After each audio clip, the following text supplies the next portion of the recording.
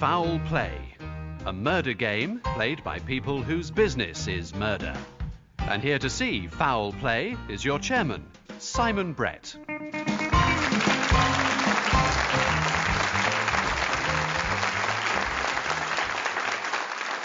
Hello, and welcome to half an hour of death, deviousness, and deduction.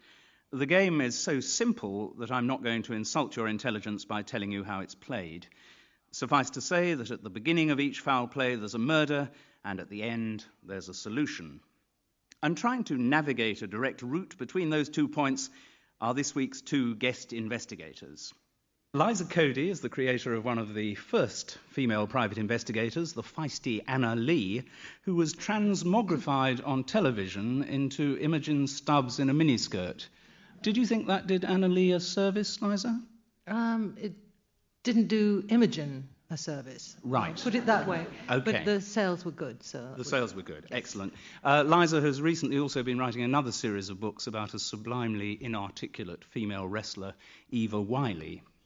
She is joined by Susan Moody, who has also created two series sleuths, the 6-foot black investigator, Penny Wanawaki, and now the bridge-teaching and also weight-watching detective Cassie Swan. Susan is also the author of several suspense novels and, under a pseudonym, the novelisation of the romance between the Gold Blend couple. Susan, did they? I've always wanted to know. You'll have to buy the book, Simon, and find out. But the coffee didn't put them off? It didn't put them off. In fact, I think it egged them on. Right. Ladies and gentlemen, they are our guest investigators. But a crime story needs more than investigators. It needs witnesses, suspects, and indeed victims.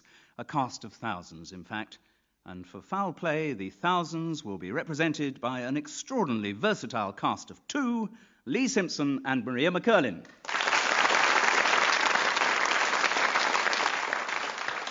Right, so let's get straight down to homicide, as I ask Maria to read us the opening of this week's mystery, Murder at Albington Towers. As the last of the 3 o'clock chimes died from the grandfather clock, there was an unnatural stillness in the upstairs library at Albington Towers. Across the blotter on the desk lay a sheet of crested vellum, on which a neat woman's hand had begun to write a letter. Dearest Perpetua, it ran, I am fully in agreement with you that you are of an age to marry, and am delighted that the right man for you has turned up at such an opportune moment. I am certain. But what the writer was certain of would never be known.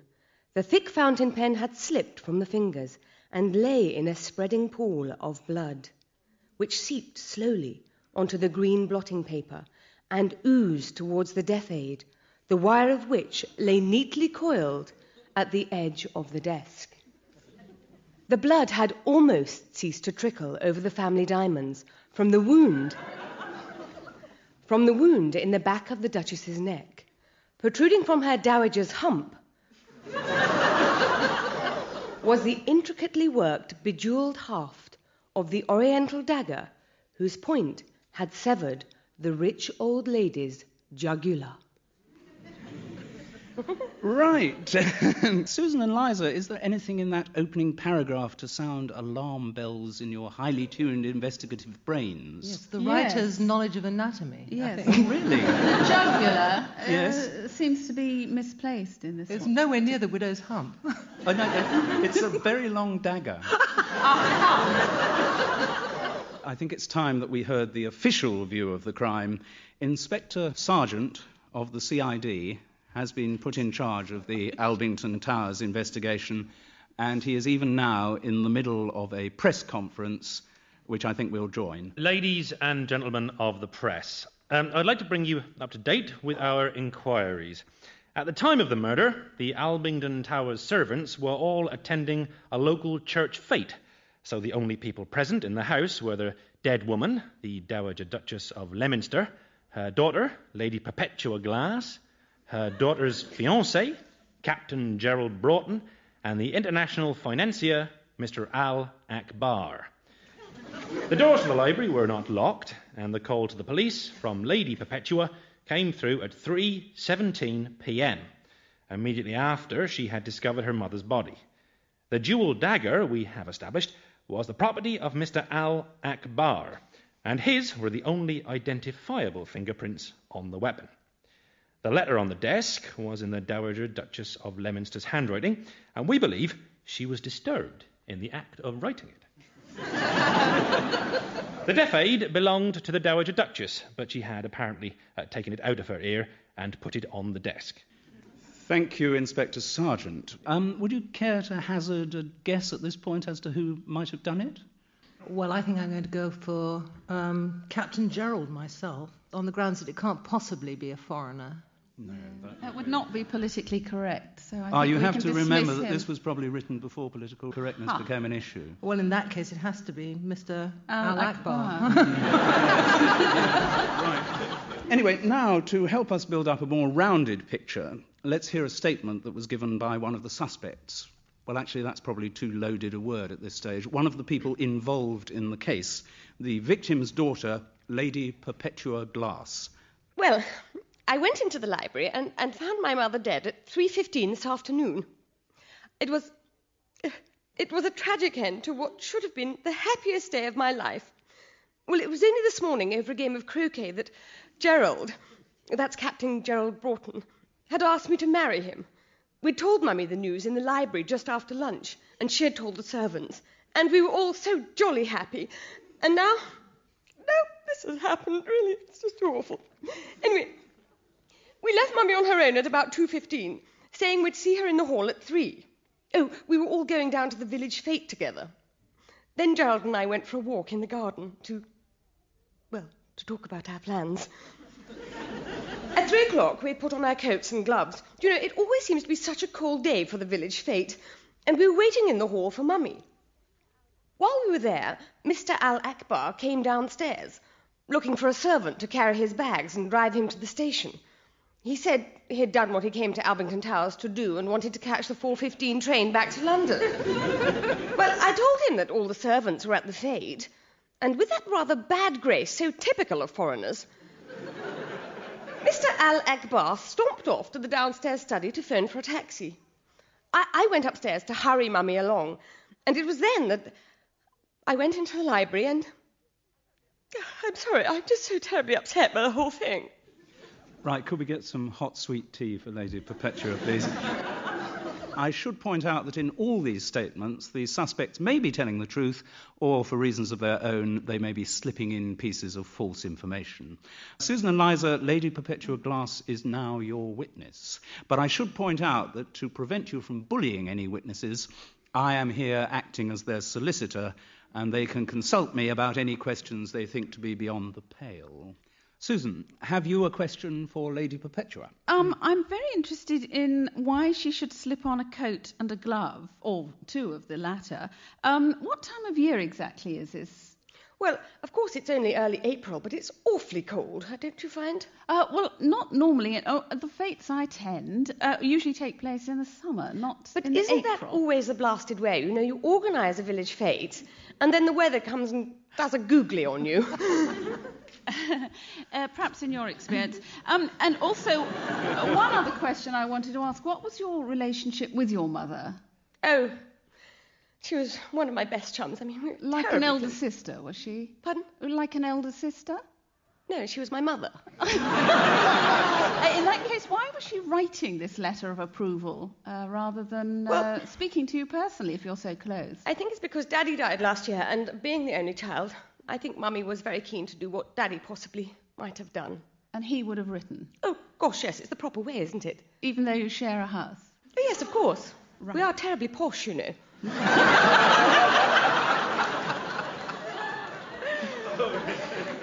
Well, I was brought up in a cardboard box, so I would... Oh, I can tell.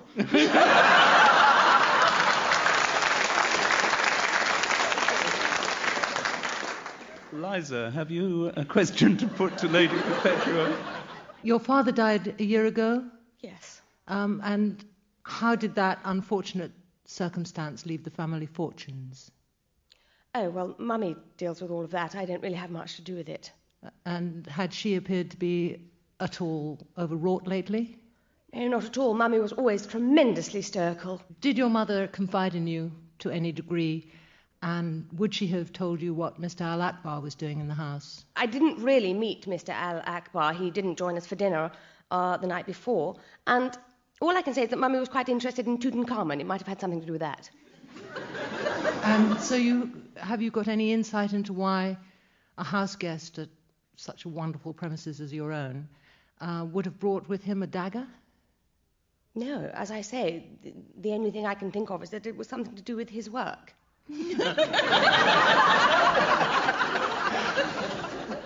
We move on to our next statement, which comes from Lady Perpetua's fiancé, Captain Gerald Broughton. A frightful thing to happen, this, isn't it? Well, I'd really looked forward to getting to know the old girl. Sorry, I mean the Dowager Duchess, you know, what with me being about to join the family. I felt terribly shy about popping the old Q, you know. Well, with the old man dead, a girl like her's always going to think everyone's just after her money. But, you know, I said I'd love her if she was just a penniless little shop girl. Well, I suppose now the old lady's gone, Perpetua will inherit the whole caboodle. I hadn't really given it much thought, actually, no. Well, I last saw the Dowager Duchess around, I don't know, 2-ish. And I asked her permission, you know, to marry Perpetua. She said yes, and I was on top of the world. Then Perpetua and I went off to have a game of croquet and came back into the house around 3 to meet the old girl and go down to the village fete together. No, none of the servants were around while we were waiting. That bounder, Al-Akbar, was lurking about, complaining as usual. Don't know why he was ever invited to Albington Towers anyway. Not at all the right sort of person. And then Perpetua went upstairs to chivvy her mother along and came rushing down minutes later in tears, saying the old girl was dead. Rotten show all round, I'd say. Thank you very much, Captain Broughton. Liza and Susan, you now have a couple of minutes to cross-examine Captain Broughton, should you so wish. I gather from your statement that you haven't known the Lady Dowager for long. Could you perhaps tell us how long you have known Lady Perpetua?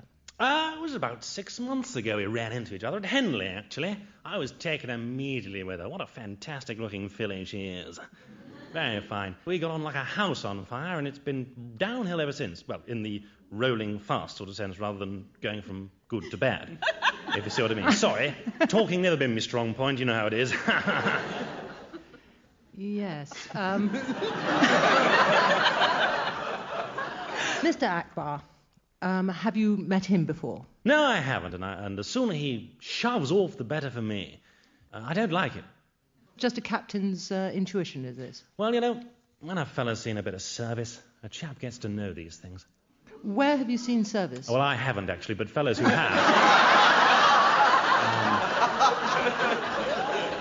have told me that they develop a pretty sharp instinct about it, and I feel a bit rubbed off on me, if you know what I mean. Susan, do you perhaps have yes. some questions to pose? Good evening, Captain. Good evening, there. You say that you met your fiancé 6 months ago at Henley, Yes. but your fiancé has just told us that the village fete was taking place, and it was April. Now, I happen to know that Henley Yes. is in June. Can you describe the discrepancy in dates on this one for us? You couldn't run that one by me again, could you? If I could interpose, You may, as yes. Captain Broughton's solicitor, they said they met at Henley. They didn't say anything was happening at Henley. Aha! Very clever. Right, I will move on to my next question, which is that inherit the whole caboodle was the phrase. Do you have any idea how much the whole caboodle might be? None at all. No idea at all. Hasn't None at crossed all. the old noggin. In spite of the fact that there were diamonds lying on the desk, you didn't... Were there? Right. Splendid. We will move on to our third statement, which was given to the police by Mr. Al-Akbar. I am an international banker. I divide my time between London and the French Riviera. I was invited to Albington Towers to advise the Dowager Duchess on a financial matter. Not to beat about the shrubbery, as I think you say. She wishes to borrow money from me. The Albington estate has been doing badly for some years, and many repairs were needed to the fabric of the house. I gave her some advice, of which she approved, and we made an agreement. Following the custom of my country, I presented her with a gift as a sign of good faith. The gift was the jewelled dagger, which was put to such an evil purpose. Our meeting took place in the library at about 2:30 this afternoon. Afterwards, she agreed to make arrangements for her part in the deal. I went to pack my bags for my return to London. When I last saw her, the Dowager Duchess was in perfect health. Well, at about 3 o'clock, I went downstairs to look for one of the servants. I had rung the bell in my room without any effect. In the hall, I met Captain Gerald Broughton, a gentleman of whose background I know rather more than he might wish. He told me the servants had all gone to this village fete, is it called? Annoyed by such inefficiency, I went to the study to telephone for a taxicab, and, if I had not been so inconveniently delayed by all these questions from the police, would already be on my way back to London. Liza and Susan, I'm sure you have some questions to put to Mr. Al-Akbar. When you saw Gerald in the hall, Yes. he was alone, was he? Yes, he was. He was not with Lady Perpetua. No, he was not. This was on the earlier occasion, Yes. when, of course, you came downstairs, he was with Lady That's Perpetua. right, yes. I'm sorry, Mr. Al-Akbar's understanding of English is a little limited. So's my understanding of Mr. Al-Akbar. I'm sorry, the words alone and together in my language mean the same thing.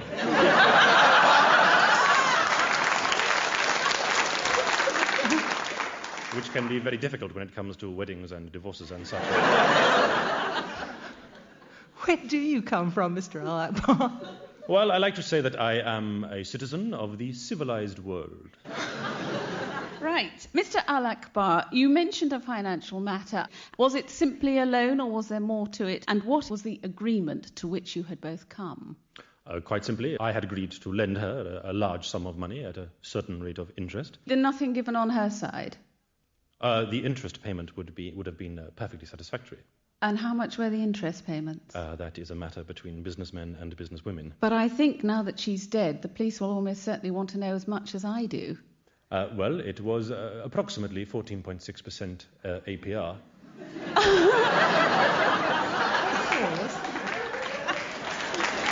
And what is it that you know about Mr. Gerald, Captain Gerald?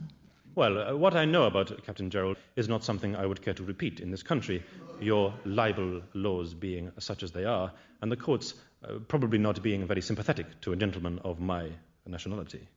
Broad as my nationality is. I think I must endorse that absolutely, speaking as Mr. Al-Akbar's solicitor, and I'm afraid we must terminate his cross-examination at that point. Is there anyone you'd like to point the finger at this moment, Liza? Gerald. Guilty as sin. Well, you may be right about that, and you may be wrong. It's far too easy for a final verdict. Oh, just a minute. Now, I've just heard from our police liaison service that some new evidence in the case has emerged. So we go straight away once again to Inspector Sergeant. Ladies and gentlemen of the press, I would like to read you the text of a letter which has been discovered in a suitcase belonging to Captain Gerald Broughton. It is postmarked Nice, dated a week ago, and reads as follows. Darling Jerry, how are things going at Albington Towers? Have you yet trapped the horse-faced Lady Perpetua into marrying you? I am sure that you have. What woman could resist those masculine charms? I long for us to be together. I can't wait until you are safely married and safely on your honeymoon cruise. Then I can't wait until poor Lady Perpetua has her unfortunate accident. Falling through a porthole, honestly. But then anyone's bound to be clumsy with feet that size. I think of you constantly. I long for us to be married and live happily for the rest of our days on the Leominster millions. Use any means to stop anyone who tries to prevent that from happening. An enormous kiss and more love than I can express. Fifi. Well, that's a turn-up for the book, isn't it? Does this change your thinking about the case at any level? Very much so. It does. Seems to me fairly obvious who the perp is, because Gerald needs to have been safely married before he would inherit what he assumed were the millions, although I think we're learning that there weren't any. Yes, I think I'd like to know something about his temper myself. Our witnesses may now be recalled, actually, and our guest investigators may ask each of the witnesses one further question. I have to ask you to limit it to one. Confer by all means. Right, Sue. Gerald is so damned obvious. Yes, I know. I can't see what motive Al Akbar's got. No, nor can I. I mean, he's going to be making a packet out of the old dear, isn't he? It might be Perpetua, but I can't think what the motive would be. No, I can't. I think we'd better get Perpetua back. Yes. Yes, could we call Lady Perpetua Glass to the stand, please? Lady Perpetua, Yes. your grief has been touching, but it won't wash. Please, would you tell us why your mother was too afraid to see you, face to face? Well, Mummy, of course, wasn't. I mean, Gerald and I had been up to the library earlier that day to tell her we were getting married. She was merely formalising the agreement, as is the way, I think you'll find. Yes, a very full answer. Susan, do you have a question for Lady Perpetua? Lady Perpetua, could I just say what big feet you've got, since you've already been so rude about my upbringing? I would like Can I to just say in response to that, about my feet, that I have exactly the same size feet as Wallis Simpson, and she did very well for herself, thank you very much. Nobody to be too rich or too thin, which I gather you're not. I'd like to go back to coats and gloves, please. Why you were donning coats and gloves to go down to the village fete. Was it possibly to hide blood splashes? No, of course, when one goes to the village fete and representing my mother, as I was doing, obviously my mother wasn't coming along to the fete, I wish she was. I thought you said earlier that she was. Lady Perpetua, please don't prevaricate. Just one moment, I must confer with my solicitor because I am very stupid. Yes, absolutely. No, not at all, Lady Perpetua. No, Lady beats Perpetua, more that brain. was absolutely apposite, and I said they could have one question. Who do you next wish to interrogate? We'd better have Gerald back. Captain Broughton. What ho? Gerald, can you just beware of that woman with the hair because she's awfully rude? Righto, darling. Captain Gerald, Hello there. we have been informed Yes? that you have a less than spotless reputation on the continent. By golly, I haven't the faintest idea what you're talking about. I mean, do you mind? You ask any of the chaps at Eton. By gosh, I'm one of the straight as a die. That's me. I should think say. you were probably less than honest about your relationships with a certain Miss Fifi. Fifi, what's that? A damn poodle or something? I've had no relationships with a poodle. You can't hang that on me. I may have been to public school, but I drew the line.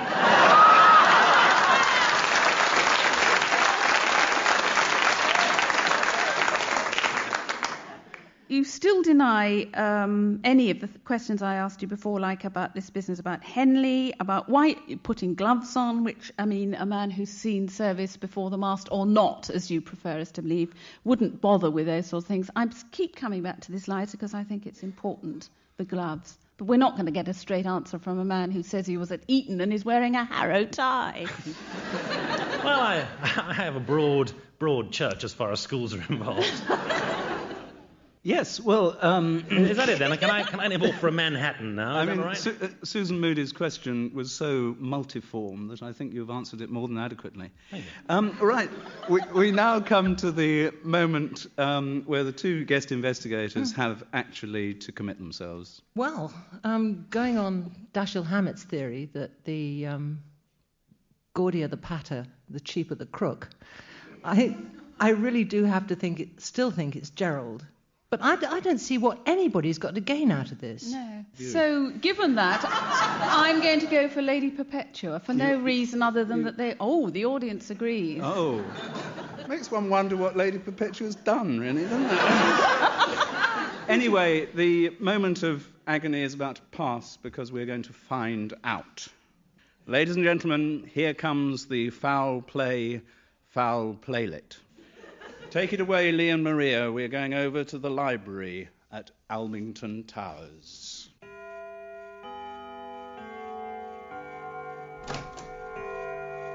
I trust I am not disturbing you, Duchess. What? Oh, Mr. Al Akbar. What do you require? I require to tell you that Captain Gerald Broughton is a fortune hunter. I have met him before on the French Riviera. He is up to no good. I must ask you to moderate your tongue, Mr. Al Akbar, when speaking of someone who is a guest under my roof. and in fact the man who is going to marry my daughter. I am sure, when you have read this, that you will not want a man like Captain Broughton in your family. Good heavens. So, he's only after Perpetua's money. You are right. And he doesn't even know that there is no money. Once again, you are right, Duchess. Well, what on earth am I to do? I will tell you. I have a plan that will not only solve your financial difficulties, but also provide a secure future for your daughter. What I propose is...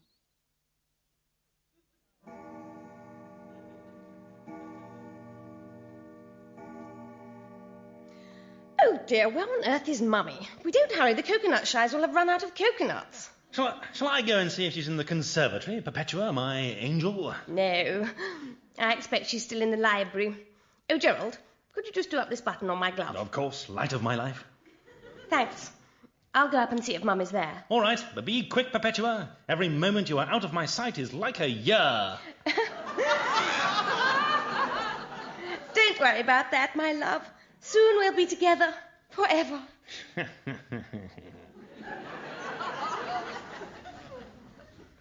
And that is what is going to happen, Perpetua. Mr. Al-Akbar and I have come to an agreement. Ladies of your rank shouldn't enter into agreements with shifty Levantines like that. Listen, Captain Broughton is a cad. What? Mr. Al-Akbar brought me undeniable proof, so you may not marry the rotter. But, Mummy, I love him. I will be the judge of who you love, Perpetua. It's none of your damn business.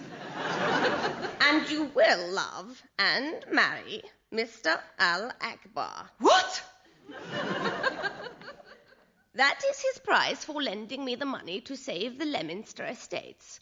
A price I have agreed, in confirmation of which agreement he gave me, according to the custom of his country, this jeweled dagger.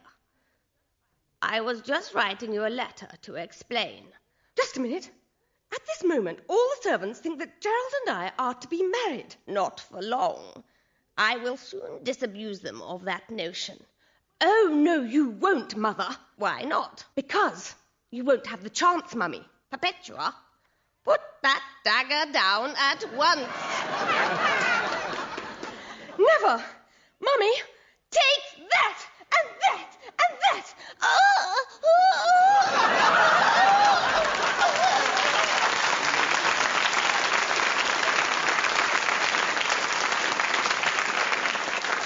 Well, thank you very much indeed for that very moving, dramatic experience, Lee and Maria and Maria. So, Susan and Liza. Well, Susan, you got Lady Perpetua, yes? Did you get the reasoning right? No. I use reasoning in the broadest sense. No. Liza, bad luck. Yes, the fair cop, you got me. That, ladies and gentlemen, is all for this week's Foul Play. My thanks go to our cast of thousands, one of whom may have achieved a radio first by actually murdering herself on air. Lee Simpson and Maria McCurlin.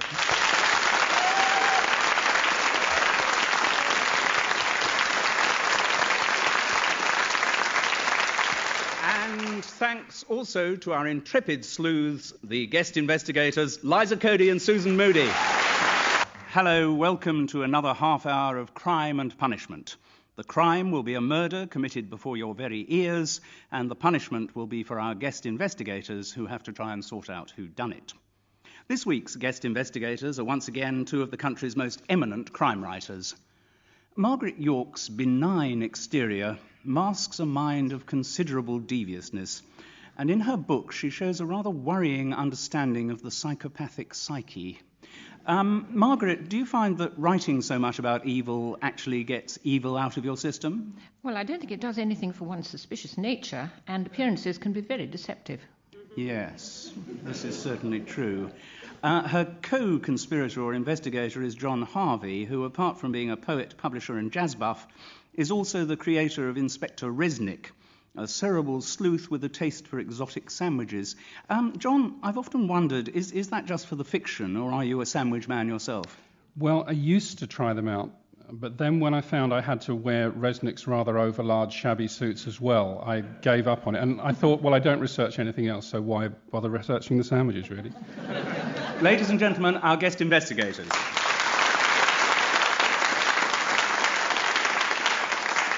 Right, so we have investigators to solve our mystery, but we also need people to create that mystery.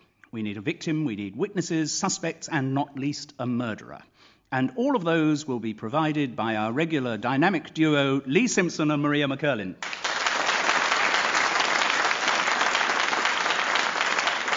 So, enough introductions. Time for a crime. As I asked Lee to read us the opening of this week's mystery. The corpse in the car park. It was a grey, wet morning in Notchester. The grey, wet sky matched the grey, wet tarmac of the Queen's Head car park. It had rained all night, washing the city's streets with grey, wet rain. The rain had swept the gutter's debris of chip papers and hamburger boxes to cluster at the grills of grey, wet drains.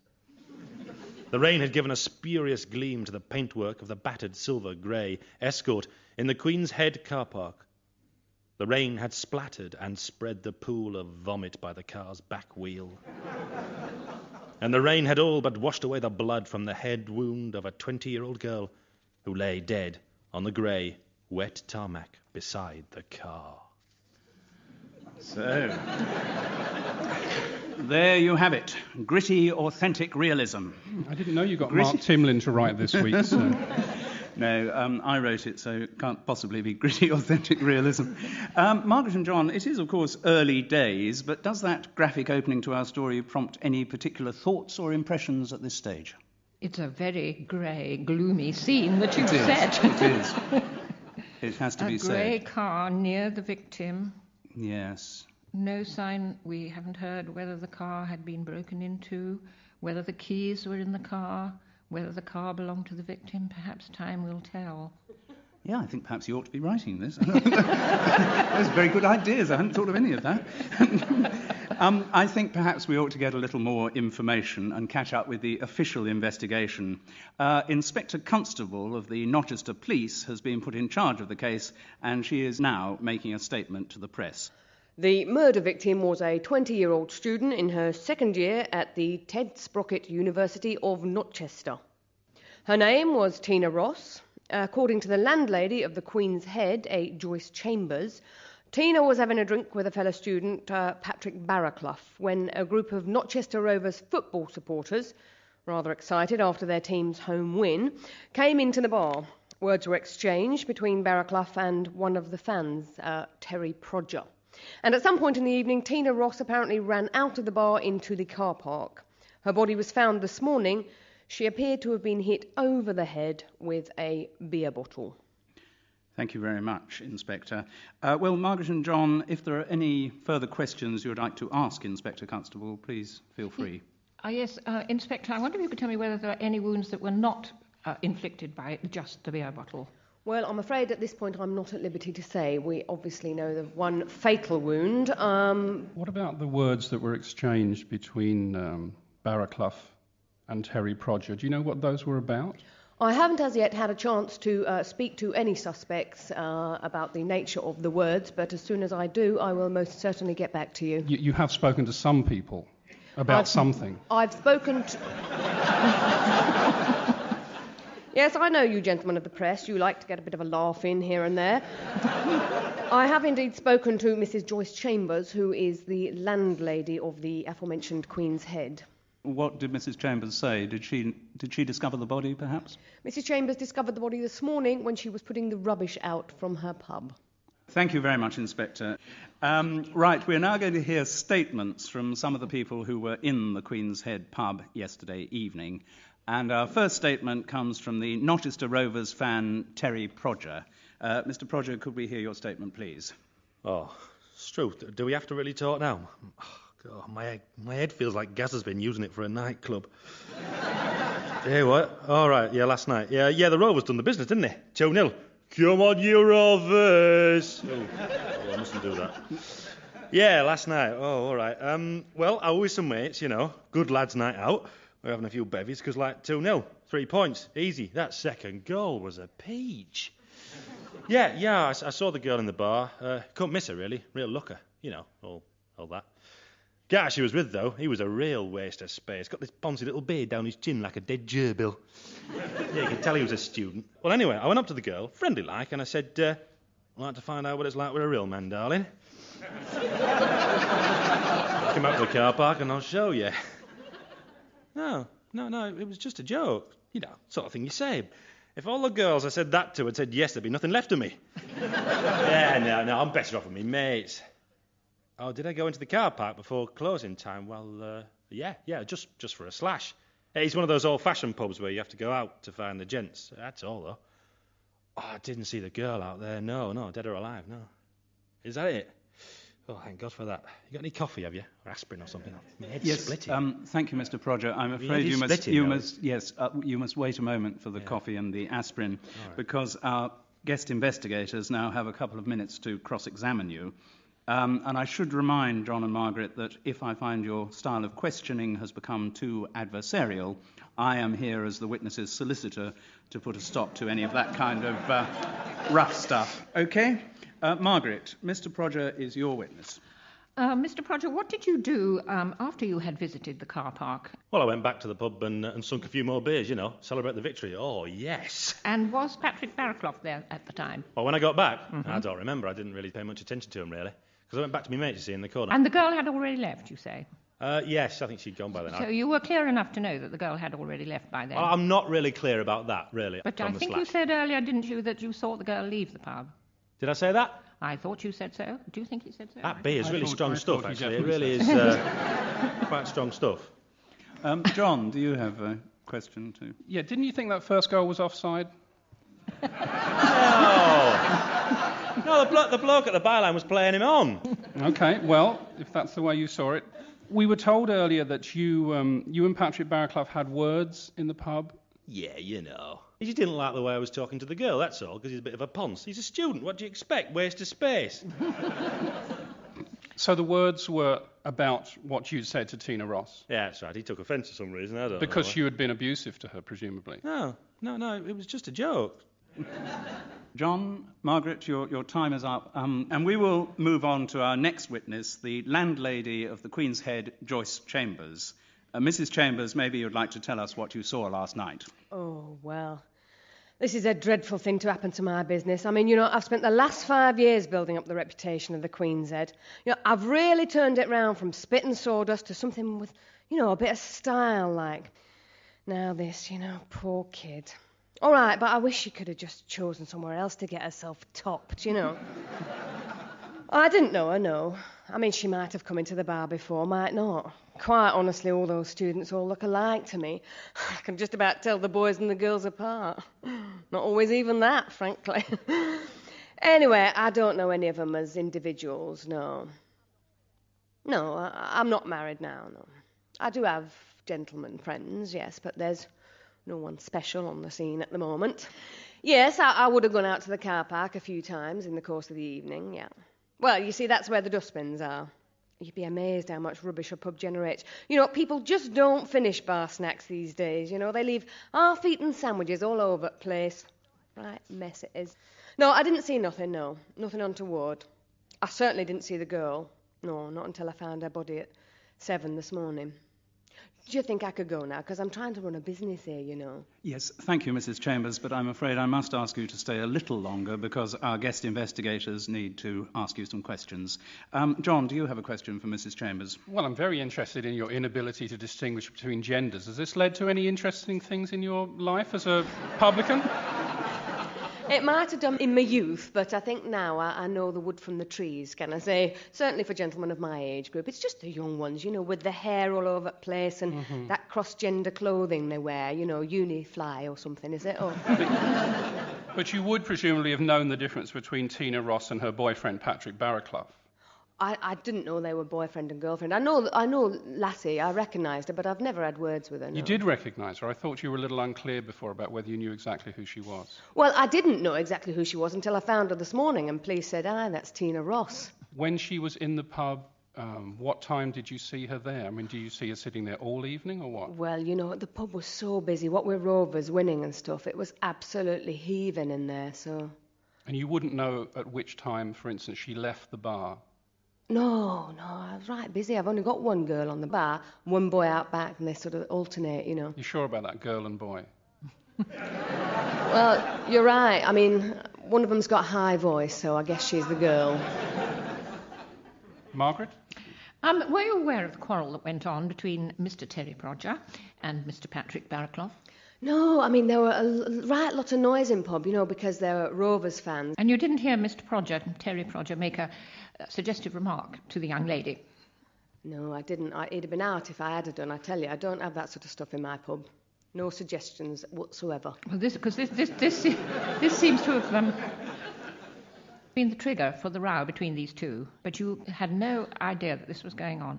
Now, what about this car, this grey Escort car that was in the car park? To whom does it belong? Is it your car? No, I live up upstairs in flat above pub. Sorry, I was going to say, it's about time Inspector Constable told us who that car was owned by, because it would be a help to our deliberations, wouldn't it?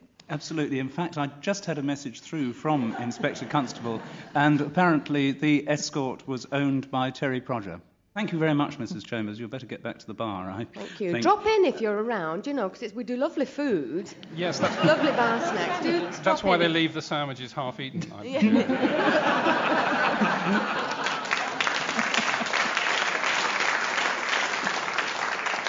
And now it's time to hear from our third witness, the dead girl's friend, Patrick Barraclough. Patrick. I'm sorry. I feel dreadful. I haven't slept. I mean, I love Tina. And now she's dead. Who killed her? One of those football hooligans, I would imagine. They're as common as muck, the lot of them, and incredibly drunk. No, I don't drink myself.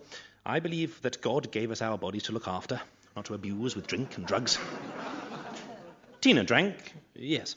That was one of the things we disagreed about, but I had hopes of bringing her round to my way of thinking. Well, we were just out for the evening. I'd rather have gone to a restaurant, but Tina liked pubs, so I made a concession. The precise sequence of events was we'd eaten our bar snacks, I'd had a cheese salad, and she'd had a chicken sandwich, and we were just having a drink. Diet Coke for me, vodka and tonic for Tina. When this ghastly football hooligan came across and started... Well, I say chatting her up, but it was really abusing her. Now, this went on for a while. Then suddenly Tina put her hand to her mouth and said, "Oh no, I'm going to throw up," and rushed out into the car park. I didn't follow, no. Nobody likes being watched while they're throwing up. I think some of the football hooligans went out. Yes, they were coming in and going out to the gents all evening. But I just sat there for a quarter of an hour, finishing my drink. Then I decided that Tina wasn't going to come back, so I went back to my house. I thought she was just trying to make some childish point to me. It never occurred to me that she was dead. Thank you. Thank you very much, Patrick Barraclough, for that moving testimony. Margaret and John, you can see that the young man's upset, so I'm sure you'll be appropriately gentle in your cross-examination. My withers are absolutely wrung. Can you tell me what subject you are studying at the university? Yes, we were both, Tina and I, studying French and Spanish. Unfortunately, she won't be finishing her course. You were very annoyed because Terry chatted her up, abused her, as you say. You were quite content for him to pursue her out into the car park, and you did nothing about it. I didn't actually see Terry follow her out. He was leaving and coming in all night, as far as I could tell. At least the football hooligans were. They all look the same to me, with their scarves and rattles and so on. Didn't cross your mind that there was a disturbance taking place and that possibly you should speak to Mrs. Chambers and say... Well, the thing is with Tina, how shall I put this? Tina is a vibrant girl, and she uses the gifts that God has given her to the fullest extent, and many of the gifts he has given her are somewhat extreme, shall we say. When Tina needs her space, I tend to give her her space. You say that God gave you your body to look after, yes. And would you also say that God gave you Tina's body to look after? I prefer to think that God is using me as an instrument to rescue her soul rather than her body.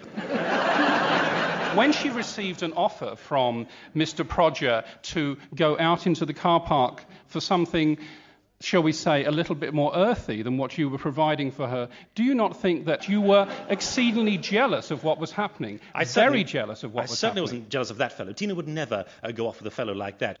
Thank you very much, Mr. Barraclough. So it's time for us to ask our guest investigators whether their ideas of what actually happened in the Queen's Head car park are getting any clearer. What do you think about the fact that he didn't go out and follow Tina outside? I think he was absolutely chicken. He was dead scared. He's a bit of a wimp, He's a prize wimp, I think. But I think it's possible that he was very jealous. But Margaret, what about this for a scenario? He finally goes out there. What he actually sees is Tina in the drunken arms of Terry Prodger. In a paroxysm of ecstasy, she is. He is filled with tremendous jealousy, a really strong passion for the first time in his pathetic student life. He grabs hold of a beer bottle which is on the floor, rushes at them, swings the beer bottle to hit Terry Prodger, the assailant, on the head.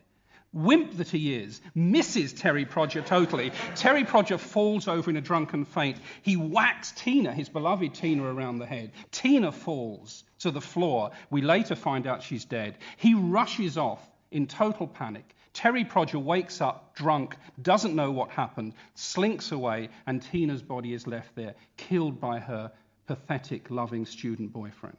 Well, I think that's a lovely story, but I agree, it's an entirely delightful story. What it has to do with today's proceedings, we will find out subsequently. Can I? No, I'm sorry, we have to move on. It is time to... Oh, I'm sorry, I've just heard from Inspector Constable that some new evidence in the case has emerged. Thank you. Yes, we have received two interesting pieces of new information. The first comes from Arnold Forrest, who works as a health and safety inspector for the Notchester Local Authority. Mr. Forrest. Oh, yes. Well, you see, 2 months ago I made an inspection of the Queen's Head public house, following the complaint of a customer who had found half a mouse on their chicken masala. I found the standards of hygiene to be severely inadequate, and agreed to give Mrs. Chambers a month to improve conditions or face the prospect of losing her licence to serve food. The second piece of new information was given in a statement by Tina Ross's personal tutor at the Ted Sprocket University of Notchester, Dr. Stephen Graves.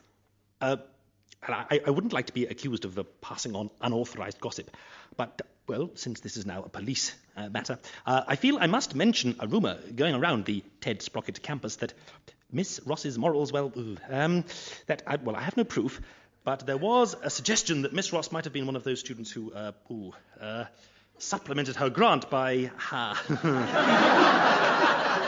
Oh, dear. Let me see. Not to put too fine a point on it, charging for her sexual favours. Well, who'd have thought it? One got the impression she was such a nice girl.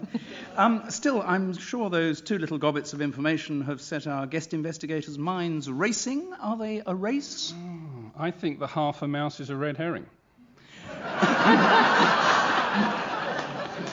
Not impossible. Mrs. Chambers' difficulties with her hygienic arrangements in her pub certainly supplies her with a motive for trying to get rid of troublesome customers. I'm still very fussed about this car. I think you now have an opportunity to call the three witnesses back again and to ask them one question each. So who would you like to call back to the stand first?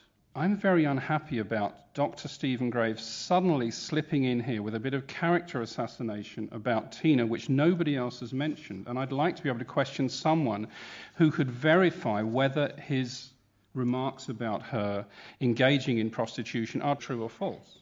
Well, in that case, we're going to have Patrick Barraclough, aren't we? Because he's the one who knows about her university life. Let us call Patrick Barraclough.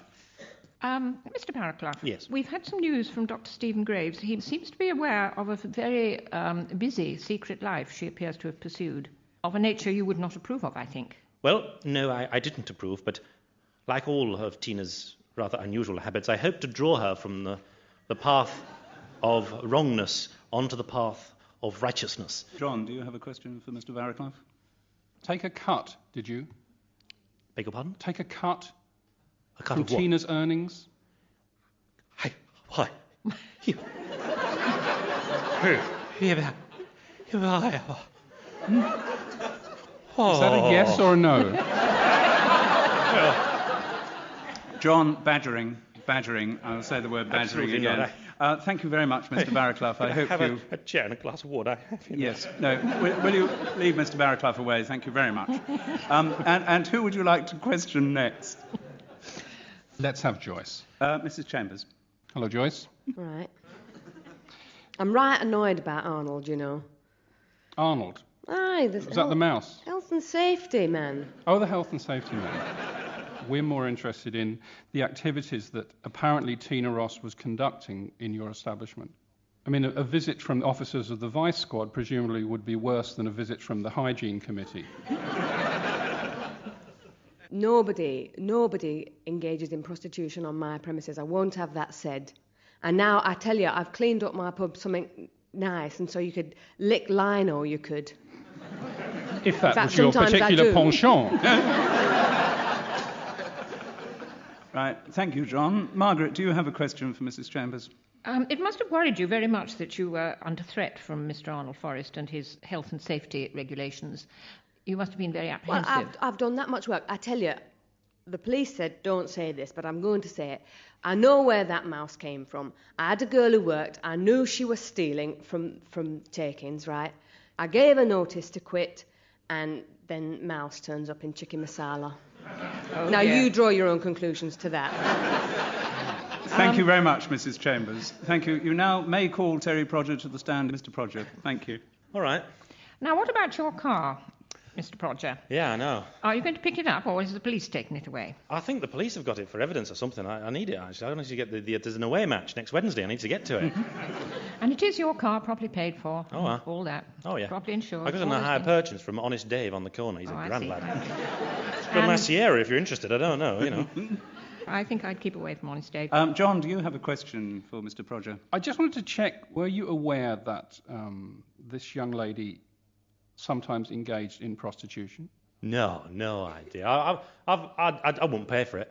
No, not me. You No wouldn't? way. Yes. I wouldn't pay for it. I wouldn't go near him, especially as a student. I mean, paying for it with a You student, they wouldn't won't go pay me. Right. Student. Thank you very much indeed, Mr. Prodger. I'm sorry to say that for our guest investigators, the time for random speculation has come to an end. You each have to tell us who you think committed the appalling murder of Tina Ross. Well, I'm going to plump for Joyce Chambers. Joyce Chambers. Any particular reason? Well, I think she's very frightened about her pub. I think if it's true that Tina Ross was plying her trade in the car park, this would be added to the mouse and the various other health and safety things. She would be in a serious amount of trouble. Thank you. I think it was Dr. Stephen Graves. I mean, see. I've worked in universities. I know what personal tutors get up to. It was clearly him. Right. Well, from our two guest investigators, we've had cogent and plausible solutions, but are they true? We're about to find out as we listen to this week's Foul Play, Foul Playlet. Liam Maria, waft us on the wings of imagination back to that fateful evening in the bar of the Queen's Head. 2-0, 2-0. 2-0, 2-0. All right, keep noise down. I'm as chuffed as you are that the Rovers won, but there's no need to break place up. That's 8 more pints of lager, darling. Yeah, well, it strikes me you've had quite enough, Chuck. Still, it's your hangover at morning, not mine. Yeah, too right. Oi, weasel face. Look, just leave us alone. As I said before, you're drunk. Stop bothering us. Am I bothering you, darling? Don't listen to him, Tina. I'll listen to who I want to, thank you. You don't own me. No, but I'd like to own you. I could make you really happy, you know, Tina. Oh, just forget it, Patrick. You're so pathetic. I'm going outside. You make me want to throw up. Go on. Go after her. Get a bit of rumpy-pumpy in the car park, eh? I'd have thought that was more your style. Oh, would you? Well, you'd be wrong, wouldn't you? Dead wrong. I wouldn't mess with a scrubber like that. Oh, I'd better go and see her. See what the trouble is. Yeah, that's right, my son. Give her one for me, eh? Hey! Tina? Oh, Get lost, Patrick. I told you weren't my type. This evening's just gone to prove it. Oh, come on, Tina. Isn't there any way I can make you take an interest in me? You could try paying me. But Tina, I worship you. If I can't have you, I'm not going to let anyone else have you. Oh, you try and stop them. Anyone can have me, if they've got the right dosh. Listen, Tina, you... Hey, you two, what are you doing? I won't have snogging in my car park. Queen's Head's a respectable pub. Yeah, a respectable pub that serves pretty disgusting sandwiches. Now listen, you. Oh, I'm going home. Good night. Yeah, you go and all. I don't want tarts letting down image of my place. Takes one to know one, darling. Look, you little scrubber, if you think you can get away... Come on, you robbers! Right, I'm going back to the bar. And don't you try coming back in, young lady. I don't want your sort round Queen's Head, so sling your hook. Go on, clear off. Excuse me. Yes? You're in my way. You're standing right in front of the gents. That's right. I was wondering if you'd like to act on what you were saying in the bar. What? Well, in the bar, you said you'd show me what it was like with a real man. Oh, yeah, well, you know. 25 quid and you're on. Oh, no. No. Come on. You know you want it. Look, if I just touch you there... You get your hands off me. Look, I'm just out with the lads. I don't want any of this. Oh, I see. It's because I'm not a lad, is it? What? Yeah, I've heard football's a substitute for sex, but it's more than that with you, isn't it? Being with the boys is the bit you like. You wouldn't know what to do with a woman, would you? Stop it. Stop it. Because you know what you are, don't you? You're Don't just you dare one of say those it. filthy, Shut up, you little tat, dirty... or I'll have to shut you up! Oh, no. What have I done? Oh, I think I'm going to throw up.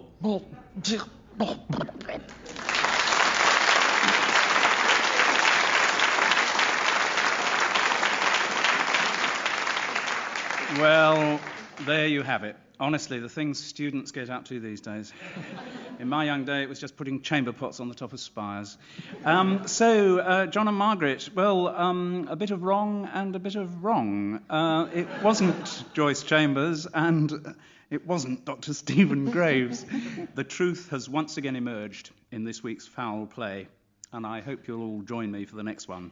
Till then, my thanks go to the entire National Theatre of Crime, Lee Simpson and Maria McCurlin.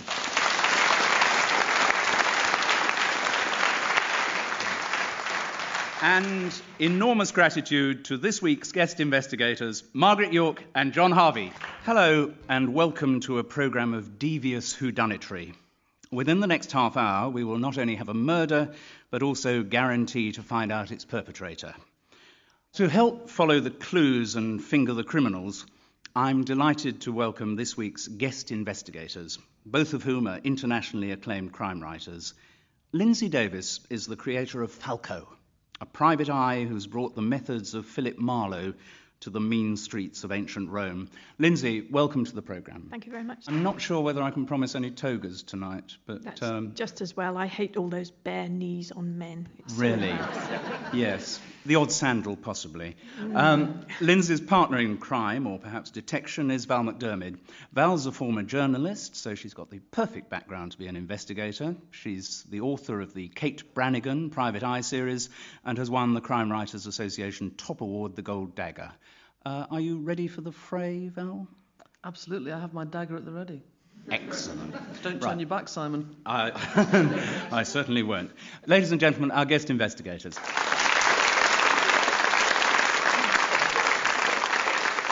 But what are they going to investigate? We need a murder, we need a murderer, we need suspects, we need witnesses, we need a huge supporting cast. Ladies and gentlemen, will you welcome Foul Play's huge supporting cast of two, Lee Simpson and Maria McCurlin.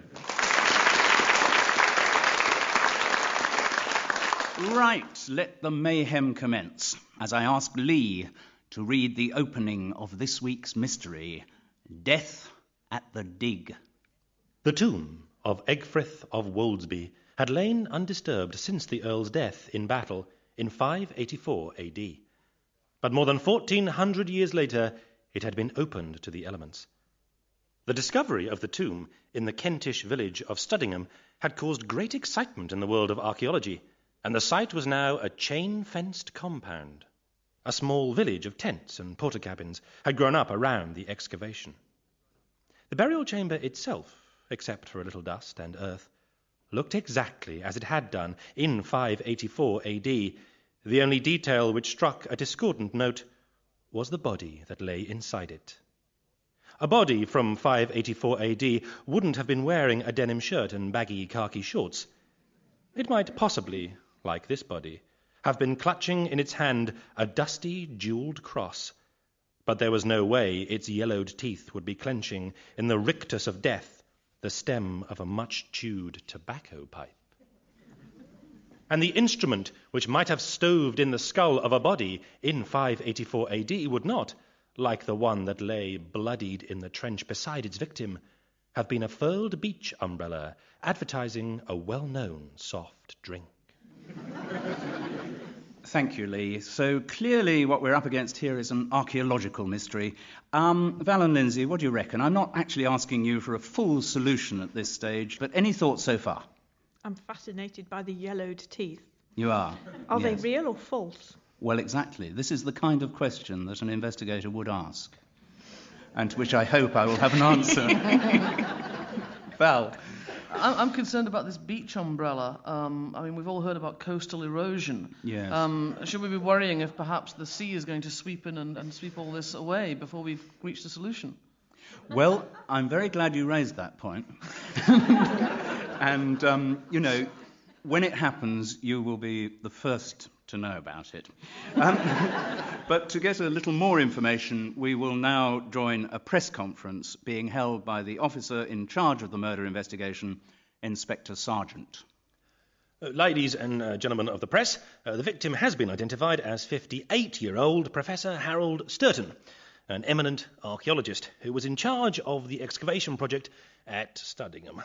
He was killed by a series of blows to the head, delivered by a furled umbrella, and the time of death was probably around 1 o'clock this morning. His body was discovered at 8 o'clock this morning by Tara Brinkley French, one of the volunteer helpers at the site. She reported the death to 2 senior archaeologists on the site, Dr. Valerie Morgan and Dr. Kevin Malpass. Dr. Morgan called the police. The umbrella, incidentally, was one of many which the archaeologists have been using to protect themselves from the sun while they're digging. Most of the people on the site are also living there in tents. The tent area is separated from the excavation by some portakabins, in which the archaeologists' equipment is kept. The jewelled cross Professor Sturton was holding is of Anglo-Saxon origin and believed to be of considerable value. Thank you very much, Inspector Sergeant. Val and Lindsay, does that information help at all? I'm a little worried about an Anglo-Saxon cross from 584 AD. You are? Why is that? Well, I think those dates don't quite add up. Some funny business obviously went on at the tomb of Egfrith of Woldsby back in the distant past, which I suspect may have an impact on the present-day murder. You think so? What we're going to do now is have more information. We're going to hear statements from some of the people who've been working at the Studdingham dig. And first from Dr. Valerie Morgan, research assistant to the late Professor Sturton. Dr. Morgan, over to you. Thank you. Well, yes, in one way I have to say I can't feel sorry that Harold Sturton's dead, because at least now he doesn't have to face the knowledge that his life's work is in ruins. I mean, it's always been in ruins, of course. I don't mean to make that joke, but now, you see, it's in tatters as well, because Professor Sturton was my supervisor for my doctoral thesis at Oxford, and afterwards he asked me to help him with his research. What? Good heavens, no. It was never anything other than a professional relationship. Harold was absolutely married to his work. His special period was 6th century Kent, and probably his most famous publication was Egfrith of Woldsby, the last pagan earl. Have you read it? No, I don't suppose you would have done. Well, so obviously the discovery of a cross in Egfrith's grave would have been a terrible blow to Harold. I mean, it would have delighted Dr. Malpass, who's working with us here at the moment in Studdingham. You see, he's been arguing for years that Egfrith was one of this country's first Christian noblemen. He'll be even more insufferable now. Now, I don't really have a lot of respect for Dr. Malpass. He's a very arrogant man, and he's a terrible philanderer. I don't approve, really. I don't know which of the girls on the dig he's been making up to. There's so many of them, frankly. I mean, they all look the same to me. They're dressed far too revealingly in shorts and T-shirts, flaunting themselves at the men, and they stay up far too late, drinking vodka and playing, loud music. Last night, well, I did have a quick check around the site at about midnight. The rest of the night I was asleep in my tent. Yeah. What do you mean, can someone confirm that? I have a tent to myself. Thank you very much. Thank you, Dr. Morgan. And now, of course, we don't know whether the people making these statements are telling the truth or lying, but our guest investigators now have an opportunity to cross-examine the first witness. I should point out, however, that I am here acting as solicitor to the witnesses, and I will intervene at the first signs of the guest investigators bullying, asking improper questions, or getting too near the solution too early. Lindsay, is there something you would like to ask Dr. Morgan? How long exactly have you been working with Professor Sturton? I've been working with him now for 20 years. 20 years. Oh, that's a very long time, isn't it? I do know what you mean about girly archaeologists. The problem is there's just not enough money, to get funding, to get proper workers, so we have these little flibberty-jibs that come down. I shouldn't say that, but you know what I mean. Groupies of Dr. Malpas, I gather. Forgive me, but had Dr. Malpas ever made advances to you? Dr. Malpas? Yes, you said he was a bit of a philanderer. No, he's Australian. I don't trust him, frankly. I think a lot of his methods leave a lot to be desired, One of the first rules on digs is that you just leave things as they are until the team comes. But not Malpas, no. He wants to claim victory all the time for himself. Do you know what I'm saying? I think I do, yes. Right, Val. You said that finding the cross would have been a terrible blow to Harold. Well, something certainly was a terrible blow to Harold. When you were doing the rounds at midnight, as you put it, what exactly were you looking for? Were you looking in the tents, perhaps, to see if any philandering were going on? Well, certainly with those girls. I mean, I don't go anywhere near their bloody tents because there's always some skullduggery happening. A lot of the local boys from the village of Studdingham, they're like dogs on heat. They sniff those girls out and they come rushing around outside the dig. You seem strangely obsessed with these girls, if I may say so. Well, of course I'm not obsessed with them, but I just don't think that they're right to be on this dig. I just think that, frankly, they'd be much better off in Stringfellows or some other club like that. But did you approach the dig itself on your midnight stroll? No, I just walked around the tents and had a little bit of a walk, I thought you said you hadn't been walking around the tents. Well, no, I mean, the tents are one side of the dig, the porter cabin is the other side. Have you been down to the site, do you know? No, I haven't. No, well, I'm trapped in this radio studio. Let me explain. The tents are one side of the dig, the porter cabin, and then there's the dig, so there's quite a lot to separate it all. The chain link fence that's around it, was that secured in some way? Would it be at night? It has been secured, but because they go down to the pub, Malpas goes down to the pub, the Queen's Pyjamas or whatever the pub is called in Studdingham.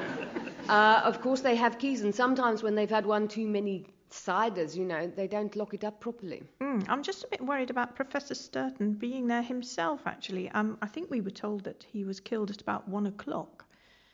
Why was he there? If I knew that, I'd be a policeman, not an archaeologist, It wasn't his habit to stroll down and look at his work in the dark? No, I've never known him to do that before. Thank you. Ever. Thank you very much. We now move on to our next statement, which comes from another professional archaeologist at the dig, Dr. Kevin Malpas. Right, I won't pretend to like Professor Sturton. Apart from his personal unpleasantness, that dreadful pipe, I think smoking's a disgusting habit. I also thought that professionally he was old-fashioned, inefficient and misguided. He was a control freak. For instance, yesterday afternoon, when finally, after all these months, we got into the burial chamber, what did he do? Well, he suspended work for the day. I think he was simply afraid of what he was going to find in there, and he was right to be afraid. His whole theory about Egfrith of Walesby would be shot to pieces. By discovering that cross, Professor Sturton was digging his own grave. Yeah, rather an apt expression in the circumstances. Now, if you want my theory, the reason he went back to the dig last night was to do a bit of private excavation. I reckon he'd seen the cross in the afternoon, and he was trying to remove it from the grave. Yeah, but then Professor Sturton would resort to anything to prop up his ailing career. What did I do yesterday evening? I went out for a drink in the village pub with some of the younger helpers. Then I had an early night. What? No, I'm sorry. I regard inquiries about my private life as an unwarrantable intrusion. If you want me, I'll be in my tent, working on my laptop. Yeah, thank you, Dr. Malpas. If we could just keep you from your laptop for a couple of moments. Val and Lindsay, you have 2 minutes to cross-examine Dr. Malpas. Why, Dr. Malpas, are you here if you had such a low opinion both of Dr. Sturton's views and his methods? Well, basically, I had a feeling in me water that something was going to turn up on this dig, and it turned out to be right. My theory about Egfrith of Walsby being the first Christian nobleman in Britain, I thought this digger's going to be the one that's going to turn up, so I put a lot of pressure on to be here with him. I didn't want him covering up any of the evidence. I know what he's like, that Sturton. He was heading down. He's about as much use as a koala in a kung fu fight, and I wasn't going to have him hiding any of the evidence from me, let me tell you. What time did you come back from the pub? Must have got back about 11:30, I suppose. You said you had an early night. We've caught you out in a lie here, as well as libelling the professor. You're not a very nice man, are you? What do you mean I'm not a very nice? I'm an Australian. I think people have different views of what is an early night too. You know, but for some people, half past 11 is absolutely normal. Yes. Do you have another question for Dr. Malpas at this point? I don't think so, but can we reserve the right to call him back? You will have an opportunity to speak to him. It'll be a delight to come and talk to you, ladies, let me tell you. Thank you very much, Dr. Malpas. We will now move on to our third statement, which was given to the police by the volunteer helper who actually found the body, Tara Brinkley French. Hello. Oh, gosh, I'm not an archaeologist, no. It's just, I've got some chums who are really into that kind of stuff, and they said you could have a great time on dig, so you sort of riffle through a pile of dirt all day. But in the evenings, you're staying in tents, and, well, it's just like party, party, party. No, I don't get paid, but then, Daddy gives me a good allowance. He's awfully keen on my being here, because it gives me something to do, really. I'm not in Harvey Nichols. Well, Daddy's into antiques. Yes, got a great collection of Saxon stuff. I don't know the details, but apparently it's really valuable. Professor Sturton. Stuttery Sturton. No, I didn't have a lot to do with him, really. He's a bit of a dry old stick, No, I shouldn't really laugh, because it's ghastly bad luck, him being killed, And of course me finding the body. It was absolutely spooky, really. Dr. Malpas, much more fun. Finding this cross thing is really good, isn't it? I mean, it proves...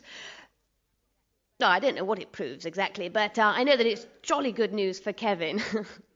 Yes, I was around the dig yesterday evening, sort of about midnight-ish, Girls and I share a tent, and we'd been hitting the vodka quite hard, and they were all out cold, but I couldn't sleep. It was a really hot night, and so I just went out for a quick ciggy, Did I see anyone? Have you talked to any of the other people on the dig yet? Oh. Well, no, I did see Dr. Malpas. He was I think he was having a cigarette. Must have been like me. We just sort of said goodnight, and I went back into my tent, and then the rest of the night I slept like the proverbial top. Thank you very much, Miss Brinkley French. There it is, our third statement. Guest investigators, I'm sure you have the odd question to put to Tara Brinkley French. Tell me about last night. Did you go to the pub? Yes. And what time did you come Brilliant back? night. Was it really? That's nice. Fantastic pub, yeah. And what time did you leave? Closing time we left. And you got back about 11:30, say?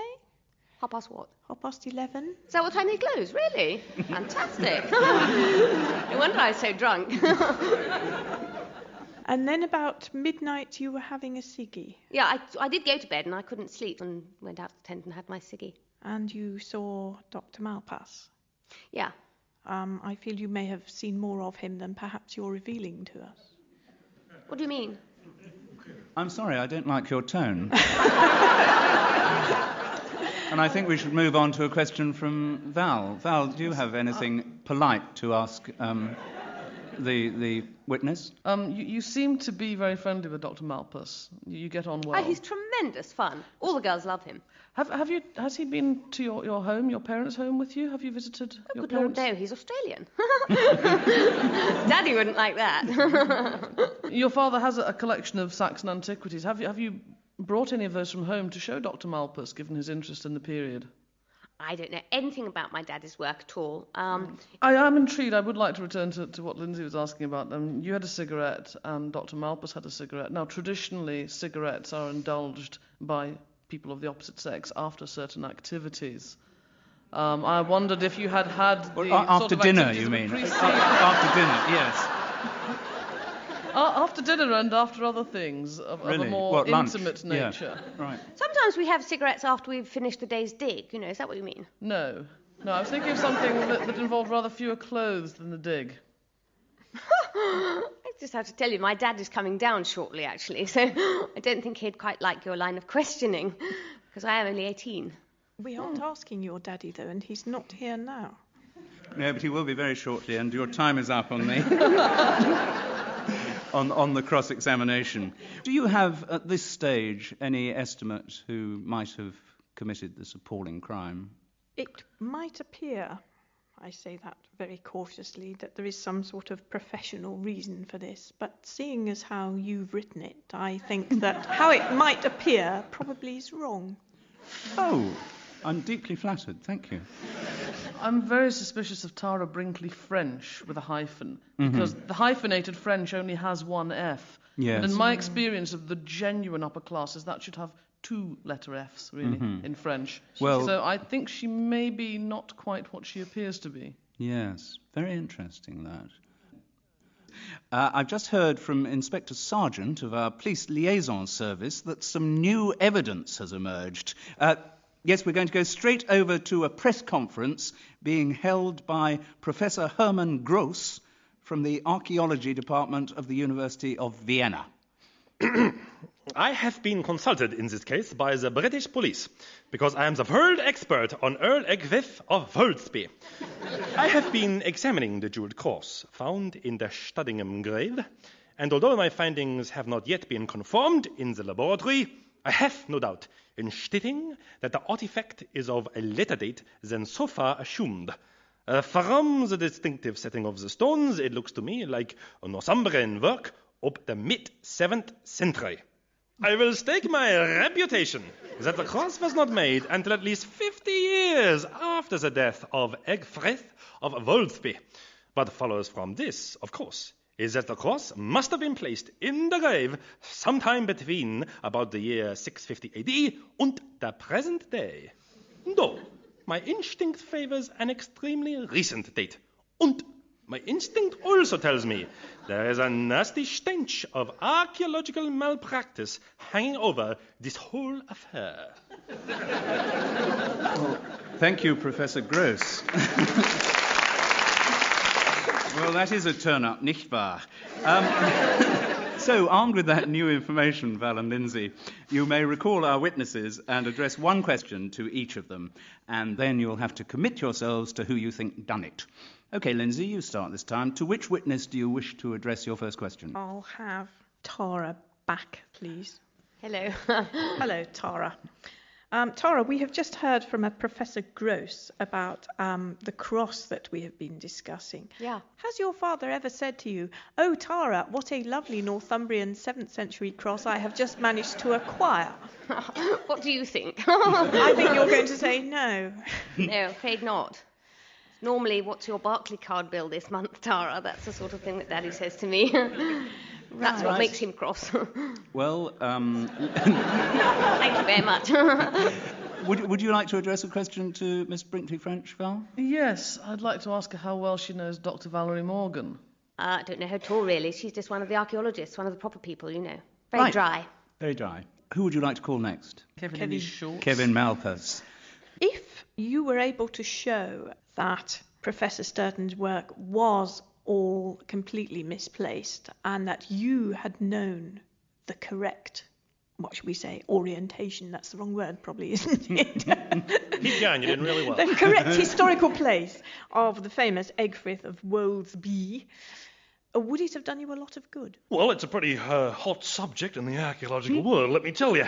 Certainly it would have done me a lot of good, but it's something I'm going to prove anyway. I'm completely confident of that. But I'm not deterred in any way. I'm heading for the top of the archaeological pyramid, as it were, and there's nothing going to stop me from getting there, you know what I mean? Yes, thank you. Val, do you have a question you wish to address to Dr. Malpass? Did you plant the cross in the burial chamber? And did you get those shots from Harvey Nichols? Absolutely not, and yes, do you like them? I think they're terrific. Thank you very much. Thank you. Dr. Morgan, would you mind coming forward? Dr. Morgan, you worked for a very long time with Professor Sturton. Do you happen to know the terms of his will? No, you see, we are professional colleagues, that's all. I didn't really know anything about his private life. Thank you. Lindsay? Dr. Morgan, you told us quite a lot about Dr. Malpass and the young girls on the site, but one thing we didn't ask you was, did Professor Sturton have any interest in these young girls? I don't think so, no. He was married to his work, as I said.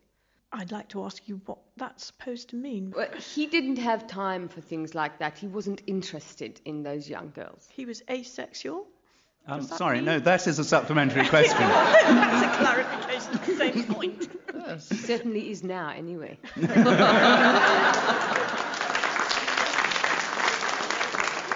Well, now it's time for our guest investigators to commit themselves to which of our three suspects they believe perpetrated this appalling death by umbrella.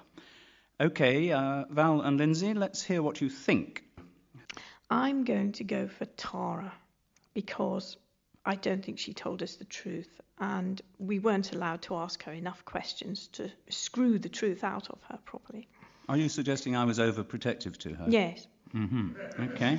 Because she's so slony and young, and you fancy her, obviously. Well, she is quite pretty, you have to... Well, no, I mean... But, Sorry, Val, are you of one mind with your co-investigator? On the basis that one should consider the least likely suspect, I think it could be Dr. Valerie Morgan, though I'd have to be sort of grasping rather at motive. Give us a ridiculous idea. Oh, I don't know. I mean, she could secretly be having a love affair with Tara Brinkley French and trying to discredit Professor Sturton so that she could get his chair when he's sacked for falsifying the burial chamber. Well, very interesting indeed. All is about to be revealed. Yes, we are going to hear what actually happened that fateful night in our foul play, foul playlet.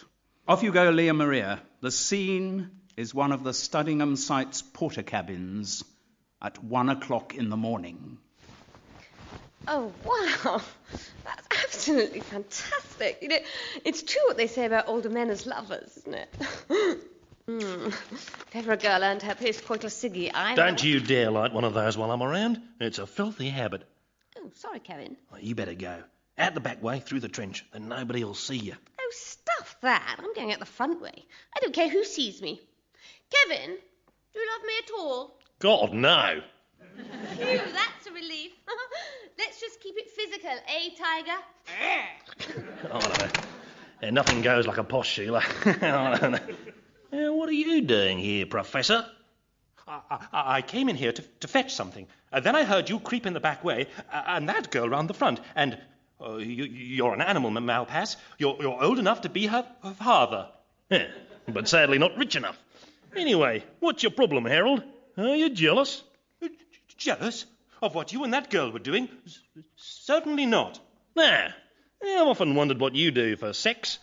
Presumably you like nothing better than curling up in bed with a Saxon oil lamp and a dirty illuminated manuscript. Don't be disgusting, Malpass. I'm going to check the security round the excavation. Sure you're not going to remove from the grave any evidence that Egfrith of Walsby was a Christian?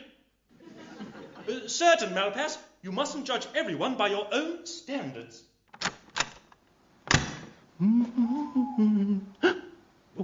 What are you doing here? I was just keeping an eye on the excavation. I'm worried that someone might try to sabotage it. What do you mean? I've been watching Dr. Malpass. He's up to no good, you know. I think he's planning to plant some sort of Christian artifact in the tomb. You know, to support his bloody theory. Yes, it would be in character, wouldn't it? If one was found in there, no one would doubt it was his doing, would they? What do you mean, Harold? What's the joke? This is the joke. A jewelled cross? And I'm going to plant it in the grave. Malpass will instantly claim it as proof of his theory. But when it's found to be at least 50 years too recent, then everyone's going to think that he planted the thing. And his career will be ruined. Harold, you wouldn't stoop so low. low. If you're going to beat a rotter like Malpass, you have to start behaving like he does. Behaving like he does? With girls? You always told me you weren't interested in women, Harold. When I told you what I felt about you, you insisted that you didn't have those kind of feelings, that we should just continue as friends and colleagues. I've always accepted that, Harold. Until tonight. Valerie, what on earth are you talking about? I saw you, Harold. I saw you go into the porter cabin. Then I saw that girl go in. I could hear what was happening in there, Harold. No, you mustn't start spreading rumours like that, Valerie. It would ruin my reputation. Oh, don't worry, Harold. I'm going to ensure your reputation stays intact forever. Valerie, don't be stupid. You've got the wrong end of the stick. Maybe. But I've got the right end of the umbrella. No. No. I love you, Harold, but you must die.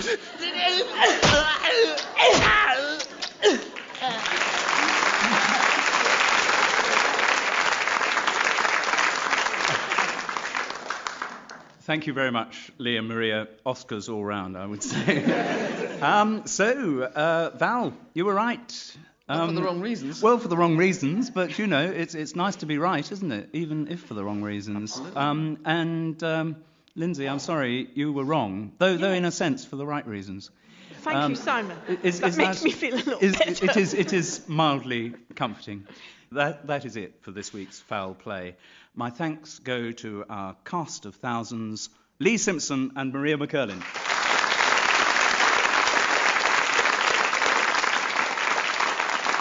And thanks also to our bold and incorruptible sleuths, the guest investigators, Lindsay Davis and Val McDermid. Hello, welcome to another half hour of crime, clues, conjectures and a conclusion. As always, we will start the programme with a murder and finish by finding out who done it. But the route we take between those 2 points will depend very much on the skills of our guest investigators. And this week, those skills are of a very high calibre indeed. First, I'm delighted to welcome the creator of Adam Dalgleish and Cordelia Gray, P.D. James. Phyllis, I hope your detective instincts are suitably honed for today's challenge. Oh, they are indeed, Simon, fortified by BBC sandwiches and a glass of quite tolerable red wine. Oh, excellent. Our second guest investigator created the charming Indian detective, Inspector Gose, and he is HRF Keating. Harry, is the story true that when you wrote the first Gose books you had never been to India? Oh, Brett Saab, it is most true indeed. Ladies and gentlemen, a round of applause for our guest investigators. Right, all they need now is something to investigate, which means they need a victim, a murderer, a few suspects and some witnesses, all of whom will be played by Foul Play's resident repertory company, Lee Simpson and Maria McCurlin. So now let's get straight down to crime as we hear the opening of this week's mystery, The Adventure of the Murdered Heiress. Well, I was sitting alone in our lodgings at 221B Baker Street one foggy November night when I was awakened from my doze by a tentative tap on the door. "Come in," I cried, and was confronted by the apparition of a young woman in a clean but threadbare coat.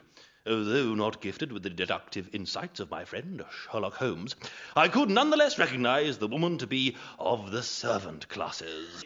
She informed me that she had worked as a housemaid at Bascombe Old Place, a substantial house recently inherited by a young woman, Miss Honoria Holdhurst. And poor Miss Holdhurst has just been murdered, and my uncle, Reginald Pollard, what works as a butler in the house, he's been arrested for the murder. And what, pray, I asked, do you wish me to do in this sad situation? Well, solve the murder. You are Mr. Sherlock Holmes, ain't you? Sadly not, I replied. I am his friend, Dr. Watson. But do not fear, young lady. I wrote swiftly on a sheet of paper. Here are the names of 2 experts in the business of detection and deduction, who I'm sure will be able to help your cause. I handed her the paper, and she read out loud.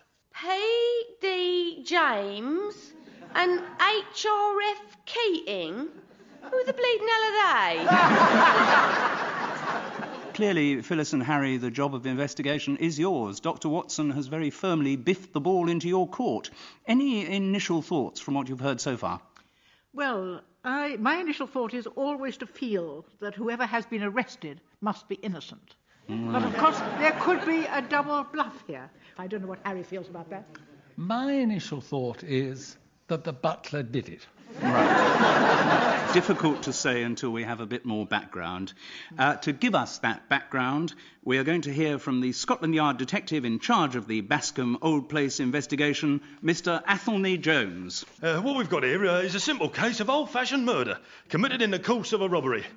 You see, on the death of her parents in May, Miss Honoria Oldhurst inherited Bascombe Old Place. The buildings, them being in a terrible state of dilapidation. Well, her only means of raising the money for the necessary repairs was to sell the most valuable part of her inheritance at a huge diamond known as the Star of Guntapur. Anyway, to that end, she had the gem taken from its bank vault and brought to Bascombe Old Place so she could have one last look at it before its sale by auction.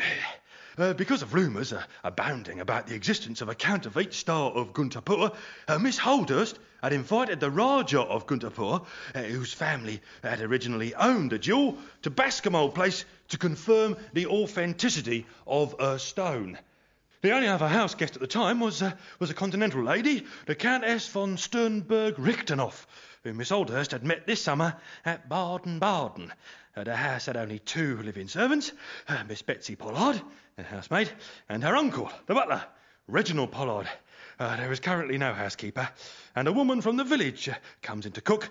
She wasn't there at the time of the murder. Miss Pollard, too, we can exclude from our inquiries because she was away from Bascombe Old Place on the day of the murder, visiting a sick aunt in Hartlepool. Anyway, Miss Honoria Oldhurst was found in the butler's pantry, strangled by the strings of a butler's apron.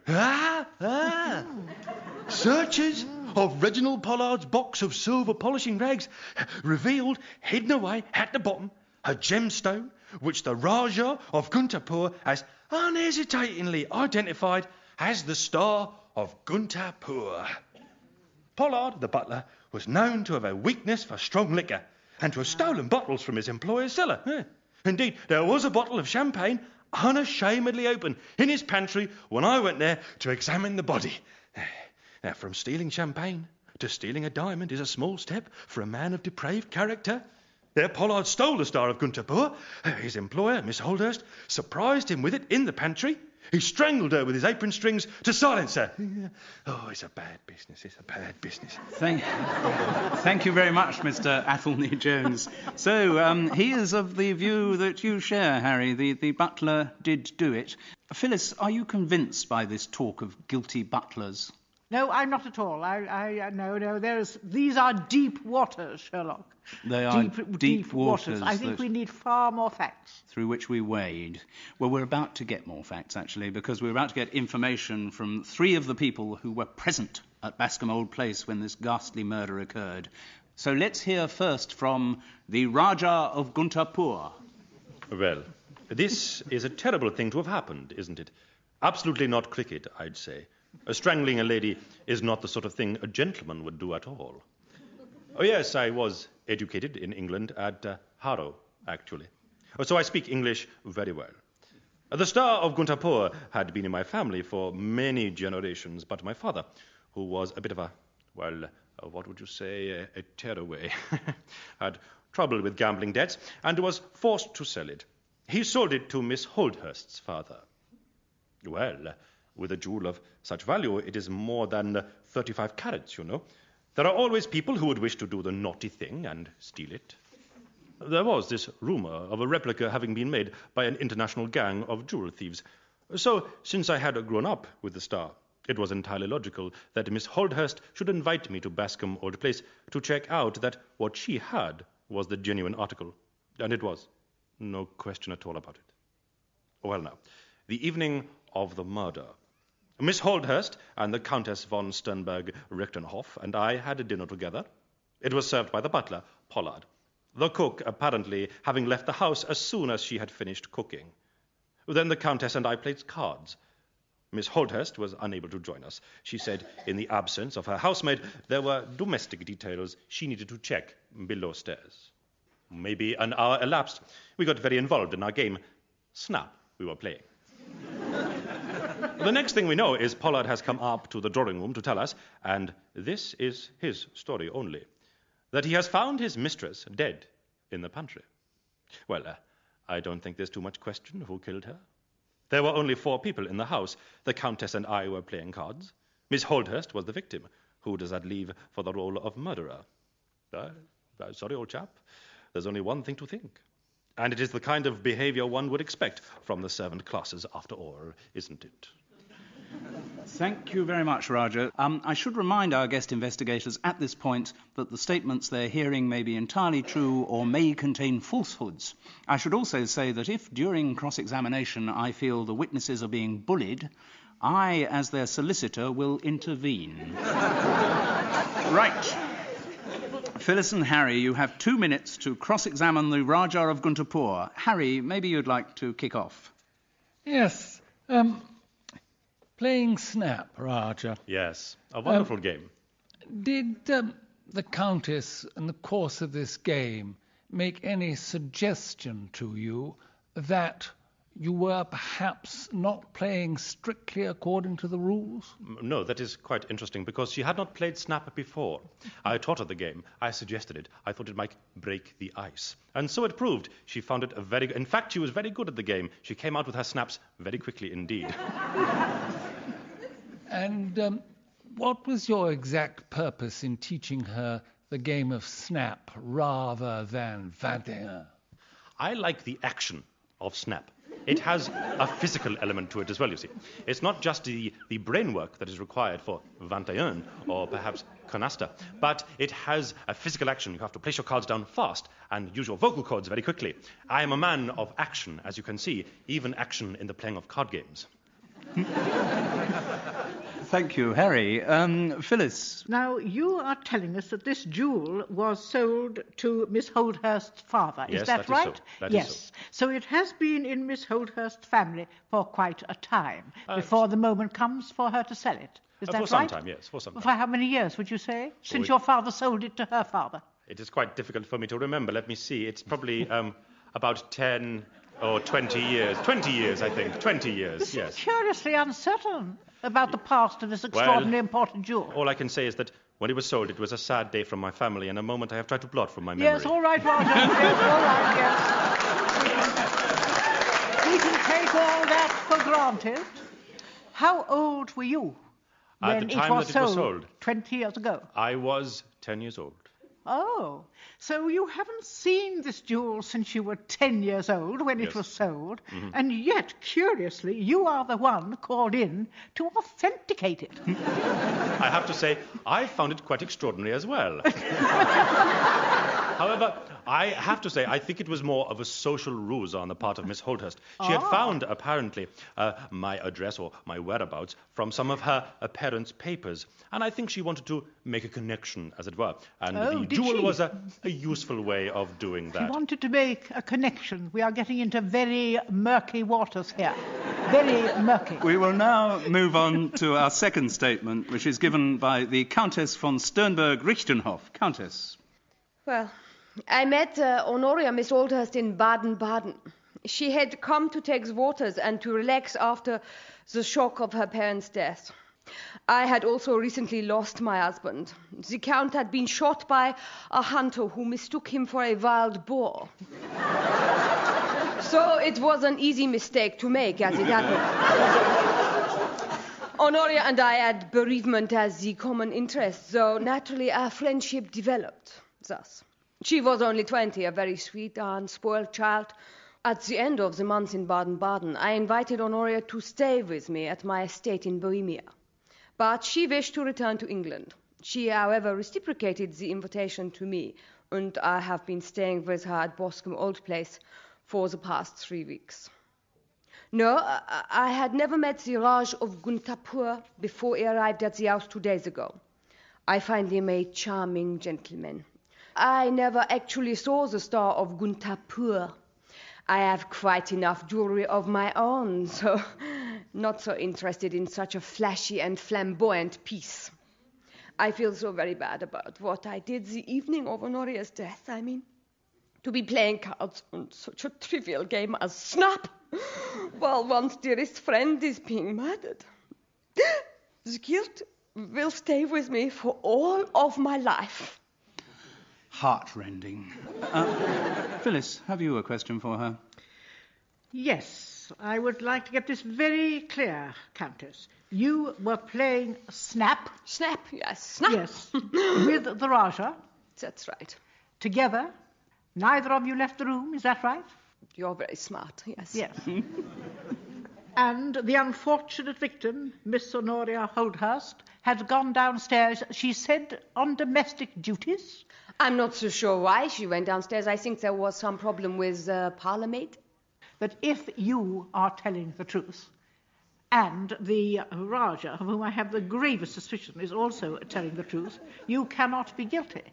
Of course I'm telling the truth. I'm the Countess. I have a feeling that you know more about the Raja than you are prepared to tell us, and that it is not true that you hadn't met him until you met him here. What do you think, Harry? Well, let me, for I like you more than the lady, I have to say.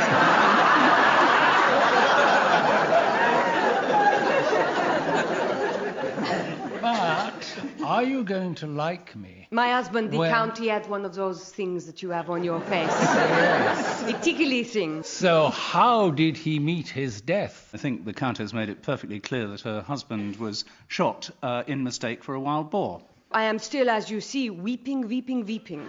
When I'm not playing Snap. Yes, and this we must ask.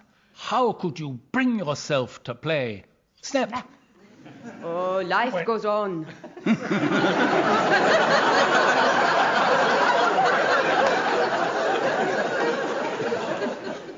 And let me say to you, death goes on as well.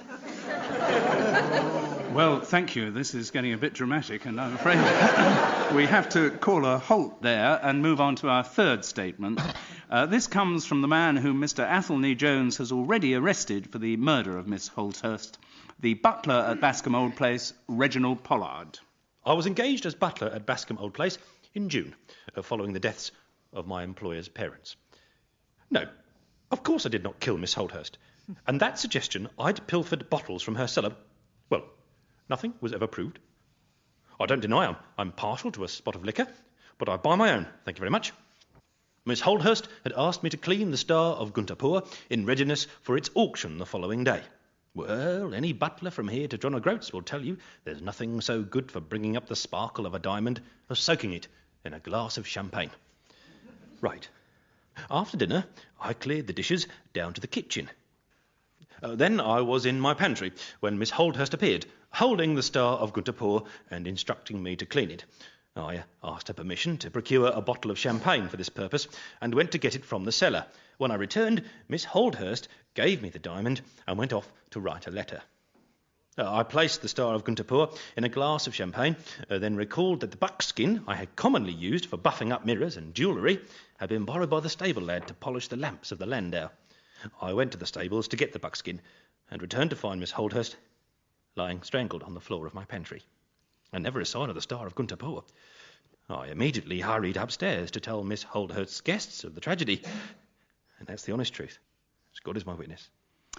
Phyllis and Harry, you have 2 minutes to probe between the layers of Mr. Reginald Pollard's statement. Harry, you start. Now, tell me about your last employment, Mr. Pollard. Ah, yes. What circumstances did you leave that job? Alas and alack, my former employer died. It was Mr. Cranbourne at Hingle Dell. And of what did he die? He died of a broken heart. And can you tell me the circumstances of his broken heart? Yes, I can. Yes, his favourite horse, Clarabelle, broke a leg and had to be put down. He was never the same after that. He waned rather, and I want to get the truth of this. Was it a broken heart or a broken leg? Well, the horse had the broken leg and the man had the broken heart. Or maybe Mr. Cranbourne had the broken leg and we put him down. I can't remember. No, I'm sure it was the horse with the broken leg and Mr. Cranbourne with the broken heart. The victim was strangled, is that right? Apparently so, Mum. Yes. With what was she strangled? She was strangled, apparently, Mum, with my apron With strings. your apron strings. I'm horrified Yes. to think of it, Mum. Horrified now to think then, of it. let us say, were you wearing that apron when you came down to clean the jewel? I was not wearing that apron. No, Mum. Why were you not wearing the apron? And when did you take off the apron? Well, Mum, me apron, I didn't have me apron on, you see, when Miss Holdhurst came over to me. That was lying on the chair or the floor or something like that. Is it normal for you to leave your aprons on the floor in that rather casual way? As a butler, I'm known as being a bit cavalier with me aprons, Mum, yes. It's a weakness of mine and something I need to attend to in future. And a little cavalier with your employer's champagne? Oh, no, Mum. The champagne was for cleaning the diamond and for nothing else. I couldn't drink the likes of champagne. It's above the likes of me. Thank you very much. Perhaps it would be a good moment to check what your current feeling is about the crime. I feel that at the heart of this is the fact that there was, in my view, a duplicate jewel. Right. I am by no means convinced that the jewel that was discovered in the pantry is the real jewel. My current view is that there is not only a bluff and a double bluff, but a double bluff. Right. A quadruple, almost. Yes. Well, it's fascinating. I'm glad we have such fine minds working on this case. I would incidentally like to say that... I've just received a wire which tells me that in their searches of Bascombe Old Place, the police detective force have discovered some new evidence. We will go immediately back to Mr. Athelney Jones. Now, first, I've checked all the references that Reginald and Betsy Pollard produced when applying for the positions at Bascombe Old Place, and found them to be forgeries. Further investigations in the butler's pantry at Bascombe Old Place have revealed, hidden away behind the panelling, some letters addressed to a Mr. Frederick Potterton. Now, this is the name of a notorious international jewel thief. In the same hiding place, we also found an array of false beards, wigs and moustaches. These leave me in no doubt that the man who calls himself Reginald Pollard is, in fact, Frederick Potterton in disguise. Well, he took the job at Bascombe Old Place with the sole purpose of stealing the Star of Gunterpoor. For the other significant new evidence, I'll hand over to Madame de Boyce, widow of the distinguished Hatton Garden Julia Aristide de Boyce. Off you. Thank you. I have been casting my expert eye over the gemstone found at Bascombe Old Place. It is indeed a beautiful piece, the largest I have ever seen. However, my experience in the trade leaves me in no doubt at all that it is not the real Star of Gunterpoor, but an extremely skillful fake. The real jewel, I have no doubt, Mr. Pollard, or Potterton, if you prefer, dispatched by some means to his accomplice, the woman who passed herself off as the housemaid, Betsy Pollard, but is in fact his wife, Millicent Potterton. With Millicent Potterton's arrest, my case will be complete. Thank you very much, Mr. Athelney Jones. Do get some medical attention, my dear man, will you, as soon as you can? You're really not fit to be on duty, you know. It's quite wrong. In the light of this new information, the three witnesses may now be recalled, and our guest investigators are each allowed one question only to each of them. Harry, who would you like to call to the stand first? The Rajah of Gunterpoor. The Rajah of Gunterpoor. Rajah, at what age did you go to Harrow School? I went to Harrow School when I was 8 years old. Enough. Thank you. Goodbye. Phyllis, do you have anything to... I would like the Rajah too. Oh, yes. Rajah, would you please tell me the capital of Hyderabad? Of Hyderabad? I have no idea. I do not concern myself with such things. You are no Rajah. Really? Well, I cannot possibly comment on this at this point. I would like to say, though, that I have a report from Harrow School which says he was very bad at geography. I was. Who would you like to call next to the stand? Well, I think I will have the Countess. Now, Countess. Yeah. You are suffering acute grief at the death of your wild boar? That is correct, yes. Has that in any way... yes, well, we can cut that out, I think, Countess. I'm suggesting to you that you were delighted to see the back of the old man. I loved him very much. Did he leave you any money? He did, yes. How much did he leave you? Much money. Never mind about much money. How much? None of your business. I didn't quite hear that, Countess. I did say one question, you may recall. Harry, do you have one question for the Countess? Countess. What are you doing later, Harry? Explain the exact connection between the Sternberg family and the Richtenhoffs. The Sternbergs was my husband, Klaus Sternberg. I am Claudia Richtenhoff. There. 2 names, they go together, you see? Simple. Thank you very much, Countess. Do you wish to put another question to the butler? No, I don't think I need to put another question to the butler. Harry? No, I don't think I need to put it. Well, I'm sorry, Mr. Pollard. Thank you very much. You do have to say now who you believe to have been responsible for the cruel killing of Miss Holdhurst. Phyllis first. I feel that the villain here is undoubtedly the Rajah of Gunterpur. He was, unfortunately, I think, in cohorts with the Countess von Sternberg-Reichenhoff, to whom, no doubt, he has promised marriage, because she has, in fact, given him an alibi. But I think he put the false jewel down there long before the death, did the murder, and the real jewel is undoubtedly in his possession now. I am quite prepared to believe that he is, in fact, Potterton. He is certainly no Rajah. Thank you very much, Phyllis. Harry, do you go along with that, or do you well, have a different I'm afraid view? I have to agree with Phyllis James. And if I had to make a snap judgment, I would say that the 2 of them were in cahoots, and that the jewel of Gunterpur is at this moment resting upon the bosom of the false countess. Well, well, a fascinating theory on which they seem to coincide. But is it right? It is 9 o'clock in the evening in the butler's pantry of Bascombe Old Place. Pollard, there you are. Miss Holdhurst? Have you ever seen this before? No, Miss Holdhurst. It's the Star of Gunterpur. Ah. And I wondered if you'd be good enough to clean it for me. It's being auctioned tomorrow, so we really want it to sparkle. No, of course, Miss Holdhurst. The best method for cleaning diamonds is to put them in a glass of champagne and then buff them up with a buckskin. May I have your permission to procure a bottle of champagne from the cellar for that purpose? Yes, of course, Pollard. I have to go and write a letter. Could you bring the Star of Gunterpur up to me in the library when you've cleaned it? Certainly, Miss Holdhurst. Well, no need to bother going to the cellar. Better just check it's all right. The 1868. An excellent pre-phylloxera vintage. Right, a glass for you, Star of Gunterpur. And a glass for me. Lovely. And now the buckskin. Oh, damn. That wretched stable lad had it.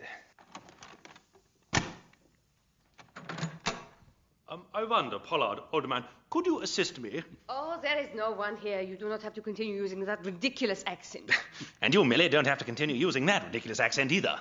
That's true, Freddie. I don't, do I? Look, it's with the Star of Gunterpur in a champagne glass. Have you got the replica, Millie? Here you are, Freddie, my love. Oh, splendid. So I'll hide that in the box where old Pollard keeps his cleaning rags. Have you got the Freddie Potterton letters? Oh, yes. And I'll hide those where it'll take those baffled imbeciles of Scotland Yard a little longer to find. Let me see.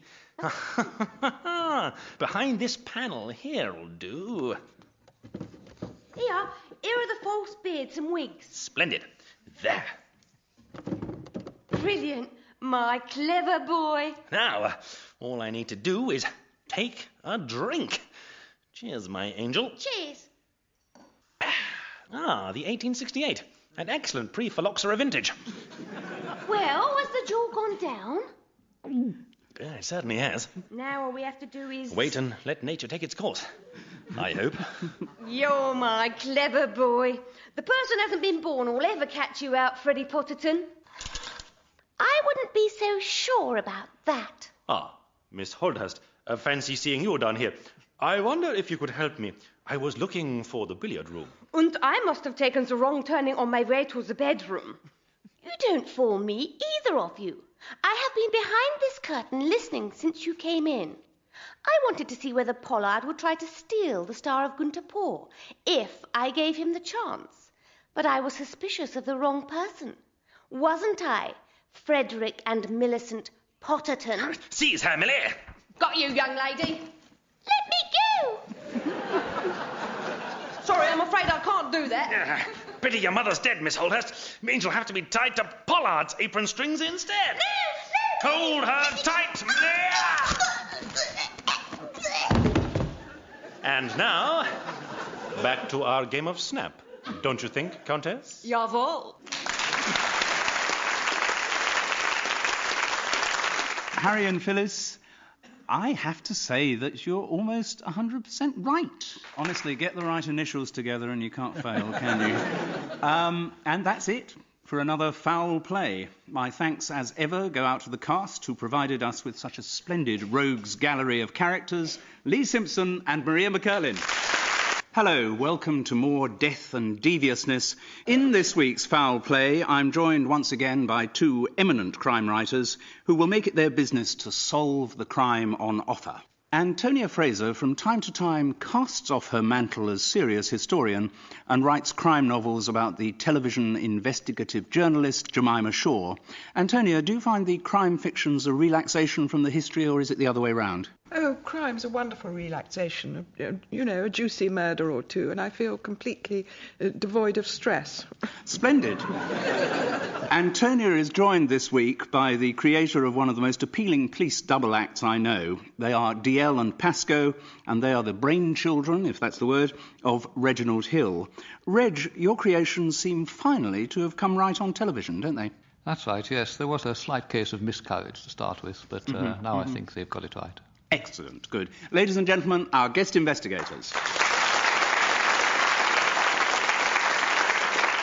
Still, for a good, juicy crime, we need more than investigators. We need a vast canvas of characters. And once again, this week, all of them will be played by our foul play regulars, Lee Simpson and Maria McCurlin.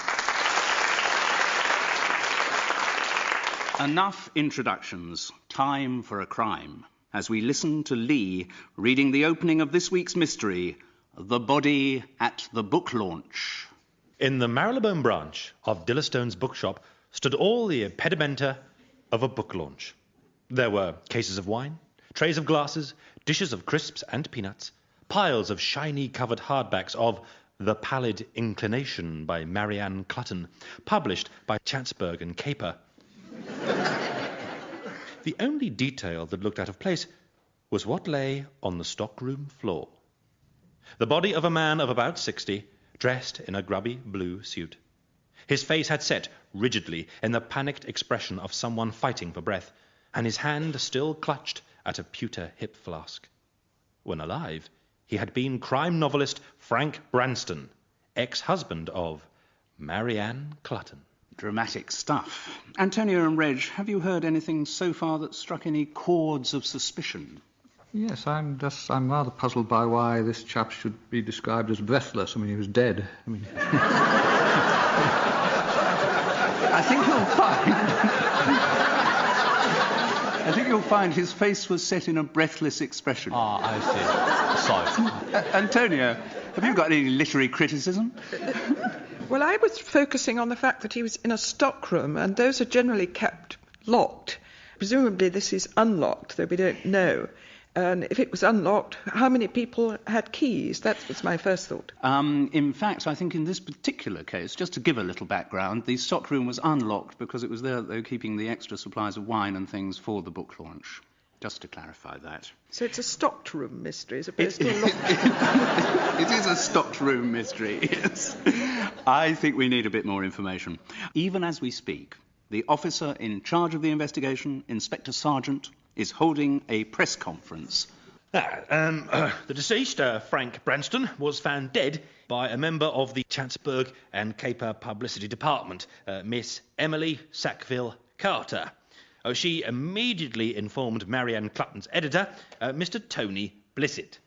Frank Branston was first thought to have died of a heart attack, and this is still the case, but it is what precipitated that heart attack which interests the police. In the hip flask he was holding were found Scotch whisky, which was predictable, and this was less predictable, traces of crushed up peanuts.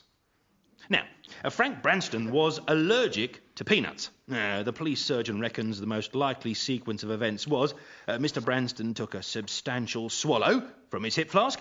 His allergy to peanuts immediately manifested itself in the swelling of his throat and in respiratory difficulties. And it was the panic that this caused which triggered his fatal heart attack. Mr. Branston apparently kept his hip flask in his raincoat pocket. When he arrived at the Dillerstones bookshop, he hung his raincoat up in the stockroom.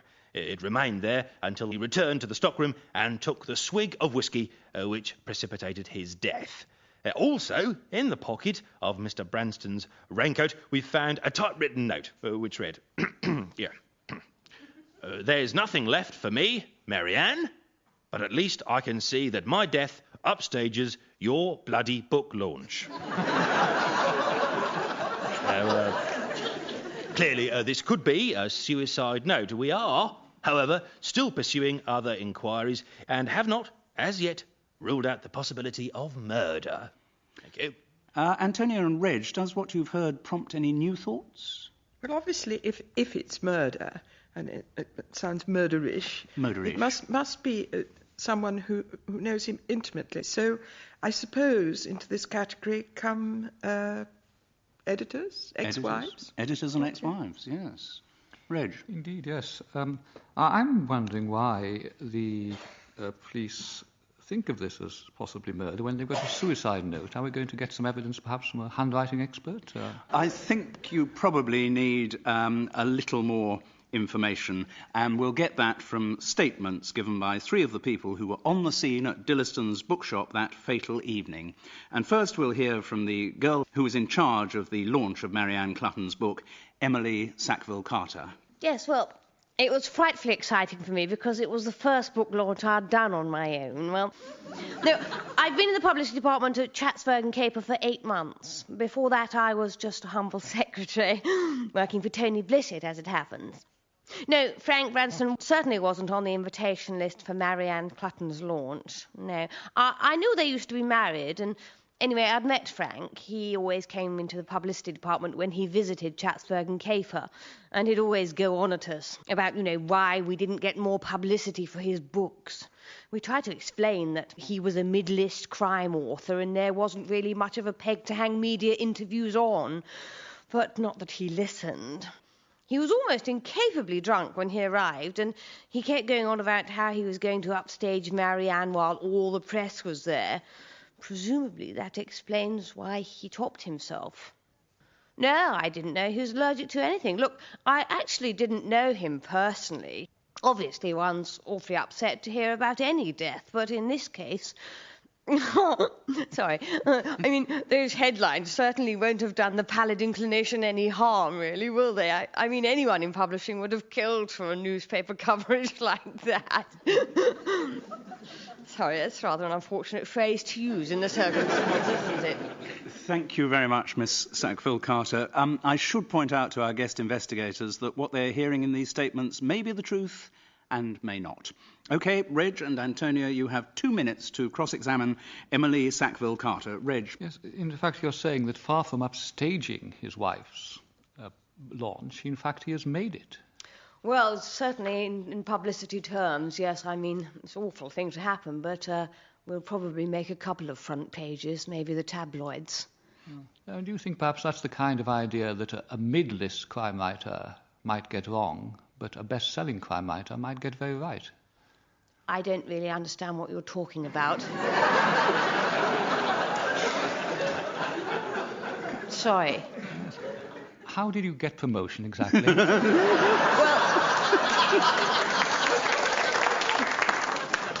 My father is a great friend of Mr. Chatsburg. I'm interested in the fact that you worked as a secretary for Tony Blissett.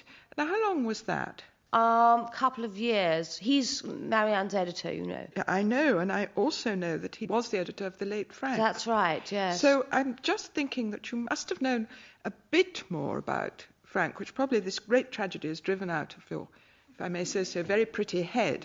And I wondered if there are things you could tell us which have suddenly come to mind. Well, I could tell you a little bit about Frank. I've never read any of his books. I know that Tony wasn't mad keen, and I think Tony was possibly going to drop him. I mean, don't tell Tony I said that, but I think possibly he wasn't going to be around very much longer. He's not selling awfully well, and he's terribly difficult to publicise. Well, of course, he isn't around any longer. That's been sort of solved. Well, that is very difficult to publicise, yes. That he's, and yet somehow strangely easier. But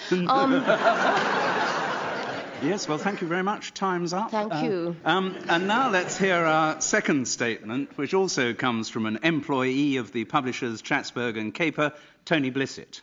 Yeah, well, yeah, right. I've been at Chatsburg and Caper for 14 years now. I edit both Marianne Clutton and Frank Branston. Frank sort of inherited him, really. But, I mean, I've read all his books. Yeah, well, I mean, they're kind of traditional crime novels featuring tough debt collector hero Chuck Matto and his glamorous female sidekick, Debita. Yeah, I used to sell really well, but now, yeah, you know, sensibilities change, political correctness, all that, you know. In fact, I recently had a directive from my publishing director to tell Frank Branston Chatsburg and Caper weren't going to publish him anymore. I'm afraid Frank was a bit of a dinosaur in modern publishing. I mean, can you imagine? No word processor. They wrote his books longhand. Yeah, I don't know. Anyway, I can't pretend I'm not more interested in Marianne Clutton's kind of writing. I mean, crime fiction's so formulaic. But Marianne's a genuine literary novelist. Peanut allergy business? No, I hadn't a clue, as I say. I wouldn't say his death was convenient for me. It's just, it wasn't a disaster. You know, I mean, not like it would have been if Marianne Clutton had been the victim. That would have been really serious. Thank you very much, Mr. Blissett. Antonia, perhaps you would like to kick off this time. Well, my attention focuses on the note, this so-called suicide note, which we know must have been done by the murderer. Was it typed in his handwriting or what? No idea. Did he type? You would know Frank, that. No. Frank. If Frank had typed, Frank would have kind of missed between the keys and got his finger stuck or something. Had to call the fire brigade. That was the kind of man he was. Pencil and pen was like all he could manage, really. Did you, in fact, speak with Frank at the party? No, but he was tanked. He was plastered. He was, oh boy, if this was like his tree, he was somewhere else. He was out of it, totally. I had actually told him that CNC were going to drop him, and he hadn't taken too kindly, so wide berth, I thought, best plan. What, in fact, was he drinking at the party? Was this one of these cheap publishers' parties where there's nothing but white wine? No, Marianne, classy. We went for Chilean red and white.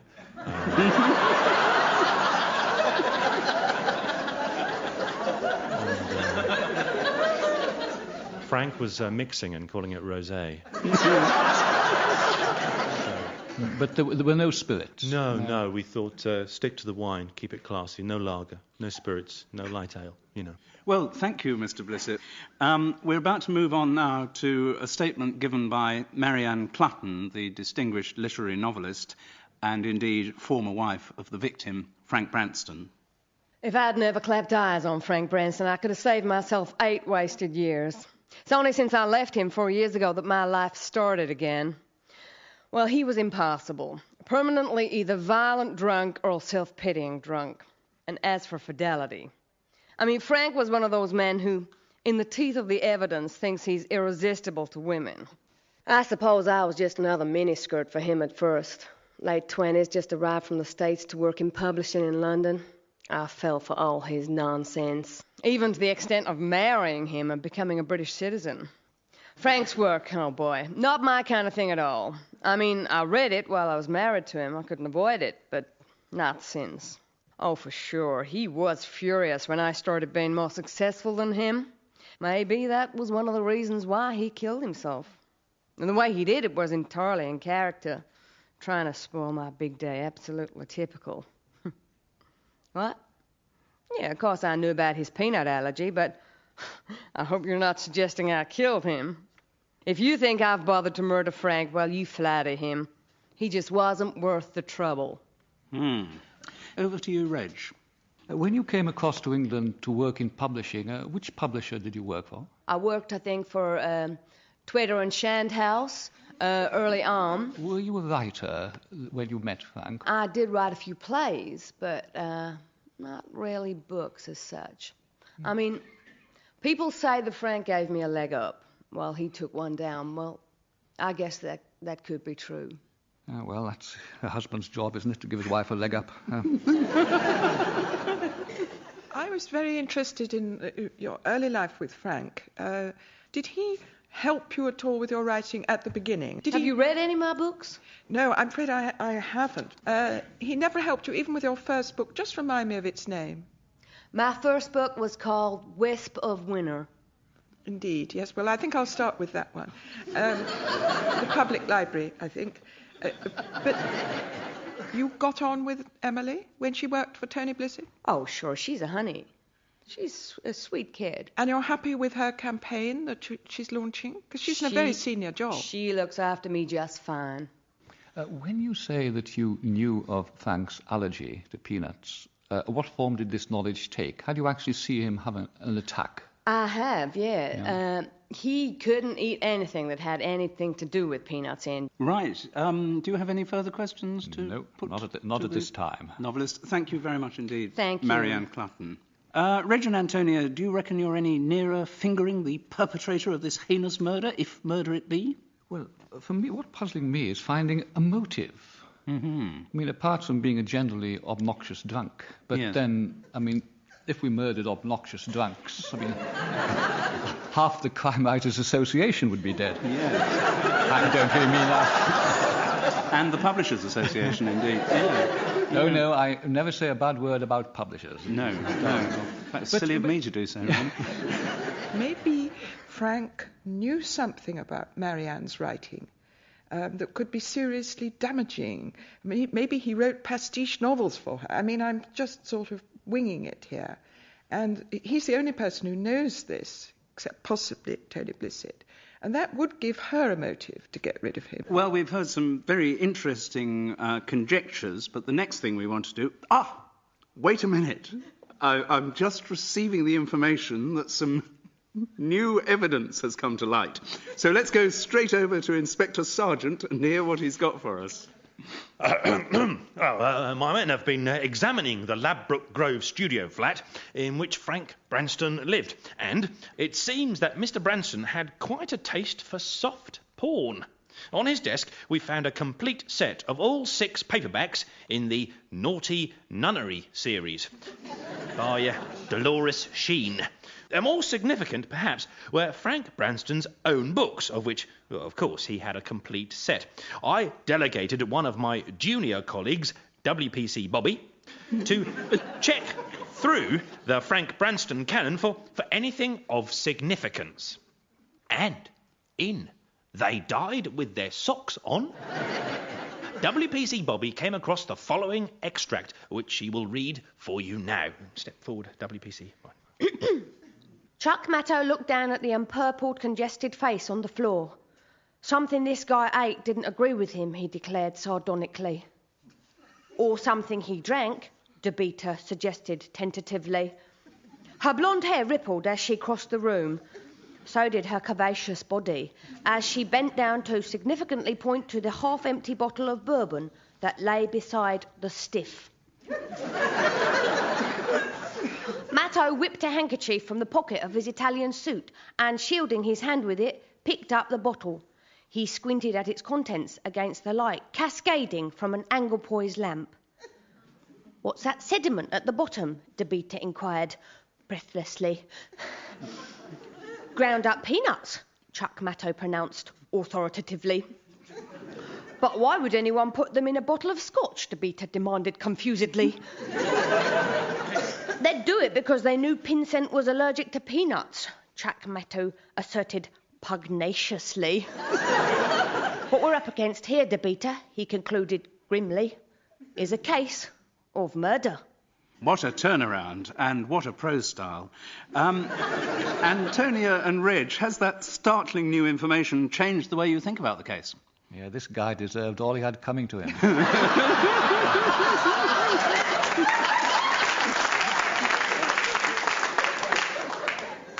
Antonia.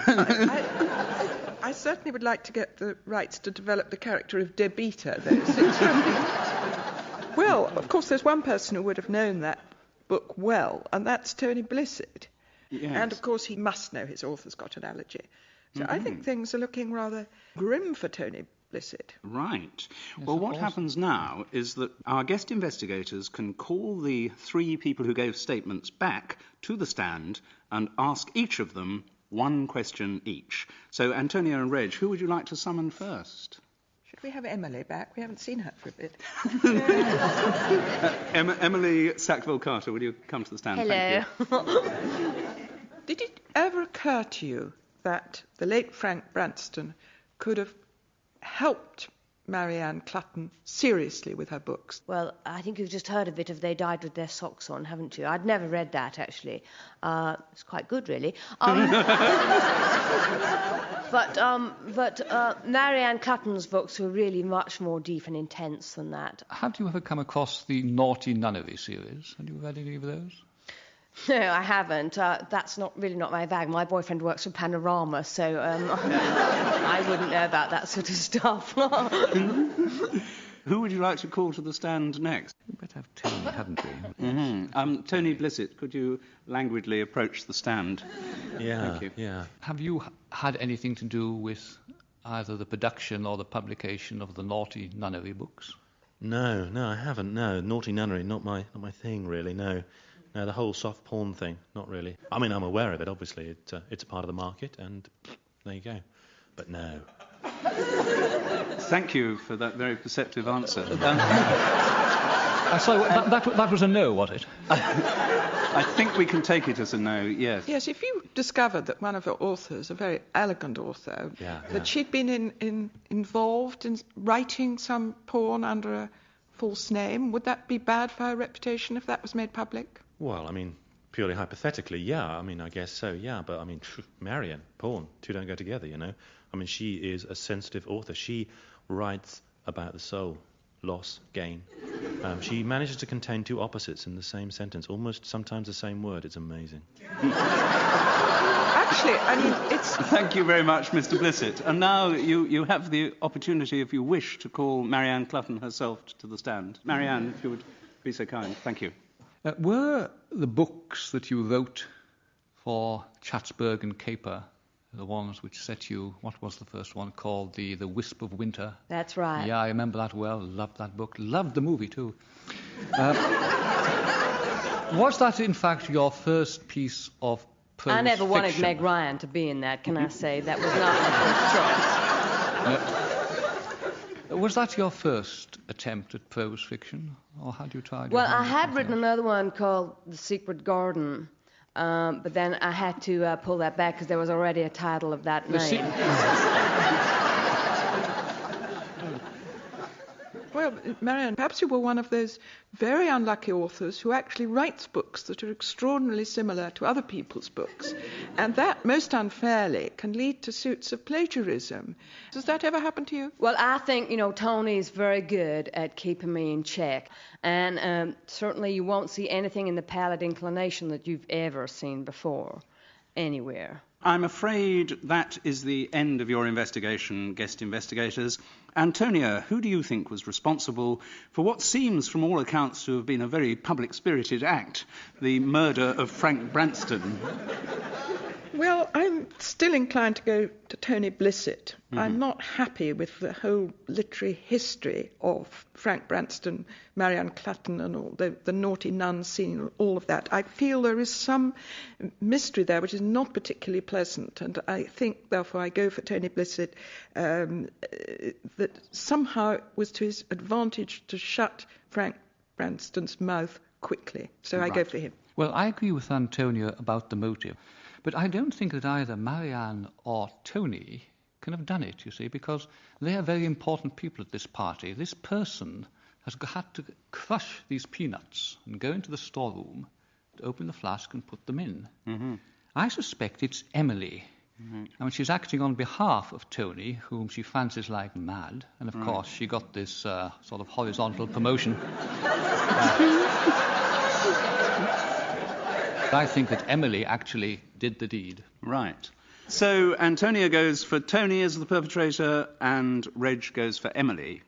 Well, if I knew nothing about this case, I'd be entirely convinced by both of the hypotheses that our guest investigators have put forward, but is either of them actually right? It is time for all to be revealed as we listen to this week's Foul Play, Foul Playlet. Lee and Maria will now take us to Dilliston's bookshop, half an hour before the launch of Marianne Clutton's latest novel, The Pallid Inclination, was about to begin. There were three in the bed, and the little one said, "Hoo-ha, hoo-ha." Mr. Branson, I'm sorry, but this is a private party, and I Oh, really... get lost, darling. If I want to come to my ex-wife's book launch, then I will. I'll just hang up my coat and go there. Mr. Branston... I say, you're a pretty little bit of stuff, aren't you? What are you doing after the launch, eh? Oh, Mr. Branston, please, will you stop that? How are you like it, really? Up to your old tricks again, Frank, I see? Man, what a pleasure. Oh, you run along, Emily. I'll deal with him. See you later, sweetie, for our date, eh? Ooh, I say, whoa. Oh, God, you're disgusting, Frank. What are you doing here anyway? I think you better go home. Oh, no. I'm not going home. All the literary press are going to be here in half an hour, aren't they? You sure are. Well, I've got a much more interesting story for them than anything in your sensitive new literary novel. I'm going to show them this. How did you find out about that? Don't you dare. Honestly, man, darling, what should you take me for? I've got copies. But, Frank, you could ruin everything. That, my angel, is exactly what I plan to do. Now, let's see if that pretty little girl has got any booze open yet. Frank! Tony? Tony! Yeah, Marianne, what is it? Tony, there's something I need you to help me with. Now listen while I tell you. And both of our reputations could be ruined. Yeah, I can see that, yeah. But are you sure there's no other way? Tony, I have had a very attractive offer to take my books to Heder and Hodgwick. Oh, no, you mustn't do that. Basically, if I just grind up the peanuts between these two ashtrays, like so. That's right. And could you pass me the hip flask? There you go, Tony. We're in this together, you know, don't you? Ah. What on earth are you two doing in there? Oh, dear. And you're in it too, Emily. There was a typewriter in the office. Emily, you're going to type a note with the exact words that I... And we all provide alibis for each other. As I said, we're all in this together. Yeah, but, don't you think, I'm not really sure I like the idea of... Are you arguing with me? Because the managing director of Heder and Hodgwick is going to be here any moment now. Good heavens. No, Marianne. No. Good. Well, you two go and see that everything's ready for my launch. Okay. And, Tony, tell Frank I'd like a word. Now, what else has he got in his raincoat? Was born under... What are you doing, Marianne? I'm taking the other copies of your document, Frank. That doesn't worry me. I can still talk, you know. I'll tell the journalists your little secret. God, I'm thirsty. I need a proper drink. Really? Good. Yes. You know, I'm going to enjoy putting paid to your career as a literary novelist. Are you, Frank? Oh, yes. I would... What's happening? What? What's happening is that you've just taken a large mouthful of peanuts, Frank. Peanuts? But I... And I know you can be saved if you're rushed to the hospital in double quick time. Yes, yes. But nobody's going to rush you anywhere, Frank. You're going to die right here. And that way, Frank, nobody will ever know that I once wrote soft porn under the name of Dolores Sheen.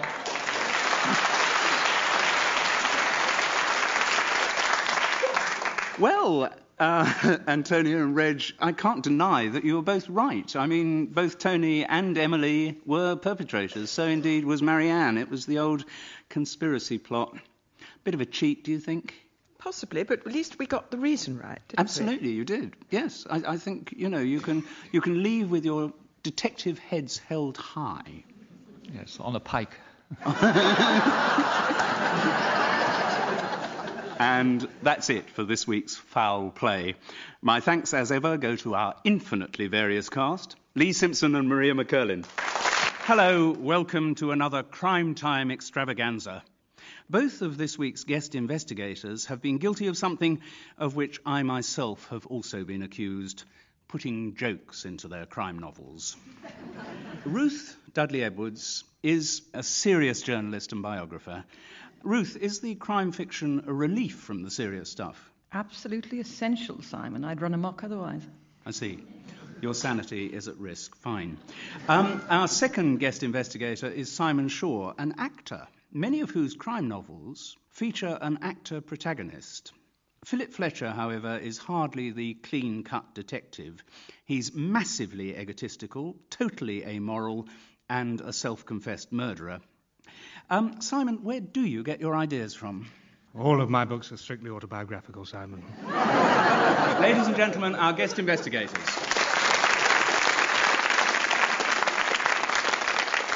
But what are they going to investigate?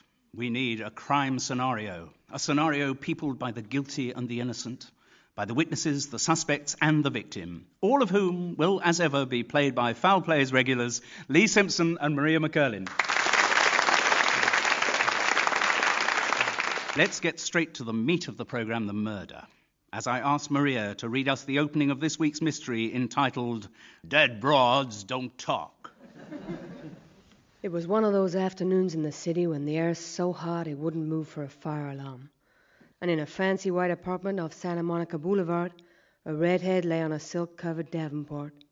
She was almost wearing a silk negligee and had the kind of body the Pope might have given up Lent for. But His Holiness would have been wasting his time. The redhead had a shut mouth and an open bullet wound right behind her right ear. Beside her lay a gun. A lady's gun. Not that anyone should find comfort in that. A lot of people in this city get killed by ladies' guns, and they're not any less dead. Well, sounds to me like we're in 1940s American hard-boiled territory here. Ruth and Simon, does what you've heard prompt any particular thoughts at this moment? I'm very worried about why the Pope's been brought into it. Right. Is that a religious objection or just a social one? No, I'm an historian. I'm searching for truth. I see, yes. You don't think the Pope's a suspect, do you? Well, I'm opening up this possibility. So, as of this point, your chief suspect would be the Pope. Right. Yes. OK, I'll just make a note of that. But we do, I think, need a little more information on the case, so let's catch up with the official police cover-up. The police inquiry, which is being handled by Detective Lieutenant Jesse Kopp of the Los Angeles Police Department, who is, even at this moment, giving a press briefing. Right, the name of the deceased was Lois Van Horen, age 37, born Galveston, Texas. Moved to Los Angeles 8 years back. Got involved in the movie business, played a few small parts. Made some influential friends, though. Producers, financiers, hoods. Was set up in her apartment by Luigi Cannelloni, head of the Cannelloni family. Who, as you probably know, currently involved in a big turf war with the Linguini family. Yeah, Lois's relationship with Luigi Cannelloni seems to have gone cold 3 months back when he took up with a new playmate, Mimi Shazam, also called an actress. Miss Van Horen's body was discovered by a private investigator called Philip Beaumont, who claims she called him to her apartment on a professional matter. The gun she was shot with was her own. What makes the timing of Lois Van Horen's death kind of interesting is that she called the LAPD yesterday, saying she had information we'd killed to know about. I'd scheduled to meet with her in my office at 11 o'clock this morning. She never made it. Thank you very much, Detective Lieutenant Kopp. Still, at least now we've got a few names of potential suspects. Ruth is the one name there which has set your suspicion tingling? It's far too early to make it. It is. I'm still sticking with the Pope. Yes.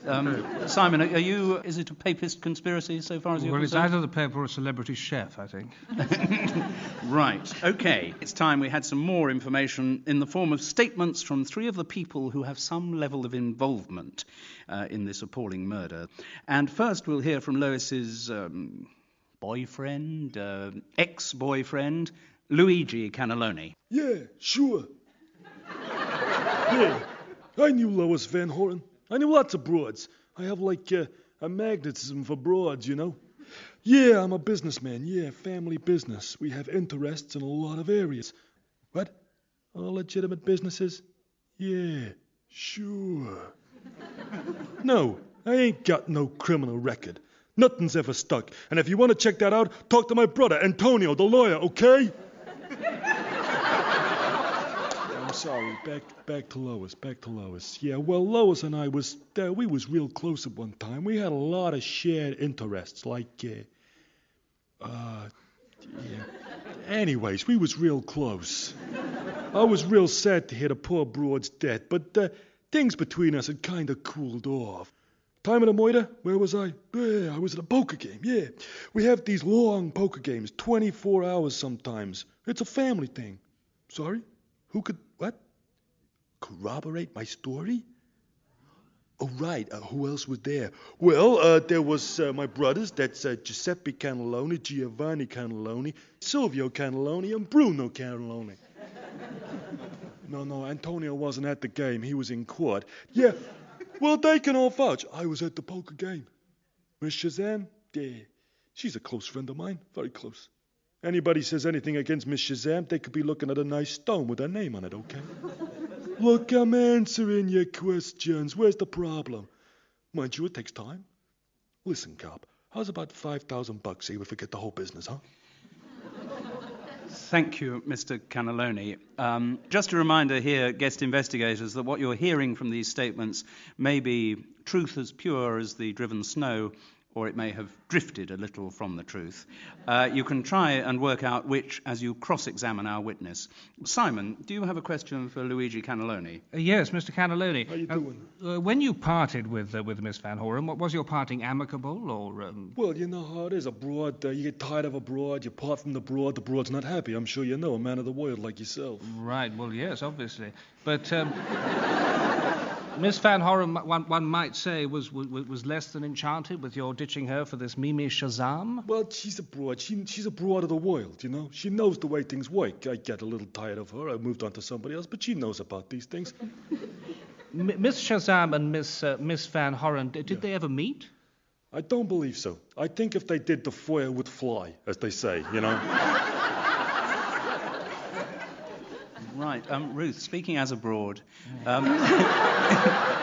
you may have something to contribute at this point. And if you don't mind me saying so, a broad who's wearing well.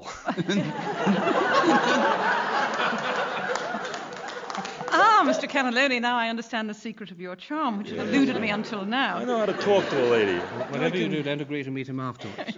Mr. Cannelloni, perhaps we could ask one or two more specific questions. Yes, I am sure you were generous to Miss Van Horen when you were with her. Yeah, well, I was paying the rent on her Rocks, apartment. perhaps? Rocks? Yeah, the odd presents. You know, I bought her a couple of rings, some jewelry. Make her look pretty. Make her feel nice, you know, so she doesn't feel cheap when she goes out. None of my broads look cheap.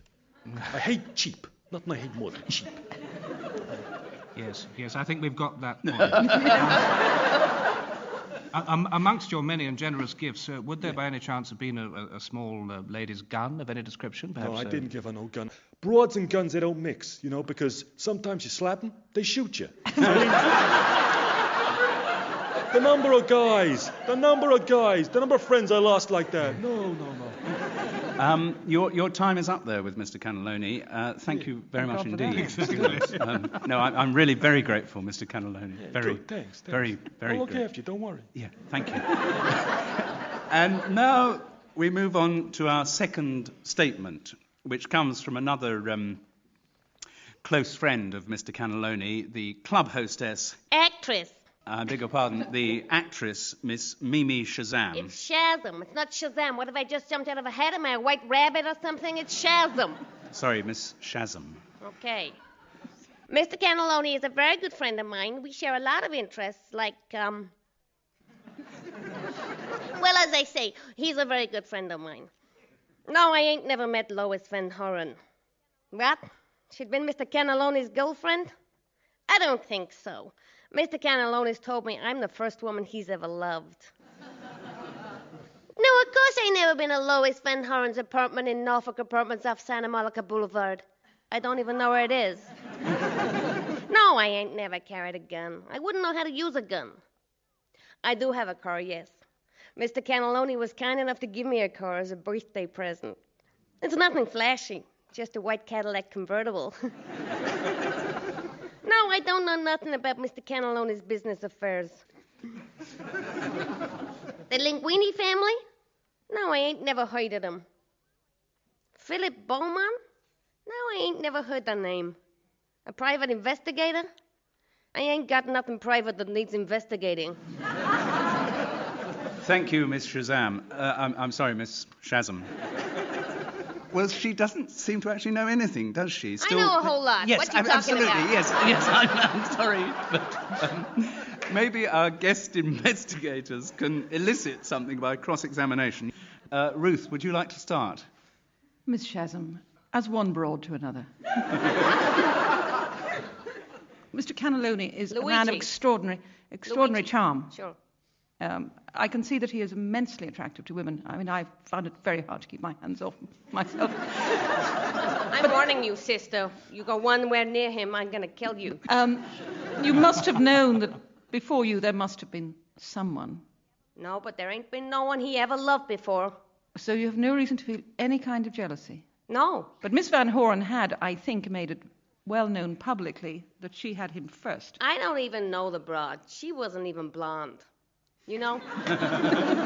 Could I just ask you, pick you up on a small matter of detail? Miss Van Horen, you say, was not even a natural blonde. How can you be certain of this? Well, we all move in the same circles. I ain't never met the broad, but I heard a lot about her. Because of Luigi, I want to know what kind of broad he knocked around with before me, even though he never loved them. You're not at all jealous, of course. Not a bit. What is it exactly that you do, Miss Shazam? I'm an actress. An actress. And have you always been an actress? Sure. And you I attended... was born under the Hollywood sign. Oh, I see. Under the Y. And you have had some kind of dramatic training, obviously, to pursue this career? Sure, I had a lot of training in Louis B. Mayer's office. Yes. And did you... He's dead, he won't sue. Right. Now we move on to our third statement, which comes from the private investigator, Mr. Philip Beaumont. Over to you, Mr. Beaumont. Yeah. I never met Lois Van Horen until I saw her dead, and I don't really count that. For me, a meeting's an encounter where both participants are breathing. But I had spoken to Miss Van Horen. She rang me because she wanted protection. She was jumpy as a jackrabbit under a steam hammer. She figured someone was trying to blow her away. No. She didn't tell me who she was scared of, but boy, she was scared. Lois knew something. She had information. She was going to tell the cops. And someone was determined to spill her brains before she spilled the beans. Well, they succeeded. I feel bad she's dead, but I don't feel any responsibility. No. Hell, I got to her apartment just as quick as I could. She called me. I got into my car. I drive a 1940 gray Mercury coupe and drove over. But the traffic on Sunset was solid like a used car lot. I got there too late for Miss Van Horen's help. I parked the coupe outside Norfolk Apartments. I went to the manager's office. There was no one there, so I took the elevator up to Miss Van Horen's apartment. The door was half open. I rang the bell. No reply. I walked in. I pushed the door to the living room. Lois Van Horen was dead. The air was still sharp with powder smell, but aside from noticing that, I didn't snoop around. I'd been hired to protect her, not to find out who blew her away. Besides, I used to be a cop. I know you don't touch anything at a scene of a crime unless you got express orders from the chief to protect one of his friends, you know what I mean? I went back down to the manager's office and called through to the LAPD from there. No, I never met Mimi Shazam. The Cannellonis I'd heard of. Even if you live in this city and have no interest in crime, you've heard of the Cannellonis. But I never met any one of them, alive or dead. So, there you have it, a statement from Philip Beaumont, who is, of course, entirely incorruptible. Or is he? Ruth, Philip Beaumont is your witness. A pleasure to meet you, Mr. Beaumont. And you, sister. Mr. Cannelloni, you have never met, but you know him by reputation? I mean, Sure. Everyone knows the Cannellonis. They own everything in this town. Yes, but as Cannellonis go, is he particularly fierce Cannelloni? Luigi inherited the empire from his father, Fredo Cannelloni. Luigi's kind of dumb. The only thing that's going on between his ears is tumbleweed and a gas station with no one serving gas, if you know what I mean. Miss Van Horen, from what you saw of her, and I understand that you did not have the good fortune to meet her alive. No. She looks good as a stiff, though. She did, yes. Was she perhaps getting a little beyond the age when Cannellonis like him? Yeah, she looked like she was the wrong side of 28, if you know what I mean. What was she wearing at the time? Could you go into some detail about this? Well, it was a silk negligee that was hanging off her in a provocative way. It was a few minutes before I called the police, sure, but... hell, that was just professional interest, you know. Yes, but do you think that she was dressed for business, as it were, or... It depends what her business was, sister. Well, I was making the perhaps rash assumption that she was a hooker. I don't think so. She was probably Luigi's pet dame. He probably kept a couple in each postal district. Mr. Beaumont, why do you think Miss Van Horen called you?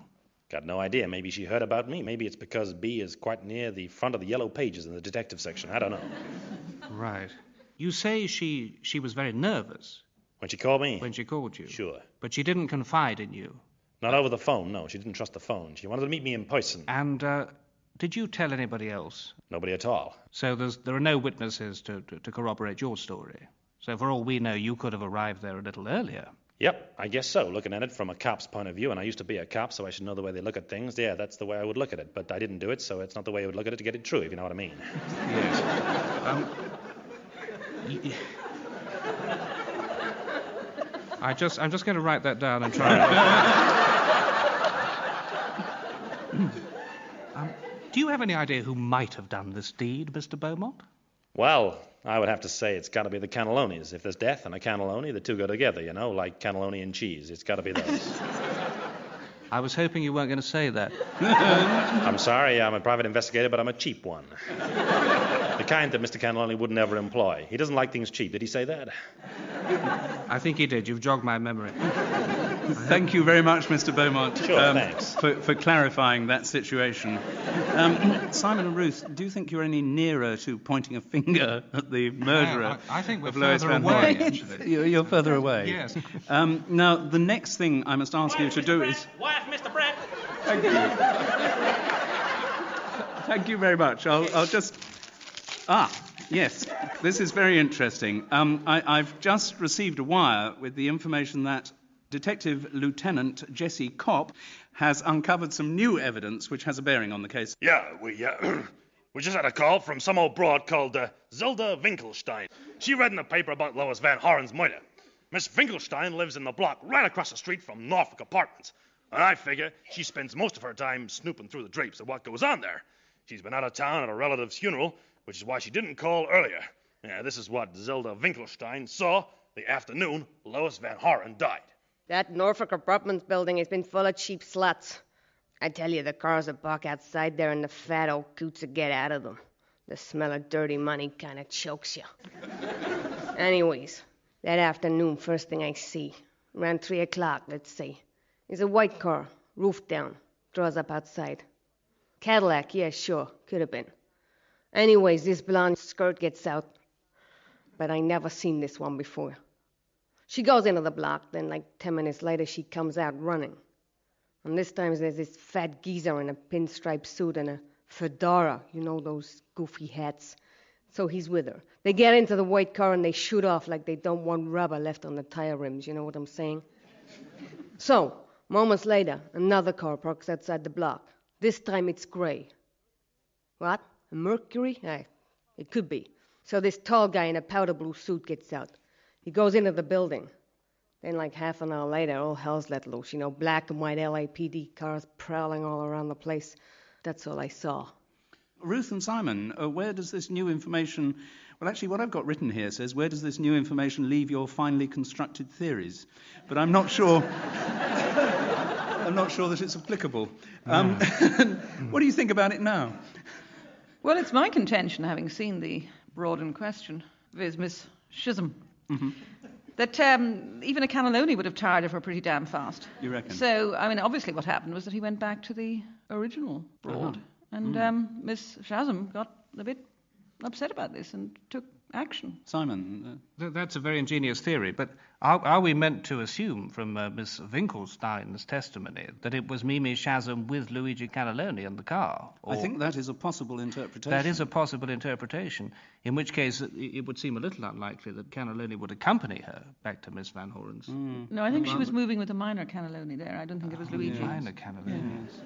Well, I think possibly the way you can further your investigation is by calling each of the people who gave statements before, and you may ask them each one question. I think we'd better have Philip Beaumont back. There's a question I want to ask him. Mr. Beaumont, we have the testimony of a witness who spotted you arriving at Miss Van Horen's apartment and has pointed out that the police did not arrive for another half an hour. Yeah, well, that's the LAPD for you. They don't move fast when there's a crime involved.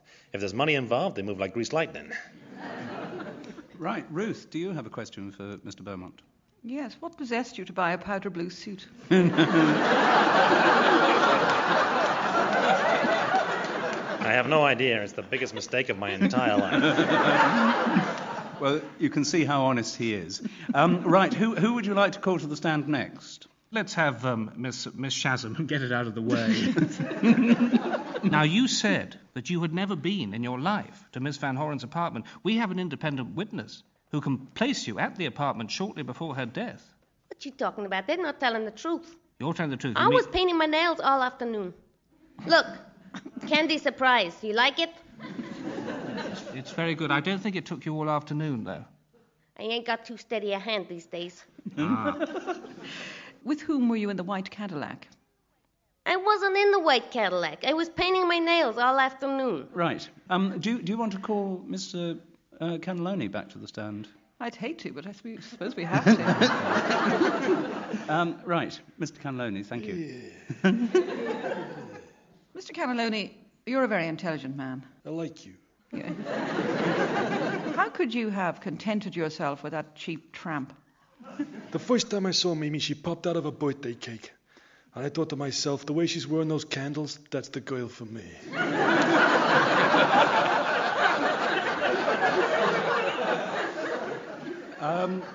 That's your question and that's your answer, Ruth.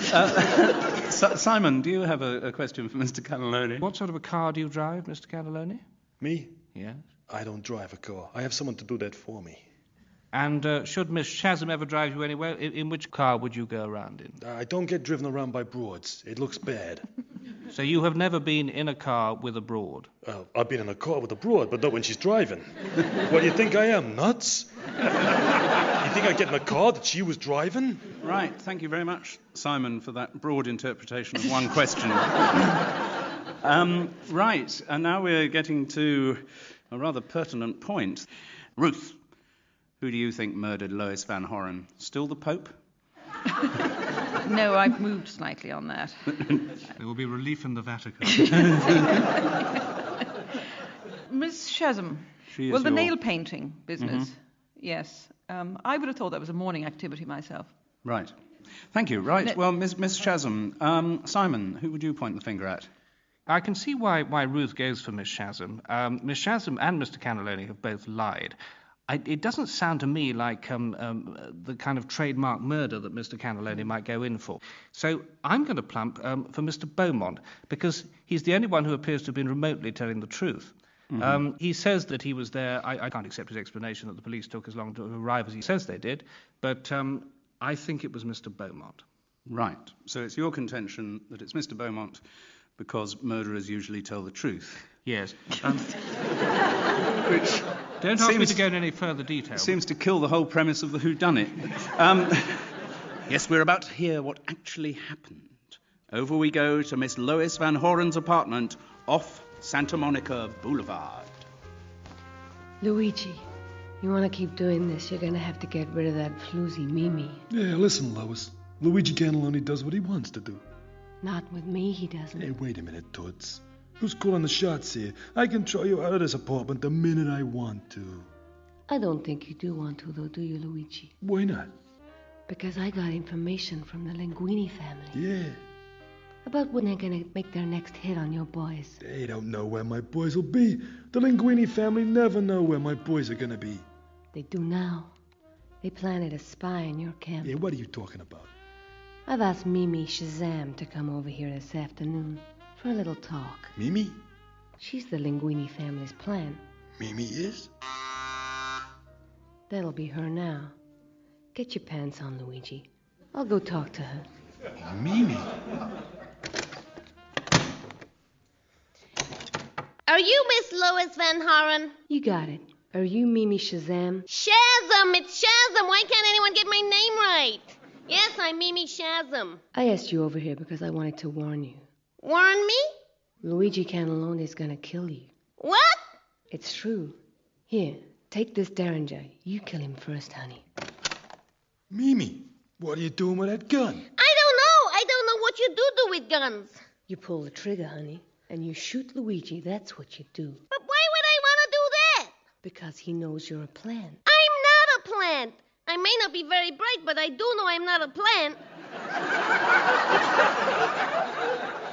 I'm sorry, Lois. Your story just doesn't blow. Mimi ain't no spy. She's too dumb. It's tough enough for her to lead a single life, let alone a double one. Oh, gee, Mr. Cannelloni, you do say the sweetest things. Use the gun. Shoot him, honey. Yeah, I get it, Lois. You were so jealous of me and Mimi, you figured you could make her kill me and then take the murder rap. No dice. Give me the gun, Mimi. Sure, Mr. Cannelloni. There. Now, wouldn't you say there's been something of a shift of power in this situation? I've got the rod. And of course, unlike Mimi, I have no problems about using it. I parked the coupe in front of Norfolk Apartments. I went to the manager's office. There was no one there. Sorry about talking to myself all the time, but in my line of business, monologue's kind of an occupational hazard. Anyway, so I took the elevator up to Miss Van Horen's apartment. The door was half open. I rang the bell. No reply. I walked in. Who the hell are you? My name's Philip Beaumont. I'm a private investigator. You look upset. What's happened? I just nearly got shot with this little Derringer. That's what's happened. Yeah, tell me about it. And let me check out the gun. There. Thanks. I got information about when the Linguini family's planning their next hit on the Cannellonis. Uh-huh. I got a meeting to tell the cops tomorrow so they can catch the Linguinis red-handed. Uh-huh. Anyway, Luigi Cannelloni got me wrong. He thought because I knew about what the Linguini family was planning, I must be one of their operators. Uh-huh. He would have shot me if that dumb broad Mimi hadn't said it'd make a mess of the Davenport for when she moved in. Uh-huh. But as I say, Luigi got me wrong. Sure, I got information on the Linguini family, but I'm not one of their operators. No, I know you're not. Say, how can you be so sure? Because I am one of their operators. What? And I'm going to see to it that you never make that meeting with the police.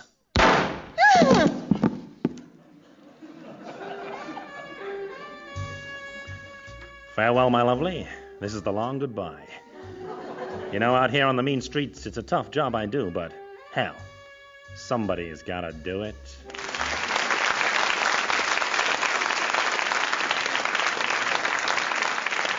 Well, thank you very much indeed, Lee and Maria. A tragic scenario worthy of the Royal Opera House. And how right were our guest investigators? Well, Ruth, I think you were closer with the Pope. Simon, on the other hand, by sheer intuition and deduction, you reached the right conclusion. Yes, you could call it luck. Yes, that's another word. I That's another certainly word. could call it luck. Anyway, that's it for this week's Foul Play, and indeed for the current series. But we'll be back with a new series soon. My thanks, as ever, go out to our massive cast of Hollywood superstars, Lee Simpson and Maria McCurlin.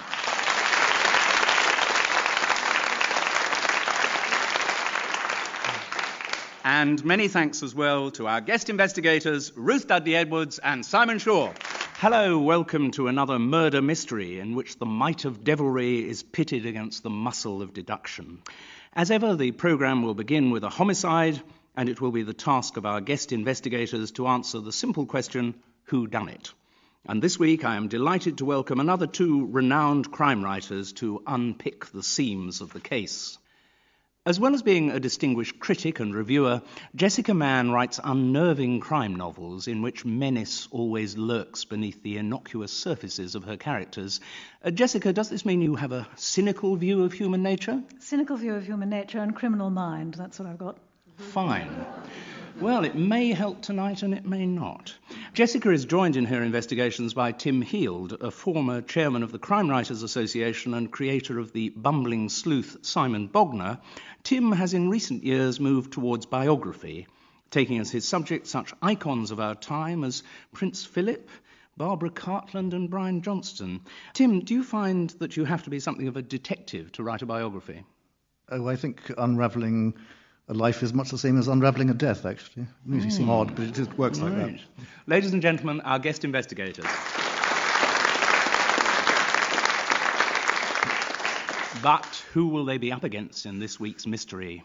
As ever, a cast of devious witnesses and shifty suspects has been assembled, and all of them will be played by those connoisseurs of the devious and the shifty, Lee Simpson and Maria McCurlin. But now, time for a crime. As Maria reads the opening of this week's Whodunit, A Murdered Reputation. Ernley Frinton was dead. Perhaps that was no surprise. The eminent author was, after all, 88 years old, and during his long life he could not have been said to have looked after himself. Late nights, serial adultery, and a bottle of whisky a day had left their marks on his congested face. But such ravages did not account for the blueness of his skin nor the flecks of blood in his bulging eyes. No, those were the results of asphyxia, caused by the cushion which had been pressed firmly over his thin mouth and nose, and now lay on the floor near his tartan slippered feet. In front of the corpse, the wood-burning stove blazed merrily, its glowing logs augmented by the tinder-dry pages of the old man's diaries. Someone had ensured that at least some of Ernley Frinton's secrets had died with him.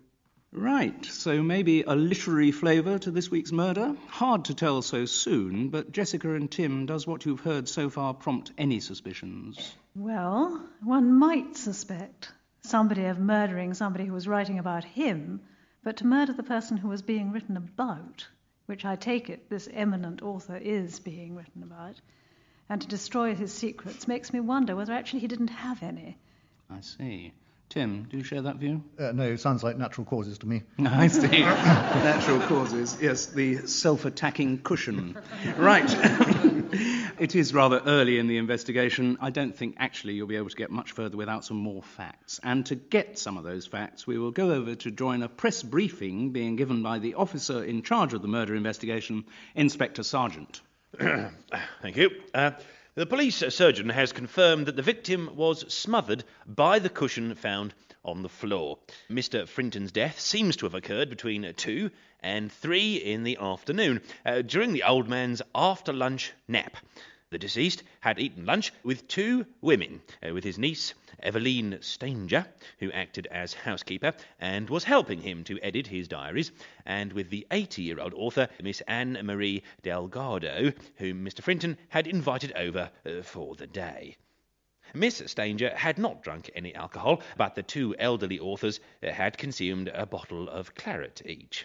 After the lunch, Miss Stanger had washed up and then got on with some editorial work in her study. Mr. Frinton had gone to have his customary nap in the sitting room, and Miss Delgado had gone up to the spare room, I quote, to have a little lie down, so that she'd be sober enough to drive back home.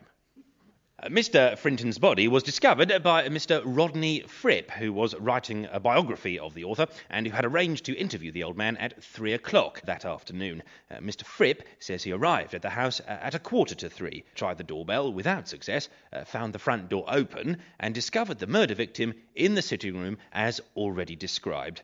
Mr. Fripp was not aware that the items burning on the stove were volumes of Ernley Frinton's diaries that covered the 1950s. Incidentally, our investigations at the house have revealed that the doorbell was indeed not working. As we get further information, we will let you know. Jessica and Tim, are your suspicions yet moving in any particular direction? Well, you see that my immediate assumption that an elderly author who possessed diaries was being written about by somebody was proved true. Absolutely. Keep this up and you could win. Yes. Tim? I want to know more about what exactly Ernley Frinton and Anne-Marie Delgado have been writing. I mean, we are told that he's an eminent author. We only have your word for this. And You mean you haven't read any? I haven't read any Frintons at all. And I think there may be a clue here. Well, more information is about to come your way in the form of statements from some of the individuals who were at Ernley Frinton's house.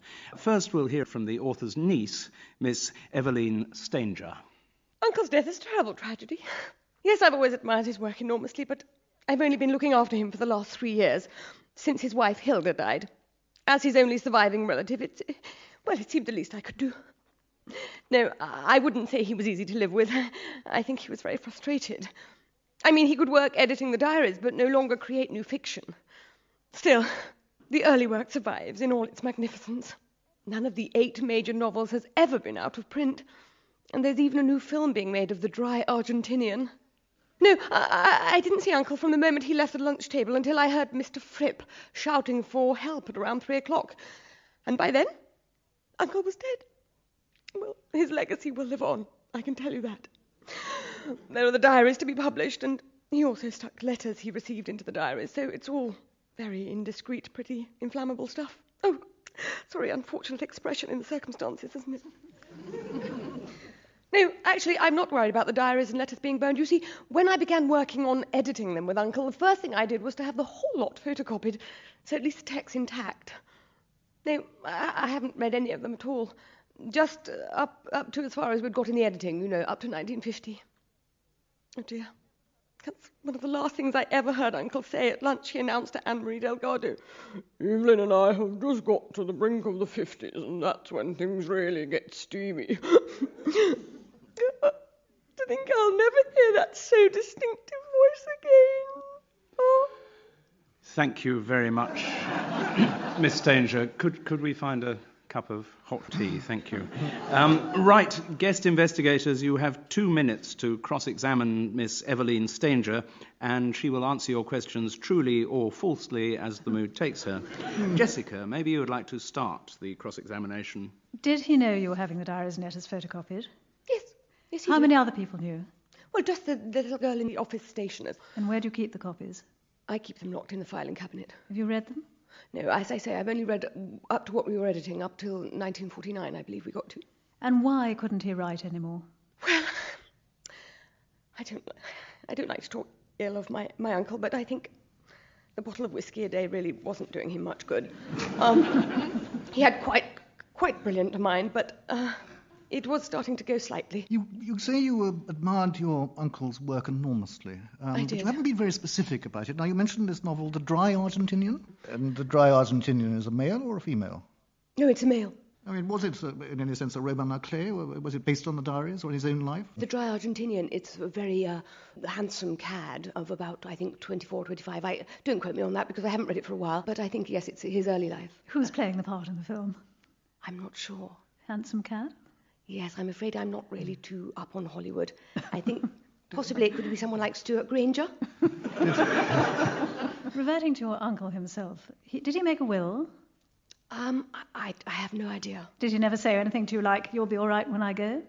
Well, no, he didn't, actually. I mean, I have only been here for 3 years, but I did feel that he would look after me. That was sort of Implicit, I believe, in my housekeeping duties and editorial duties for him. You say you felt he would look after you, but had you any indication, was there anything he'd ever said that made you think that this would no, happen? he could be something of a curmudgeonly character, but he had a truly kind heart, and, where would I go? Was he so curmudgeonly that you didn't dare go into the library if he told you I'm having a rest? Or you didn't dare say to him, don't drink any more, you've had enough? No, not at all, not at all. I often said, Uncle, don't you think you've had enough? And he would say, no, and just keep drinking. What about going into the library while he was resting? No, I would go and wake him up with tea. Tea? Tea and oatcakes he would have, yes, at 4. Had he finished the whiskey by then, or did you drink the whiskey at the same time as the tea? No, the whiskey would just sort of go down during the day. I don't know where Just it went. go down during the day. Yeah. Are you sure that he drank it? I can't see that he'd have put it on the fire. Right, well, thank you very much, Miss Stanger. We will now move on to our second statement, which was given to the police by Ernley Frinton's biographer, Mr. Rodney Fripp. Well, of course one's sorry about the circumstances of Ernley Frinton's death, but he'd achieved his great work, and all that lay ahead of him was a slow physical decline. The biography I'm writing, and indeed have almost finished, was not in fact authorised by Mr. Frinton, but I like to think he would have enjoyed it. He had proved somewhat reluctant to speak to me himself about his life, and indeed it was only in the last week that I had persuaded him to grant me an interview. I'd sent him a few sample chapters of my book, and that seems to have swung things in my favour. The interview we'd arranged, sadly, never took place, but I got a lot of details from people he had worked with, and I think I have a pretty full picture. The book has some quite spicy stuff in it, let me tell you. Yes, I had talked to Anne-Marie Delgado. She knew Ernley Frinton quite well in the 50s, as part of that Fitzrovia drinking set, long before she wrote The Vacuum of Masculinity, of course. I've no idea who inherits Ernley Frinton's copyrights. He's probably left them to a home for alcoholic ex-seamen. That would be in character. Anything to make life difficult for people. Thank you, Mr. Fripp. I can't wait to read the book. Right, guest investigators, you have 2 minutes to cross-examine Rodney Fripp. Tim, as one biographer to another, perhaps you should start. Is this a commissioned work? No. It is an idea I took to my publishers, and they accepted it with alacrity. Why did they accept it with alacrity? Well, Mr. Frinton is a figure of some eminence and indeed some sensationalism. The two things go together to make for large book sales. Have you written previous works of biography? Yes, I have. I wrote a biography of Marlowe, the eminent playwright, Bob Hope, the American stand-up comedian, and Sir Stanley Matthews. I see. And did Mr. Frinton have much in common with these other subjects? Was he a footballer in any sense? I mean, Argentina rather suggests that. Well, in his dealings with women, he had a certain amount of ball control, shall we say. And certainly with Marlowe, he shared an interest in drinking and the high life, as it were. But with Bob Hope, no, nothing at all. Did you already know Miss Evangeline Stanger? Eveline Stanger, Miss Eveline Stanger. Sorry. No, it is a ridiculous name, I agree. She looked like an Evangeline. I agree with you there as well. No, I had not met Miss Stanger before the day I discovered the body. Yet you must have known that the handwritten diaries would be of enormous value. Were you hoping to see them when you went to see him that afternoon? I was not aware that there were diaries of great importance. Well, what did you want to talk to him about then? Well, there were certain details that I hoped he could fill in, and perhaps certain stories that he could add. Spicy stories, perhaps. He did relish, rather, his reputation as a bit of a hellraiser. Well, thank you very much indeed, Not at Mr. all. Fripp. Right, now we move on to our third statement, which comes from the author of that seminal feminist tract, The Vacuum of Masculinity, Miss Anne-Marie Delgado. So, Ernley Frinton's popped his clogs. No great loss so far as I'm concerned. Ernley was the typical male chauvinist, the kind I pilloried in The Vacuum of Masculinity, you know. He just wanted a woman to be a chattel. I say, thank God that generation of men's dying off, and hopefully the feeble little women whose lack of gumption let the men behave like that are dying off too. Why did Ernley invite me over for lunch? He wanted to check out some names with me from his diaries. We used to see quite a lot of each other in the early 50s, you know, with Dylan Thomas, Louis MacNeice, that crowd. Well, we talked through a few names over lunch, but then I'm afraid we drank rather too much. Old habits. My memory's photographic, but if I've been at the Claret, then everything gets a bit fuzzy. After lunch, I went up to the spare room and passed out. I didn't hear a thing until there was all this shouting and commotion from that girl Eveline and that little rat Fripp. Who'd want to murder Ernley Frinton? Well, anyone who'd ever met him, I'd imagine. He was utterly repellent when I knew him, and he hadn't improved with age, frankly. Well, thank you very much, Miss Delgado. Jessica, I'm sure you're honoured to meet such an eminent feminist icon. Is there perhaps a question you'd like to put to Miss Delgado? If I may venture simply to trespass on your memories, may I ask you about the 1950s, when you were part of that vibrant life in Fitzrovia? You had relationships with some of the people that you knew then? Young lady, I feel you're patronising me slightly. No, I never really had relationships with them. They were my playthings, really, I like to think. I hardly dare put this question to you straight, but for fear of patronising you, let me do so. Did you and he have an affair? Absolutely, categorically not. So that the diaries that cover the period during which you knew him would show what about you? Well, I would imagine I get a few mentions here and there. In what form? As one of the shining lights of the group. Did he get out his diaries to check facts? No, sadly, although that was the reason I came for lunch, we never actually got round to talking about the diaries. Did you know the diaries existed before that? Not until he called me, no. Is Delgado your real name or a nom de plume? I'm afraid it is a nom de plume. My publisher decided that I should change it because my real name is Anne-Marie Flowers, which he felt was not quite hard enough for the subject matter. Thank you very much, Miss Delgado. Tim and Jessica, if you had to make the decision now, which you don't, where would your fingers be pointing? At the moment, all my inclination is to suspect Fripp. I think a very important point is in whose interest was it to destroy the diaries? And it seems to me the one person in whose interest it was not was Fripp, unless it is possible that his life was so boring, in fact, and so far from the exciting, sexy life that we've had described, that it would destroy the biography. This is surely right. I mean, that Fripp is, in fact, writing a work of fiction. I mean, he is inventing this character. I'm very dubious about Ernley Frinton's fame. Well, you're getting a kind of outline, but some of the details still need filling in. Oh, excuse me, I'm sorry to stop you there, but I see from my state-of-the-art computer screen that I've just received an email. Yes, it comes from Inspector Sargent, and his news is that some new evidence has emerged in the case, so just excuse me while I log off, and we'll go over to Inspector Sargent for the latest developments. Thank you. First, in a desk in the sitting room where the body was discovered, we have found a copy of the murder victim's will. In it, he leaves all his possessions, including his literary copyrights, to his niece, Miss Eveline Stanger. So far as our experts can judge, Mr. Frinton's signature on the document is genuine, but what interests us is that the will is dated the day of his murder and is witnessed by Miss Anne-Marie Delgado and Mr. Rodney Fripp. The second piece of evidence, a charred document, was salvaged from Mr. Frinton's wood-burning stove, and from it our experts have been able to decipher what they believe to be the fragment of a letter, which will be read to you by my colleague, WPC Bobby, who tends to be better at reading than I am. And all I ever want to do is to make a nice home for you, Ernley, to wash and cook and see that your slippers are nice and warm when you come down from a hard day's being a genius in your study.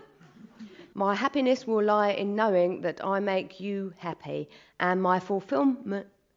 Well, it stops there. I suppose the last word could be fulfilment. Well, guest investigators, something more to chew on there, haven't you? Does this startling new evidence change your thinking about the case? Can we just ask first, is there handwriting evidence as to who wrote that letter? Sadly not. It's still with the laboratories, but nothing has matched as yet. I don't think there's any value in Ernie Frinton copyrights. I mean, I think this is a complete red herring. But what about the witnessing? Well, if it's Fripp's signature, he must either have met him on a previous occasion to witness the will during that course of that day because of the date, or he must have got there before he claimed to get there at 3 o'clock and discover the body. This is good logical thinking, and I think what you need to do is call back the 3 people who made previous statements, and you're now allowed to address one question to each of them. Jessica, who would you like to subpoena first? I would like to subpoena Miss Anne-Marie Delgado. Do you mind if I bring my wine with me this time? No, but if you'd be kind enough to turn your eyes to the photocopy of that burnt letter and tell us, please, is that your handwriting? No, it most certainly isn't. Rather poor grammar. Thank you. That's answered that. Tim, do you have a question for Miss Delgado? Everything you've told us leads to suppose that you really didn't like the deceased very much, and yet you appear to have been quite happy to take lunch off him, to have had an acquaintanceship going back a number of years. Are you really telling the truth about the nature of your relationship? I was very concerned for him. I had agreed to meet the little rat, Fripp. I despise all biographers. I feel that one's private life should remain private, and anything an author has to say will be in his work if it is of interest. So I was worried that Ernley was going to be duped by the little rat Fripp, as I say. Thank you, Miss Delgado. And maybe later you would sign my copy of The Vacuum of Masculinity. Happy to. Who would you like to call next? I suppose we better have the rat Fripp. Mr. Rodney Fripp. Yes. What time did you get to the house that afternoon? I arrived there about 2:45. And... Oh, I'm only allowed one question. One question. Yes, and that confirmed information you already had. So, Tim, what is your question? How he came to sign the will.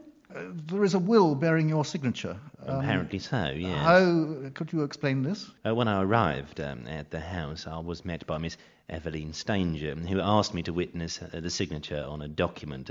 She didn't tell me what the document was. I signed it before I had gone into the room where I discovered the body. Thank you very much, Mr. Fripp.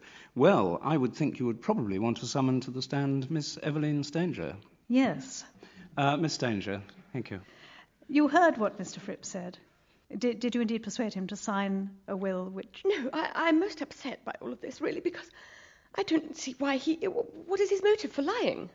The thing that I asked him to sign, it was a copy of the Japanese contract for the Dry Argentinian, another run. Thank you. Tim, do you have a question for Miss Stanger? I'm still worried about this cushion. Could you tell us precisely how you think that the cushion was used to bring about the death of Ernley Frinton? Could I tell you precisely? Yes, please. How you smother a person with a cushion? Yes, Miss Stanger, if you'd like to sit down. And Tim, for heaven's sake. Well... You've had your final questions, if that's the word you want to use for that kind of bullying. And now you have to put the final touch to your thinking about the case. Tim, you go first. Who do you think was the murderer of Ernley Frinton? Oh, I think it's the rat Fripp. And, I didn't like the cut of his jib from the beginning. And I think that it's to do with the fact that he was intent on making a lot of money out of a person who, in a sense, he was going to create from scratch, and he wanted all the evidence to be destroyed, along with Ernley Frinton himself. Thank you. It takes one to know one. Jessica, what is your view? I'm very sad to say that I fear it was Miss Anne-Marie Delgado forced to destroy the evidence that showed that in the 1950s she was a woman who could write such self-abnegating things as she has ever since then been telling other women that they must not write. I fear that she got up from her drunken bed, went down, put the cushion on the old man's head, sat on it.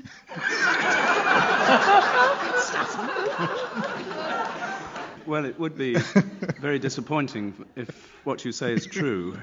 Prepare to be astounded as we hear this week's Foul Play, Foul Playlet. It is just after lunch in the sitting room as Ernley Frinton's dutiful niece Evelyn settles the old man in front of the wood-burning stove for his afternoon nap. Now, Uncle, if I just tuck your rug around... Stop fussing, girl. Let me get off to sleep. Oh, yes, Uncle, but before you do, could you just sign this? What the hell is it? Oh, it's a contract for the new Japanese edition of the Dry Argentinian. Oh, here's your pen, Uncle. Oh, all right. Now, leave me alone. Eveline, I wonder if you could help me. Oh, of course, yes. Could you just witness this signature for me first? What is it? It's a contract for a new edition of the Dry Argentinian. Very well. Yet more royalties for the old goat. Thank you so much. Now, what was it you wanted? Those 50s diaries we were talking about at lunch. Thought I'd make a start. Just check out some of the names. They're in here. Do you need any help? I can manage on my own. Well, if you'll excuse me, I've got some things to get on with.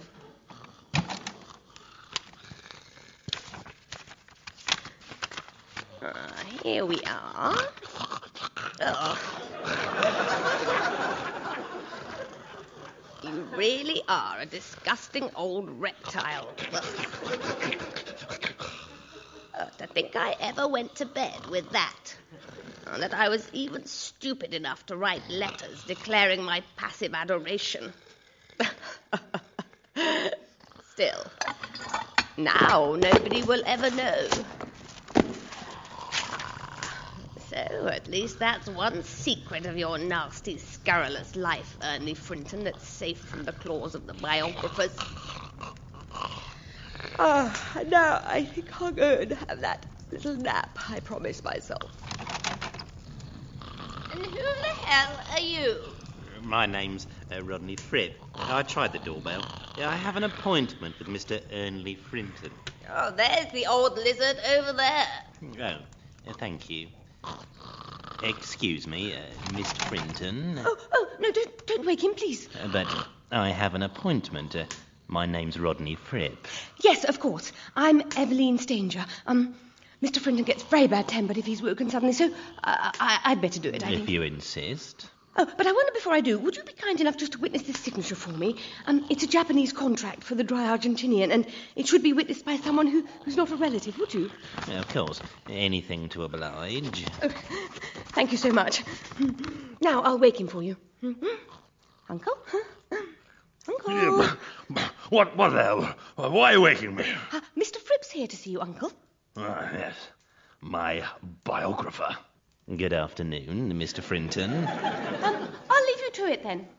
All right. So, Mr. Frinton, you got the chapters I sent you? Oh, yes, Mr. Fripp, I did. I hope you enjoyed them. Oh, certainly.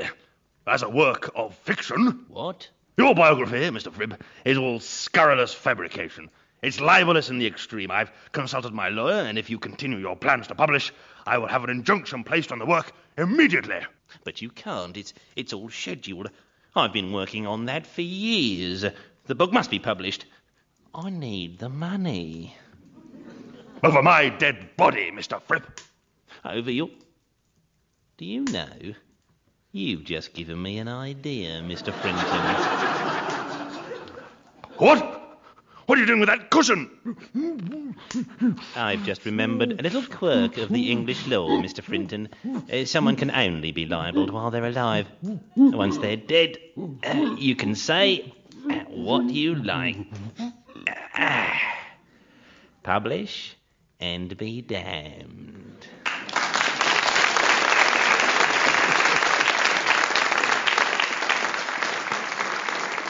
Well, thank you very much indeed, Liam Maria, for that searingly authentic slice of the literary life. So, Jessica and Tim, you got bits of the truth. Jessica, you got a bit of the motivation. Tim, you actually fingered the... was it just instinct? I mean... No, it's just instinct. Well, it takes a biographer to know a biographer. Professional courtesy. Yeah, absolutely. Mm-hmm. Well, well done, anyway. And that's it, I'm afraid, for this week's Foul Play. Many thanks go out to the many voices of our splendid cast, Lee Simpson and Maria McCurlin.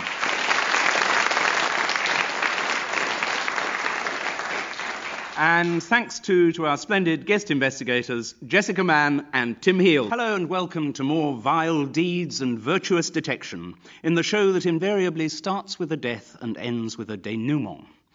To attempt to solve this week's mystery, I am joined by two highly skilled guest investigators, who are both, of course, professional crime writers, and in this case, mistresses of the art of psychological suspense. Frances Fifield is actually a criminal lawyer, which may be worrying news for this week's suspects. And she also writes under the name of Frances Hegarty. Frances, why the two identities? So that I can hide from people. Perfectly reasonable answer. All crime writers are devious.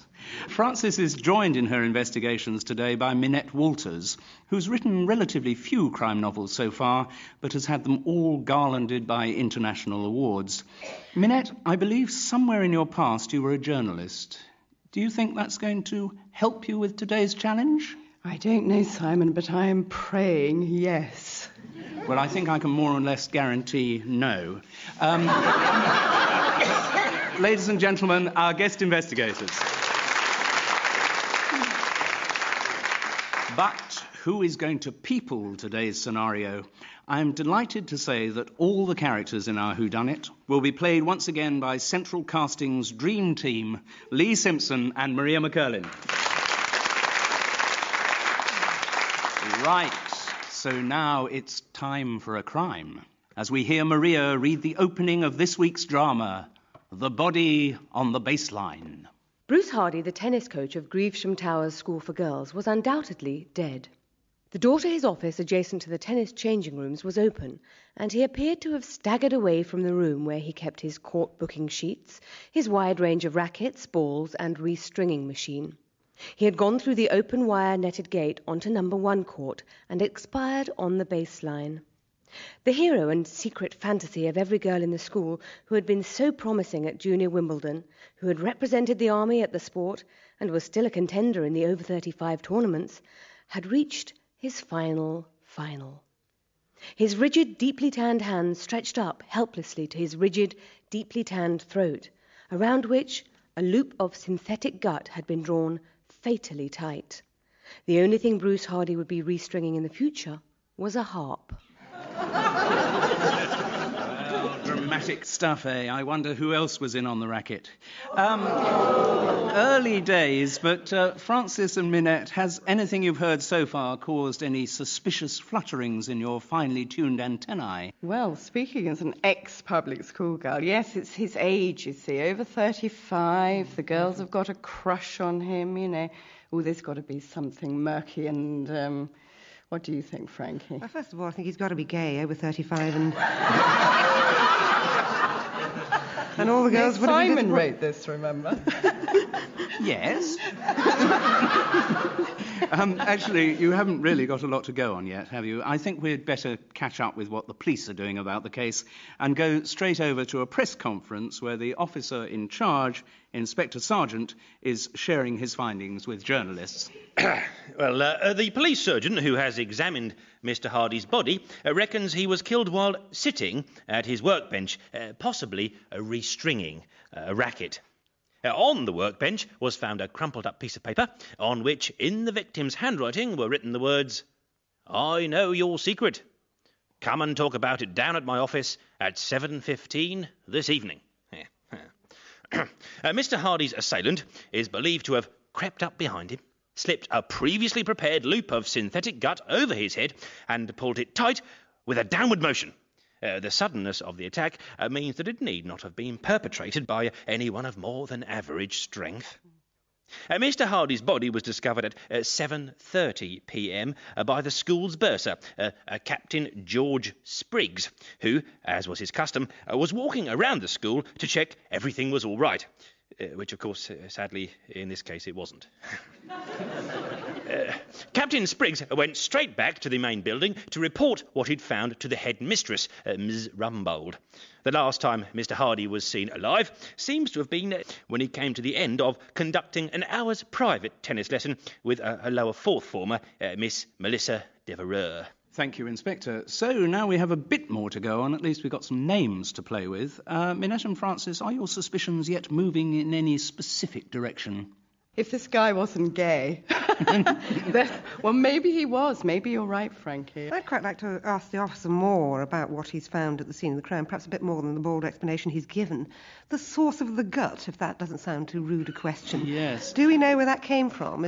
Sadly, I see his panda even now disappearing into the distance. So I'm afraid you can't ask him any supplementary questions. I'm sorry about that. And we're about to get more information in the form of statements from 3 of the people who knew the murder victim, Bruce Hardy. First, we will hear from the headmistress of Grevesham Towers School for Girls, Ms. Vicky Rumbold. Yeah, hi. Well, this has all been awfully upsetting for the girls, but they're all having counselling. Bruce was a very popular member of staff, both in the common room and with the pupils. He did most of his coaching at Grevesham Towers, but also a few private lessons for the boys from St. Cyril's. I'm sure all my girls had crushes on Bruce, yes. Nothing wrong with that. Although this is a single-sex school, I do try to ensure that the girls get a proper injection of male company. I've always said, show the dog the rabbit, I try to get a lot of male staff members, and we have a lot of social functions with the boys from St. Cyril's. Well, Bruce had been at Grevesham Towers, 4 or 5 years now, I suppose, yeah. I think he left the army, then tried to make it on the professional tennis circuit, and came to the decision that coaching suited him better. Well, I knew him as I knew any other member of staff. He'd come round to dinner sometimes at my house, that kind of thing. Nothing more. No, not my type at all. No, I've never married. Well, just as well, probably, because this job takes all my energy, without having to worry about some pathetic man whinging around all the time. My hands, I cut the palms on some barbed wire while I was doing a bit of gardening. Anyway, if that's all, the sooner I get back to the office, the better, because I've got to return a lot of calls from neurotic parents, calm them down a bit. Maybe give them a bit of counselling. You know how it is, don't you? Well, thank you very much, Ms. Rumbold, but I'm afraid I do have to detain you for a few minutes more. Now, of course, guest investigators, what you're hearing in these statements may be true and may be false, but hopefully you can find that out by cross-examination. Francis, maybe you would like to have first crack at the headmistress. Could I ask you first, Miss Rumbold, a deeply personal question? Yeah. If the deceased wasn't your type, what is? I quite liked Laurence Olivier in the film Rebecca. I agree with you. I don't really have time for personal relationships. It's quite a difficult school to run. Yes, but it would appear that you do encourage personal relationships between your girls and members of the opposite sex, like the boys from the neighbouring school, or indeed... Well, only if they're supervised. I don't like to let them run riot, I'd like to ask you, Miss Rumbold, about yourself. Can you tell, how old are you? I'm 44. You're 44, and do you know how old Bruce Hardy was, the victim? It's hard to tell with men like that, really, isn't it? Because he was quite well preserved. So he was a rather handsome man. Well, you say he's not your type, no. but he's clearly quite a handsome fellow. Well, he'd got all the bits in the right places. Oh, okay. Now tell me, you look after all these girls, for which I do admire you. Thank you. Does this ever give you a sense that you would have liked children yourself? Do you ever get broody? No, not really. Never? No. I've been teaching for a long time now. How would you describe how the girls regard you? Do they regard you with affection? Are you a popular headmistress? Or... I'm pretty firm with them. You're pretty firm. I think, most girls respect that. And how do the staff regard you, Miss Rumbold? Do you have a good relationship with your staff, the teachers? I think that's very important, that we all get on. Can I ask one more question?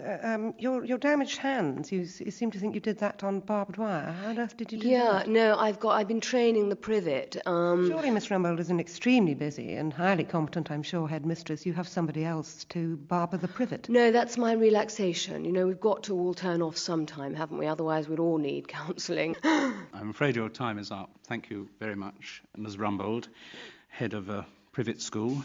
And it's time for us to move on to our second statement, which comes from the bursar of Gravesham Towers, Captain George Spriggs. Nasty business. Doesn't do to make a fuss, though. Army teaches you to deal with death. It is the game we're in, after all. Yes, well, I left the Army 3 years ago. They amalgamated a couple of regiments. They offered a generous package. I thought, well, time to spread the old wings. This billet at Gravesham Towers came up. Just the ticket. Nice schoolhouse for me and the wife. What? No, don't play tennis. Got me legs smashed up in the Falklands. It still gives me a bit of jip when the wind's in an easterly direction. No, never met Bruce Hardy before I came to Gravesham Towers. Didn't even know he'd been in the Army. Well, I didn't dislike him. Didn't have a lot in common, that's all. Now, personally, I thought he rather flirted with the girls. No, I'm not suggesting Bruce did anything inappropriate. I'm just saying, well, he didn't do anything to dampen the girls' ardour. And as you can imagine, a school like this, positive vat of female hormones. Me? Oh, good heavens, no. The younger woman's never appealed to me. I'm a happily married man. Veronica's 10 years older than me, and we have never had a crossword in 17 years of marriage. Is that it? Can I stand down, or do you want to debrief me? Thank you, Captain Spriggs. Yes, if you could stay with us for a few questions, we'd be most grateful. Minette, would you like to debrief the captain? Yes, I'm fascinated by you, Captain Spriggs. Can you tell me how old you are? 49. 49 last birthday. Okay, you're 49 and your wife is 59, I Yes, that's right. Yes. Right. And I rather admire Miss Rumbold. She's a rather handsome woman. 44. Well, Yeah, so you have got a bit of a soft spot for Miss Rumbold, have you? respect is more of a word, Respect, I say. I think right. a thing like a school, like a regiment, runs on respect. Tell me, did Bruce Hardy find Miss Rumbold as attractive as you appear to? Sorry? Well, no, I wouldn't say I find her attractive. No. No, you have respect for her. I have respect for her. You wouldn't say that was that you found Well, her no, an I attractive had respect personality? for a Colonel Major Sanderson, but I didn't want to go to bed with him. Good Lord. Francis, I'm sure you have some questions. Can I ask you a bit more about your career in the Army? Wounded in the Falklands, Yes. exactly, how and where were you wounded? I took a bit of a bayonet in the thigh. There were bayonets in the There were Falklands. plenty of them, stuck to the ends of things, Oh, and they were really? sharp. They were sharp buggers, let me tell you. Can't recall that from newspaper reports. And I would imagine that Ms. Rumbold was familiar with your Army career. You'd fill her in with all the details of it. Well, I gave her references, as one would, and they seemed satisfactory. Yes. And do they include reference to the fact that you were wounded in the Falklands with a bayonet in the thigh? No, it doesn't, didn't. actually. I try not to talk about that. You forced it out of me, rather, I have to say. No, no, I'm fine. No, it just got something in my eye, that's all. I don't doubt you're fine, Mr. Spriggs. But can you say, do you enjoy your work there? The job is extremely important to you? Oh, yes. I'm afraid I'll have to stop you there. Thank you very much, Captain Spriggs, Thanks, sir. for being so very helpful. And we move on now to our third statement, which comes from a pupil at Gravesham Towers, who was in fact coached by the late Bruce Hardy, and her name is Melissa Devereux.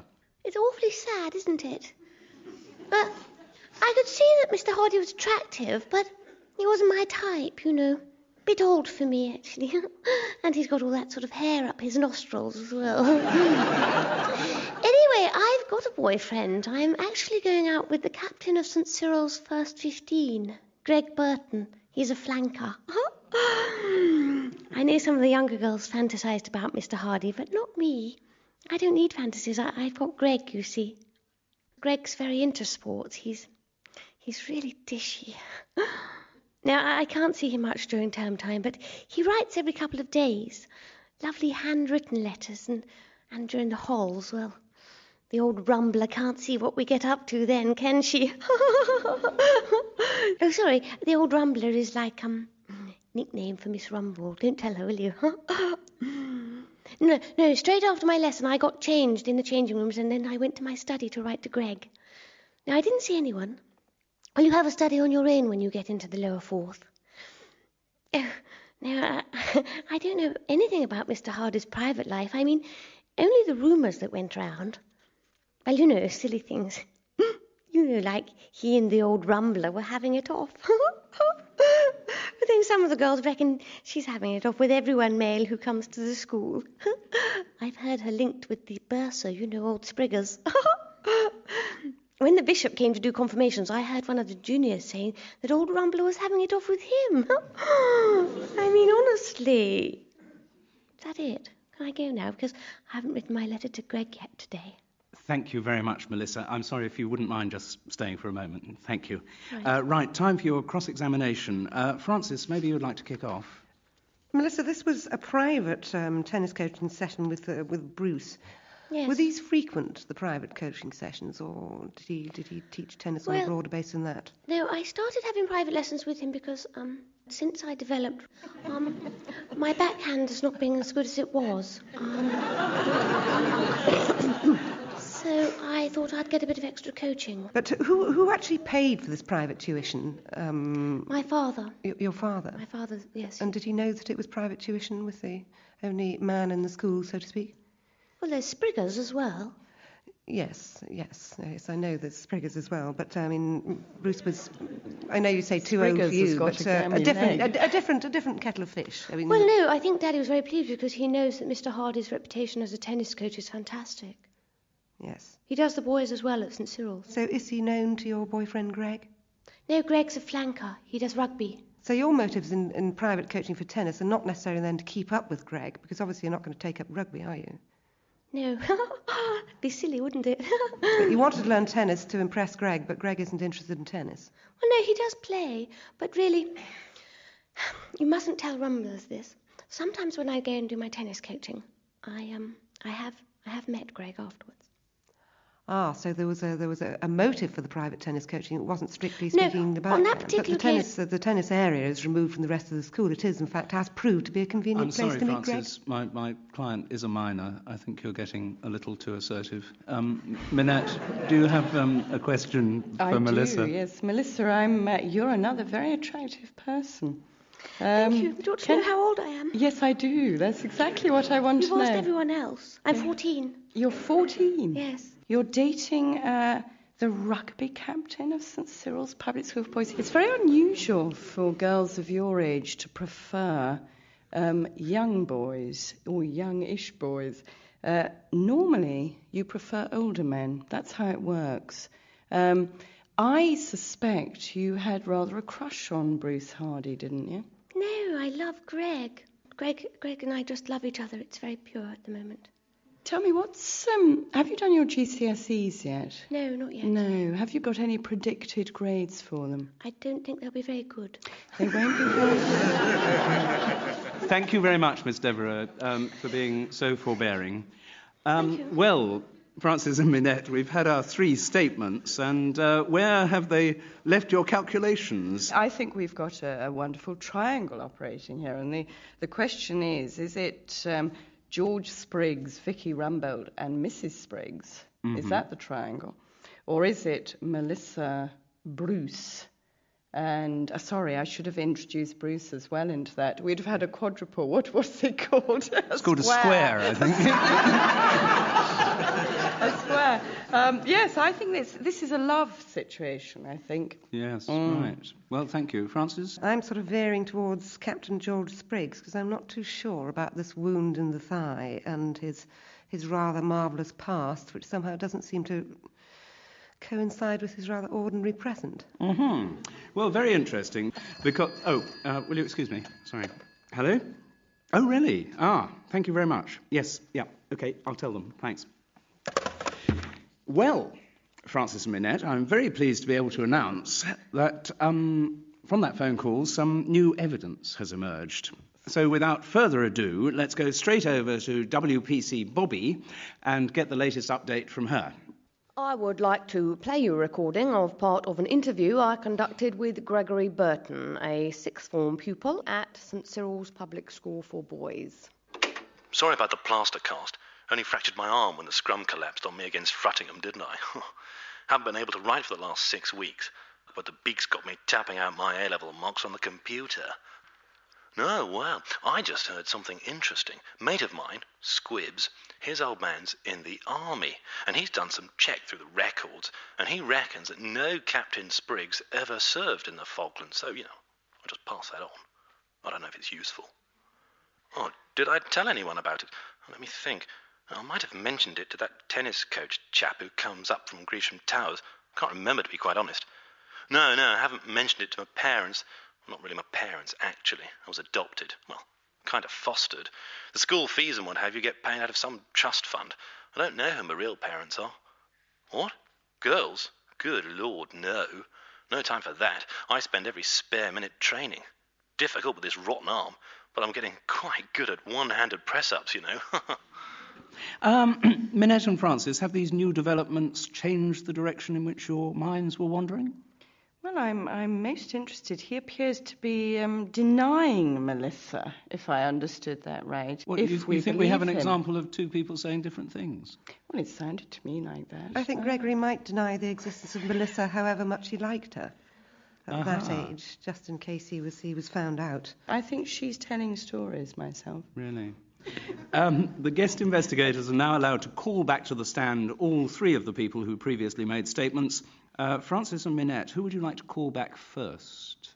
Well, should we do them in order? Should we have Ms. Rumbold first? Ms. Rumbold, if we could draw you away from the telephone to the stand. Thank you. It's been hell, actually. Miss Rumbold, are you aware of the rumours which circulate among the girls about you? Namely, that, in private, you have in all possibility had affairs with Bruce Hardy, possibly with old Spriggs, as they call him, yeah, but and even the visiting bishop. Yeah, you know what young girls are like. There's not much going on in their personal lives, so they make up a lot of stories. I mean, you must remember what it was like to be young when your hormones were racing. Still are. Too far. Oh, sure, yeah. I didn't mean any... Well, maybe I did. Thank you very much, Miss Rumbold. Who would you like to call next? Spriggs. Captain Spriggs, if you could hobble to the stand. Thank you. Captain Spriggs. Yes. We're a little doubtful, I have to say, about your rank, because we seem to have had some evidence to the effect that you were never in the army. The initials SAS mean anything to you? Don't spread it around, you know. Right, well, thank you very much, Captain Spriggs. We will try to preserve your secrecy. There is one person, of course, who you have yet to call to the stand. Would you like to address the odd question to young Melissa? Yes, please. Melissa, would you come to the stand? Thank you.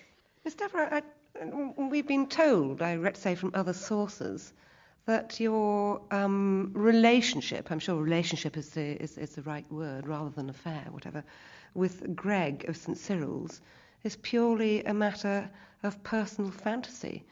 Would it upset you to know that he denies your existence? He would deny it because he loves me and he wouldn't want me to get into trouble. We're not supposed to have relations with any of the boys from the school.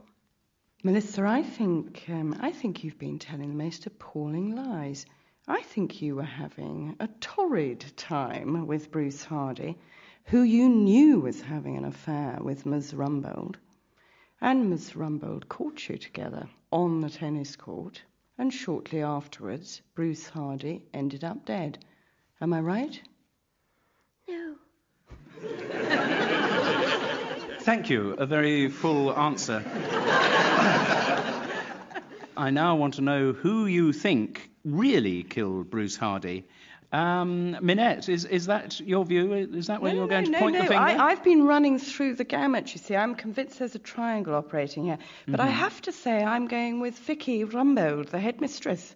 I think she was deeply affronted when she discovered that Bruce, her love, was actually doing naughty things with the girls, in particular Melissa.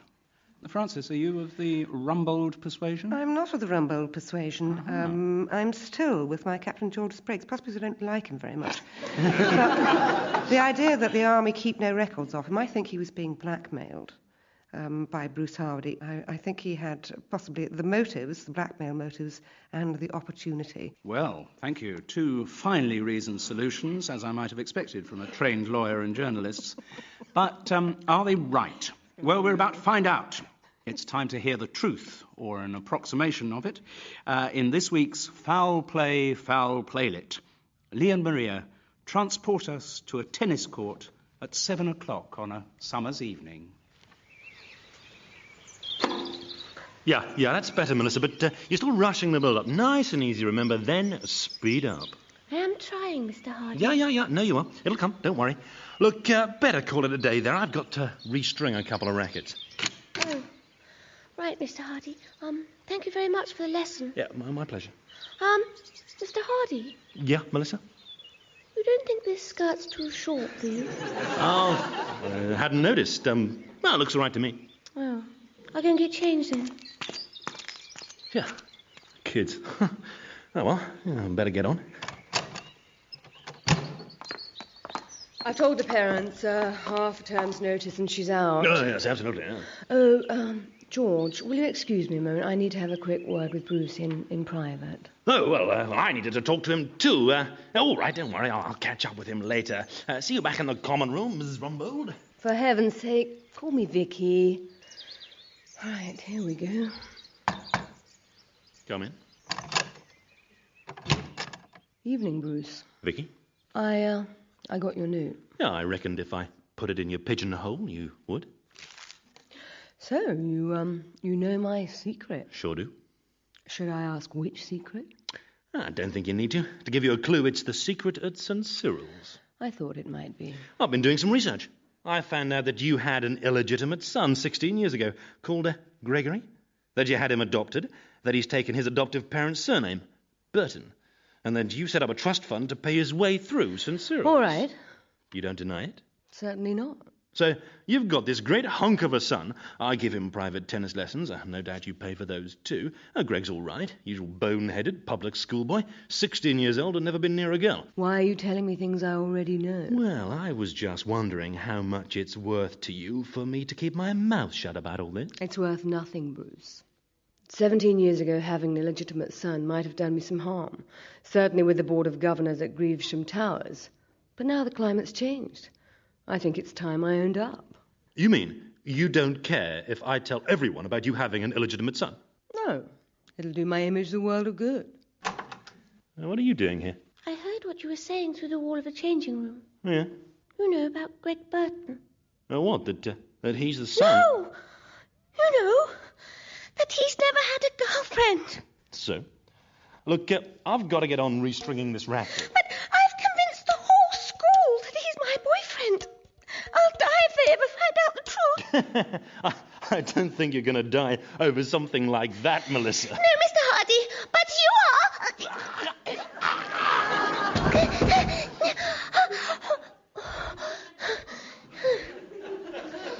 Great. Now all I've got to do is murder Miss Rumbold too, and my secret's safe forever. I love you, Greg.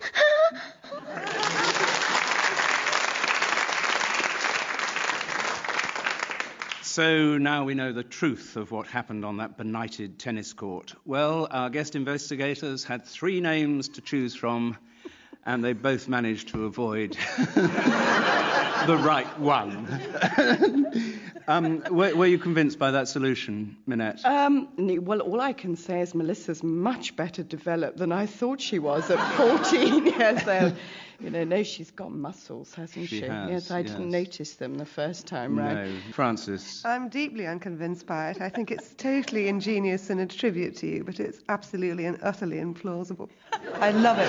I love it on that account. That's why I write crime fiction. Anyway, ladies and gentlemen, that is it for this week's Foul Play. My thanks as ever go to our cast of distinguished tragedians, Lee Simpson and Maria McCurlin.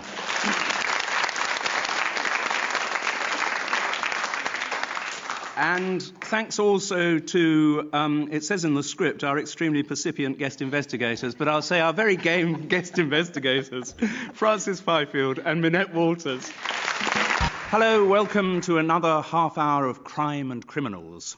Today, yet again, before your very ears, a murder will be committed. And what's more, its perpetrator will be identified. To help in that identification process, I am joined as ever by 2 highly skilled practitioners in the art of crime writing.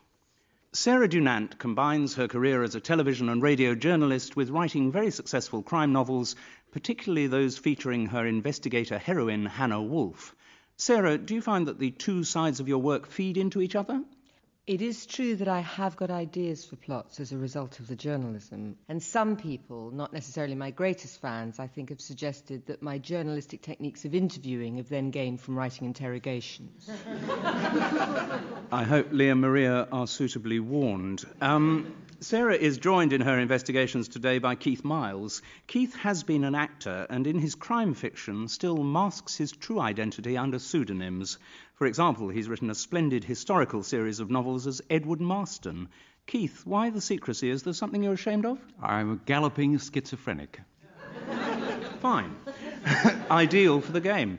Ladies and gentlemen, our guest investigators. And to people today's mystery with some slippery suspects and at least one merciless murderer, we are joined by Foul Play's resident repertory company, Lee Simpson and Maria McCurlin. Right, it's time for a crime, as we hear Maria read the opening to this week's mystery, Daytime Death. West End Television's morning programme, The Tom and Julie Show, was about to go on air. Without looking at each other, the two presenters on the sofa made their private preparations to enter the nation's sitting rooms. Tom Hendricks tensed his face to reveal his laughter lines. He'd had letters to say that some viewers found them sexy.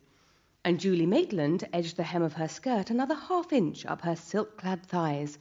She too had had letters, and she'd always been a bit of a tease. In front of them on the coffee table lay the props for their opening later in today's programme routine. There was the wooden bowl full of dried leaves, which Tom would lift to his face with a cheery, that's spicy. How can you get your meals smelling like that?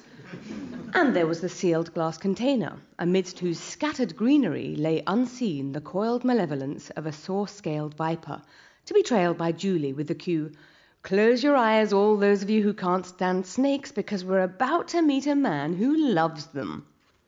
As the floor manager's countdown reached 1, the jaunty sig tune started and the dreary opening graphics appeared. Still not looking at each other, Tom Hendricks and Julie Maitland locked their smiles into place. At the customary break into the music, Tom appeared, holding up the wooden bowl. That's spice. But he got no further. Live on screen, the serpentine flash of a saw-scaled viper projected itself from the bowl and bit the presenter right on his sexy laughter lines. Tom Hendricks clutched at his heart and slumped forward, dead. In the few million households who hadn't turned the television off, apathy was briefly stirred. This was the first time anything interesting had happened on the Tom and Julie Show. Well, I don't think I'm giving away too much by saying that it seems we're in the world of daytime television. That's probably about all we can be certain of at this point, but guest investigators, does anything you've heard so far jangle any bells of suspicion? I really don't think he's dead. I think this is a very good way of getting the ratings of a clearly appalling daytime show up by appearing to die on air. Well, we will see. Still, the investigation has a while to go yet. You're a bit short of hard facts at the moment. So let's get some hard facts from the person in charge of the official inquiry. That's Inspector Sergeant. And he is, even as I speak, giving a briefing to the assembled national press. Let us join him. All right, settle down, please. Mr. Hendricks was not in fact killed by the poison from the saw-scaled viper. That would have taken time to have effect, and his life could almost certainly have been saved by various well-known antidotes. No, it was shock that killed Mr. Hendricks, though only his close family were aware of the fact he had suffered from a weak heart since a childhood bout of rheumatic fever. If the person who removed the viper from its container into the bowl of spices knew that fact, then we are up against a case of premeditated murder. If they didn't, and merely wished to make life uncomfortable for Mr. Hendricks, it was still a vicious crime. It is, incidentally, impossible that the viper escaped from its container unaided. Now, the Tom and Julie Show starts transmission at 10 o'clock. The entire studio staff all rehearse until 9:15, when they have a coffee break until 9:45. It is during that period that we believe the viper was released and placed into the spice bowl. According to the snake's owner, Mr. Jerry Huxtable, who was due to appear later as a guest on the show, under the warm studio lights, a saw-scaled viper would have been sleepy and docile. It was only the sudden movement of the creature's resting place that caused it to lash out at Mr. Hendricks. Now, most of the production team were in the canteen during the break and can vouch for each other's movements. The only ones who could have gone into the studio without being seen during that period are Mr. Hendricks himself, who went to his dressing room, Miss Julie Maitland, Miss Hayley Grant, the programme's weather girl, and Mr. Jerry Huxtable. Well, at least we've got a little more to play with, at least a few names. Does what you've heard move your suspicions in any new direction? No, but I think that they're going to be looking for a new daytime host for this show, and I think that Inspector Sargent stands a very good chance. It is a bit unfair on you because you still don't have enough information to form any proper conclusions. Let's get some more detail in the form of statements from 3 of the people who were in the Tom and Julie studio on the day when Tom Hendricks was eternally faded to black. And first we'll hear from his deeply shocked co-presenter, the glamorous Julie Maitland. Well, obviously I'm upset. I mean, to lose a respected colleague with whom one's worked so closely, it's going to take a lot of getting over. Tom was the consummate professional. We got on splendidly, but we didn't often meet outside work. Goodness, I had no idea he had heart problems, no. Yes, I had a cup of coffee in the canteen and then went off to my dressing room just to finish my makeup. Well, the girls in makeup do most of it, but I'm afraid I don't trust them with my eyes. They make them look like poached eggs. No, during rehearsal, Tom was, as ever, his usual affable self. Well, that is to say, he did have a bit of a spat with Jerry Huxtable. You know, the naturalist who brought the snake in. I gather Mr. Huxtable is now going around with one of Tom's ex-wives, and, well, words were exchanged. I don't know exactly what it was about. No, I was busy rehearsing the make-your-own-design address from Binliners feature. I hadn't met Mr. Huxtable before that day, no. Though, of course, he's a familiar face on television. No, I don't know anything bad about him. Well, except according to some of the makeup girls, he has a bit of a reputation as a groper. Oh, yes, the show will continue, of course. We're professionals. We can't disappoint the public. The format will have to change a little bit. I'll probably have to take a bigger role. And at least Tom's replacement presenter is obvious. Rory Lansing. Well, he sat in when Tom was off on holiday last summer, so I imagine it'll be goodbye the Tom and Julie show and hello the Julie and Rory show. Thank you. Right. Thank you very much, Julie. I'm sure our guest investigators have a few follow-up questions to put to you. Of course. Keith and Sarah, you now have 2 minutes to cross-examine the witness. Keith, perhaps you would like to begin questioning Julie Maitland. Can I probe your relationship with Tom? I mean, how well did you know him off-screen? Not very well at all. Obviously, the on-screen chemistry, people at home thought that we were married almost. You know, there was a lot of flirtation, but really, we are professionals, and that's as far as it went. How old are you, if you don't mind me asking? Well, I do mind you asking. I thought you might. I'm prepared to tell you that I'm 39. I was 39 last birthday. Do you have a contract to be on the show? Yes, I do. How long is it for? It's for another 3 years. How are the ratings on the show? Marvellous. Are you married? No, I'm not. Would you tell us a bit more about Rory? Rory Lansing. Yes. He's very, very good at his job. An excellent journalist and presenter. When Tom was bitten by the snake, why didn't you reach forward and apply your lips to the area and suck out the poison? Well, I am a professional, but I felt that was going too far.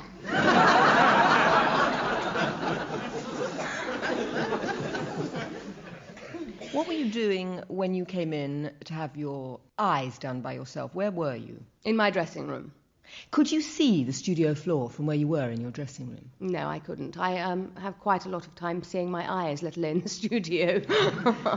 Are you short-sighted? I'm a little bit. I wear contact lenses and, as you can see, false eyelashes, which enhance the eyes on screen. You might want to try them, Sarah. Did you have access to the snake at any time? No, absolutely not. So we'd be right in saying you and the snake do not have a close relationship. I think, yes. Not that particular snake, anyway. Right. I think at that point we'd better stop the interrogation. Thank you, Julie. It's a real honour to meet you in the flesh. I'm sure it is. Right. And now we move on to our second statement, which comes from one of the guests on that morning's Tom and Julie programme, the zookeeper and naturalist Jerry Huxtable. Over to you, Jerry. Well, I'm not going to pretend I like Tom Hendricks. That'd be hypocrisy. I've heard a lot about him from Ginny. She's my girlfriend now.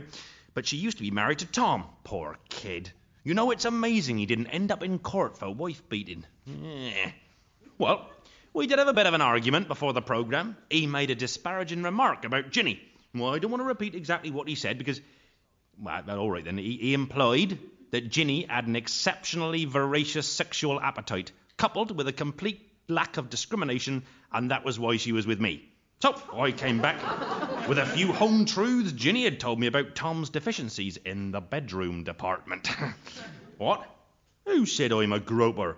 If it was that Julie Maitland, just ignore it. She's a frustrated old bag who makes up that kind of thing because she'd like to believe that she drives all men wild, whereas the truth, of course, is very different. The makeup girl said I was a groper. Nonsense. Doesn't worry me. When you achieve a certain level of celebrity, you just have to learn to live with all the ill-informed sniping. Well, I'll tell you. The reason I'm not afraid of saying I hated Tom Hendricks is this. If I contemplated murder, there is no way I would involve one of my snakes in it. I love those creatures. They're like family to me. Do you know what happened after my saw-scaled viper bit Tom Hendricks? One of the floor managers only leapt in and beat the snake to death with a table lamp off the set. Honestly, when you see the way human beings can behave, it's no wonder that I prefer animals. Well, thank you very much, Jerry Huxtable. Sarah, you start this time. You've talked a lot about Ginny, your girlfriend.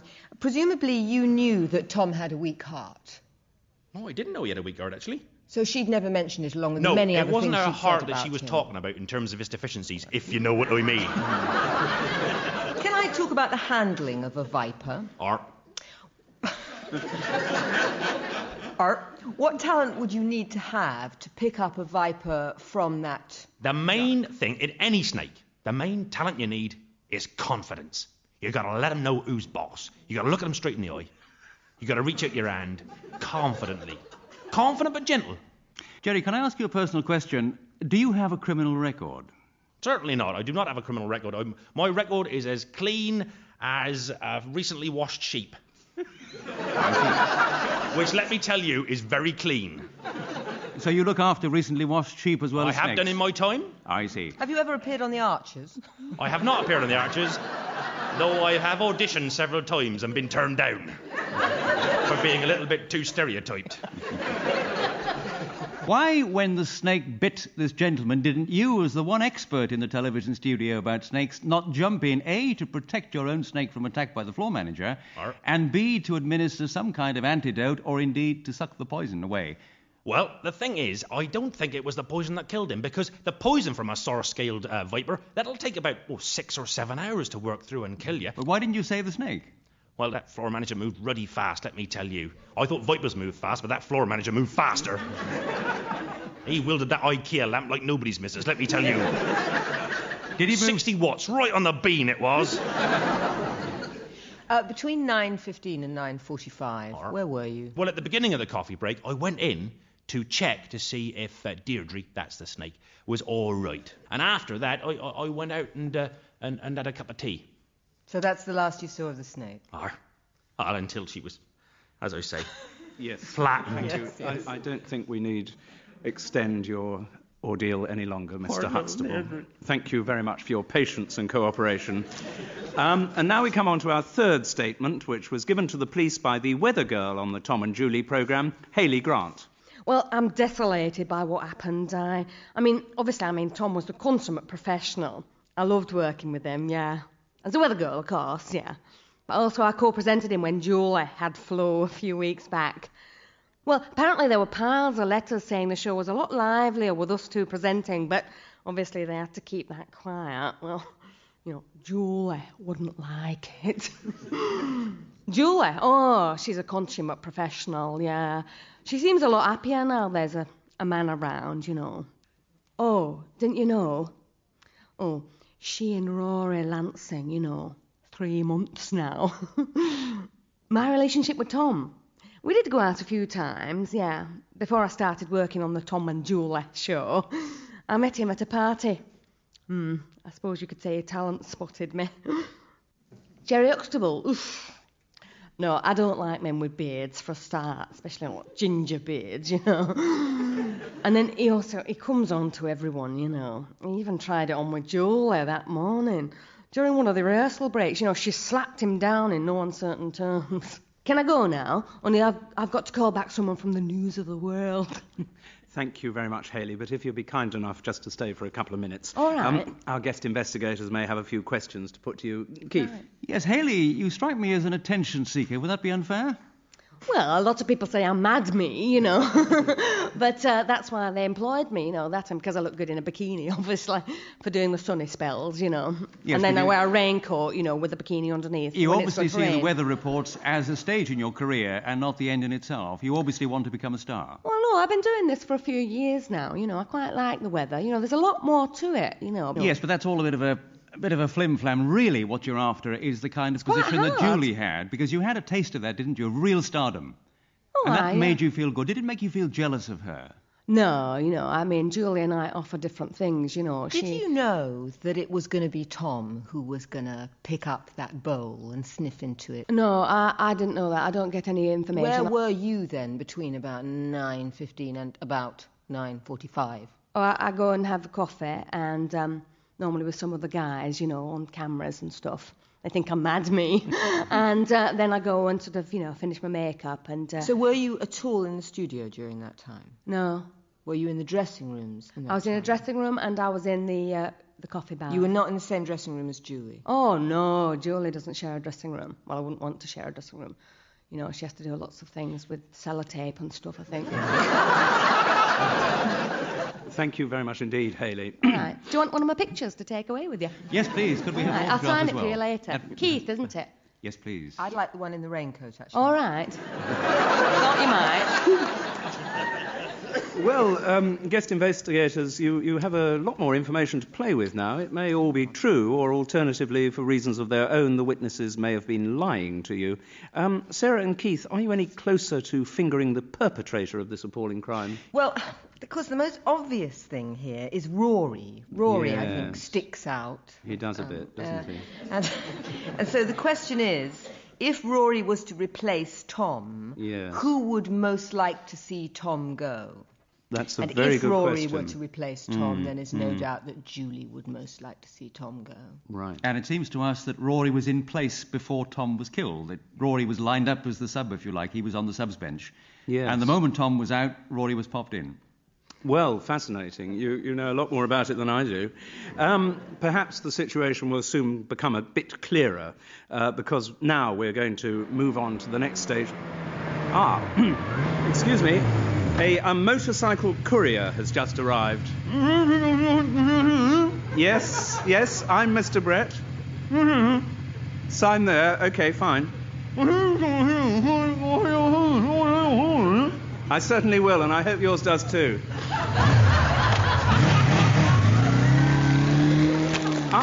Yes. I've just been informed that some new evidence in the case has emerged, so we'll go straight over to hear the latest from Inspector Sergeant.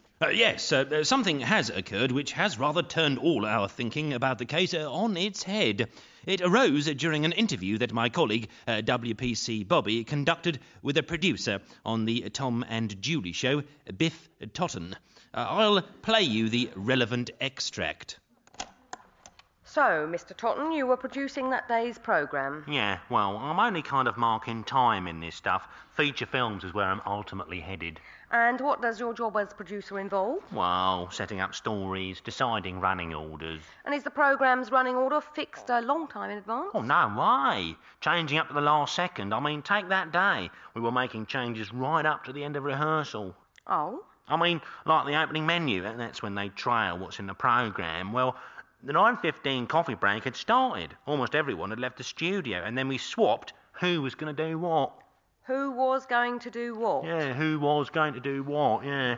We planned that Tom would trail the Jerry Huxtable snake item and Julie do the spicy food routine. But then Julie said, why do I always end up with the bloody cookery stuff? That's blatant gender stereotyping. So we changed it round. And who knew that you changed it around? Only Tom and Julie, till after the break anyway. So the rest of the people in the studio still thought it would be Julie Maitland who would lift up the bowl of spices? Yeah, that's right, yeah. Well, that's let loose a whole cattery into the pigeon coop, hasn't it? Potentially, the wrong person could have been murdered. Sarah and Keith, has what you've heard made you revise your previous opinions? Well, I suppose it depends whether or not Haley was telling the truth, actually. Because if it was in Rory's interest to get rid of Tom, it was in Haley's interest to get rid of Julie. Well, absolutely fascinating. I think probably what you need is a follow-up with the witnesses, and you'll be glad to hear that you're allowed just that. Sarah, who would you like to summon back to the stand first? Oh, I think that weather girl, please. That weather girl. Haley, could you take off the raincoat and... Haley, there's I see that there's a vacancy in Baywatch coming up. And it's really only dependent on one question, that's all I really need to know, which is, were you informed of the change in the running order of the opening menu? No, I wasn't. I just do the weather, really. That doesn't concern me. And anyway, I can't do American for the Baywatch thing, so I wouldn't be able to go for it. Thanks anyway for letting me know. Maybe they could dub me afterwards. I'm sure a lot of people have wanted to do that.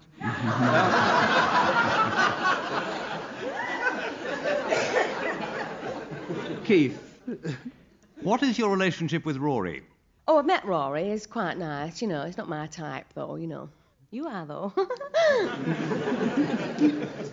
Is that your only question? There may be others later. Oh, all right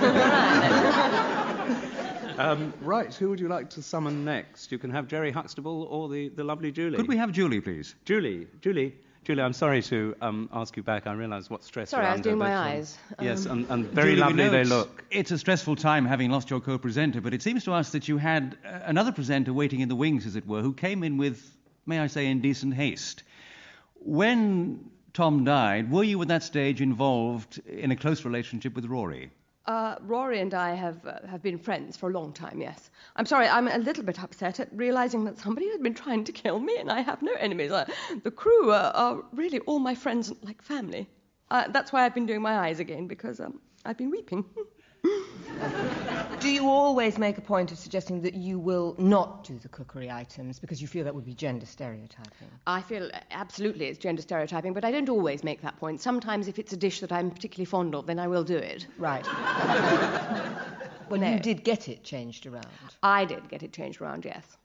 Obviously a woman who knows her own mind. Yes. Thank you for recognising that fact. Well, it takes one to know one. Keith and Sarah, would you now like to call the third statement giver? Oh, we certainly Jerry would. Huxtable back to the stand. Mr. Yes, Huxtable. Please.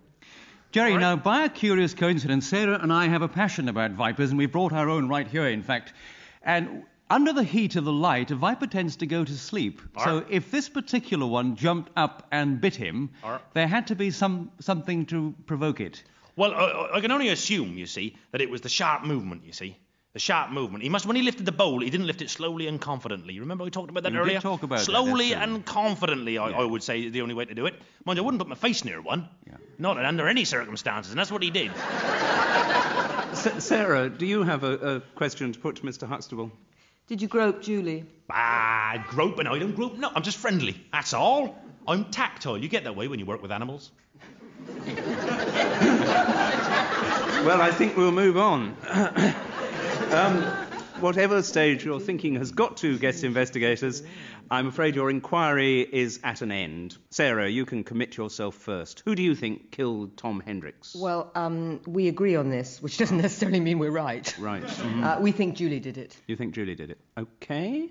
Any reasons or just random hatred? She stood most to gain.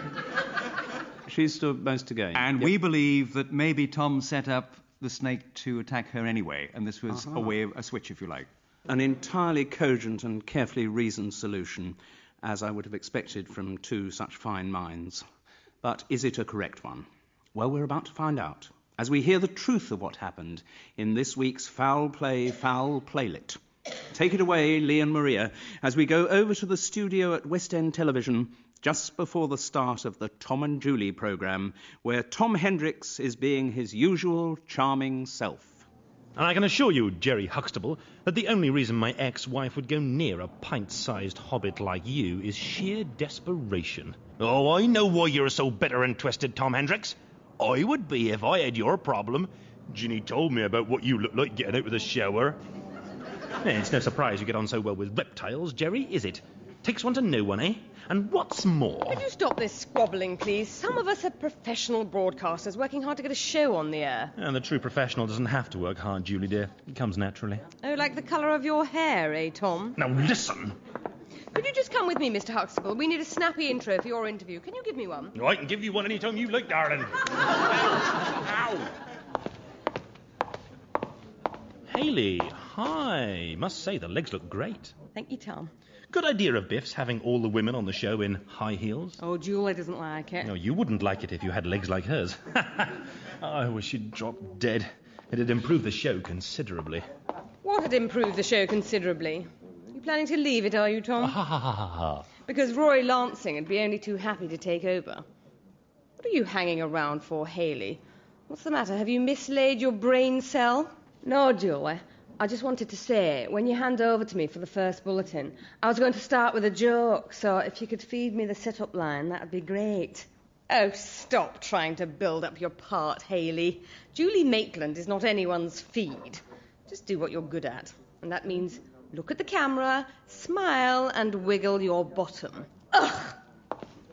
What has got into you, Julie? Apart from Rory Lansing, that is? What a wit, Tom. I'll bet Oscar Wilde's sitting on a cloud consumed by jealousy. Or is it just being 50? What? How did you find out? We've got to break it there, loves. 9:15. Let's have some coffee.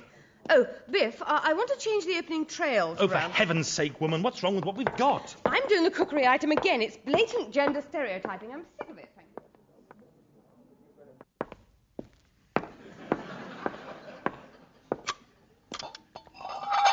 What are you doing, Mr. Huxtable? Oh, just checking Deirdre's all right. Deirdre? My little saw-scaled viper. She's a pretty girl, isn't she? Mind you, so are you, Hayley. Thank you. Oh! You ever fancied an older man? Well... You wouldn't regret it. Look, let me just lock Deirdre up. Then why don't you come to my dressing room for a little... A little what? Well, a little bit of what you fancy. What do you fancy, Hayley? I fancy you telling me about your snake. Oh, really? No, you proper snake. Deirdre, just how poisonous is she? Deadly. And how long does that poison take to kill someone? Would they die as soon as they got...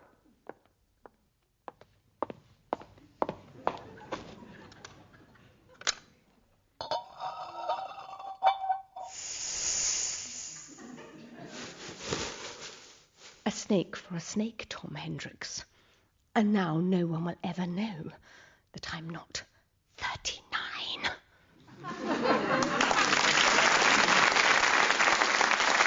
So that's what really happened, and incidentally a searingly authentic portrayal of life in the average television studio, I'm sure you'd agree, Sarah.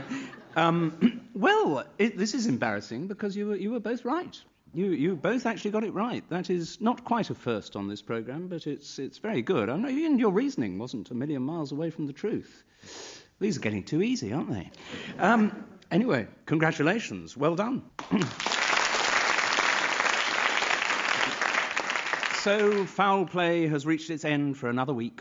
My thanks, as ever, go out to our neatly packaged cast of thousands, Lee Simpson and Maria McCurlin. And also to this week's guest investigators, Sarah Dunant and Keith Miles.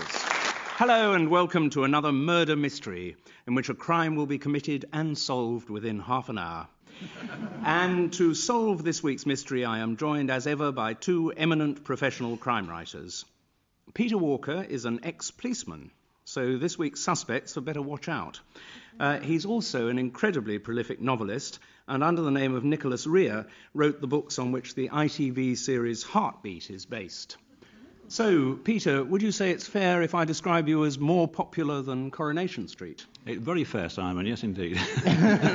Right. Peter's co-investigator is Paula Gosling. She was born in Detroit and has the rare distinction of having had her first novel made into a film starring Sylvester Stallone. Paula, did you recognise anything of your book in the movie? I recognised one name in 2 chapters, and the rest was a mystery. Ladies and gentlemen, our guest investigators. And once again this week, to provide all the characters who people our mystery, will you welcome the usual suspects, Lee Simpson and Maria McErlin. Enough introductions. It's time for a crime. As we listen to Maria read the opening of this week's mystery, The Widow's Last Cruise. The cruise ship Eleanor of Aquitaine steamed expensively through the Mediterranean. Its passenger list included the titled, the eminent, and a few guests who were not quite the thing but had money. Mrs. Stella Preedy fitted firmly into the last category. Her money had come from a judicious marriage to Albert Preedy, the munitions king who'd made such a killing, in every sense of the word, during the Great War. He'd popped his expensive clogs in 1935, leaving his widow the seemingly hopeless task of spending all the money that he left her. She had faced the challenge gamely, moving relentlessly from the Riviera to Switzerland, from cruise ship to cruise ship, bejeweled like a Christmas tree, and leaving always behind her the faint aroma of disapproval. This arose from people of breeding who recognized that she had none, and people of money who recognized that she had more. Of their censure, Mrs. Preedy was always blithely unaware, but not so unaware as she was when the Eleanor of Aquitaine docked in the harbour of Alexandria, because then Stella Preedy lay still on the chaise longue of her stateroom, her face livid and immobile. She had been strangled with her own expensive pearls. Well, it seems like we're back in the so-called golden age of the detective story, at least in period, if not in plot. Peter and Paula, gosh, you sound a bit like a 60s pop group, don't you? Paula and Peter, early days, I know, but any thoughts so far? I'm surprised that anybody could be strangled with a string of pearls. You'd think the string would snap. Yes, I think they had some very strong kind of thread in those days. It Big was well string. known. It was marketed in 1935 as Horniman's faultless thread. Remember it well. Yes. Peter? Completely open mind at the moment. I think that's probably the best way. They do say that if you keep an open mind, people will throw all kinds of rubbish into it. Absolutely. Well, you do have very little to go on at the moment. It's time we had a bit more information. Because of its geographical location, the murder comes under the jurisdiction of the Alexandrian police. The officer in charge of the case, Inspector Nasser Mohammed, has agreed to bring us up to date with his investigations. Inspector Mohammed. Well, Mrs. Stella Preedy was found in a stateroom at 5:30 p.m. by her niece and companion, Miss Marigold Fortescue. Miss Fortescue had last seen her aunt alive at lunchtime, when they had both dined at the table of the ship's captain, Captain Benson. Also in their company had been another passenger, the musical comedian Mr. Harry Faherty. Apart from the marks of strangulation, there were no injuries to Mrs. Preedy, nor was anything disturbed in her stateroom. None of Mrs. Preedy's jewelry or other valuables were missing. This suggests to me that she was not surprised by her killer, and may actually have invited him or her into the room. I have talked to the various other passengers, asking if they saw anything untoward. I even asked a small Belgian gentleman with a curled moustache, but he said he was unable to help, as his character was still in copyright. We don't need him anyway. I have my own theory about the crime. Mrs. Preedy was a rich woman, so we ask ourselves, who profits from her death? Find that person, and you've found your murderer. Well, thank you very much, Inspector.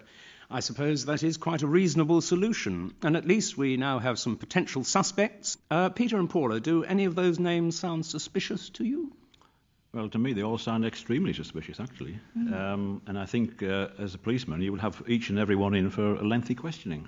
Mm-hmm. Yes, and also, as the captain said, cui bono, who benefits? Mm-hmm. Exactly.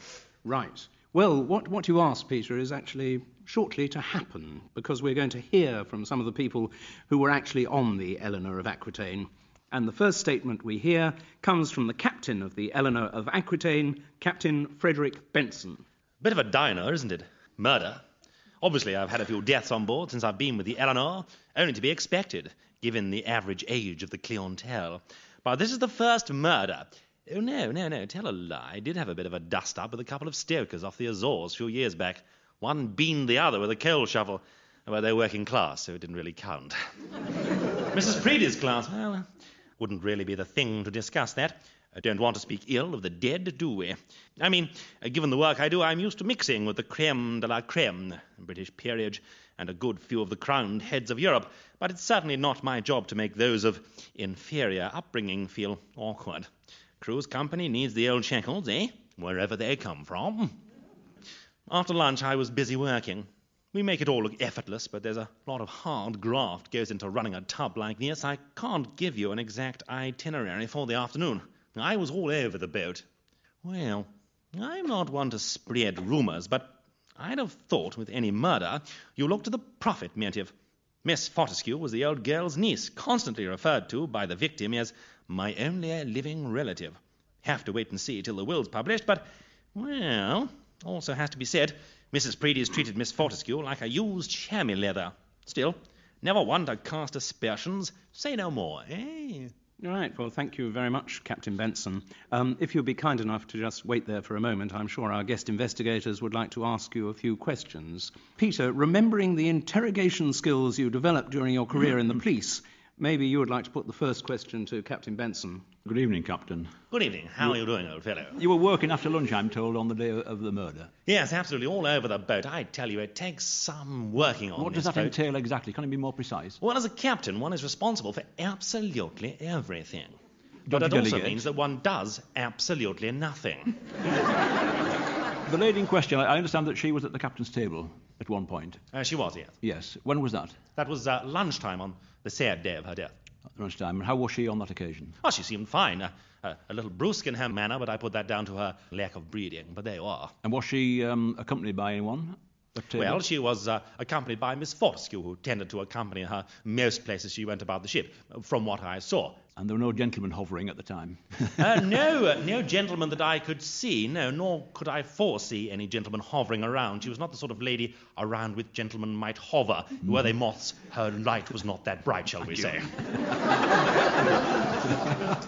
Captain, how many people are at the captain's table? At the captain's table? Not many. In fact, there are only 4, including the captain.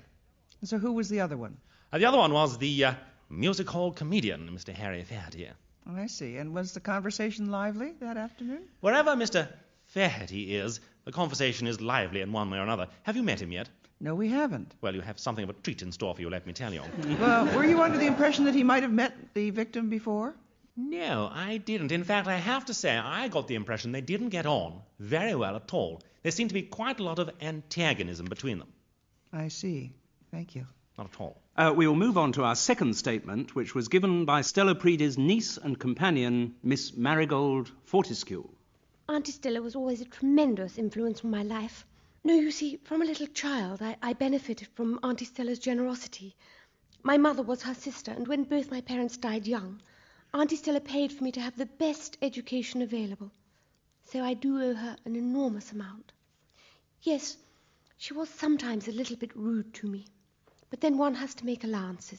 She had lost her husband. She was getting older. And then she had all that money to look after. It can't have been easy for her. Well, yes, she did sometimes shout at me in company, but you know, there was this young man, one of the passengers, called Richard. I liked him very much. We started meeting in the ship's ballrooms in the evenings to dance and, well, Stella forbade me from seeing him. I'm sure she had my best interests at heart.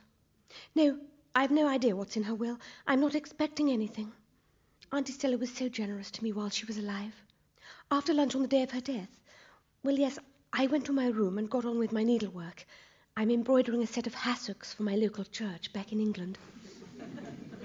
Yes, I'm in a cabin adjacent to Auntie Stella's stateroom, and there is an interconnecting door.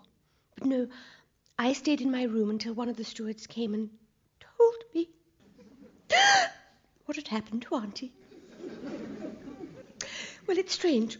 During the afternoon, I did think I heard a conversation coming from the stateroom. There was Auntie's voice and a man's voice. I thought a sort of rather common voice, perhaps northern. But it was probably just my imagination. It's terribly vivid. Yes, well, of course, young girls do have particularly vivid and fertile imaginations, don't they? If I could just ask you to stay there for a moment, Miss Fortescue. Yes. I think there may be some follow-up questions. Paula, what would you like to ask the witness? You say you heard a conversation next door. I believe I did, yes. And you thought it was a man's voice? Yes. And was it an angry conversation? No, you see, I'm afraid I do tend to daydream quite a lot when I'm embroidering my hassocks. And it could have been a man, it could have been a woman. I'm really not sure. It just sounded slightly northern to me. Slightly northern? Yes, but then I could have been just hearing my aunt in stereo. Why did your aunt take against young Richard? I think possibly she was frightened that I would leave her. But now that your aunt is gone, won't you be able to marry Richard? I fear Richard now has been taken by someone else. I'm afraid on cruises of this type, really, gentlemen callers only call a certain amount of time before they get bored, and I believe he's been seen at the Purple Pussycat. Marigold, how would you describe yourself physically? Are you a big girl or a small girl? I fear you're the best person to judge that, sir. Obviously, your aunt thought a lot about you, and did you help your aunt with her money then, with her finances? No, my aunt really never wanted me to know anything about her financial affairs. Didn't you feel that she was not trusting you fully then by not giving you access to everything? It was none of my business. My aunt was perfectly generous to me. Did she meet Richard then? She did. Did you introduce them, or did she catch you? She caught us. She caught you? Yes. Oh, I see. Okay. Right. We weren't doing anything untoward. We were merely dancing. Now, you actually found your aunt, I believe. I found my aunt, yes. I'm interested in the pearls around the neck. Yes. Were they her pearls? They were her pearls, yes. And had you seen them before? Yes, oh yes, she wore them often. They're quite a regular part of her jewellery, were they? Yes. I see. Right, well, thank you very much indeed, Miss Fortescue. I'm deeply moved. We now move on to our third statement, which was given by the retired music hall comedian, Mr. Harry Fairty. Hey, not so much of the retired. You make me feel like the Scotsman who was asked, is anything worn under the kilt? No, he replied, it's all in perfect working order. I'm certainly not retired. Going back to England to make a new series of me radio show for the BBC called Fairty Middlin'. Yes, well, I come on a cruise because I made a few bob. Not always like that. Oh, no. When I was growing up in Muckingham, we were so poor, my mum used to send me down to the butcher's every Monday to buy a sheep's head and leave the eyes in, I had to say, so it can see us through the week. No!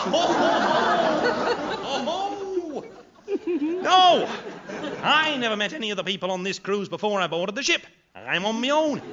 I was married, but it didn't work out for me. Too fastidious. I was fast, she was hideous. Oh, hey!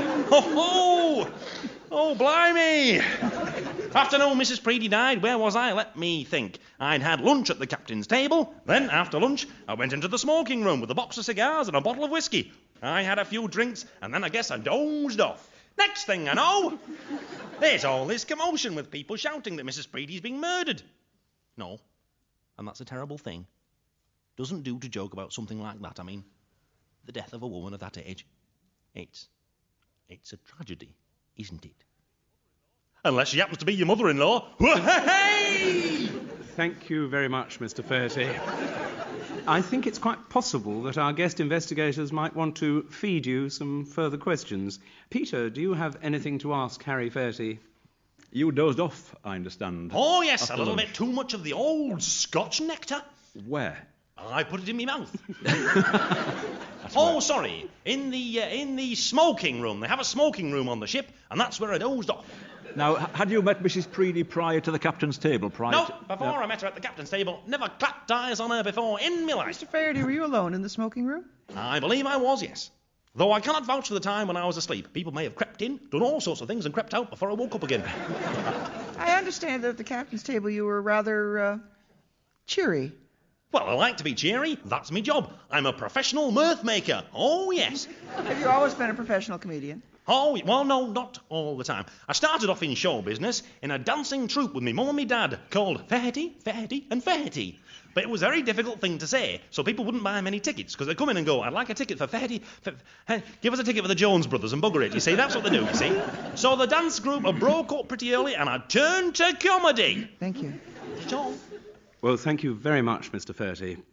Well, guest investigators, has the new information brought you any nearer to a solution of this appalling crime? Where's your finger pointing at the moment, Peter?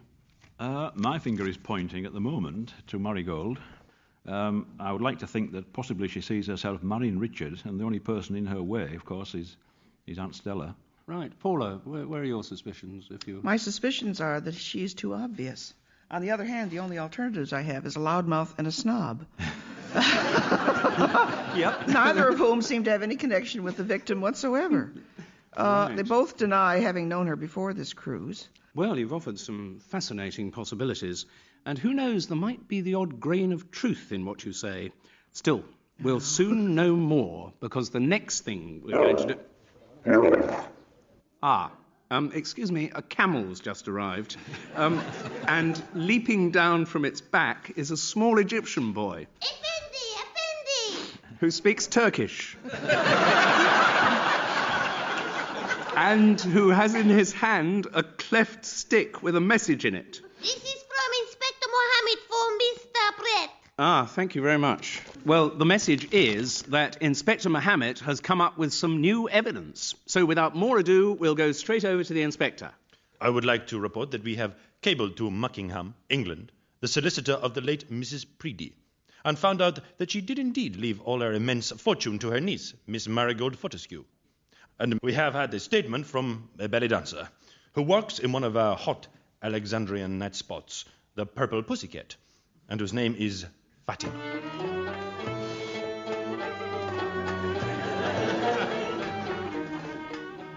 On the evening after the Eleanor of Aquitaine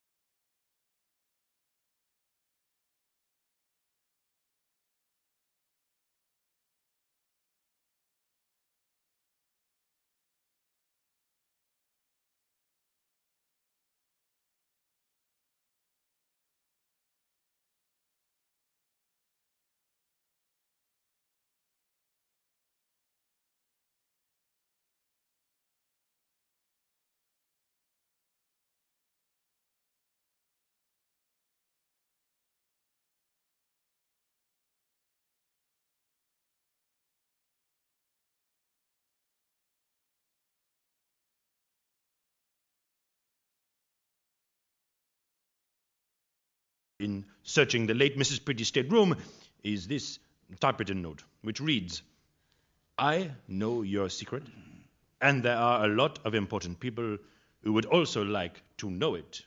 Thank you very much, Inspector Mohammed. Well, Peter and Paula, quite a lot of new thoughts to chew on there. Do any of them change the direction in which your suspicions were moving? There's an interesting correlation. And I have a note here that Mr. Faherty comes from Buckingham, and that Miss Preedy's solicitor is in Buckingham. Mr. Faherty very possibly knows this lady very, very, very well, and is lying in his little northern teeth about not having met her before. Hence the antagonism, which seemed to have no source. Well, maybe you can get a bit closer to the truth by further cross-examination. You may now call back each of the witnesses. Paula, who would you like to summon back to the stand first? Well, he frightens me half to death, but I think Mr. Faherty. Mr. Faherty. Mr. Faherty, you come from Buckingham. I certainly do, and proud of it. It's a fine town. And so does Mrs. Preedy, or so did Mrs. Preedy, the late Does she? Mrs. Preedy. Well, that's news to me. Is it indeed? Oh, yes. And is it possible that you might have known her a little better than the average person might have known her? Are you implying, you chinky thing, that we had a bit of kissing and cuddling on the poop deck?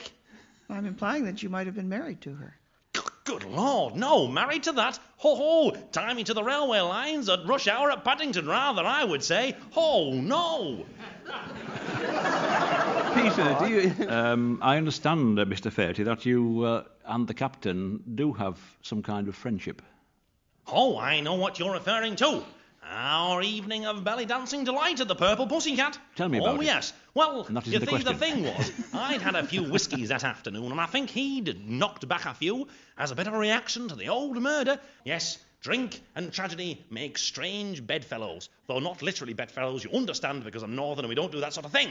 Not up north, we don't, no. As you know. Thank you very much, Mr. Faherty. Thank you. Who would you like to call to the stand next? Have another word with Marigold? Yes, Miss Fortescue, if you would be so kind. Marigold, we know that your mother was Mrs. Preedy's sister. That's right. Who was your father? I never knew my father, I'm afraid. Why not? He died when I was 2. I have no recollection of him at all. I believe in my daydreams that he was a count. Your aunt, Marigold, she... one of the things she did for you was to give you a good education, the best education, in fact, you said. That's right, yes. Where was that?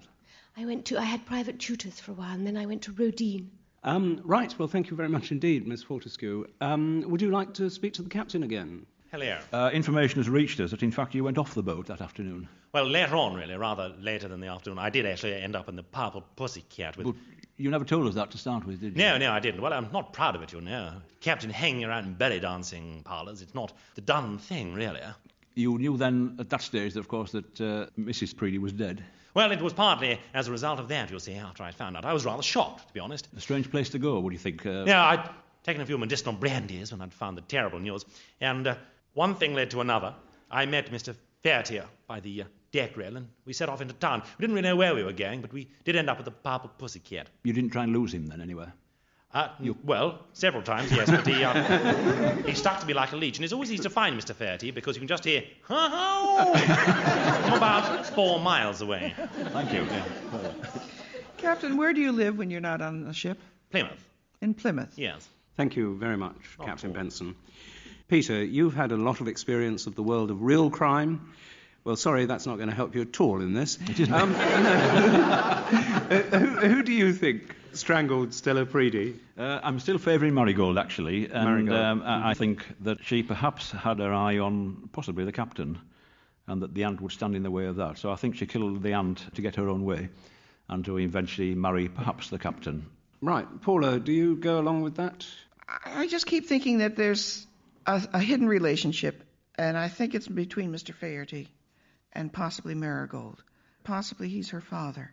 And it could have been Mr. Faherty's previous existence, and when he encountered the aunt, all was about to be revealed if he didn't kill her. You would point the finger at Mr. Faherty? Mr. Faherty, he has no corroboration for his alibi whatsoever, and there was no one else in the smoking room. Right. He says he was asleep, but who's going to believe that? I can't believe that man ever sleeps. Right. Well, I have made a note of those conclusions, and soon we will know if either of you has hit upon the right solution, because it's time for this week's Foul Play, Foul Playlet. Yes, now we'll find out what really happened as we join the captain's table on the cruise ship Eleanor of Aquitaine. And then, after that, I'm going to Bury St. Edmunds. Somebody's got to. He's been dead for years. Ho, ho, ho! Very amusing, Mr. Faherty. You know, Mrs. Preedy, this is the first cruise we've had a comedian on board. And, Captain, one can only hope it's the last. Marigold, me corsage's crew kid. Oh dear, Auntie Stella, let me straighten it for you. Hey, have you heard this one? My mother-in-law's always changing her mind. Trouble is, she never gets one that works any better. Ho, ho, ho! Mr. Faherty, I'm surprised that you choose to tell stories which draw attention to your family background. Yes, well, I do hope you're all looking forward to the delights of Alexandria. Certainly, Captain Benson. My Baedeker guide warns that the street markets are full of thieves. They advise that young ladies should watch out for men trying to get their hands on their valuables. And on their virtues, eh? Mr. Faherty. I must ask you to withdraw that remark. This is the captain's table, round which have sat princes and duchesses. It is not used to the language of the barrack room. Oh, sorry, Captain, well, it's difficult to change the way you were brought up. Oh, I wouldn't say that. It is possible to rise above the tenements of Goose Market Street, you know. Oh, but I wasn't brought up in Goose Market Street. It was just around the corner, in Cheesemaker's Lane. The precise location is immaterial, Mr. Faherty. It doesn't change my point. It is possible to rise above one's background, even when that background's Muckingham. Many people have done so before. I mean, I weren't born to my current status, but would anyone ever guess that now, eh? I'm sure no one would imagine that you had ever been other than the charming lady we now see before us, Mrs. Preedy. Thank you, Captain. Marigold, girl, what are you doing staring across room looking out for that gigolo of yours, eh? No, Aunt, You will be allowed to take an interest in young men when I say so, and not before. Now come along, you silly chit, and take me to the stateroom. It's time for me afternoon nap.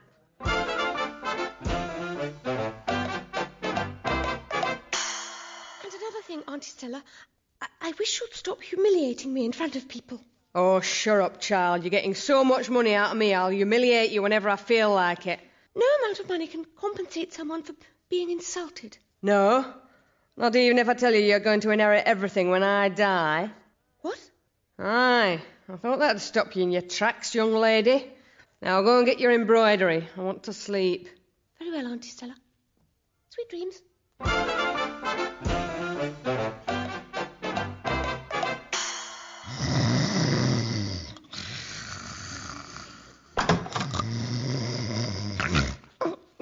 What's going on? Hey, it's you. Well, I can't say I'm surprised to see you. You got me note, did you? Well, it's true, I do know your secret. That's the thing about being member of lovable working class, isn't it? Everyone knows everyone else's secrets, don't they? A little secret like, say, the fact that the well-known, well-loved Harry Fairty, the one they think so highly of at BBC, that he went to prison in his 20s for stealing jewellery. Everyone round Goose Market Street and Cheesemaker Lane in Muckingham knew about that. And working class people don't forget. Oh no, however high and mighty someone might become, we remember how they used to be and all the naughty little things they did. We don't like people pretending to be what they're not. It was when I mentioned the tenements in Goose Market Street. You knew I was onto you, didn't you? Oh, don't think you can buy me off. I've more money than I'll ever need. No, the pleasures of blackmail are as nothing compared to the pleasure I'll get from showing you up in public for what you really are. It's just a matter of who I decide to break the glad news to first. Really? That's what you think, is it? You'll never get the chance to break it to anyone. Oh, no. Hey, it's nice to hear your proper accent again, by the way. Captain Benson, take your hands off me pearls. Don't you dare. Don't you bastard.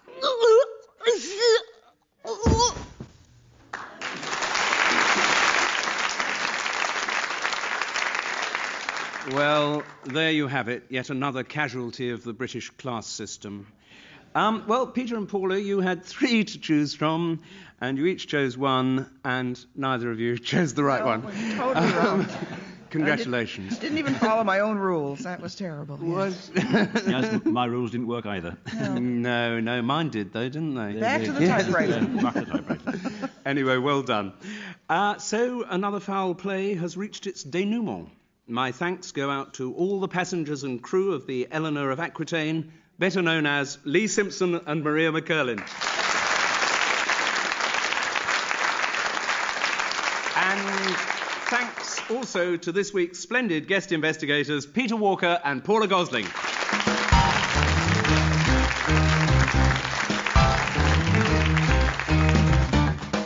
Foul Play was devised and written by the chairman, Simon Brett. The producer was Anne Jobson. Hello, welcome to more colourful crime. As always, the game we're playing is Who Done It? And to answer that question, I'm joined by 2 highly skilled practitioners of the art of crime writing. Robert Barnard is a former professor of English whose crime novels are always peppered with a sharp tang of humour. Bob, do you really believe that murder is an appropriate subject for levity? Oh, definitely. Even Shakespeare thought so.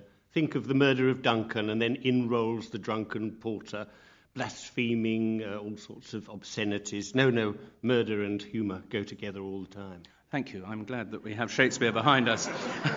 Bob's co-investigator is Caroline Graham. Her varied past includes working as a dancer and actress, and her crime novels tend to take the traditional whodunit form and then add a distinctly contemporary twist. Caroline, do you have an affection for the so-called Golden Age detective story? I do. I realise that their framework is artificial, no longer applies today, but I like the idea that things work out in the end, that there's the good end happily and the bad unhappily. A bit of I wish I could promise that that will happen today. Ladies and gentlemen, our guest investigators. But whatever the setting of today's mystery, I can guarantee that it's going to need a cast of suspects, witnesses, and a murderer. And I can also guarantee that they will all be played by Foul Play's answer to the Royal Shakespeare Company, Lee Simpson and Maria McCurlin.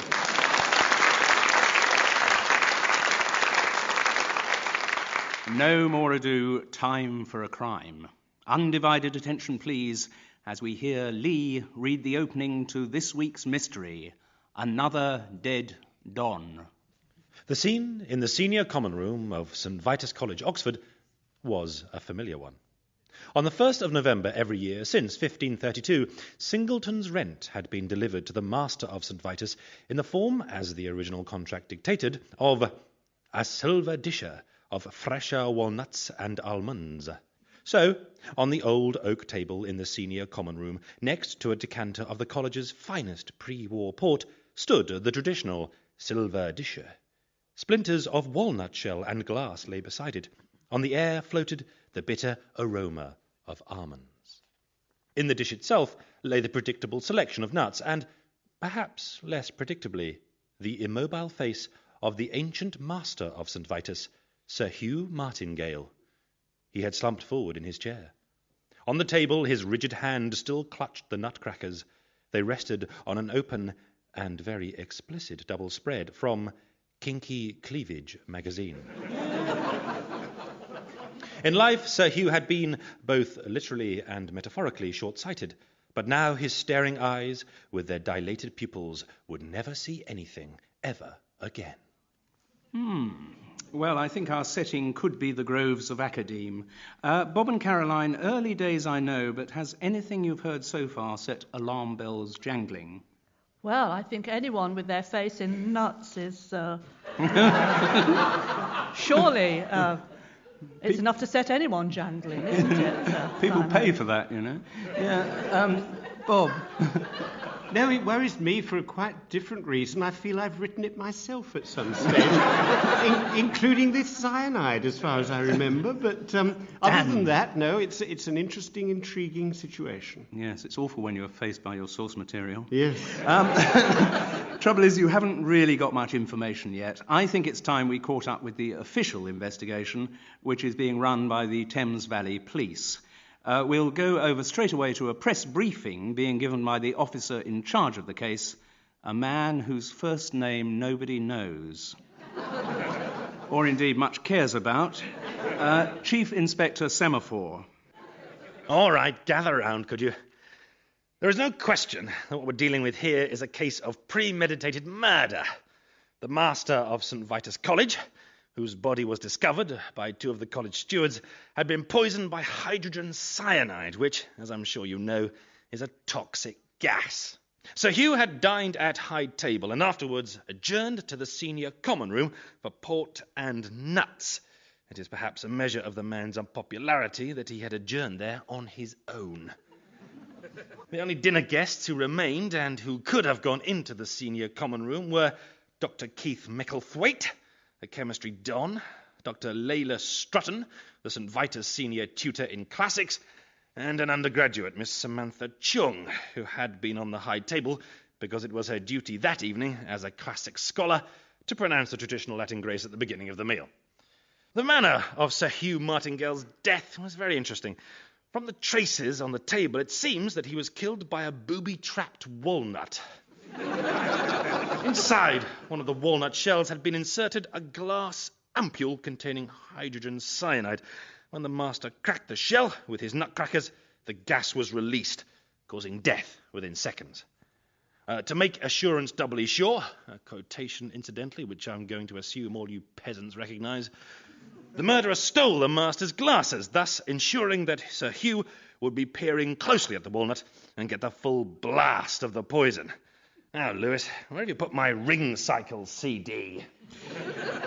Thank you very much, Chief Inspector Semaphore. So now at least there are some names of potential suspects to play with. Bob and Caroline, following that briefing, are your suspicions taking any more concrete form? One can't help wondering, here we have a chemistry don, and here we have some cyanide. Who better to have access to it? Bob, any... No, yes. I think I've just about got the basic setup. You can't expect more after a half a glass of your excellent wine. Exactly. Now I think it's time we heard some statements from the individuals concerned in the case. And we'll start with Dr. Lila Strutton, head of the Classics Department at St. Vitus College. Well, I can't pretend to be sorry that the master's dead. Sir Hugh always showed a cavalier disregard for all of his colleagues, and particularly for his women colleagues. He's tried all kinds of cheap tricks to get me to resign my post, but I'm glad to say without any success. Yes, I did stay around after dinner at the high table. There was a matter I needed to discuss with the master on his own, but he went through to the senior common room with Dr. Micklethwaite. So I decided my business with him would just have to wait, and then I went off to my room. Oh, it was a college matter. I was distressed by the very inadequate performance of one of the undergraduates in my department. I was proposing that we should send down the individual involved. Dr. Micklethwaite, no. Of course, I didn't know him well, no. He's a scientist. Samantha Chung. Antipodean girl, yes. Obviously, I knew her. She's studying classics. I had no motive to kill Sir Hugh Martingale. Yes, I loathed him, but if we all killed everyone we loathed, there wouldn't be many men around, would there? As I said before, I'm not going to cry any crocodile tears over him. I'm deeply opposed to violence against women, but violence against someone like Sir Hugh Martingale, well, seems entirely appropriate to me. Thank you very much. Now, guest investigators, you have 2 minutes to cross-examine Dr. Strutton. Bob, as a former academic yourself, maybe you would like to have first crack at Dr. Strutton. I think, you really have to be a lot more specific about this undergraduate who was threatened with rustication or worse, and you are not telling us anything about him or her. Well, to be fair, you hadn't asked me, but I will indeed fill you in. Thank you. The student I was talking about was Samantha Chung. I thought it might be. Yes. There must be some reason why you felt that she was a candidate for this penalty. Frankly, the girl has no idea. How she ever got in, I never know. And she is Antipodean, we're told. Yes. Very interesting. Do you find that interesting, Clara? Well, no.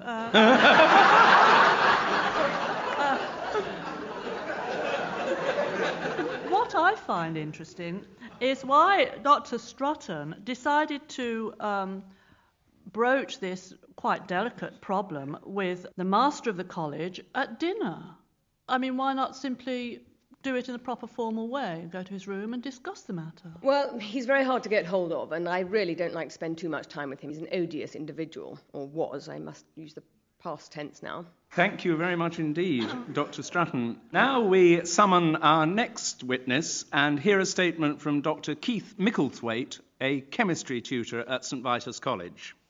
No, I didn't care for Sir Hugh Martingale. He had a habit of being very offensive to me in company. I mean, I'd not had his privileged background, and he thought everyone working class was simply comical. Also, I were a scientist, and he equated all scientists with garage mechanics. I think he hoped if he went on being rude to me, I'd leave college. But I weren't going to give him that satisfaction. Oh, no. Look, I'd better tell you straight. The subject I'm currently researching in the laboratories is the toxicity of cyanide. Right? In my experiments, I have used glass ampules of hydrogen cyanide. Let's get that out of the way, because you're going to find it out sooner or later. But, having said that, I didn't bring any ampules from laboratories to St. Vitus.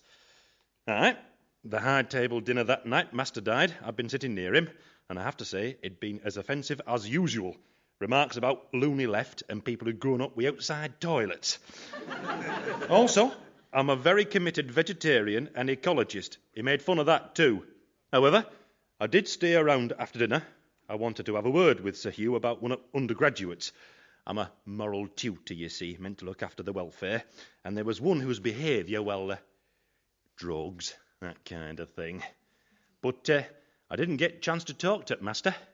He went off to senior common room with Dr. Strutton, so I thought I'd wait till next day for our talk. I went to my room to continue some research. Thank you very much, Doctor. Caroline, maybe you'd like to start this time. Well, why did Sir Hugh want you to leave? I represented the outside world, you see. A little bit of working class, a little bit of someone who's pulled themselves up by the bootstraps, you see. Yes. And he didn't like that. Oh, no, he didn't like that at all. No. Outside world, outside toilet. Everything very, very basic. He equated the two. Outside, very well put. Outside world, outside toilet. That were his view. How old are you? I'm 37. How could you have an outside toilet? I mean, I had an outside toilet. Have you ever been to Barnsley?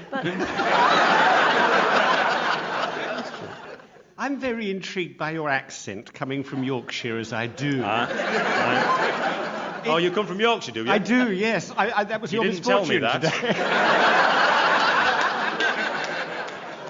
I wonder, now you say you're only 37, but I wonder whether you acquired this accent at a time when to be downwardly mobile was almost sine qua non, as we say. I beg your pardon? Now, you said, very significantly, you said you actually saw Dr. Strutton going off with the dead man.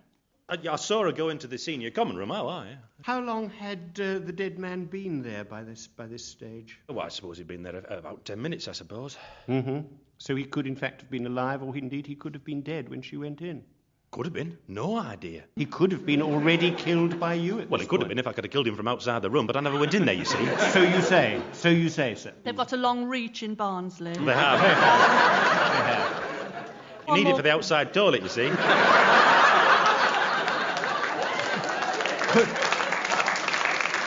Well, thank you very much indeed, Dr. Micklethwaite. We move on to our third statement, which comes from the undergraduate Samantha Chung. Ah, g'day.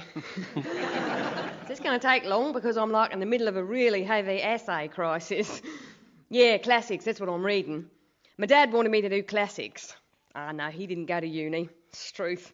He's Archie Chung, you know, from Malaysia. He owns Chung Magazine International and the Chung Burger fast food chain and goodness knows what else. Ah, the master, yeah, Sir Hugh. Well, he'd always been okay to me, really, you know, kept people off my back. You know, like when people got a bit heavy with me. I mean, like, a lot of people were really surprised I got a scholarship because I hadn't really got the grades and stuff, but Sir Hugh reckoned I was the kind of person St Vitus needed. Yeah, well, I was at dinner on the high table that night because I had to do this Latin grace. Goes on forever. God knows what it means. Well, most scholars have to do it off by heart, but Sir Hugh said it would be all right if I just read it. I had a bit of trouble with that as well. Cyanide? No, I've sniffed a few things in my time, but not that. Oh, right. After the dinner at high table, well, I hung around because, well, I'd got some people who were causing me, as I say, a bit of grief, standing at my work and all of that. And I'd usually found a quick word with Sir Hugh would get that kind of problem fixed, you know. But then he went off into the senior common room with Dr. Strutton, Head-Button Strutton we call her, and Dr. Micklethwaite, and I thought, well, geez, you know, it'll keep, and it's not as if anyone's trying to send me down tomorrow or anything. So I went back to my room and had a quick snort. I got on with my essay. Bit of an essay crisis, you know, like I said. Well, thank you very much, Miss Chung, for that very concise statement. Bob, I'm sure you have a question to put to Miss Chung. Well, yes, it is the misfortune of these people that I seem to have special knowledge since my wife is Australian and I'm listening to your accent. Well, as I said, my father's Malaysian, so it's a little bit mixed. Yes, now, how did you actually get into Oxford? What was the process? It's truth, bloody good luck, I reckon, mate. I did find the entrance exam pretty hard. I thought I'd flunked it, but everything seemed to work out fine. I see. Here I am. Yes, and your knowledge of classics is basic. Yeah, I think you are having the effect of giving us a wonderful understanding of Dr. Lila Strutton's viewpoint on this, Caroline. So, Hugh, you said he kept a lot of people off your back. Why were people on your back, as it were? I mean, was it racial harassment? Was it sexual harassment? Was it? No, they're a bunch of stuck-up poms, aren't they? Oh, it's condescension. Yeah, I think I didn't fit in, you know. I've got one friend, that's all, and she's a Kiwi. She's a bit dull. But apart from that, I made no friends with any of the toffee noses. You say he kept people off your back. Are you sure he didn't keep you on yours?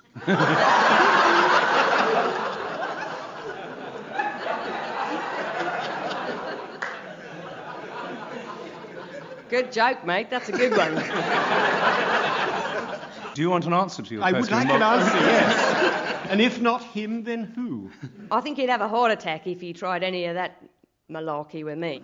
Well, Bob and Caroline, you've heard all three statements. Do you think you're any nearer a solution to this baffling case? Certainly the last witness has explained a lot of what puzzled me early on. I think one can be a feminist and still wish to see the back of Miss Samantha Chung. Yes. Very definitely. What we have to do now is... Oh, excuse me, I'm just receiving a fax here. Which says... Good heavens. It says that some new evidence has been discovered in the case, so we'll go over immediately to Chief Inspector Semaphore, who is currently in a pub. Sorry. Just finishing a pint of Sumner's Old Apocryphal there. Yes, well, we have found some rather interesting new pieces of evidence. First, we've been investigating the funding of St Vitus, and we've found that on the day he died, Sir Hugh Martingale had been very close to clinching a £5 million research endowment to the college from a charitable trust called ACGTL. Subsequent researchers have revealed that this fund is ultimately controlled by a company owned by Archie Chung. More interesting from my point of view, however, are the discoveries made inside St Vitus College. In their searches of the room of Miss Samantha Chung, my men did not find any drugs.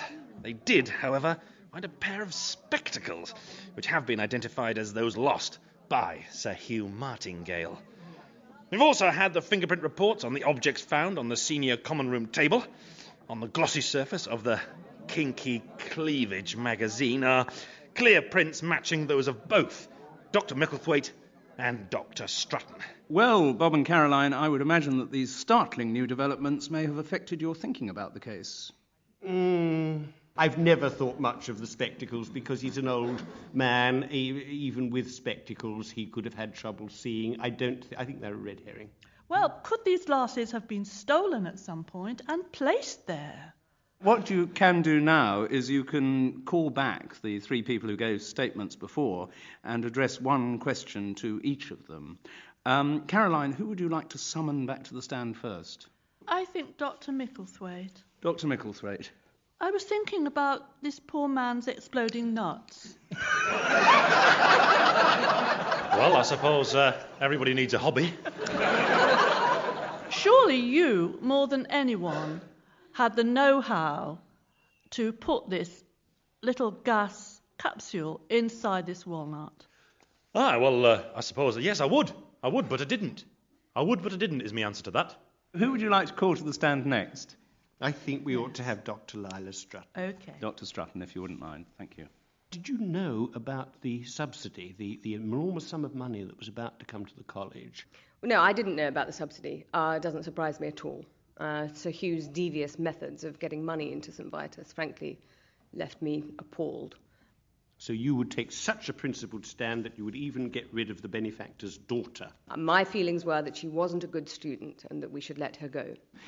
Would you like now to call the young lady herself? We would. I think she's Yes, available. we'll call... Miss Chung, if you would come to the stand. Can I suggest that as an Australian you have a past, both in that country and in this country, of sexual adventurism, that you were having affairs with absolutely everybody whose name has come up today, and that in the end you had a bit of strife with Dr. Lila Strutton, who couldn't stand the fact that you were also going with men. Truth, mate. You've got some imagination there, I can tell you that, for nothing. Right, well, you've had your allocation of questions, and now I'm afraid it's that moment, guest investigators, when you have to commit yourselves to a name. Bob, where is your finger currently pointing? Well, my finger, I think we're coming to an agreement on this. My finger, I must say, is currently pointing to Dr. Lila Strutton. I feel she is a woman scorned. I think she knew all about the experiments going on in Mr. Micklethwaite's garage. It was very easy to get hold of something that would incriminate him, knowing that he was also a sworn class enemy of the dead man. But I think she felt betrayed that this woman could go and canoodle with a dirty-minded old Oxford lecturer like Sir Hugh Martingale. That's who I plump for. Thank you. Well, I hate to join a club, but I think Bob is right, and I plump for Dr. Strutton. I think that it's to do with money. Mm-hmm. And I think that Dr. Strutton knew about the £5 million. I think she's angling for the job of master, if you'll pardon the generic, sorry about that. And that she's also in it with Dr. Micklethwaite, who actually gussied up the nuts. That's my opinion. Thank you. Conspiracy, right. Yes. Absolutely fascinating. But right or wrong, that's the question. Well, we're about to find out the answer in this week's Foul Play, Foul Playlet. The high table dinner has just finished as we go over to the senior common room of St. Vitus College, Oxford. Come through, my dear young lady. I'm not a dear young lady, I'm a woman. Mm-hmm, that's true.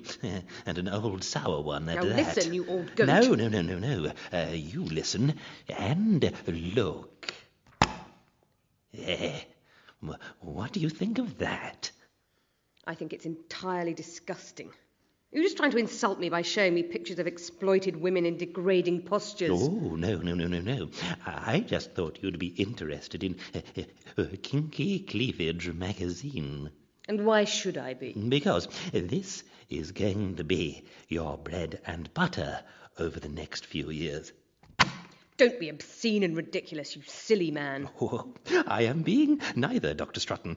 Kinky Cleavage is published by Chung Magazines International. So? With whom I'm about to sign a deal for £5 million research funding for St. Vitus. What? Yes, that won't do your feminist street cred much good, will it? But if this deal goes through, I'll have to resign from the college. Exactly, Dr. Strutton. I knew I'd get rid of you one way or the other. Monster! You haven't heard the end of this! Oh, I think I probably have. Now, maybe a glass of port. I'll keep the walnuts till later.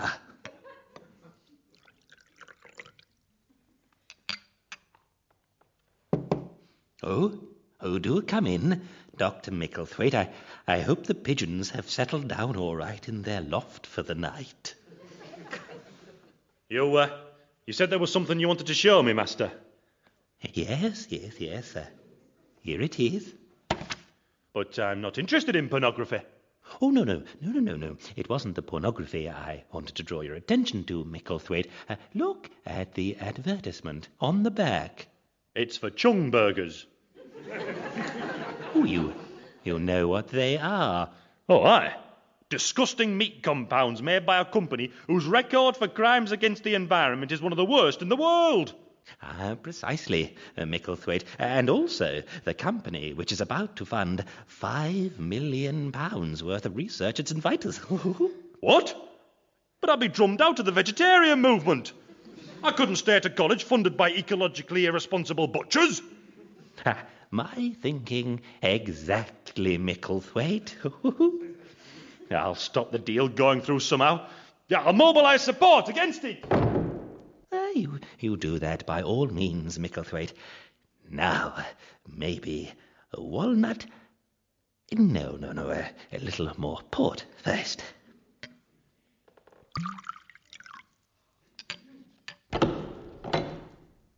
Sir Hugh? You now. Right, come on in, my dear. Sir Hugh, I'm getting more hassle. Dr. Strutton keeps going on about having me sent down. Good. Good? What on earth do you mean, good? I mean that I agree with Dr. Strutton. You're an exceptionally stupid girl, Samantha. You've done no work. Your morals make a sewer rat look like a model of probity. Yes. I think you should be sent down. But I'll speak to my father. Oh, do, by all means. I'm afraid that little game's not going to work anymore. Your father actually signed over the £5 million today. He can't go back on it. You no longer have any hold over me, you unpleasant, spoiled little brat. What? But you... How dare you? My father's got some very nasty friends. He'll set them on you, mate. See if I care. Well. Oh, good day's mischief, I would say. I'm never going to do a better one. So, a little more port. And soon it'll be time for the walnuts. It's been a good innings. Not a day's gone by when I haven't brought a little misery into someone's life. And now, the coup de théâtre. I've got the ampule of hydrogen cyanide from Dr. Micklethwaite's laboratory. I'm sure his fingerprints are on that. His and Dr. Strutton's fingerprints are on the copy of Kinky Cleavage. But my glasses are hidden in Miss Chung's room. Yes. Oh, I think there's enough to keep the police busy and to make all three of the suspects sweat during investigations. Particularly if that stupid Chief Inspector Semaphore's in charge. Oh, no. I think I can confidently state that I'm going out on a high note. Now, time for that walnut, I think.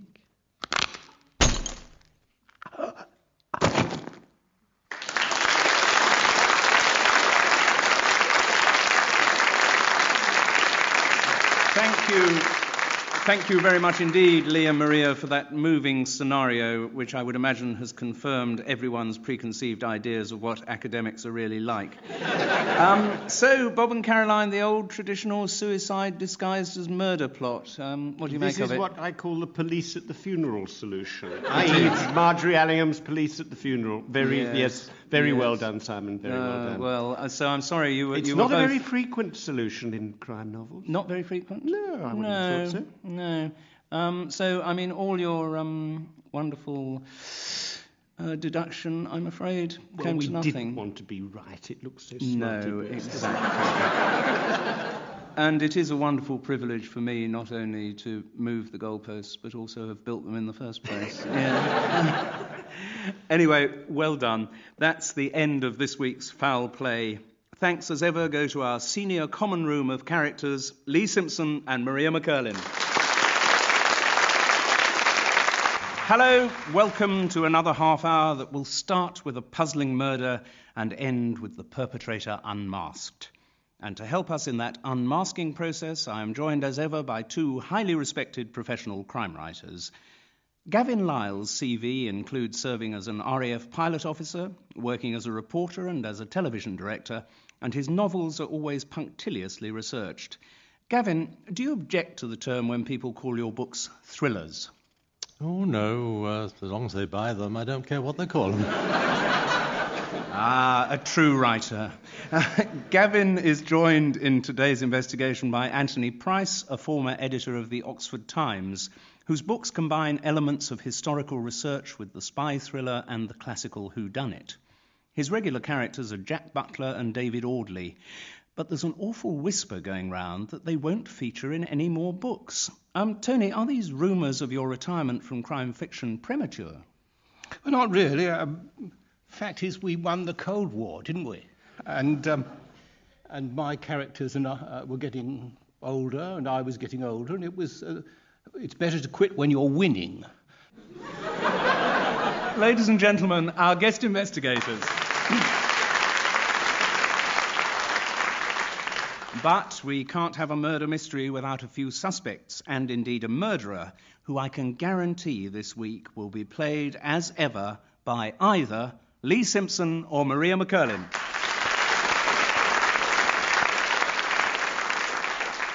Right, it's time for a crime. As Maria reads us the opening to this week's mystery, The Corpse Who Stayed Out in the Cold. The spill of light from a street lamp made a halo of the frost around the woman's beehive hairdo. Her still face, too, with its fine Slavic cheekbones, was spangled with ice. She lay among dustbins in a small dead-end alley near the Covent Garden Flower Market.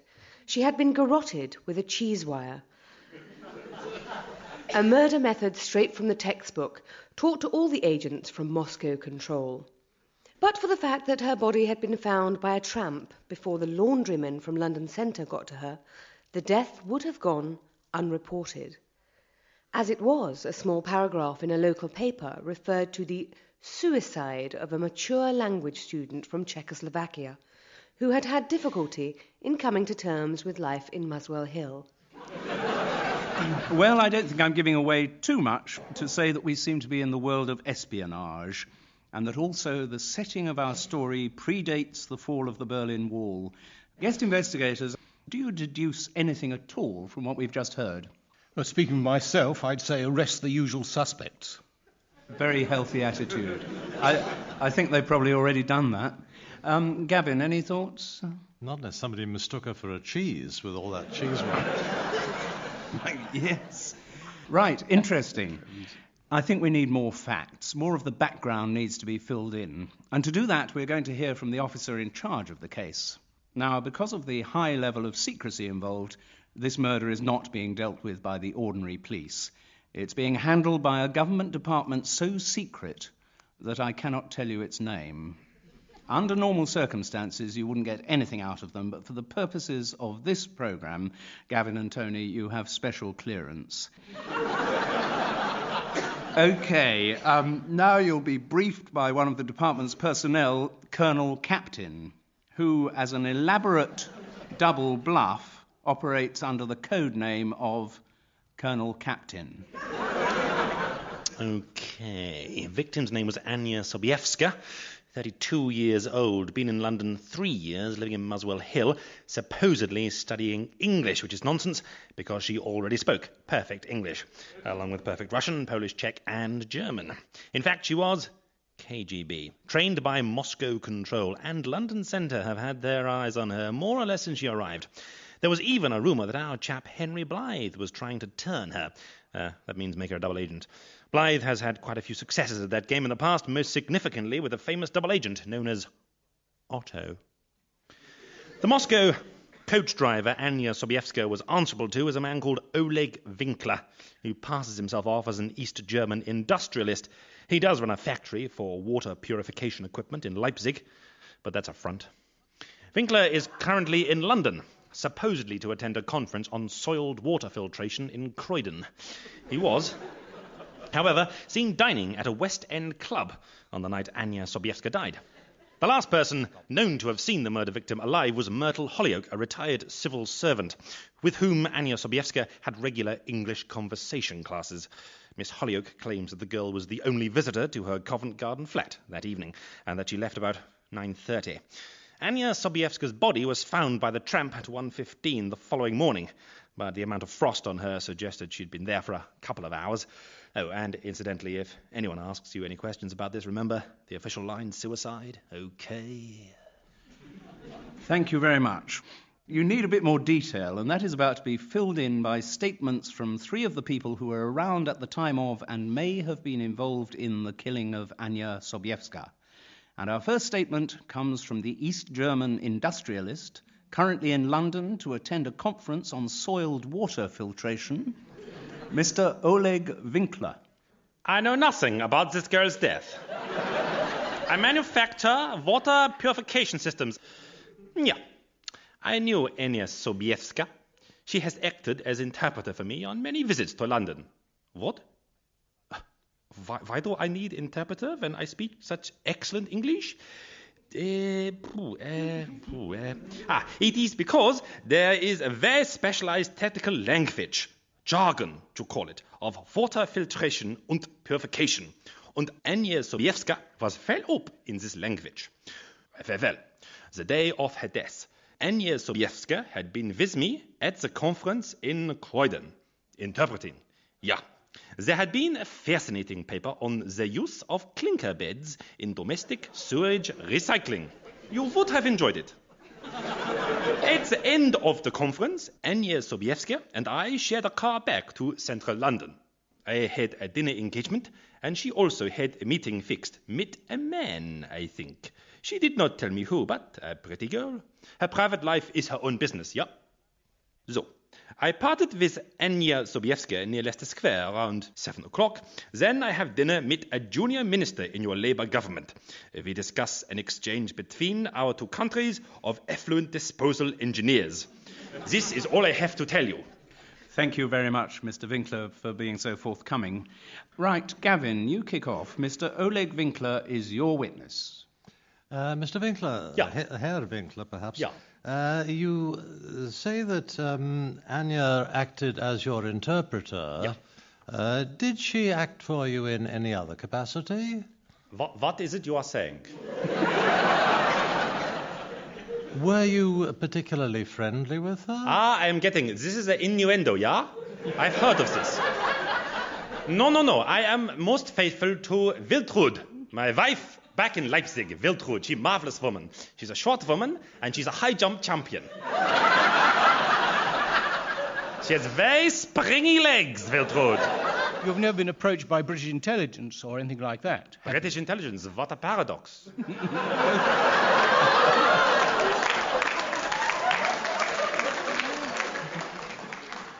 So I would be correct in saying that you're a member of the Communist Party. I am a party member, yeah. Thank you very much, Herr Winkler. So we move on to our second statement, given by a woman who worked in the British Embassy in Bonn during the early 50s. She's now retired, and her name is Miss Myrtle Hollyoake. Oh, do come in. I hope you're not allergic to cats. I do have rather a lot of them. Come, just move the old girl out of the way and sit down. Would you like a gin? I'm going to have one myself. I hope you don't mind. It's a very sad business, isn't it? Anya Sobieska has been coming to me regularly for English conversation classes. Every week. We talked about all kinds of things, you know, classical music and knitting, jam recipes, cats. No, never politics, no. Well, the evening she died, she arrived at 7:30 as usual, but I wouldn't say she was as usual in herself. No, excuse me a moment. No, well, she seemed worried about something. You know, she kept looking out of the window and down onto the street, as though she was afraid that someone might be watching her. No, she didn't confide her troubles to me. I don't know, you know, these young women, they get themselves into hopeless pickles, don't they? Simpler in the days when one just got married and left it at that, don't you think, you know, regardless of whether one was enjoying it or not. Oh, no, I never got married myself, no. I was engaged to a young chap in the 50s, one of our agents, Roger Carstairs, he was called. But, he was betrayed to the KGB, so... No, he never came back. Sorry, I'm going to have to stop and have another little drink, if you don't mind, because it's a little bit... Can I top you up at all? No, I was going to say you put a bit too much in the first time. Oh, really? Could I have a little more tonic? Oh, just leave it. One of the cats will have it.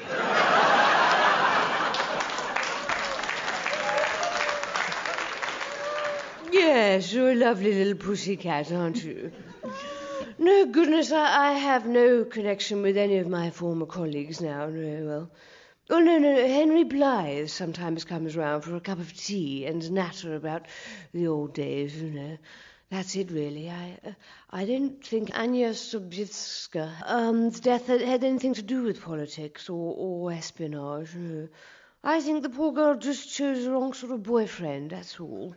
Thank you very much, Miss Hollyoake. No, thank you. Our guest investigators would like a few words. Oh, yes. Tony, you would like to start, perhaps? Hello. Your You're fiancé. very nice, aren't you? Well, that's what they told me. Your boyfriend, Mr. Yes. Carstairs, that was very sad. When did that happen? A long time ago, was that? Yes, the beginning of the 50s. I see. Was Henry a friend of his? Henry? Yes. Well, he knew Henry, obviously, because Henry was my boss.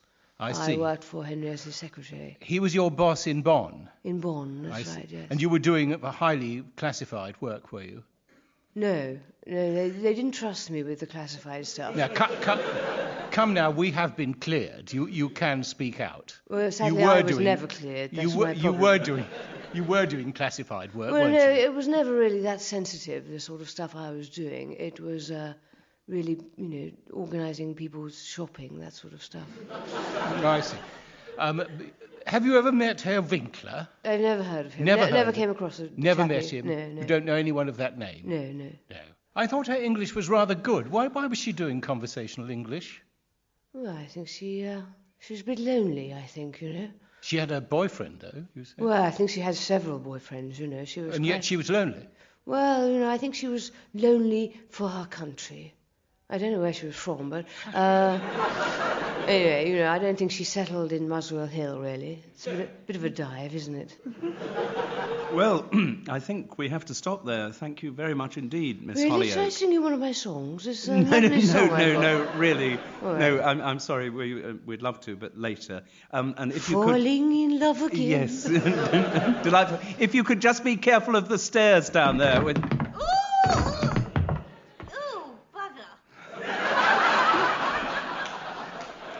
Oh, dear. Right, so now we move on to our third statement, given by someone whose precise role in the proceedings is ill-defined, but who is known to have had dealings with Anya Sobiewska. His name is Henry Blythe. Mr. Blythe. Yes. I'm afraid this is a real tragedy. It seems to me there is no question that Miss Sobiewska's death has been set up to look like a KGB revenge killing. While she was living in Magdeburg, the girl became involved with the Soviet intelligence network and made a good impression on Moscow control. Yes, I did think she was a potential candidate for turning. I thought in time we could have got her to work for us. We have had our successes in that area. One particular double agent called Otto, you may have heard of. There is no question that Miss Sobiewska's coach driver, which, as I'm sure you know, is a technical term for her immediate boss, was Oleg Winkler. London Centre's got quite a long dossier on him. Needless to say, Winkler's relationship with Miss Sobiewska went beyond the purely professional. She'd gone through the full Moscow control training in honey trap technique, and, according to London Centre's main bumblebee, who put her through her paces, was very good at it. The trouble was that Oleg Winkler, in a manner that I can only describe as grossly unprofessional, became not just sexually, but also emotionally involved with the girl. She, however, had recently told Winkler that anything of the kind between them was over.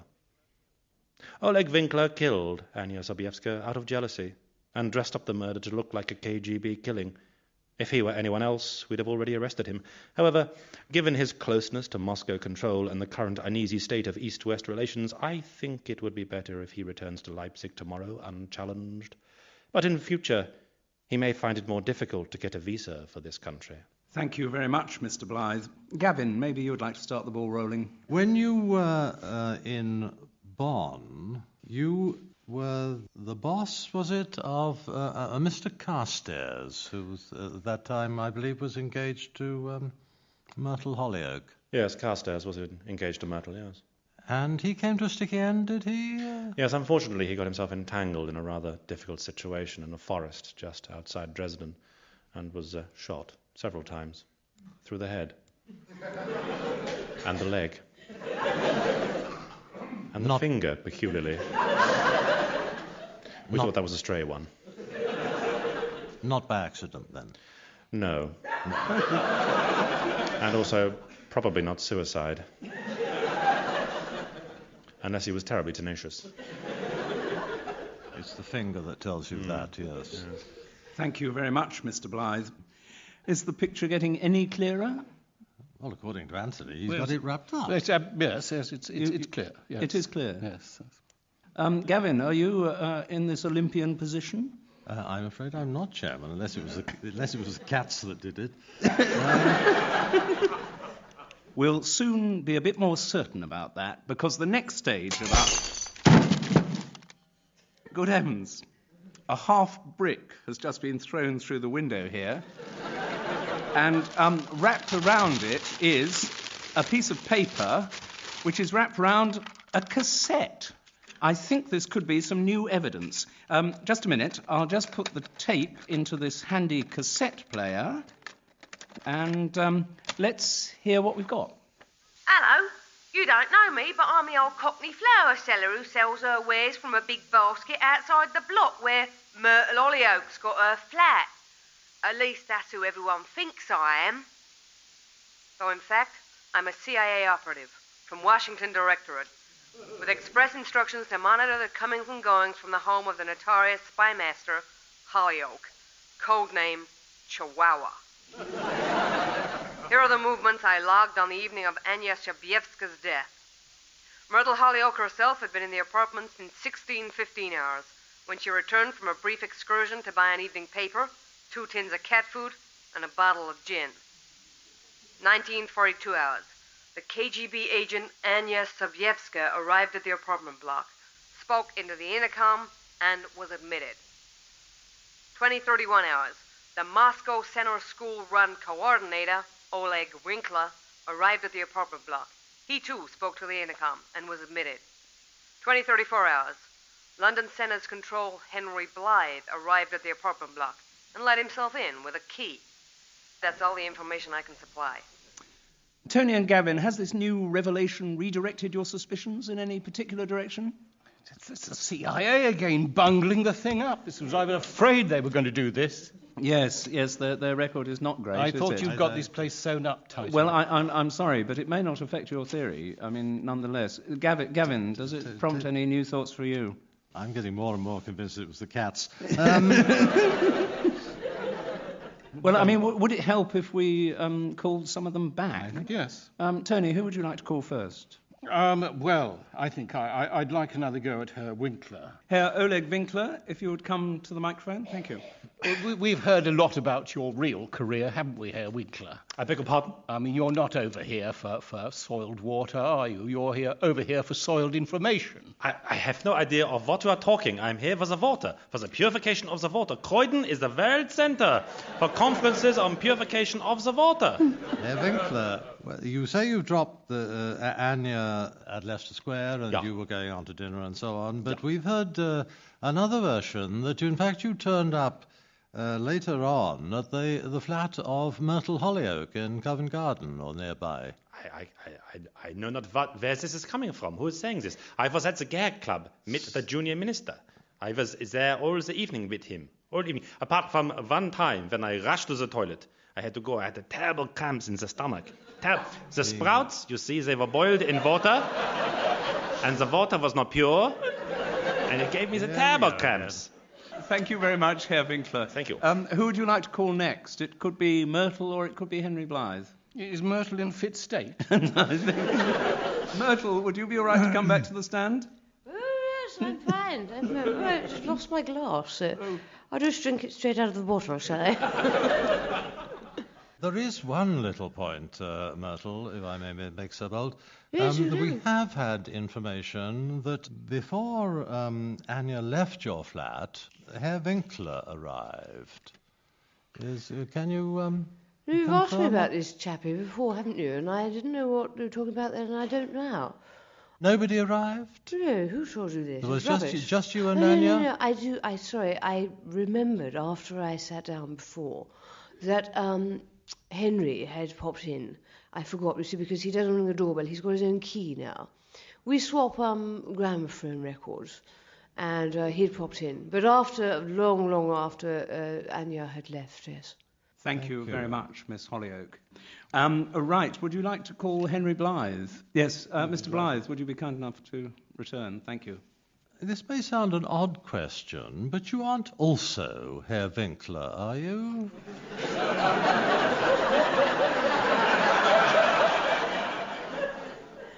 No, I'm not.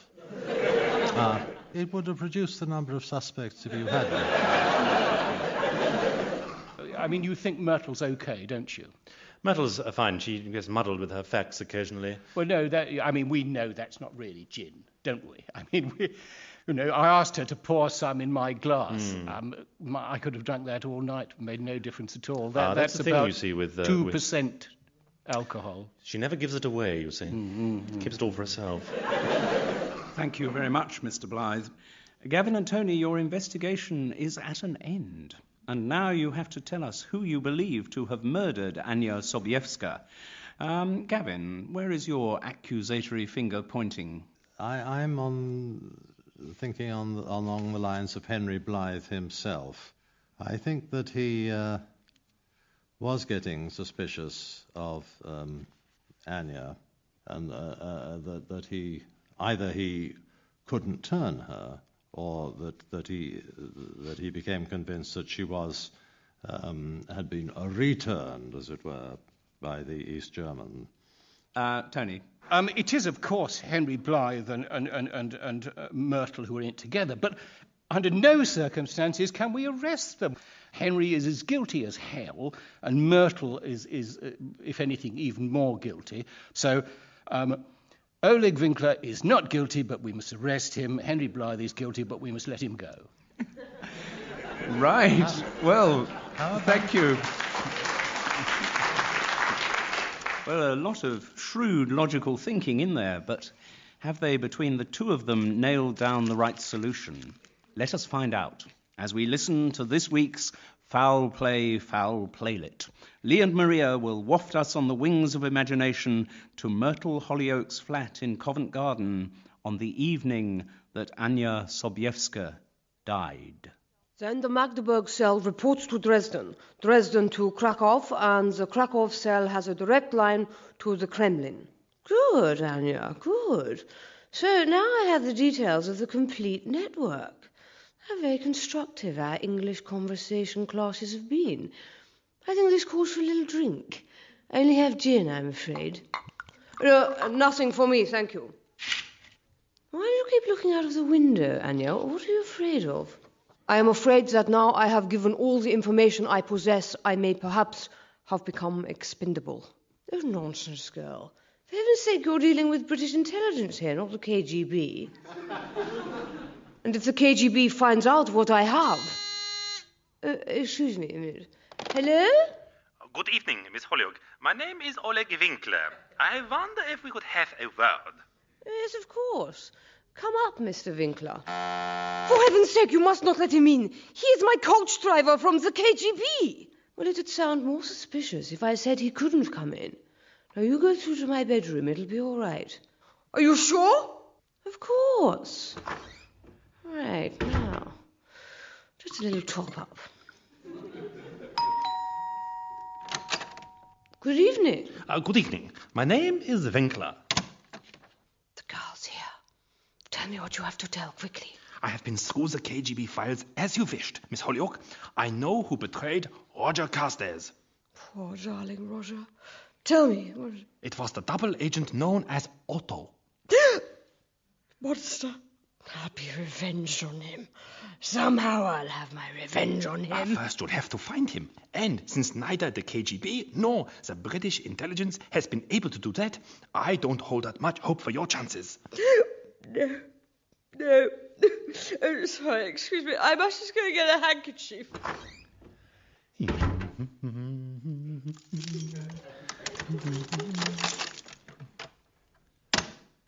Ah, good evening, Winkler. Mr. Blythe, a pleasure. As ever. Is the Sobiewska girl here? Yeah. Were you seen coming in? Of course. Honestly. Isn't it typical how out of date the Yanks are? Because it's Covent Garden, they dress up their snooper as Eliza Doolittle. So, by now, Anya Sobiewska will have told Myrtle Hollyoake everything she knows about the KGB chain of command. And she has already told me everything she knows about your intelligence network. She will have been the most informative double agent since Otto himself. Yes. You are aware, of course, Winkler, that Otto never existed. What? But I found details of him in the KGB files. Yes. Our chaps have never had any difficulty in doctoring KGB files. No. I invented Otto as a convenient scapegoat. Someone gets betrayed, we've got to blame someone. Simple. Blame Otto. So, if in the KGB files it says someone was betrayed by Otto... Then they were probably betrayed by me.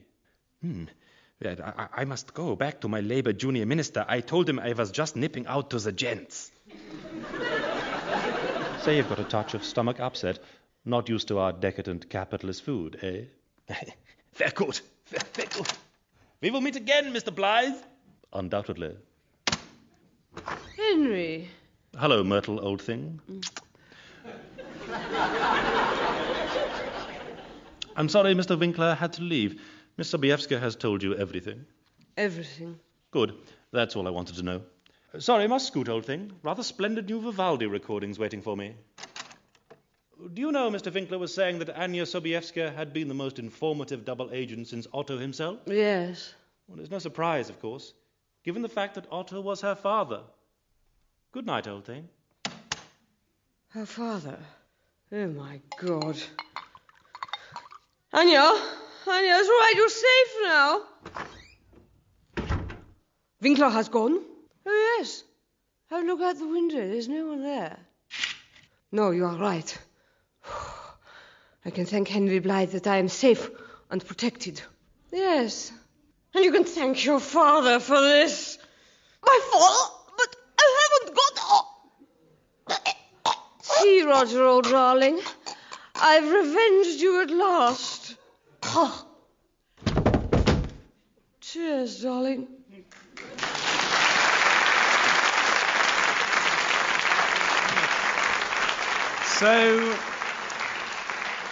So that's what really happened, a sort of Le Carillon up the Kremlin. Well, Tony and Gavin, Henry Blythe, I guess one could say, you both pointed the finger at him, though the actual, as it were, perpetrator was dear old Myrtle. But don't worry, Tony, we'll arrest Oleg anyway. Thank you. Good. That's the end of this foul play, and indeed of the current series. Many thanks to our cast, who under a series of complex code names and multiple identities remain Lee Simpson and Maria McCurlin. So welcome to another half hour of mystery, which is guaranteed to start with a murder and end with the unmasking of its perpetrator. Steering a canny course between those 2 points will be this week's guest investigators. Antonia Fraser, when not busy with her hugely successful historical books, charts the fortunes of her own television journalist investigator, Jemima Shaw. Antonia is joined in this week's show by Anthony Price, former editor of the Oxford Times and creator of the series of crime novels which feature David Audley and Jack Butler. Ladies and gentlemen, our guest investigators.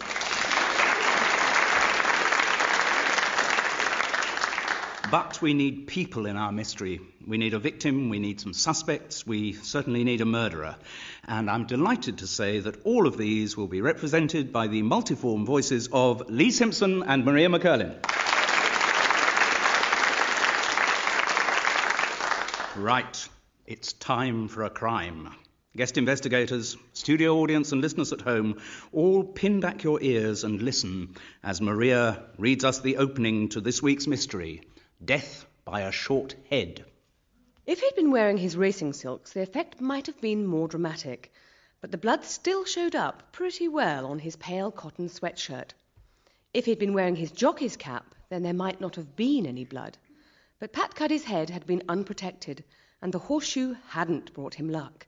In fact, it had brought him a series of blows to the skull, and made quite a mess. That June Saturday evening, the jockey's small body lay in the yard owned by trainer Jimmy Pinsent, just near the box in which Blue Joke Boy, beaten favourite in the day's big race at Doncaster, contentedly munched his oats. Had the racehorse been able to talk, it could probably have given a blow-by-blow account of the murder. That sadly not being the case, only one fact was certain. Pat Cuddy would never come under starter's orders again. Thank you very much, Maria. Maybe a little whiff of Dick Francis in the air. Guest investigators, did anything you heard in that paragraph set your thoroughbred nostrils twitching? Well, I wondered whether the horse could have perhaps have been one of those horses which could have talked after all. Perhaps this is the wrinkle of this particular crime. Or the horse could even have done it. But then he's got to get his shoe off. Interesting. There may be a grain of truth in what you say, there may not. But don't worry, it's still very early in the investigation. You need more information. So let's catch up with the official police inquiries, which are being led by Inspector Sargent. He is even now holding a press conference, so we will go and join him.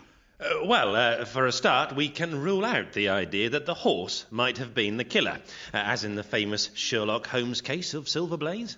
The murder weapon was found at the scene of the crime. It was a single horseshoe, unattached to any equine leg, and it was covered with the victim's blood and hair.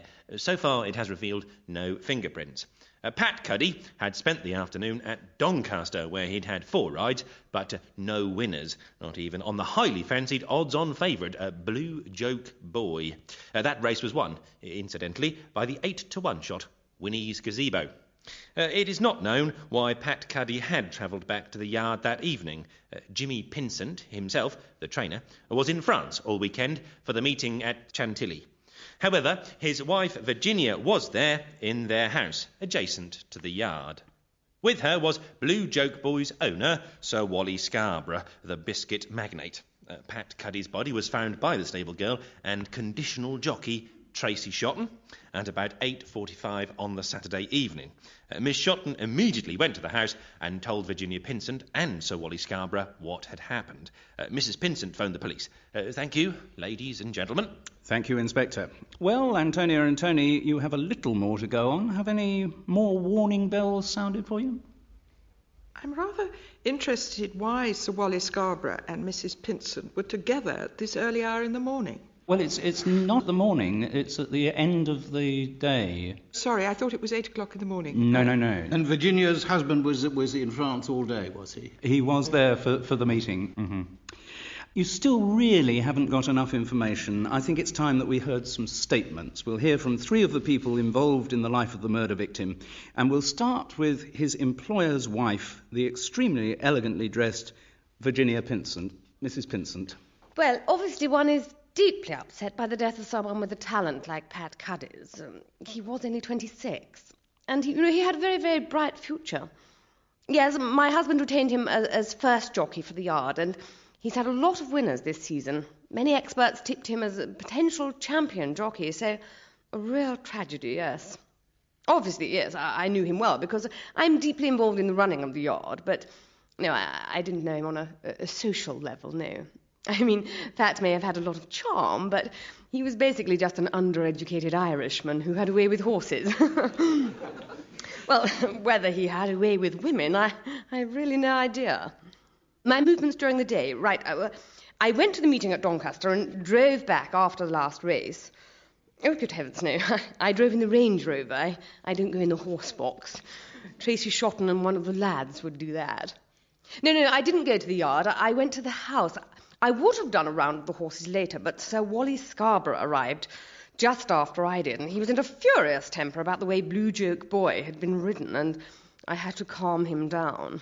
And then, of course, Tracy came in with the news of Pat's death, and, well, as I say, it's a real tragedy.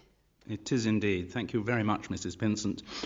Now, guest investigators, you have 2 minutes to cross-examine the witness. Mrs. Pinsent, yes. What did go on at Doncaster? Why did he lose? Do you know, I've no idea. Blue Joke Boy was riding extremely well, and I'd watched Tracy Shotton, who's a marvellous little rider. I'd watched her ride him, and he was really on top form. But, you know, horses are unpredictable beasts, as I'm sure you're well aware. And he must have just been having an off day. I take your word for it about horses, but what about jockeys? No, Pat was a marvellous jockey, and really we had such high hopes for him, and apart from anything else, you know, we're furious that he no longer will be riding for us. So it surprised you, did it, that Sir Walter was so angry? Well, you know what owners are like, you know, and I don't know what his betting was like for that day, you know, we don't inquire, but maybe he had I don't know, maybe he had a lot of money on or some such. You've known him for a long time, have you? Quite a while, yes. We've trained a few of his horses, yeah. Had you spoken to Pat after the races? Did you speak to him? Not at all, no. As I say, I drove back in the Range Rover and left them to come back with Tracy. Thank you very much indeed, Mrs. Pinsent. We now move on to our second statement, which is given by the wealthy biscuit magnate and racehorse owner, Sir Wally Scarborough.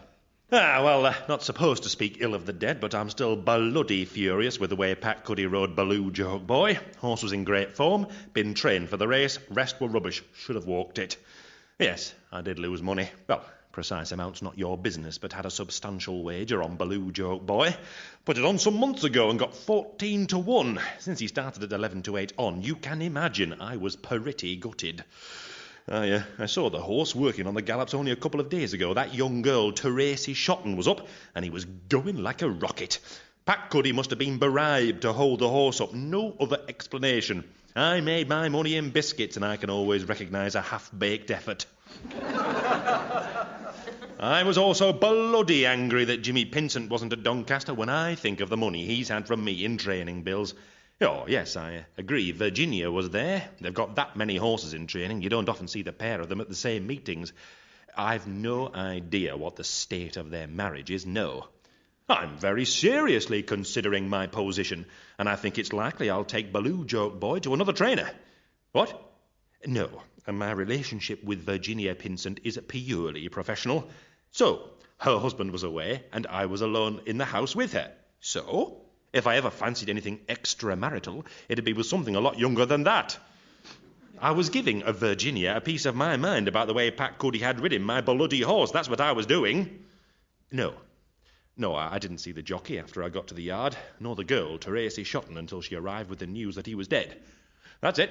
Thanks. Thank you very much, Sir Wally, but if you'd be so kind as to wait just a couple of minutes, I'm sure our guest investigators have a few questions they'd like to put to you. Tony, would you like to kick off? Tracy Shotton, she's you know her quite well, do you? She rides well. Well, I don't know particularly well, no, but I saw her, as I say, on the gallops up on Blue Joke Boy, riding him like a dream she was. And you didn't actually talk to Pat Cuddy at all, then? Not that day, no, I didn't. Mind you, if I had, I'd have given him such a piece of my mind, I can tell you. But now, I didn't know. You actually mentioned bribery. You feel that that the race was thrown? If you've got a good horse, and the going is good for him, and the only thing that's different there is the jockey, he must have been pulling him back. I'm just looking at another possibility. Supposing you'd also had another bet, which involved the horse not winning.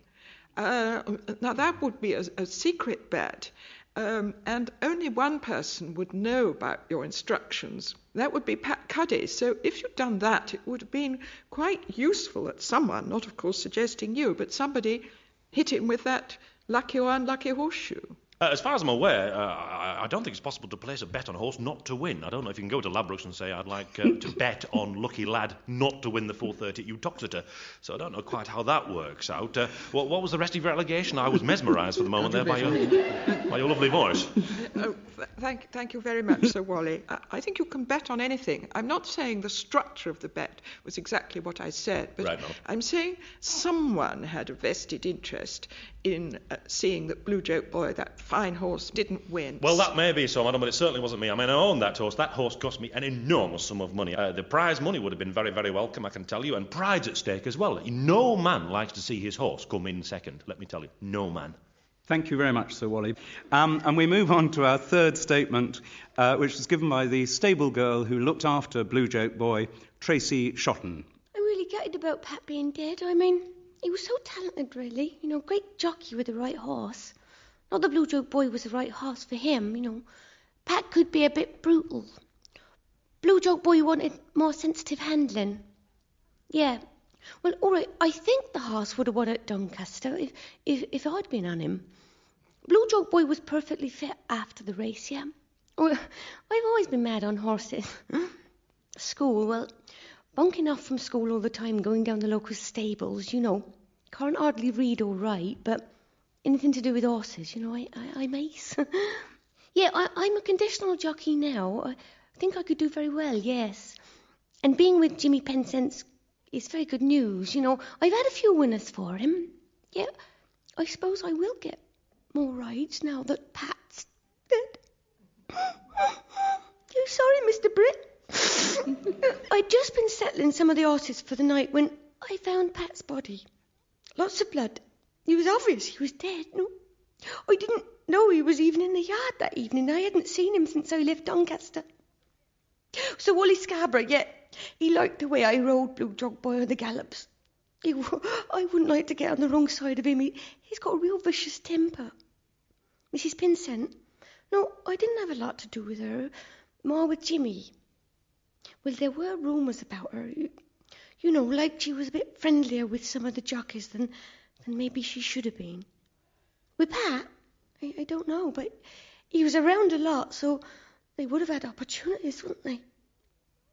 Pat and me, well, I liked him, I don't deny it. Now that he's I'm sorry, I've got to go and muck out some stables now.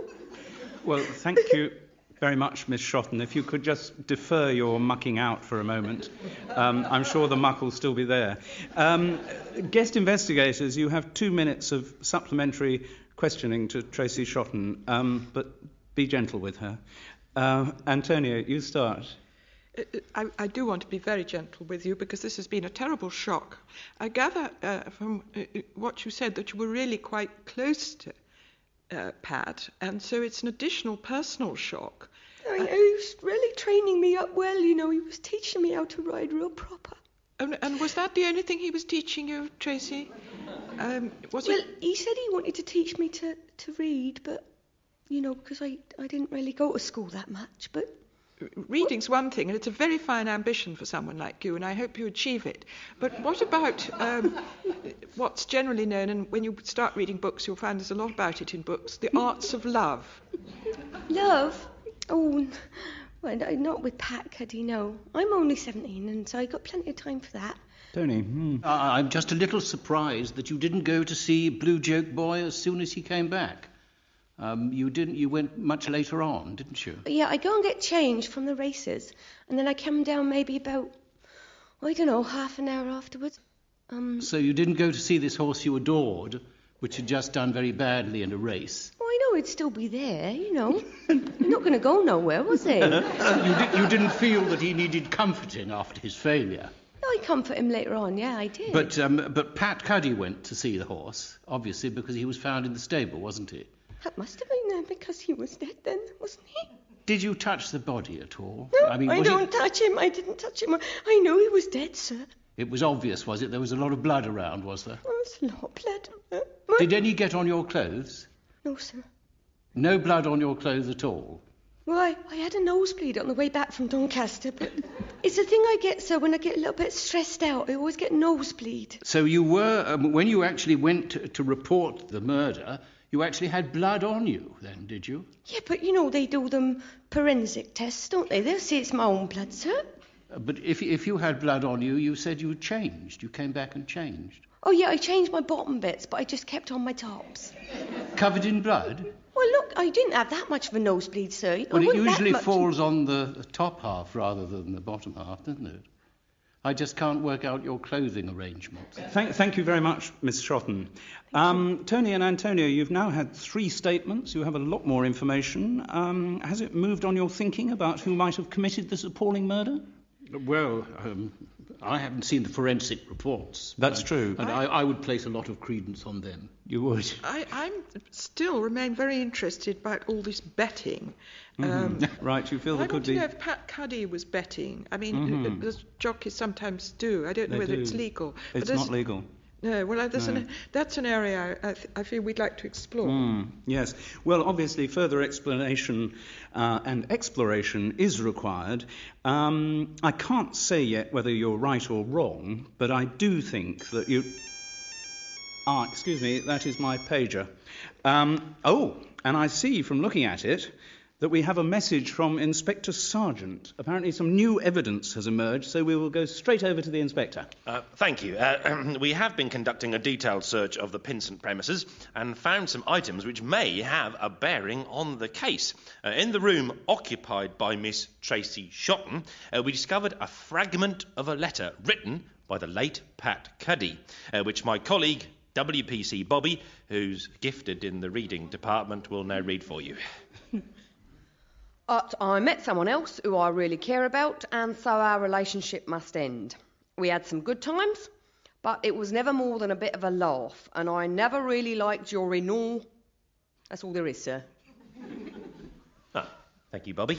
The other significant discovery was in the dead man's locker. £10,000 in used 20s. We feel this may have some bearing on an interview we conducted with an employee of a major bookmaker's, which ran as follows. Well, normally, of course, all transactions with our clients are like confidential, but since this is a police investigation, I will tell you that a £10,000 bet was placed on the race by one of our major credit clients. No, it was not put on the favourite Blue Joke Boy, but on the eventual winner, Winnie's Gazebo. I shouldn't really reveal the client's name. Oh, all right then. It was Wally Scarborough. Well, those revelations do rather change the situation, don't they? Guest investigators, has this new evidence made things clearer for you, or has it just muddied the waters even further? Well, it's of course what I suspected all along, so that it seems to me that Wally Scarborough now has quite a strong motive. Yes. For horseshoeing the unfortunate jockey, don't you think, Tony? Yes, it's just a question whether he was in it alone, really. Yes. Right. Because I must say I'm still a bit worried about all those bloodstains. Well, in the light of the new evidence, you now have the opportunity to call back each of the three people who made statements earlier, and each of you can ask them one question only. Who would you like to call back to the stand first? Bearing in mind what Tony said about was he in it alone, could we have Mrs. Pinsent back? Yes, Mrs. Pinsent. Would you be so kind? Thank you. Mrs. Pinsent, were you the new lover of Pat Cuddy who'd caused him to drop Tracy? No, absolutely not. I never mixed with the stable boys. Only in a professional sense. Tony? Were you at all aware that there was big money riding on against your horse? Had absolutely no idea. There was no effect on the odds. That really does, change things awfully, doesn't it? And the fact that it was Wally, of course, really does point the finger of suspicion to him. Right. Who would you like to call next? Tracy. Tracy, would you be kind enough? One question each to Tracy. Tracy, it's a question of this letter from Pat Cuddy saying that though you'd had good times, and I'm sure they were very good, he was moving on to someone else. Did you suspect that person might be Mrs. Pinsent? No, I didn't really know that. Sorry, I'm so upset because I loved Pat. And Pat used to write me lots of letters. But I can't never read them, so I just had to look at them. I'm sorry. I loved him. I think before I break down, Tony, do you have a question for Tracy? No, I have no questions for this witness. Would you now like to call Sir Wally? Yeah. Sir Wally, would you come to the stand, please? Are you aware now that £10,000 has been found in used £20 notes in Pat Cuddy's locker? Aye, apparently so, yes. And you don't know anything about this? Oh, certainly not. I did not give Pat Cuddy any money at all. Although you were betting on the horse that actually won the race? Yes, that is true. Yes, I was, yes. So it does seem somebody was paying Pat Cuddy a very large sum of money to bring about something that you wanted to have happen. Well, of course, the £10,000 he may have sold a second-hand escort. We don't know. We don't know what the money was from, of course. I think, Tony, you have extended the definition of one question way beyond its traditional parameters. Yes, I was extending it from the previous witness. You were, I see. Saved it. Antonia, do you have one question for Sir Wally Scarborough? Sir Wally, are you still going to take Blue Joke Boy away from the Pinsent stable? Have you rethought that at all? Oh, no, absolutely not. I am still going to take Baloo Joke Boy to another trainer. You see, there's money. I mean, I did bet on Winnie's Gazebo, and I won quite a packet on that, but there's pride as well. There's sport as well. And a man wants to win. You want to win in the biscuit world, you want to win in the racing world. And I want that horse to fulfil its potential. So I think you can do that best at another trainer, so I'm whipping that horse out of there sharpish. Thank you very much, Sir Wally. Have to stop you there. Well, guest investigators, I'm sure you'd like a lot more information, but that is all you're getting. And armed with the sparse information that you have, you must now commit yourselves to an answer to the great whodunit question.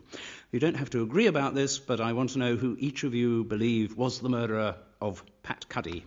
Tony, who would you point the finger at? I feel that Sir Wally, unpleasant in most respects, though he undoubtedly is, had no actual reason to kill Pat Cuddy. Right. He'd given him the money. Mm-hmm. If he killed him, the money was bound to turn up.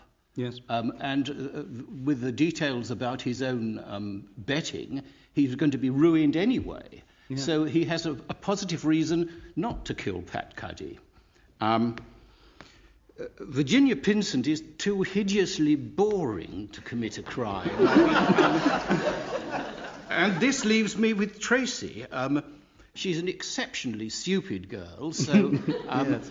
She might consider the fact that Pat Cuddy had not ridden Blue Joke Boy properly, and he'd done it for a bad reason, that is, if she knew about the money, but I don't think she probably did. But they could well have had a tiff. She'd fallen out of love, and now she wanted to get rid of him into the bargain, so that she had probably inside straight with the missing Jimmy Pinsent, who rather fancies her, I suspect. Right, well, thank you. So, Antonio, do you go along with that? No, you see, I think Virginia Pinsent has hidden fires. And I think that she's in a very difficult situation.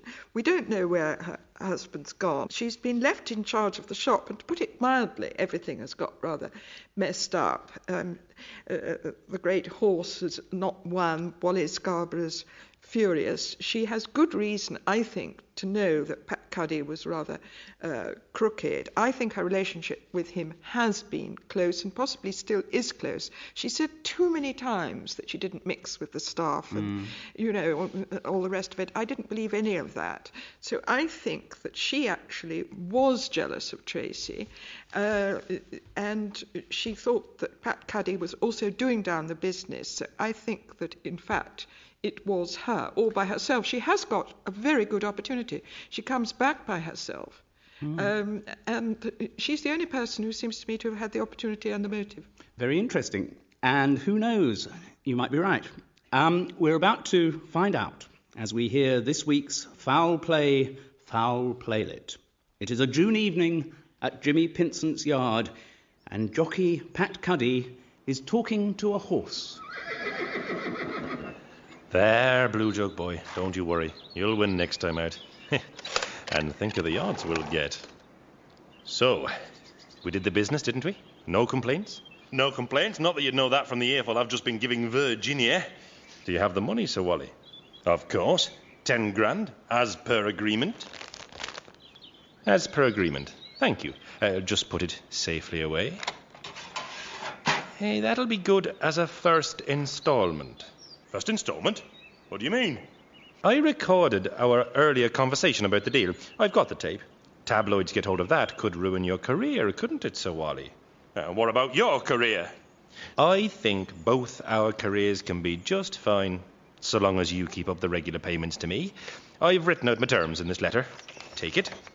Yeah, very well. And after the way you rode Blue Joke Boy, you'll never ride for me again. Just bad luck. The horse had an off day. Yeah, nothing compared to the off day you'll be having, Pat Cuddy. Just watch your back, because I'll be coming to get you. Pat, we've got to talk. Oh, don't worry about him, Virginia. Owners can never understand why their horses don't perform on the day. I didn't mean about that. Oh, there's Tracy coming now. Shh. I'll check the horses. We'll talk later. Yeah, all right, Virginia.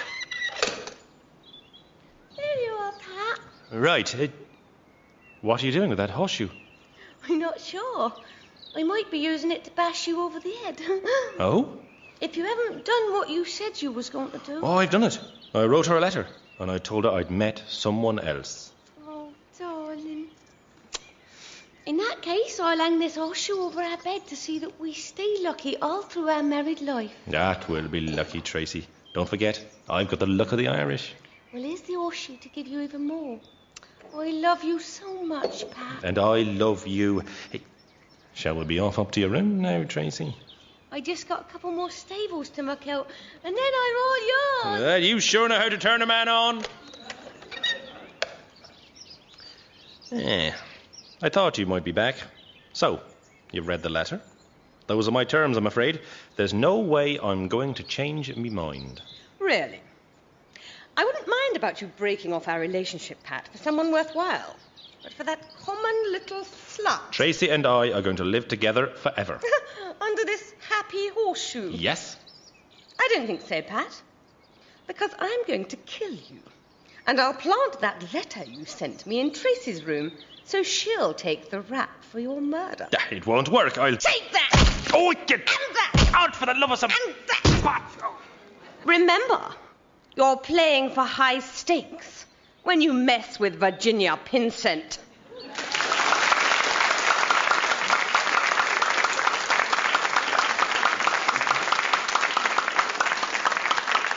So, Well, there you have it. Once again, the fury of a woman scorned.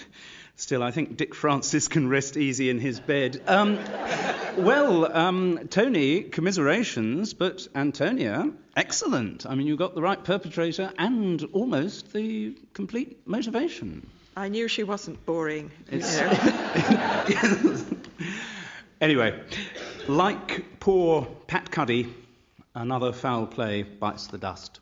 My thanks, as ever, go to the many voices of Lee Simpson and Maria McCurlin. Thank you. Welcome to another nice, cosy half hour of homicide, in which a murder will take place before your very ears and its perpetrator will be identified before you're very much older. To help in that identification process, I am joined by two extremely eminent crime writers, both of whom are best known by their initials. If I started to list the achievements of P.D. James, there wouldn't be any time for the rest of the programme. So I'll just say, welcome, Phyllis. Are you ready for the fray? I am indeed, Simon. Phyllis is joined by the man who created Inspector Goatee and who is president of the extremely exclusive Detection Club, HRF Keating. Harry, are your loins suitably girded for action? Yes, they are. Oh, thank you. Ladies and gentlemen, our guest investigators. And I'm delighted to say that today's Newgate calendar of rogues and red herrings will once again be played by Lee Simpson and Maria McCurlin. Enough introductions. Time for a crime. Curb your seasonal goodwill and sharpen your suspicions as Lee reads us the opening of this week's mystery, The Proof of the Pudding. The Christmas Day ritual at Windbillow Hall was unvarying. It had been established when the Dewlaps first married, and the only change after Lady Dewlap's death was that there was one less chair at the luncheon table. Otherwise, Bunting the cook served an unvarying meal to an unvarying number of people, 6. Lord Dewlap, peer of the realm and amateur scientist, sat at the head of the table. Nobody dared start eating any course until after he had taken his first mouthful. To his right sat his son and heir, Tuppy Dewlap. To the noble lord's left sat a favoured guest, in this particular year the wealthy American widow, Dorothea Stuke Wilmington. And at the far end of the table sat the local vicar, doctor and solicitor. Conversation at the luncheon table was strained, and silences were as long as the Dewlap family nose. This particular Christmas, however, far enough away from the end of the First World War for people to start worrying about the prospect of a second, something different did happen. When Bunting brought in the unvarying slab of Christmas pudding, the brandy she had poured over it failed to ignite.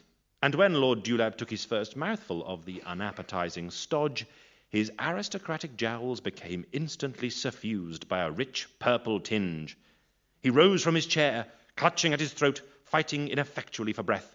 Then he pitched forward, ending up with the Dewlap family nose stuck in the brandy butter. He was unquestionably dead. Thank you, Lee. A seasonal flavour to our crime, I'd say, and maybe a golden age country house setting. Phyllis and Harry, have you heard anything so far that sounds suspicious, apart, that is, from the author's prose style? I don't think I could say I've got any clues yet. Good. The whole setup is highly suspicious, I have to say. Yes, Harry. Yes, I think that the brandy butter is something one should take a lot of looking at. Absolutely. Right. I think what you really need is a little more concrete detail, so we'd better find out the official view of the appalling murder of Lord Dewlap. The detective in charge is Inspector Copper of the Ruralshire Police Force, who is giving a press conference even as I speak. What killed Lord Dewlap was undoubtedly poison. It was in the brandy bottle, whose contents were poured over the Christmas pudding. We've done extensive laboratory tests and have identified it positively as a poison unknown to medical science. Probably one that Lord Dewlap himself developed in his laboratory experiments. Lord Dewlap died at 2:15 in the afternoon, and we know that at 1:30 the bottle contained genuine brandy. We know this because Bunting, the cook's son Willem, has confessed that he and his mother each took a swig at that time. Willem subsequently joined the servants' Christmas lunch in the stable block, so was not in the kitchen at the time when the brandy bottle could have been tampered with. In fact, only 3 people could have got into the kitchen during the relevant period. The local vicar, doctor and solicitor did not leave the dining room, nor did Lord Dewlap himself. Dorothea Stooke Wilmington did go out for a few moments, however, saying she had to make a telephone call to wish her sister an happy Christmas. And Master Tuppy also went out to change his waistcoat, on which he had spilled some claret. But they both denied going into the kitchen, and, because they're both toffs, I believe them. It seems to me the only person who had the opportunity to substitute the poison for the brandy was Bunting, the cook. And since she's a member of the servant classes, she undoubtedly did it. Well, thank you very much, Inspector Copper, a very even-handed summing up. Well, I think it's time that we heard from some of the people involved in the case. 3 of them have given statements to the Ruralshire Police, and the first comes from the cook at Windbillow Hall, Bunting. I've been at Windbillow Hall nigh on 25 years. I came as a chambermaid just before the master got married. Then I worked up to cook, and I've been doing that ever since. Oh, I know everything about cooking, yeah. I learnt the rules, I did, like there's something wrong with your pastry if it rises, and no vegetable can be boiled too long. That's right. Oh, this will be the 17th Christmas lunch I done there. This year were no different from no other. Well, except for Lord Dewlap dying, of course. Oh, yes, I poured the brandy over the Christmas pudding, always do, yes. I should have smelt a rat, maybe when it didn't light, but the thought of poison never entered my head. I had no reason to kill the master. He's been good to me. I even found work for young Willem, although the boy ain't particular rich in the brain department, no. Oh, Willem's father, he were a passing tinker, yeah. He took advantage of me 22 years ago, yeah, when I was too young to know what's what. And now I do know what's what, I don't want nothing to do with it, thanks very much. Now, if you want my opinion, the murderer was that American woman, you know, with the 2 surnames. I never trust a foreigner. I say particularly a Yank, you know. I reckon she'd got her beady eyes on Windbillow Hall and the Dewlap title. You know, she wanted to become the second Lady Dewlap, she did, and when the master made it clear he weren't having none of that, she done away with him out of wounded pride. Now, if you'll excuse me, I gotta get the rest of the meat off that turkey carcass. Yes, if you wouldn't just mind staying for a moment, Bunting. Phyllis, perhaps you would like to start Bunting's cross-examination. When did Lady Dewlap die? That would be about 10 years ago. She weren't very well, though. She was sickly. She had a wheelchair and stuff. Now, this brandy, you poured it on to the pudding. Had you used that brandy bottle earlier? You had, of course. Yes, ma'am, I had. Somebody had brandy from that bottle. That's right. I always use the best brandy for Christmas, the stuff we get from Greece. How much brandy was left in the bottle? Not so much, ma'am. But I think my son Willem likes a bit of a swig of brandy. When he had the swig, did he lift the bottle to his lips or pour it out? Were you there when this dreadful deed was taking place? Oh, no, ma'am. No, ma'am. I've been so busy with the turkey carcass. He just confessed that he had had it. That's right, ma'am. Harry. Yes, Bunting. Are you expecting to be given a small sum under the will of Lord Dewlap? I don't think so, sir. Why not? Well, because I have to stay on and work for Master Tuppy now. You don't think that, having worked so long for Lord Dewlap, he might have left you a small token? Sir, I would like to think so, but I don't think those toffs treat us underclasses the way you would like them to be treated. Do you know what I'm saying? You say that Lord Dewlap was always good to you. You were a good employer, that's right, sir. Now, what exactly do you mean by good to you? He treated us well, sir. At Christmas we had a satsuma and an apple. And we had a day off each year, sir. If Lord Dewlap would ring his bell in the middle of the night, you might go to his room? No, sir. You wouldn't? I wouldn't, sir, no. Thank you very much, Harry. I think you were getting close to being prurient there.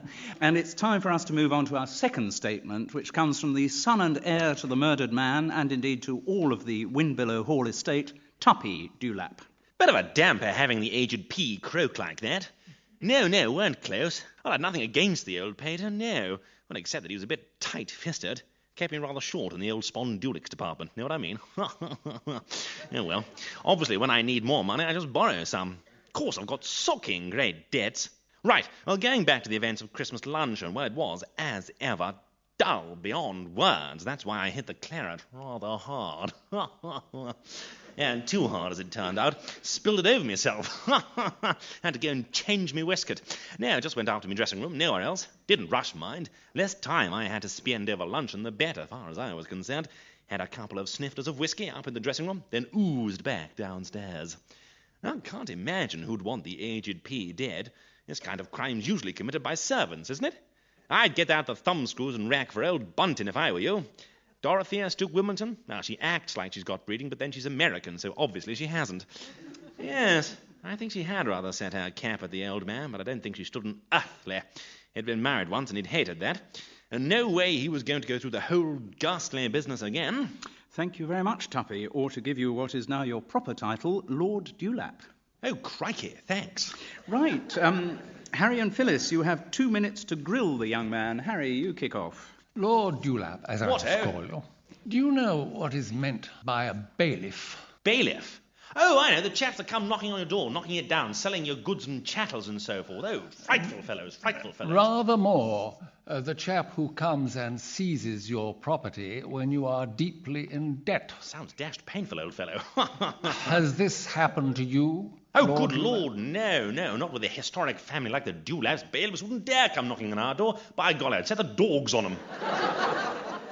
Well, we'll leave that for what it is worth now. How did it come about that you were drinking claret before the meal? You mean to tell me that the heir to the Dewlap fortune did not drink sherry before dinner? Can I say something, young man? You don't half remind me of my father. Good God, it's as if he's living and breathing now. That same old tone, bally in hell. If you'll excuse my bally language. I'll excuse you from any further examination. I know what I know. Isn't he, this one? Getting my back up, I say. Phyllis, maybe you'd like to patronise the young man. Yes, I believe you are not fully entitled to call yourself Lord Dewlap until your unfortunate father is buried, but nevertheless I will give him... Dash it all. That seems unfair. Well, never mind. There it is. Now, your father, of course, was a noted amateur scientist, and we have been told by Inspector Cropper that, in fact, he was killed by a poison unknown to science. Did you have access to your father's laboratory? Oh, good Lord, no, nor would I have wanted it. Him mucking around with those test tubes, always got his nose into something, some glass ampule with some frightful stuff in there. Oh, no, I'd rather be sniffing some 27 Amontillado or something. Is it not a fact that he tried to interest you in his hobby, perhaps in a vain attempt to get closer to you as his son? Oh, good Lord, no. Didn't want to get close to me as a son. Wanted nothing to do with me. Packed me off to school as soon as he could. As soon as I was expelled, packed me off to another one, and so on. In the end, he just had a standing order of packing off, really. And you, of course, we know, were in a perilous position, financially speaking. Your father's death, obviously, is hugely advantageous to you. Right. You didn't love him. He is now dead, and you will inherit a great fortune. That is the fact, is it not? Absolutely. That is the truth. Right. Let us then get back to Good Lord, it's like both me parents are alive. I don't believe it.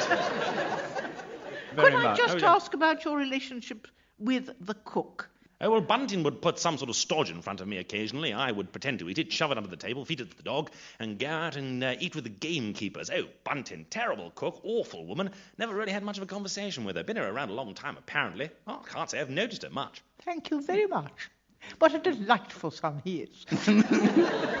Thank you very much, Tuppy. I can't call you Lord Dewlap until your father is safely Damn shame about that. 6 feet under. Sorry about never that. mind. Right. We will move on to our third statement, which was given to the police by the wealthy American Christmas house guest at Windbillow Hall, Dorothea Stuke Wilmington. I am absolutely desolated by Lord Dewlap's death. Well, he was a fine man. I'll make no secret of the fact that I admired him. I cannot imagine who would want to murder his lordship. I know his son was in at the short financial reign on which his father kept him, but Tuppy Dewlap is a fine young man who would never commit this kind of crime. Oh, Tuppy is so good-looking, and with that wonderful English accent. He's been very complimentary to me while I've been here. I'm afraid he may be a little smitten. I do seem to have this effect on the slightly younger man. I am a widow, sadly. I was only able to enjoy 2 years of wedded bliss to Sherman J. Stuke Wilmington before his tragic death in a Colorado skiing accident. He did leave me the oil wells, though, so at least I'll never have to worry about money. My financial affairs are managed by the New York lawyers, Jakovitz and Kleinman. Bunting the cook, I'm afraid I hadn't thought of her in connection with this crime.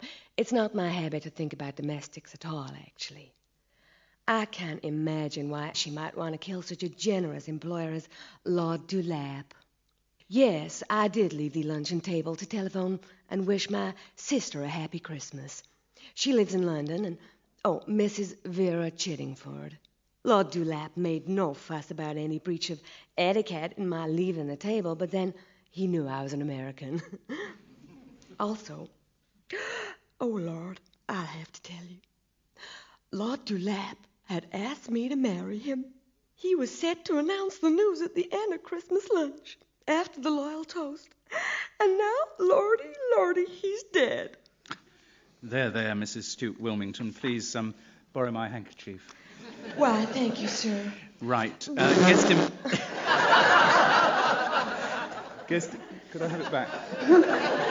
Guest investigators, 2 minutes of cross-examination. Maybe you would like to start, Phyllis. May I offer you my sincere condolences, Mrs. Duke Wilmington, Why, on thank you. losing, obviously, such a wealthy husband, prospective husband. Would you forgive me if I ask you how old you are? I'm 29. You are 29. And I believe Tuppy Dewlap is just a year or two older than you, is he not? I believe, ma'am, and Tuppy Dewlap is 22. Yes, and his father, of course, was considerably older. You were going to marry an elderly man, were you not? Well, ma'am, my first husband, he was 87 when he died. I warned him not to go skiing. I thought he was too old, but he wanted to go. It was a chairlift, ma'am. But you had accepted his proposal, had you not, Mrs. Duke Wilmington? I had.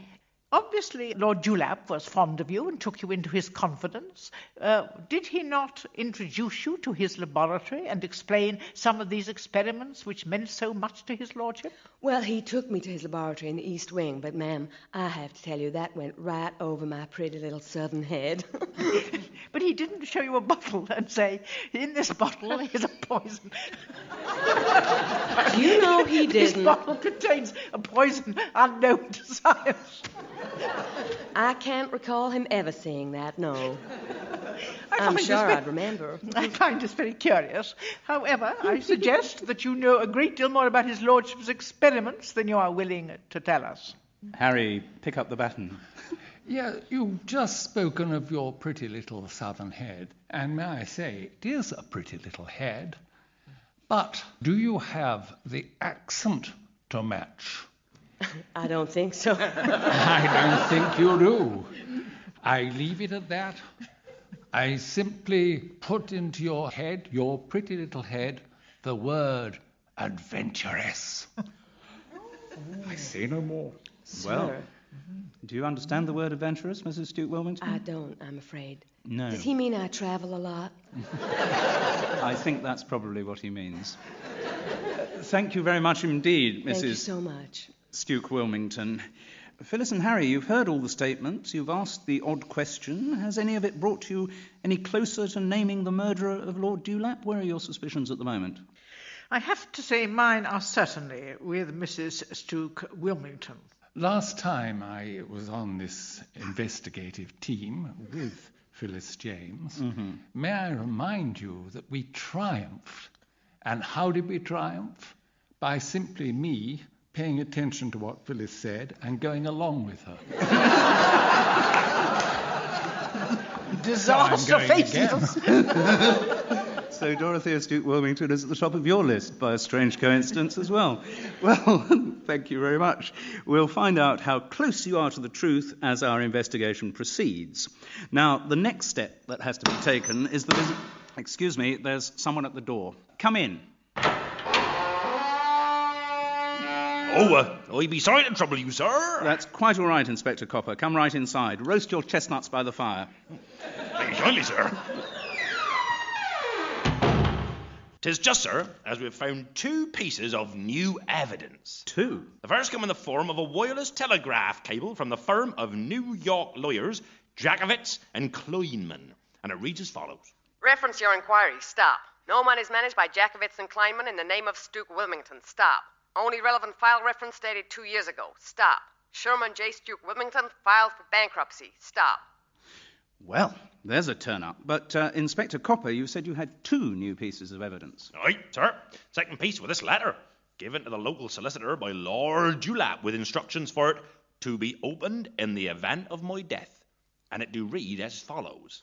This is the codicil to my existing will, which leaves Windbillow Hall and all the rest of my estate to my son, Mortimer, known as Tuppy Dewlap. This codicil is related to something which I have kept secret throughout my life, but now that I am dead, I wish to see justice done. From my estate shall be formed a trust fund of £50,000 to be invested to produce an annual income for life for my illegitimate son, William, known as Willem Bunting. Well, my goodness me, what a turnaround. That new evidence has rather turned the case on its head, hasn't it? I think what you really need is a bit of follow-up questioning. You can now call back the 3 people who previously gave statements, and you can each ask each of them 1 question. Tuppy, if I may call you such. Oh, do so, do so. Have you at any time had occasion to imitate your father's signature in order to obtain money? No, haven't done, actually. Never had to. Just wave the old title or prospective title in front of people of trade, and they just come up with the Spondulix Toot Suite. Marvellous thing, the class system, don't you know? Tuppy, if I have to. Were you aware of the complete contents of your late father's will? Absolutely no idea what was in the aged P's will. Never would show it to me. I wanted to see it just to make sure I got the whole bally lot. Yes, you've had your questions, and who would you like to call next to the stand? Shall we take Bunting next? Bunting.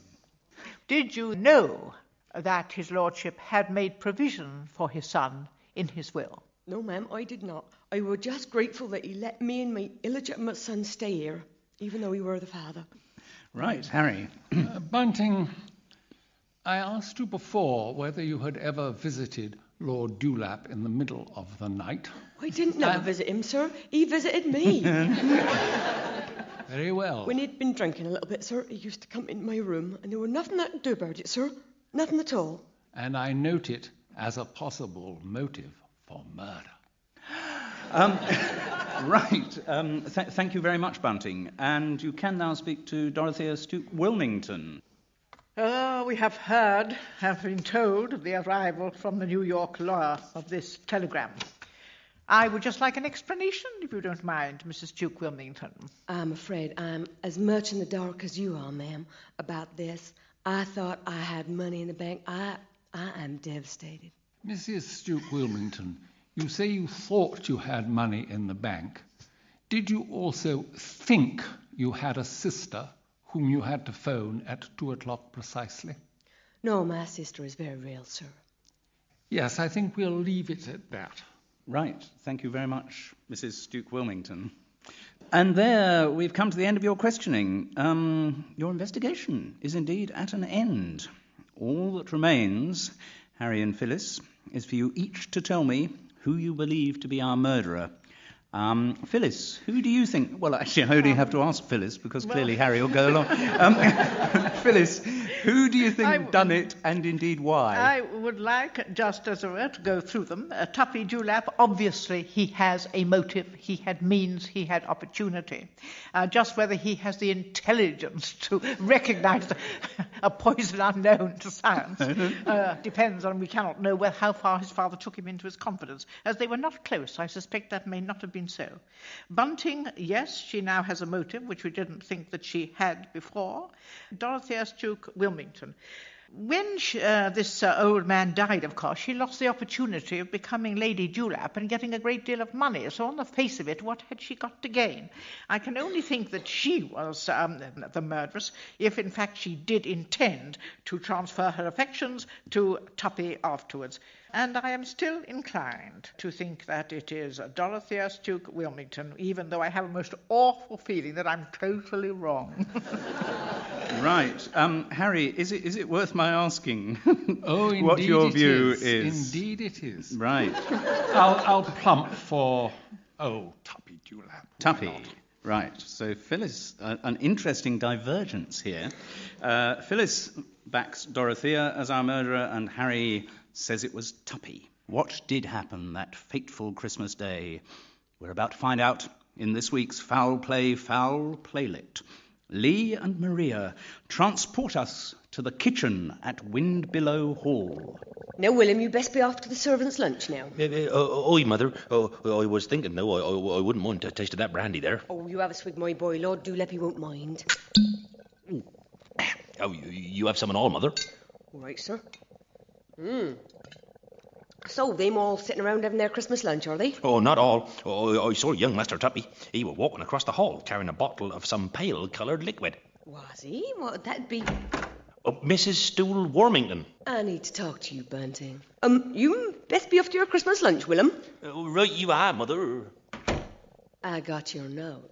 How did you discover I haven't actually got any money? I found a letter in your room from one of your henchmen. So, you know. Well, it doesn't matter now. Lord Dewlap has proposed to me. He's going to announce our engagement after the loyal toast. Well, if I tell him what I know, I don't think he'll be so keen. You won't get a chance to tell him. This bottle of pale-coloured liquid contains one of Lord Dewlap's inventions, a poison unknown to medical science. And you'll be drinking a full dose of it, Bunting, before you... Oh, hello there, Bunting. Dorothea. Tuppy, why are you carrying that bottle of pale-coloured liquid? Oh, well, you see, I spilled claret all over me waistcoat. Best thing to get rid of red wine's white wine, don't you know? Worked a treat, as you see. I say, what's this bottle of pale-coloured liquid on the table here? Oh, that's... I've no idea. I must go and rejoin the luncheon party. What this bottle of pale-coloured liquid on the table here is, actually, Sir Master Tuppy, is a poison unknown to medical science. Is it really? Ooh, I say, crikey. Which Mrs. Stoot Wilmington was going to pour over the Christmas pudding, so that when your father took his first mouthful, he'd die. Lummy. What would you want to do that for? Offended, I reckon, because your father rejected her advances. Ooh, that's a facer. 'Cause if you was to pour it over the Christmas pudding, Mrs. Stoot Wilmington would be the prime suspect. Your father'd be dead, and you'd get all the money, and the title, and Sharpish, eh? Cool. That's a thought. Oh, going to take a mo to get the old brain box round this one, Bunting. Just off to the garden to think it through. Back in a mo. You're the one with the best motive, Master Tuppy. William will vouch for the fact he saw you carrying a bottle of pale-coloured liquid in the hall. I'll vouch for the fact that we discussed you murdering your old man, and for the fact that I left you alone in the kitchen with the poison bottle and the brandy bottle. Your father will die, leaving you his heir, but then, after you've been arrested and hanged for his murder, the old Windbillow Hall estate will go to your half-brother, my son Willem. Willem will be Lord Dewlap. Oh, the proof of the pudding is in the poison, isn't it?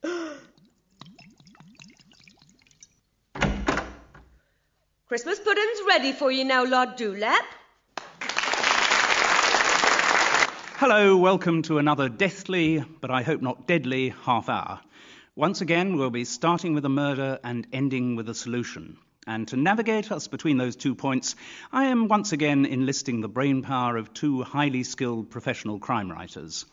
The first is Susan Moody, who has written books of psychological suspense, as well as creating investigators Penny Wanawaki and Cassie Swan. Susan is joined by a writer who, like me, has an actor at the centre of a series of crime novels. He is Simon Shaw. Simon's protagonist, Philip Fletcher, is, though, I regret to say, entirely amoral. Tut-tut. Ladies and gentlemen, our guest investigators. And once again, I'm delighted to say that all the characters in this week's mystery, the innocent and the guilty, will be represented by the infinitely various talents of Lee Simpson and Maria McCurlin. Right, enough introductions. Time for a crime. Tune up your attention to concert pitch as Lee reads us the opening of today's mystery entitled, Oh Yes, She Is Dead. The transformation scene in the Imperial Theatre Eastbourne's Christmas production of Cinderella had always got gasps from the audience, but never before on this scale. As usual, the audience gasped when Cinderella, dressed in rags, moved behind the kitchen range and, a nanosecond later, reappeared resplendent in her shimmering ball gown and long white gloves. As usual, they gasped when, behind another explosion of smoke, the pumpkin was replaced by a glitter-bedecked coach. But the sight that really made them gasp that New Year's Day matinee was what lay inside the coach. Lolling over its satin cushions in a spreading pool of blood lay Prince Charming. She had been stabbed through the back of the neck with the stiletto heel of a glass slipper. Ooh, thank you very much, Lee. A seasonal flavour and a theatrical flavour to the crime. I think we'd better catch up on the official investigations into the tragic death of Prince Charming. We'll join a police press conference, which, in the absence of Detective Inspector Sargent, who is still on Christmas leave, is being conducted by Detective Sergeant Constable. Yes, thank you. The name of the murder victim was Laura Shields, though she was better known to the general public as Zoom from television's all-fighting game show Warriors. Daughter of a headmaster and formerly a bank cashier, Miss Shields was a fitness fanatic who got through the rigorous physical and mental tests to become a warrior. Cinderella was her first pantomime. The glass slipper which killed her was not one of those actually worn by Cinderella, a part played incidentally by Waylene Milligan, star of the popular Australian soap opera Homely Neighbours. No, the murder weapon was a prop used when the Ugly Sisters tried to make it fit their feet. The prop slipper was on a table backstage and could have been picked up by any member of the cast. The assault which killed Miss Shields is believed to have occurred only moments before the carriage appeared on stage. Certain members of the cast would seem to be ruled out as suspects because they were on stage at the time Zoom was killed. These include the actors playing Cinderella, the fairy godmother, and Buttons. This last part, incidentally, was taken by TV weatherman Rick Jensen. Most other cast members, including the ugly sister Sciatica, can provide alibis for each other.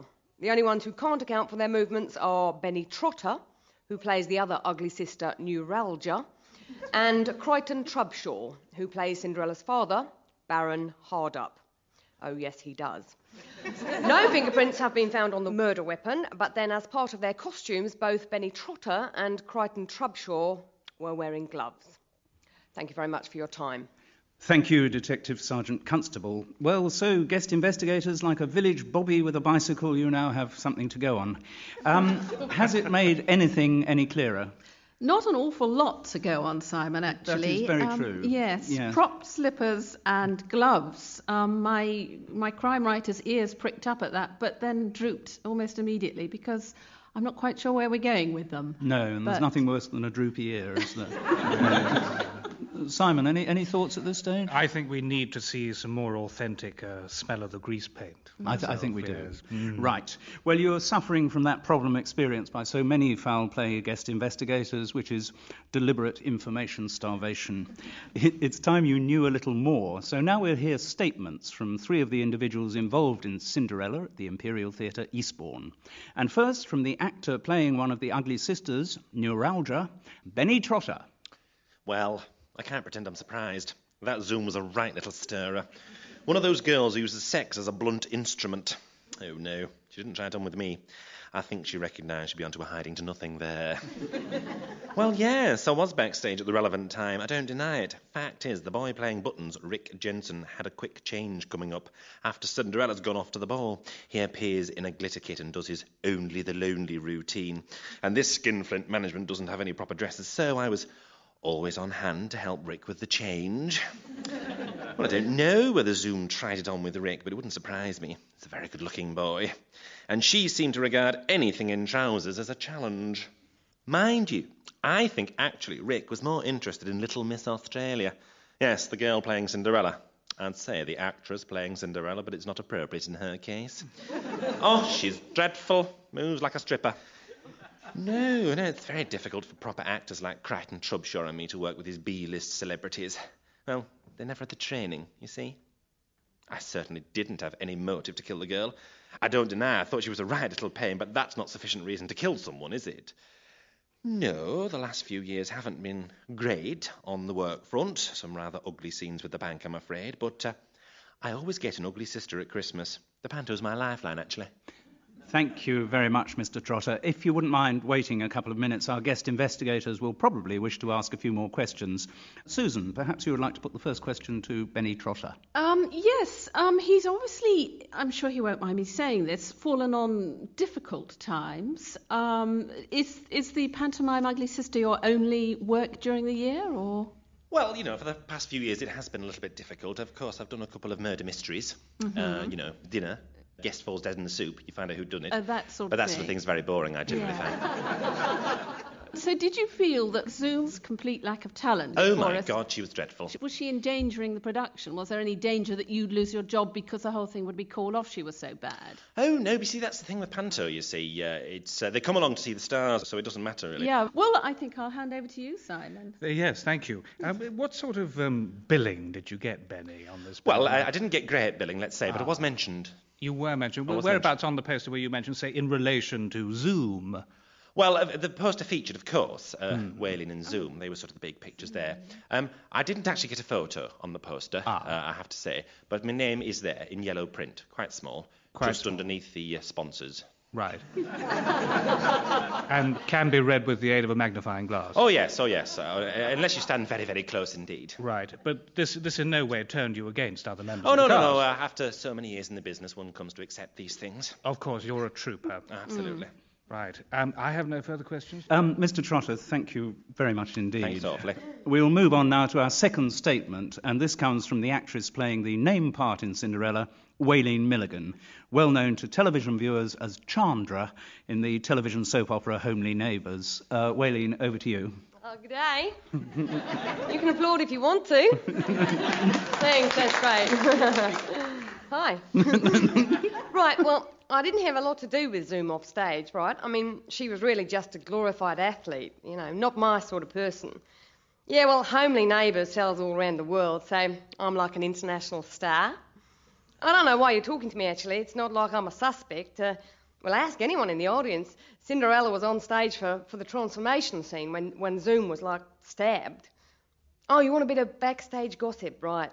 OK, seems the only people who could have killed Zoom were, Benny Trotter and Crichton Trubshaw. Well, you can forget Crichton, he's far too honourable, an old-school tie, to do anything bad. He's got a title and everything. Anyway, he's a bit of a drunk.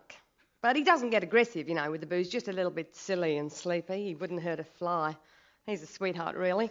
I mean, far be it from me to criticise another cast member, we actors stick together, but I reckon Benny Trotter must have killed Zoom.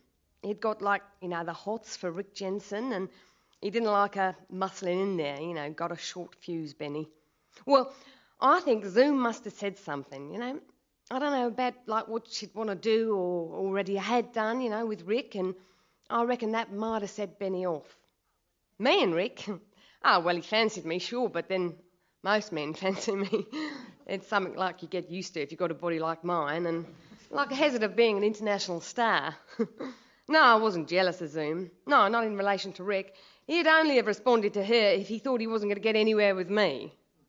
And I left it, ambiguous as to whether he was going to get anywhere with me, Guest investigators, you now have 2 minutes to cross-examine the witness. Simon, maybe you'd like to kick off. You say that you were keeping things open with Rick.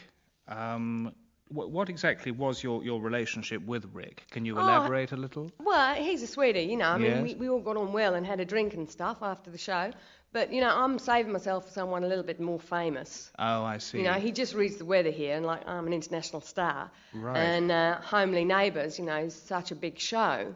I understand that the other big star of this show was Zoom, the victim. Yeah. Did you resent at all having to share the bill with somebody of manifestly lesser No, I didn't talent? share it. I was like above her name. You're It above, says yeah. Waylene Milligan, and then Yeah. it says Zoom. Yeah. And Waylene Milligan has far more syllables than Zoom, so I was quite happy with that. And also, Warriors does well, but it's not like as big a show as Homely Neighbours. No, but- we syndicate all over the world. I know, yes, but her photograph was on the poster nonetheless. Yeah. She And- wasn't looking her best in the photo, It was No. taken when she was doing one of those things with the cotton buds, and she was bending over, and she I hasn't don't got the suppose best. she was looking at her best after the murder either.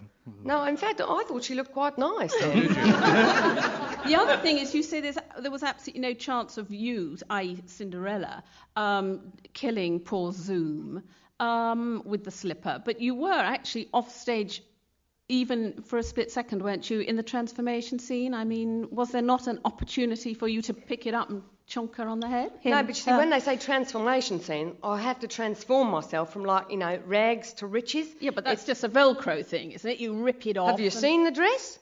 It's a great big sugar-coated creation. I mean, it's fantastic. It's got diamonds and everything. It takes me ages to get that on. I really don't have much time. Mm-hmm. Right. But did anybody else see you while you were putting it on? Did you have a dresser backstage? to Yeah, help I you? have a little boy, Simon. He helps me. I think he just likes to look at my pants, really, but... Who can blame him? He helps me, yeah. And sometimes I have a quick drag on a Molly. That's all the time I have for, really, You've got time to have a cigarette? Quick drag on a Molly light, yeah. Because I've got to keep my voice low for the yeah. singing, Right. When you wish upon a star... That sort of thing, I had a lot of work on that voice. Well, Clearly. your talent shines through. Oh, no, I've got a single out, actually, coming out in March in a hello spread I'm doing at the same time. So keep your eyes out for that. Well, I think you've had enough chat with Miss Milligan. Thank you very much for being so gracious and, may I say so, very attractive. No worries, mate. No worries. Thank you. See Thank you later, eh? Yes, See ya. I hope so. Right, we'll move on to our third statement now, which comes from the actor playing Baron Hardup in the pantomime, Crichton Trubshaw. Crichton, over to you. It's dreadful tragedy, isn't it? Dreadful tragedy. Beautiful young creature like that, struck down in her prime. So, quick, bright things come to confusion. Eh? I didn't actually have a lot to do with Zoom. Oh, yes, I got on fine with her. I always get on fine with people I'm working with. Ask anyone in the business. Old Crichton Trubshaw gets on with everyone, they'll say. One of nature's gentlemen. Yes. Well, I have got a title, yes. Never use it, but I suppose my background, public school, what have you, has been useful in the sort of parts I get. Aristocrats, silly asses. Goodness, I wish Telly would do another Woodhouse series. Yes, I was backstage just before the coach came on, after they go off to the ball. I have a scene in the kitchen with Buttons. Rick Jensen, that is. Delightful fellow. What else did I see backstage? Benny Trotter was around. He helps Rick with his quick change every night. So generous, don't you think? And, of course, Waylene. Oh, she didn't tell you. At the beginning of the transformation scene, it's her stand-in who's on stage in the rags. Waylene's backstage getting into her ball costume. That's how they work the quick change. Mind you, I've never seen anyone get their clothes off as quickly as Waylene. Looked like she had a lot of practice. Well, my career's had its ups and downs. I'm quite limited as an actor. I know that, but so long as there's some public school twit or Hooray Henry needs playing, I'm fine. The rest of the time, not so great. Still, Baron Hardup's a damned fine character, so long as I'm working, I'm happy. And at least no one can say I've ever been less than honourable to another human being. That's what counts, isn't it? Yeah. Yes, Yeah. it certainly is. Yeah. Right, Simon and Susan, Crichton Trubshaw is your witness. Susan, perhaps you'd like to start. Well, your sentiments do you great honour, I must admit. Thank you, ma'am. So that would almost rule out you killing anybody. I mean, that's not very honourable, is it? Oh, good Lord, I wouldn't comment negatively about someone's tie, never mind kill them. How did you feel about Zoom? I mean, obviously, as colleagues, you got on extraordinarily well, I'm sure. I mean, actors Well, she was stick a very together, nice but- girl, very nice girl. I mean, I have to say, obviously she was struggling slightly. It's her first panto. actually, but she was making a damn fine fist of it. She had an eagerness and enthusiasm that warmed the cockles of your heart, you know. Did you give her any sort of tips on the side, you know?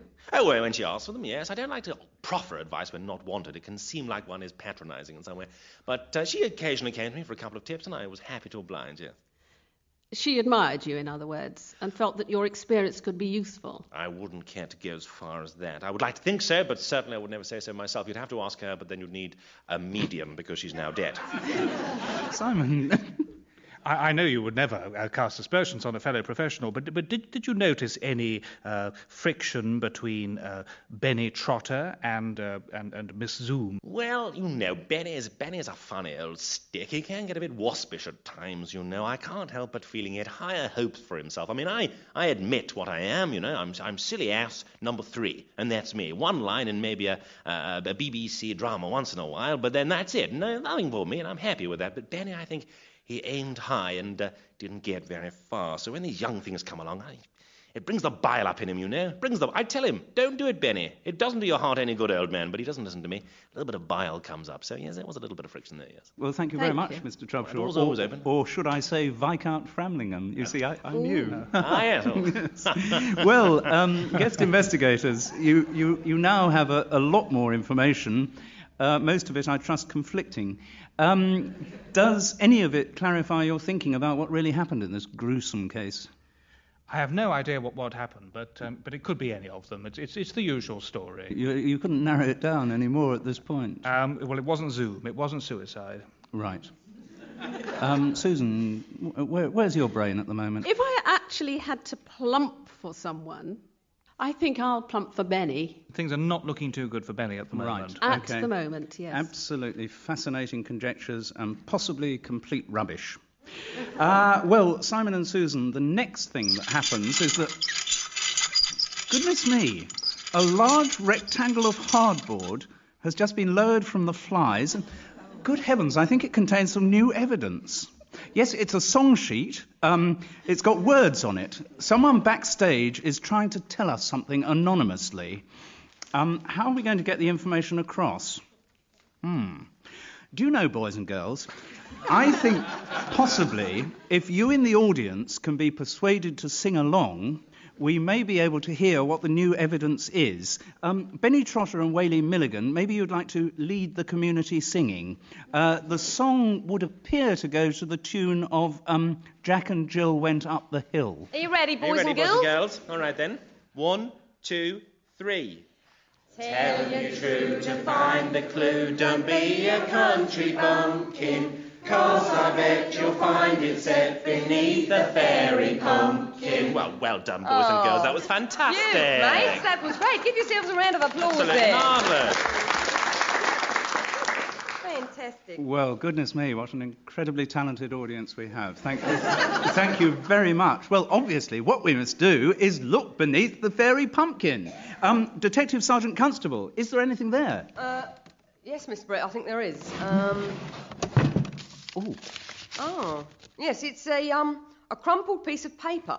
It's a note written in the handwriting of the dead girl. And it says, I know all about your posing, and I'm just going to wait for my moment to tell the world. Yours maliciously, Zoom. Well, Simon and Susan, that's potentially a bit of a turnaround, isn't it? Yes. Maybe there's a thread of blackmail in the case. Yes. Would you say that this new evidence changed your thinking in any way? It would depend who it's addressed to, of course, would it not? Do you think that's possibly part of the skill of the thing, that we don't know who it's addressed to? So until we know, it's not going to actually change anything, is it? Unless it might not. We could examine the word posing. Yeah, you could. What we're looking at is either Playboy centerfolds or gay magazine centerfolds, perhaps, or pretending to be something that we're not. Good heavens. Would you say that was a rundown on the word posing? I think you've got it all, yes. Yes. I mean, it is, if I may say, a privilege to see a mind like that in action, Susan. Yeah. I'm astonished. Well, I'm sure what you'd like to do now is summon back the 3 witnesses from whom we heard earlier. You are allowed to do that. You're each allowed to put 1 question to each of the witnesses. Who would you like to call first? Crichton, please. Yes, hello. Mr. Trubshaw or Viscount Framlingham... Well, no. Call me Crichton. All my friends do. Well, Crichton, it's come to our attention that somebody may have been alleging that you're actually not all you're cracked up to be. Really? That you may, in fact, be assuming a title good God. To which you have no right. Well, who has a right to anything, really? I mean, just because one is born into an aristocratic family, does it make one better than anyone else? I don't think so. I certainly don't think so. So in a philosophical way, they're right, I suppose, but according to Debrett's, they're wrong, I'm afraid. You're in Debrett's? Oh, yes, I was in several places. Susan, do you have a single question to put? Crichton. Yes. I know that the life of an actor is a precarious one. Oh, yes. I'm going back to this, I think, very significant word, posing. Could I ask if you've ever been moved to do work that you wouldn't ordinarily wish to do in order to keep the wolf from the door? Actually, yes. Some time ago, I did a couple of episodes of Crossroads. I played the gardener. I tried to affect a country accent. It was an absolute disaster. Is this widely known that you lowered yourself to this level? No, not would really. you be upset if it came out? If that got around the green room, I don't know where I would put my face. I really don't. But it wouldn't affect you so much that you might kill two. Oh, good God, no. Who would you like to call next? I think we should call Benny Trotter. You say, Benny, that life has not been great for you as an actor. You've been very candid with us. Yes. Have you ever had to take jobs to make ends meet, of which perhaps you might be a little bit ashamed now in retrospect? I don't necessarily mean theatrical jobs. I mean jobs outside the remit of equity. Well, I worked behind the bar once at the Pig and Trumpet on the Wandsworth yes. Road. I wasn't very keen on that, I have to say. And I waited on tables for quite a long while. But apart from that, no. You've never done anything in the photographic line, for example? No, I did buy a monkey once in a Kodak and tried to make a bit of money in Trafalgar Square, but got nowhere. Benny, your rather undistinguished career, if you won't mind my pointing Well, thanks that. for rubbing it in, lady. I've never read any of your books either. Has it been enhanced, insofar as one could say it has been enhanced, by the fact that your proclivities perhaps lean more towards the Buttonses of this world than the Zooms? Sorry, what are you getting at? Not to put too fine a point upon it, suppose the word went round that Benny Trotter was straight. How would this affect you? Well, I don't know. It might ruin my chances of a Saturday evening, but apart from that, I couldn't think. No. Since we have heard from the two gentlemen, I guess now you would like to call Whalen Milligan. Before your huge success in Homely Neighbours, your career perhaps took a little while to take off. Did you ever have to take work before you achieved the recognition which you deserve, which you perhaps not want people to know about now? I tell you what, I did used to work in a bar in Melbourne called Peepers. Yes. I used to serve drinks behind the bar, and one night the dancing girl didn't turn up. She'd got a jippy tummy or something, and so I stood in for her. Bruce said, come on, Waylene, you're on. So I had to wear a little costume, and I did some dancing, but people seem to like my body, and I like it too. Yes. My distinguished colleague and I are both trying to get to the nitty-gritty of this word posing. What is it that Zoom would be fed up with you doing if it was you that the note was addressed to? What is it that you could be posing as? Okay, well, there might be some pictures of me floating about from the days in Peepers, but, I'm not ashamed of them because I'm a big enough star now for that to actually enhance my career rather than, jigger it up. Right. Yes. Well, you've had your questions. Now, I'm afraid, comes the moment of truth, or perhaps the moment of total inaccuracy. I'm about to ask the great whodunit question. You don't have to agree on this, but Simon and Susan, where, mutually or independently, would you point the finger of blame? I'm not convinced that Benny Trotter has any real reason to kill Zoom, because were he being blackmailed, frankly, he has very little to lose. Waylene seems so obvious as a suspect, I'm afraid to say, that I'm inclined to discount her and go for Mr. Trubshaw, who seems to me a fake through and through. Really? Susan, where do you stand on this issue? I suspect Benny Trotter, gentle as he appears, we've already been told he's got a nasty temper. Mm-hmm. I wouldn't be at all surprised if Zoom had been trying to make out with Rick, Really? and it got up his nose. Right. Well, thank you very much indeed for those cogent and finely reasoned arguments. But are you right? We're about to find out, because it's time for this week's Foul Playlet. Over to backstage at the Imperial Theatre, Eastbourne, to find out what really happened on that fateful matinee. They're enjoying it tonight, aren't they, Crichton? Oh, I'll say they are, Zoom. Listen, I want to talk to you about this. Now, where's that naughty boy, Rick? I've warmed up his silk breeches on the green room radiator so they're nice and cosy for him. Excuse me, just off to wet my whistle. Afternoon, Benny. Listen, Zoom, I don't want anyone to know about that business at the bank. Oh, really? You know, when we met before. Well, I might be persuaded to keep my mouth shut about it. Yes? If the price is right. Listen, you... Or put that glass slipper down. Where? Hey, g'day. What's going on here then, mate? Nothing. I'll catch up with you later, Zoom. Struth, what's his problem? You're right quick at changing, aren't you, Wheeling? I need to be, mate. Aye, I bet you needed to be when you did the nude modelling and all. What are you talking about, Zoom? Now, those are a series of photographs the Hello magazine would really like to see. And I'm fortunate enough to be the proud possessor of a complete set of them. Zoom, if you dare... Damn, that's my cue. I'll see you later on, Zoom. I'll get you for this. Oh, hello again. I see you got my letter.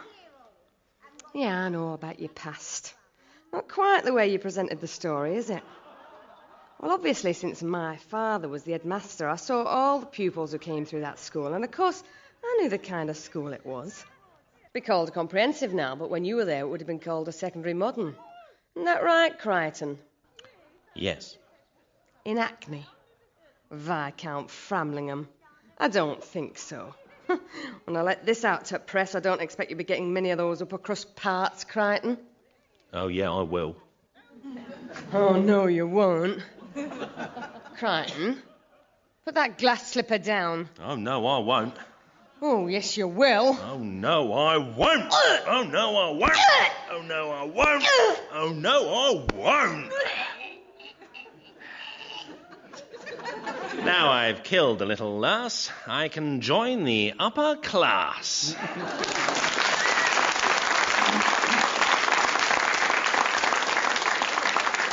So, there you have it.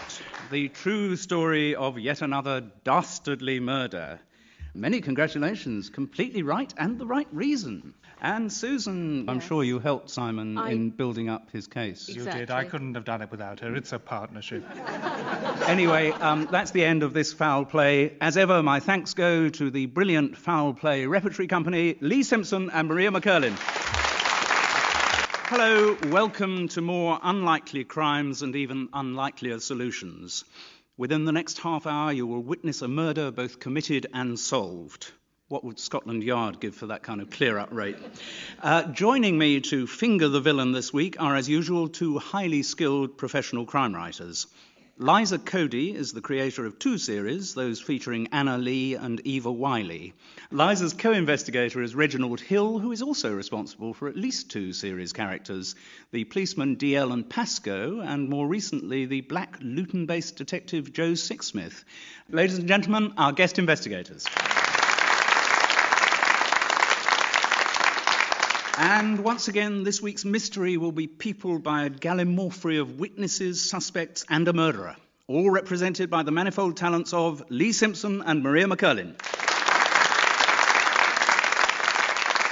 Right, now you've been introduced to everyone, it's time for a crime. Listen hard, everyone. Concentrate for clues as Maria reads us the opening of this week's mystery, Murder Before Matins. As Sir Gervais de Pring lay on the truckle bed inside the monastery's infirmary, the note of his breathing changed. The fine, broad chest that had faced out the infidel hordes at Antioch heaved like the storm-tossed hull of a merchantman.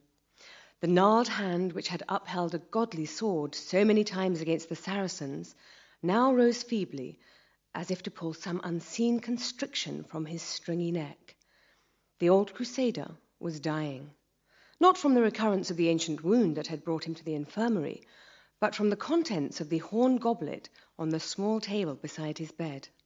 For to its soothing admixture of restorative herbs, had been added the fatal leaves of that most beautiful of poisons, lily of the valley. A huge final breath forced its tortured way out of the old man's windpipe, and as he looked up into the pitiless eye of his murderer, he breathed the word, Berengaria. The massive body shuddered, but once more, and then lay still. Well, I don't think I'm giving too much away if I say our setting seems to be medieval and possibly even monastic. Guest investigators, has anything in that opening paragraph rung any church bells for you? Yeah, I saw that episode a few weeks ago on television. It's clear what you need is more information. So let's find out what's happening in the official investigations into the crime. Now, because the murder took place within the enclosed community of the Abbey of St. Cuthbert's, it's an internal inquiry which is being conducted by Abbot Gwydron. Abbot, over to you. I would not have known this to be a murder. I thought Sir Gervase de Pring full of years, anguished with the pain of an old wound in his groin and close to eternal bliss, had simply reached the end of his mortal race. But Brother Boniface was rendered suspicious by the agonized expression on the dead man's face. He then sniffed the remaining fluid in the horn goblet and said we must try it on the monastery cat. As we watched the cat expire of heart failure, then knew we there had been wickedness afoot.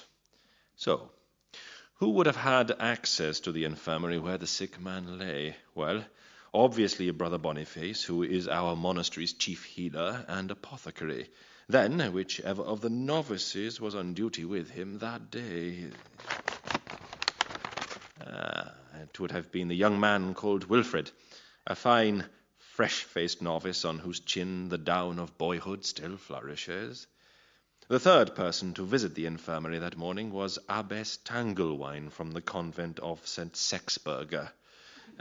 True, women should not be allowed within the sacred portals of our monastery, but the abbess has strange skills of healing that have oft-times proved sovereign to our brothers. And she is a strong woman whom few would gainsay. Also, she has endowed much money to our foundation. I inspected the naked body of the deceased knight. Apart from such natural flaws and blemishes with which he had been born, like the red birthmark on his nether regions and the abscess in his groin that was being treated, the only other marks were scars around his wrists and ankles. But whence these came I wot not. As I know more, so shall ye hear it, God be with ye. And God be we ye too, Abbot Gwydron. So, Liza and Reg, you've got a few more facts in the case. Do you find any of them even mildly helpful? Well, scars around wrists and ankles, imprisonment, shackling, that sort of thing. Yes, and this abscess in his groin, is this the abscess that makes the heart grow fonder? I think rather the reverse, actually. Yes, you still haven't really got enough detail to go on, have you? I think it's time we found out more from three of the people involved in the case. And we'll start with a statement that was given to Father Abbot by the principal of the adjacent convent of St. Sexburger, Abbess Tanglewine. I have not always been a nun. It was only after personal tragedies that I was drawn to the life of the convent. Not long after I heard that my husband, Sir Morton de Freteville, had died at the siege of Antioch, came a second grievous blow. I lost my only child, our daughter Berengaria. A pretty thing of but 2 years old. She was stolen away in the night from our castle. This was some 14 years ago. God knows where poor Berengaria's body lies. Somewhere deep beneath the surface of the unforgiving forest. So, to staunch the sorrows of a bleeding heart, I joined the convent of St. Sexburger. Yes, once there, I was fortunate to rise so soon to the eminence of abbess, above other more qualified candidates. But then my family does have private money. I still mourn my daughter, yes, and my husband too. But now, of course, I am the bride of one more mighty. I have never met Sir Gervase de Pring before he arrived, travel-soiled and weary, so at the Abbey of St. Cuthbert some days ago, he had an old wound in his groin that had recently opened. and Brother Boniface sought my advice on his treatment. I know much of the vagaries of the human groin. So right readily did I inspect the knight's affliction, and prescribe the standard remedy, a poultice of nettles, comfrey, St. Joseph's wort, and a maiden's petticoat. I did go to the infirmary the morning of Sir Gervaise's death, but finding the old knight sleeping peacefully, did leave him undisturbed. I did not touch the ingredients of his soothing potion, nor did I mix it with hot water. Thank you very much, Lady Abbess. Liza and Reg, you now have 2 minutes to cross-examine her. Are you aware that the victim's last words were your daughter's name? This I am told. And did this ring any bells for you? None whatsoever. I find it an extraordinary coincidence, but I've seen many extraordinary coincidences that our Lord sees fit to show us. You're clearly very au fait with the medicinal and probably toxic characteristics of herbs and flowers. I do seem to have been given a gift by God, and my hands are healing hands, especially, as I mentioned, in the groinal area. Did you, during your ministrations to the old knight's groin, have a conversation with him? Sir Gervais was mumbling and often had fever. Many times he mumbled in foreign tongues, and I was unable to decipher his exact words. Did you ever hear your husband, who was also, I gather, a crusader, mention Sir Gervais? No. Lady Abbess, thank you very much for your forbearance. Let us move on to our second statement, which was given to the abbot by the monastery's herbalist, Brother Boniface. Early in the morning, straight after office of prime, I had prepared the ingredients for the soothing draught which was by the bed of the dead knight. In it was poppy juice to make him sleep, honey to soothe the dryness of his throat, and wild garlic to ease the regulation of his heart. No, I did not mix the drink. The mixture is most efficacious if drunk hot, and the good old knight was asleep. I left instructions on a wax tablet that whosoever should be with him when he awoke, then they should add hot water to the ingredients and give him to drink thereof. Yes, I know well the effects of Lily of the Valley. I have mastery of all herbs and plants. Ofttimes is Lily of the Valley mistaken for wild garlic, and cooked in soups, which prove fatal to their consumers. I would not make such a mistake, no. Wilfred the novice is a good youth, and I have taught him well in the mysteries of the herbalist. He would not confuse Lily of the Valley with wild garlic, I am sure. Aye, it is God's truth that before I became a Benedictine monk, I travelled as a crusader to the Holy Land in the year of our Lord 1096. No, I did not encounter Sir Gervais de Pring on my travels, but I remember the crusaders did number many thousands. It was when I grew sick of the butchery of war that I turned to God, exchanging the excitements of the active life for the more sedate blessings of the contemplative one. Well, yes, and another reason for my becoming a monk was a disappointment in love, but such earthly thoughts are now far behind me. May I leave now? The brother sacristan has a grievous flux of the bowels to which I must minister. Yes, but I'm sure the flux can wait while you answer a few questions. I'm not sure that it can. Well, I'm afraid it's going to have to. So, Reg and Liza, you have 2 minutes to cross-examine Brother Boniface. Reg, maybe you'd like to kick off this time. As a medical expert, did you draw any conclusions about the origin of the marks upon Gervais's wrists and ankles that you saw? Well, they seem to have been placed there, probably, obviously, by some kind of restraint of some sort. I couldn't know exactly what. They didn't seem to be that recent to my eyes, though, of course, I'm not a great expert in that sort of thing. The herbs and plants of our Lord are my area of speciality. Have you heard from any source of Sir Gervais actually being captured during the course of his crusading? He mentioned something of it, yes, but he was in great fever much of the time, and it was difficult to discern what he was speaking of that was true and what was in his imagination. But from the marks upon his wrists, I would say that he may well have been imprisoned. You mentioned having been disappointed in love. Yes. Could you tell me the name of the disappointment? Well, though now a monk and have taken up holy orders, I still retain some of the chivalrous nature that took me to be a knightly person, and so I could not reveal the name of the cow that left me then. No, I could not. I don't really know what hospital procedure was at the time, but did people ever bring flowers to sick people? Indeed, often fragrant blossoms were brought in and around the sick bed. It would create a fragrance which was beneficial often to the patient and created a more pleasant atmosphere for them. And lily of the valley, of course, is a very fragrant flower. It is indeed, but very dangerous, and I feel it was something we would only use in a medicinal way, not in a decorative manner. Oh, how would you use lily of the valley in a medicinal way, then?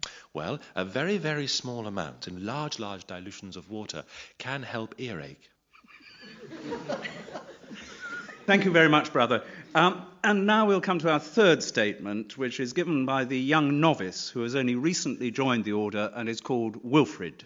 Yes, I do help Brother Boniface in the infirmary, and in the herb garden too. He knows so much, and patiently explains all to me. He lets me help crush the herbs with the pestle and mortar, and he has taught me the simplest of his remedies. When I am older, I would like to be a monk with Brother Boniface's healing skills. Have I heard of Lily of the Valley? Surely do I know it to be a flower of great beauty. But a poison? That I did not know. Yes, I do know wild garlic. It is a fine herb for many ailments, particularly for the regulation of the motions of the heart. Yes, I do have a high voice for a lad of my age. I can still sing sweet treble in the choir, but Brother Boniface tells me that my voice will change as my body changes. Why do I keep my face so deep within the shadow of my cowl? Why, such is the becoming modesty of a young novice in the presence of such fine gentlefolk as yourselves. On the morning of Sir Gervase de Pring's death, after prime, Brother Boniface did bid me to the herb garden to pick some thyme and comfrey. When I arrived in the infirmary, he had already prepared the ingredients for the old knight's soothing potion. He told me to pour on hot water and administer the draught when Sir Gervase awoke. But I did not stay in the bedchamber. Brother Sacristan has a grievous flux of the bowels. Thank you very much. I think we've had quite enough about Brother Sacristan's grievous flux. Guest investigators, you have 2 minutes to cross-examine Wilfrid the novice. Liza, you begin this time. How old are you? I am 14. Can you tell me who picked the garlic? Brother Boniface is in charge of the herbs. You have been instructed well enough to know the difference between garlic and lily of the valley. Oh, indeed. One smells rather ghastly, and the other doesn't. How long have you been in the monastery? It is a very long time ago, so I can't remember, but I am merely the offspring of a humble charcoal burner and his wife. They could not afford to look after me, and one day on returning home, after picking berries in the forest, I found to my horror that they had moved. At what age did you actually become a novice? When I was 11. And was it always understood that you were going to become a novice? Or did you have ambitions to become something else, like, say, a charcoal burner? No, it is my ambition to become as humble and have the humility of Brother Boniface, to become a Benedictine monk. Thank you very much, Wilfrid. Your cross-examination is up there. Well, after that, you have a lot more information, though who can say of what quality it is. Liza and Reg, are you nearer to fingering the murderer of Sir Gervase de Pring? I think so, yes. I think there are a lot of dirty habits in this monastery. I'm very suspicious about this Wilfrid the novice. Liza, are your suspicions moving in the same direction? Is he really a boy? That's what I want to know. Well, and with that cowl so heavily over the face, it's difficult to say. Precisely. Well, thank you very much. It's a real privilege for me to see how your minds work. Now, for the next stage of our investigation, we have to... good heavens. A dove has just alighted on my desk. And gracious me, there's a small canister attached to its leg. Let me just get that off and... sorry. Now, if I open this canister, there's a piece of paper on which appears to be a pointer to some new evidence. Yes, it says... If thou the secret of this crime wouldst own, go and ask the ancient charcoal burner's crone. So I'll do that. Excuse me, are you the ancient charcoal burner's crone? That I be. How very convenient. And what do you have to tell us? 'Tis for no reason but that I be on my deathbed that I do make this confession. Near 35 year ago I speak of, when the lord of the manor did have his wicked way with me. That would be Sir Morton de Frettville, would it?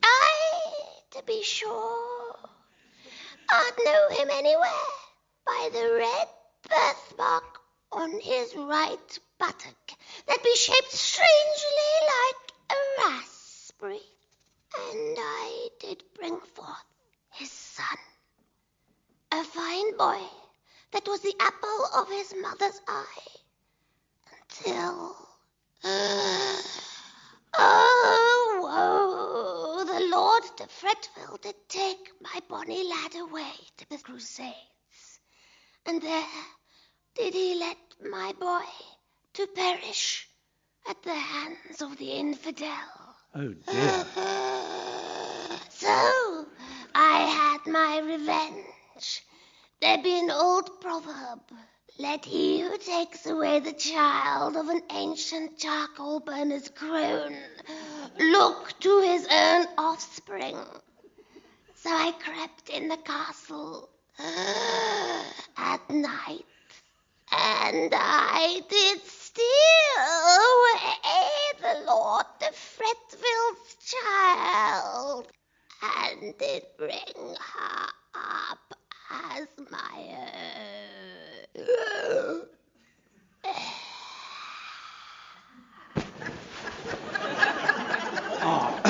Well, I'm afraid that's all the new evidence you're going to get.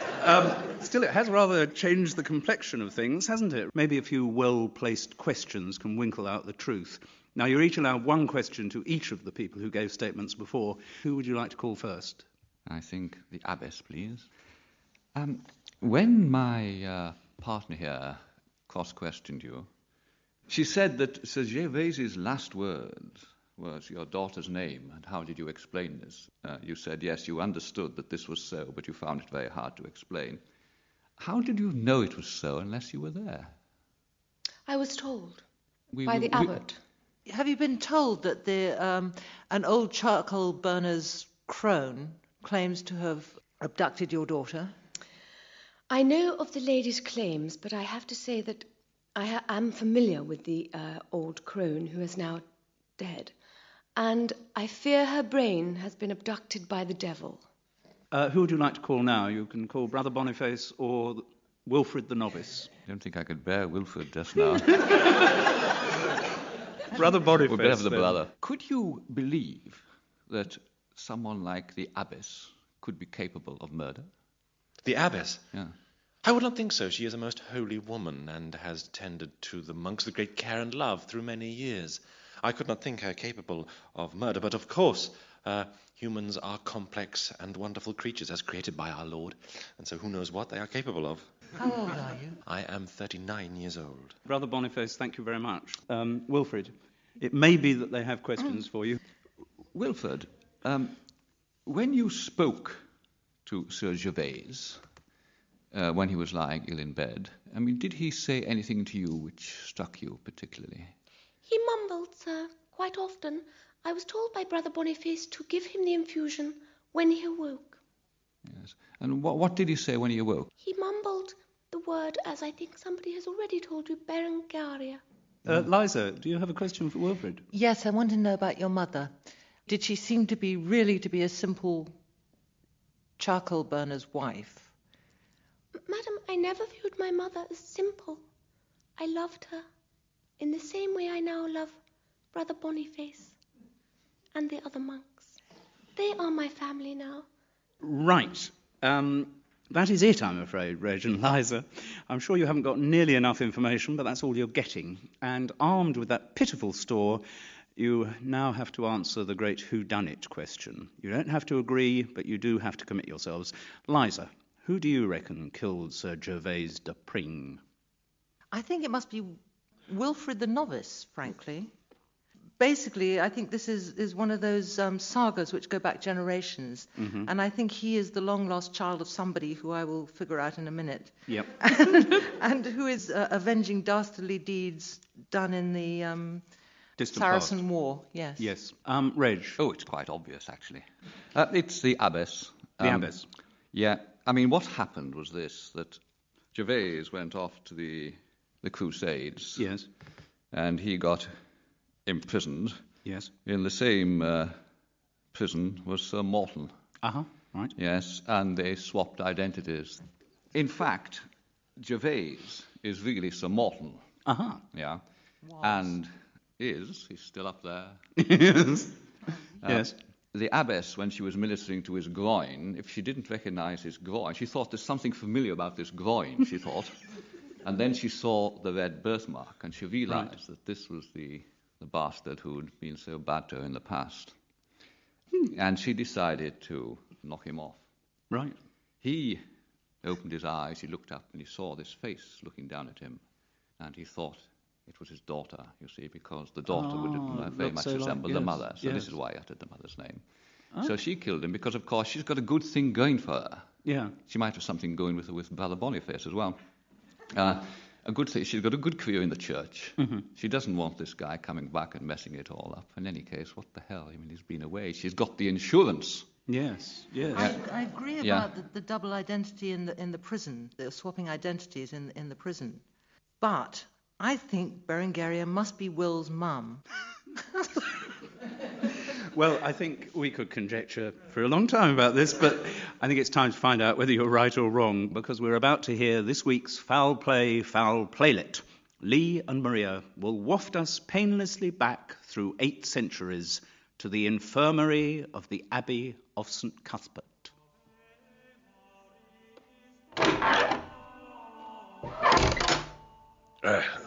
Who's there? 'Tis only I, Sir Gervase, the abbess, come to look at your abscess. Here, let me move the coverlet. But what is this mark I see upon your right buttock, shaped almost in the likeness of a raspberry? I wondered how long it would take you to recognize me, my lady. Sir Morton! Yes, my fine wife, Sir Morton de Fretville. Given up for dead these many years, incarcerated by the barbarous Saracen, but now escaped. And come here in disguise as Sir Gervase de Pring to claim my rights as a husband. Unhand me, sir! It is not seemly to touch one in holy orders. Pshaw! You were under my orders first, my fine filly, and those are the ones you will obey. No, I cannot. You've no idea how wonderful these last years have been without any of your vile, disgusting sexual fumblings. Sir Morton, you will never touch me again. I will fetch the hot water for your soothing potion. And then you'll come and join me in my little truckle bed, eh? No! Sure. 'Tis a fact acknowledged through the centuries that women always say no when they mean yes. Who are you? What do you want? I am Wilfrid the Novice, sir. I heard you were awake and have brought hot water to mix your soothing potion. Oh, then mix it for me, boy. Just a moment. Come here, boy. Sir? If boy you be. I understand you not, sir. Nay, with your high voice, your mincing movements, your unstubbled chin, we'll soon see the truth. If I tear the habit from you, boy, then will you stand revealed in all your beauty as a...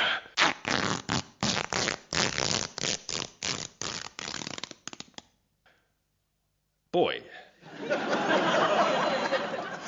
Yes, sir. A boy. Sorry, easy mistake to make. I just saw her. Father Abbott warned me about men like you. Oh, dear. Yeah, I'm still sure I'm going to find Berengaria one day. Good morrow. You know, Brother Boniface, I am so confused. Then drink a little of this soothing potion. 'Twill ease your mind. Wilt? Aye, 'twill. I mix the ingredients myself. Then thank you, good brother. This will bring me peace. 'Twill bring you lasting peace. Good.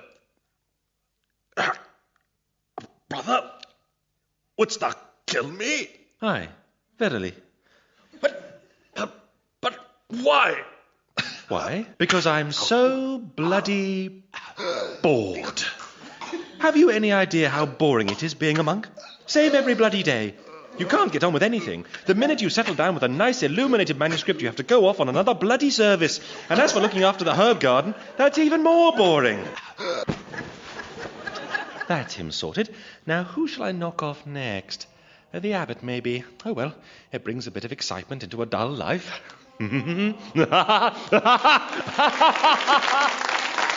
Well, guest investigators, you have both scored nul point.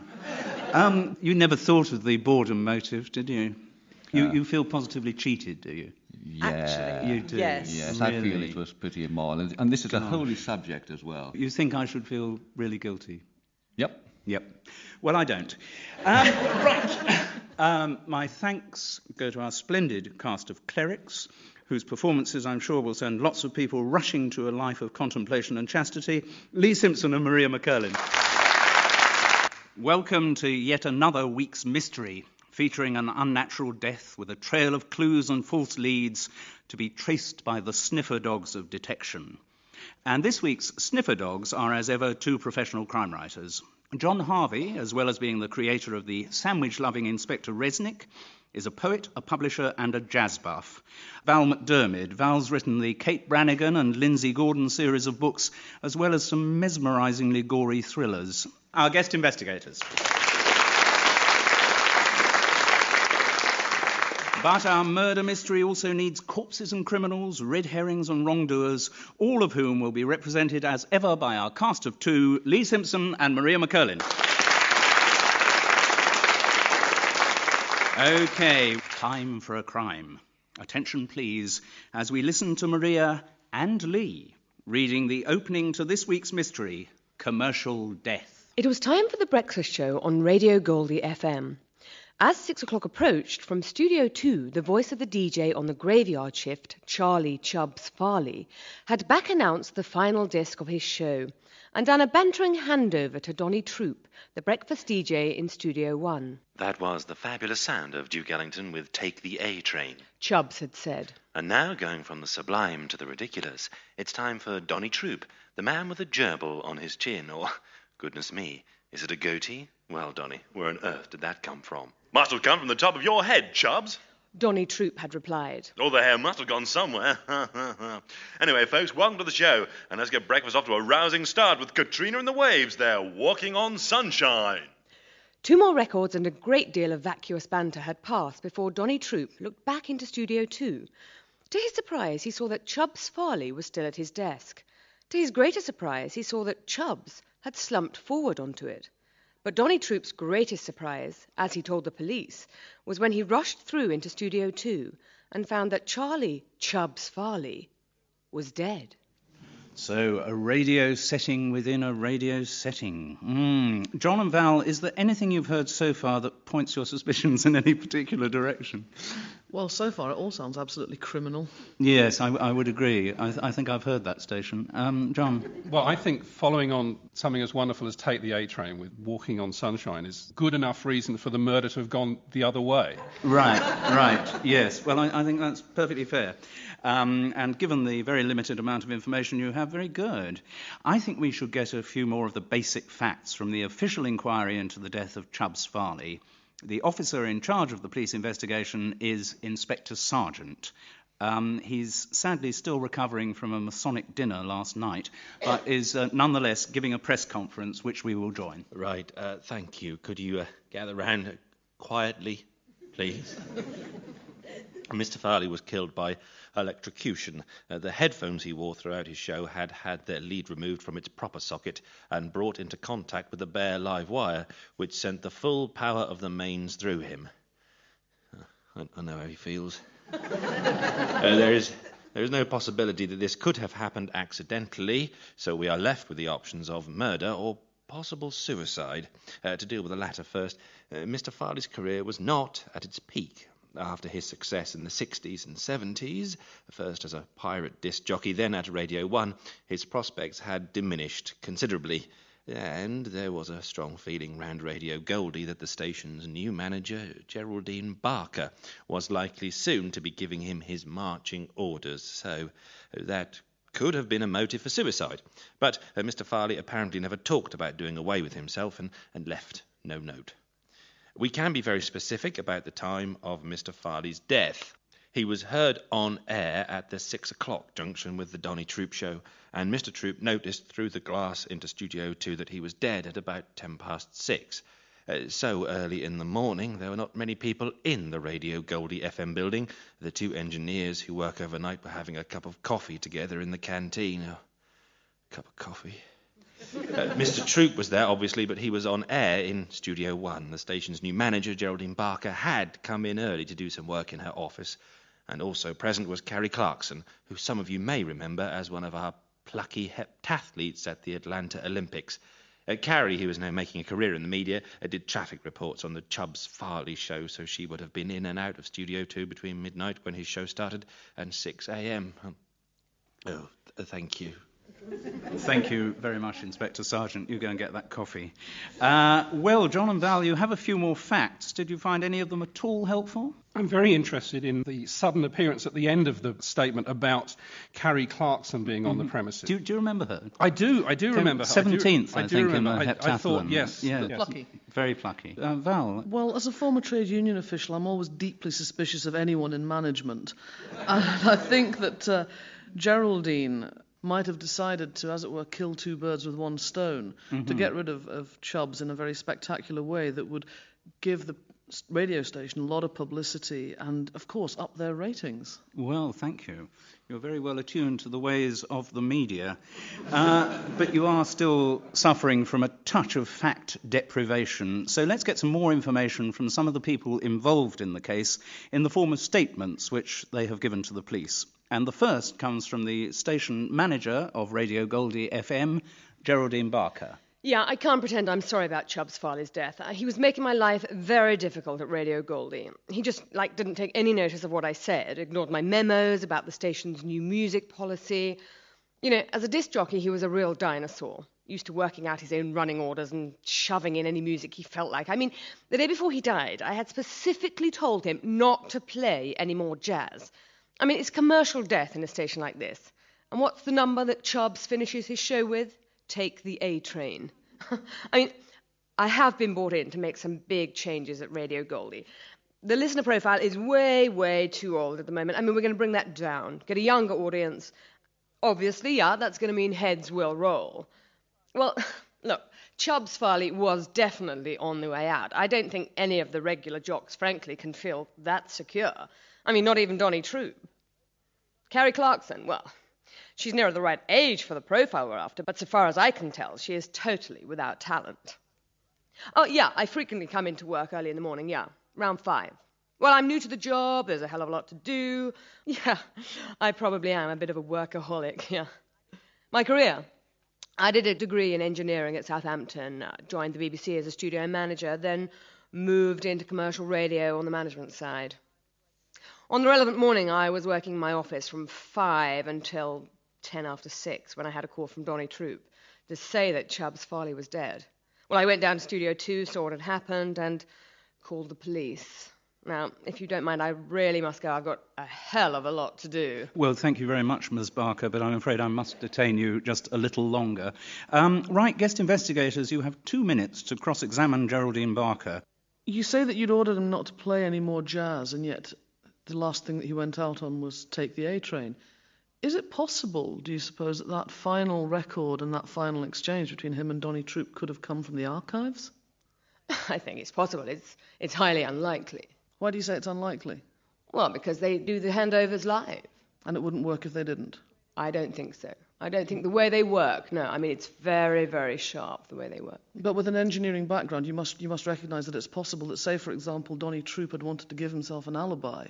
He could have taken something from the archives and played it out on the air as if it were going out live. Sure. Smart thinking, yeah, smart. Have you told the police that? John, I'm very interested in this banter, which you say was very sharp on some occasions.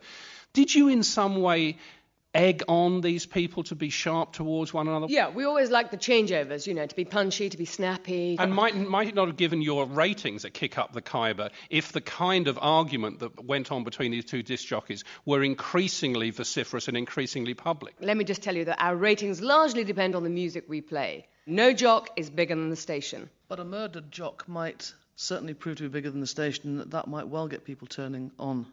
Sure, no, I've been told by some of the tabloids we're going to be on the front page tomorrow, which I'm happy about. I'm very sad that Charlie's dead, but, it puts the profile up. We will now move on to our second statement, which was given by Radio Goldie FM's breakfast DJ, Donny Troop.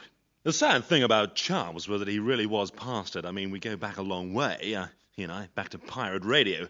Charles didn't change with the times, though. Still played the same music. Yes, even put in some of his old boring jazz. He'd no longer got his finger on the pulse, like I have. Yeah, he still had a few fans, but they were like geriatric, like dying off, really. Oh, I still have fans, certainly. Still get pairs of knickers sent through the post. I think being attractive to women is one of those things you've either got or you haven't. And I know which particular side of the divide I sit on that one. Now, Charms always had to work at it with women. They didn't throw themselves at him like they always have done with me. But I think he could well have been having a bit of nookie with that Carrie Clarkson. He implied he was, round the canteen. Yeah, you can see through between Studios 1 and 2, but not when you're actually on air. The mic desks face in the opposite direction. So I saw Chubbs doing his show when I came in to do mine.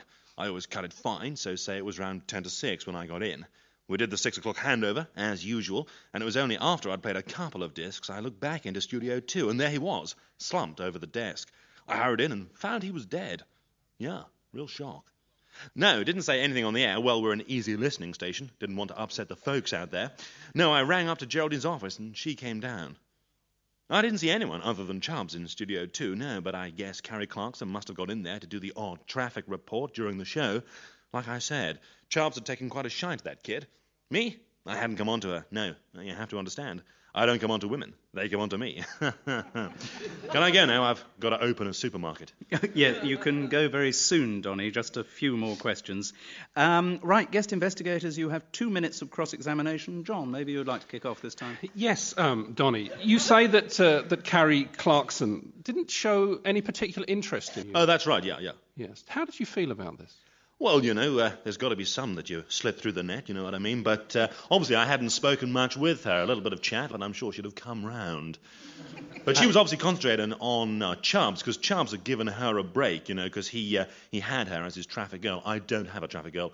I give the traffic reports myself. Had a girl once, had to sack her. On air, she cried. Great radio.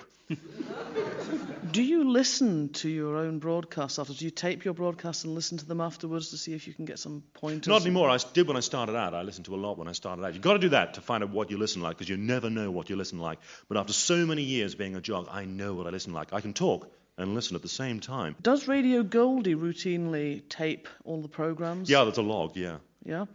So it theoretically would be possible for you to go back through the log and find, say, an old interchange between yourself and Chubby that you could have, for example. I see where you're going, yeah. Well, actually, technically it would, but the thing is it wouldn't work, you see, because the log is kept on a VHS tape, okay? And they use a VHS tape because they can use the tape really, really slowly, and that means the quality is really, really poor. In fact, it's mono rather than stereo. The log is just a record in case someone says something libelous. We can go back and check what we've said. So the log, if you did that from the log, it would come across in mono, not stereo. Someone would notice straight away. So that really couldn't be done. What's your relationship with the new manager of the station, Geraldine? Geraldine, she's out there. She's ready for it. She's a woman on the move. Could you translate that into English for me? She's a bitch.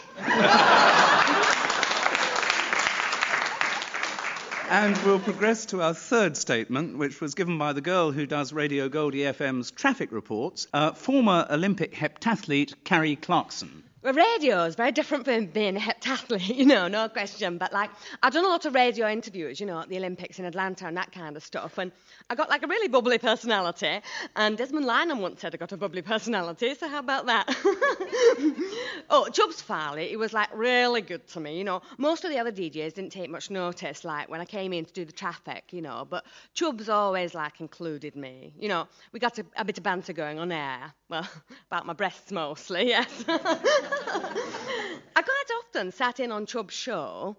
No, not much of traffic reports in the middle of the night, but I wanted to learn about broadcasting, and Chubbs was happy to share his experience with me, so I think he did fancy me, yeah, but I wouldn't have let him touch me. No.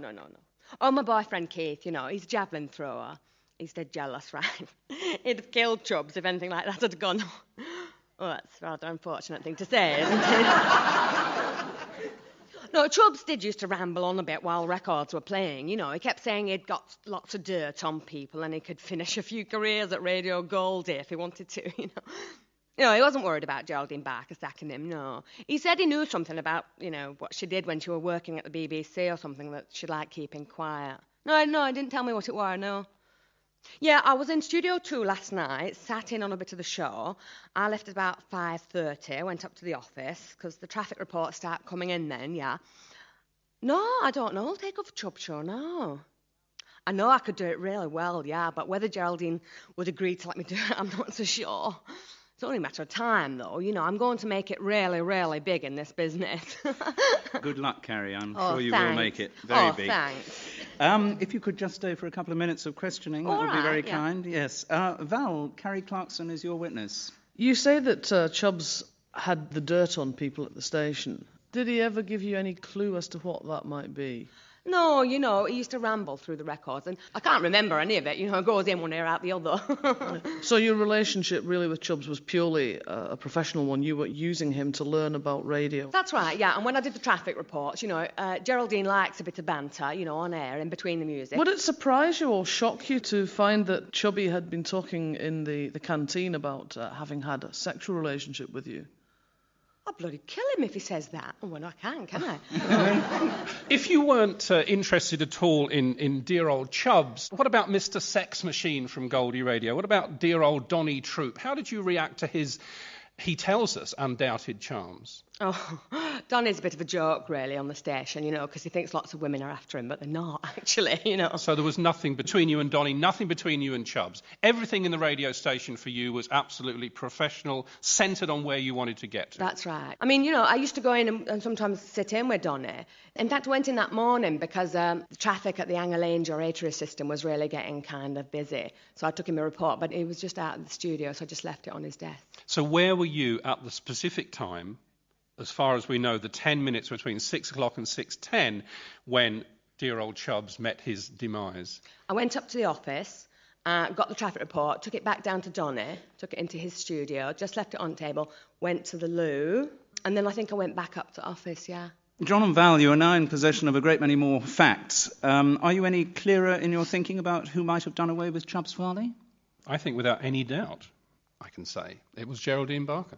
It was, right. And I think what happened was that she felt that she needed to get Radio Goldie out into the 20th century before it was too late.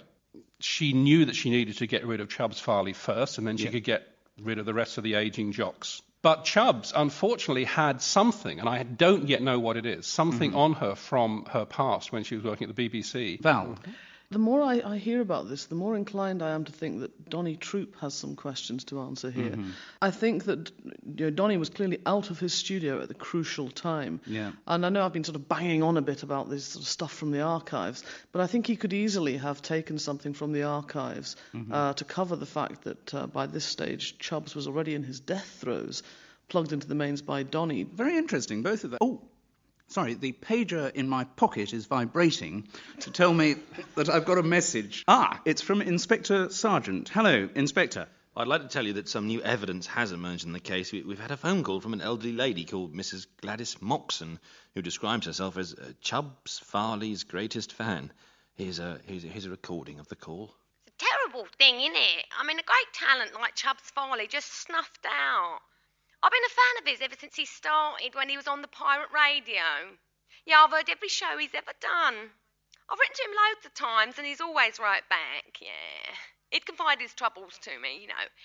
When there was all that fuss about disc jockeys taking bribes to play certain records, you know, he was worried that he might come under suspicion. Not that he ever done nothing wrong, although all the others, you know, was probably taking bungs. And then when he was at Radio 1, there was some scandal about studio managers selling illegal copies of music sessions. But he was afraid he might have been implicated in that, yeah. He confided in me, you know. And he played music, you know, especially for me, you know. I like jazz, you know, Duke Ellington. And twice in the last week he's finished his show with Take the A Train, yeah. Especially for me that was, yeah. I know, because he dedicated it to me, yeah, both times. He was a brilliant man, you know, genius, Chubbs. He really was.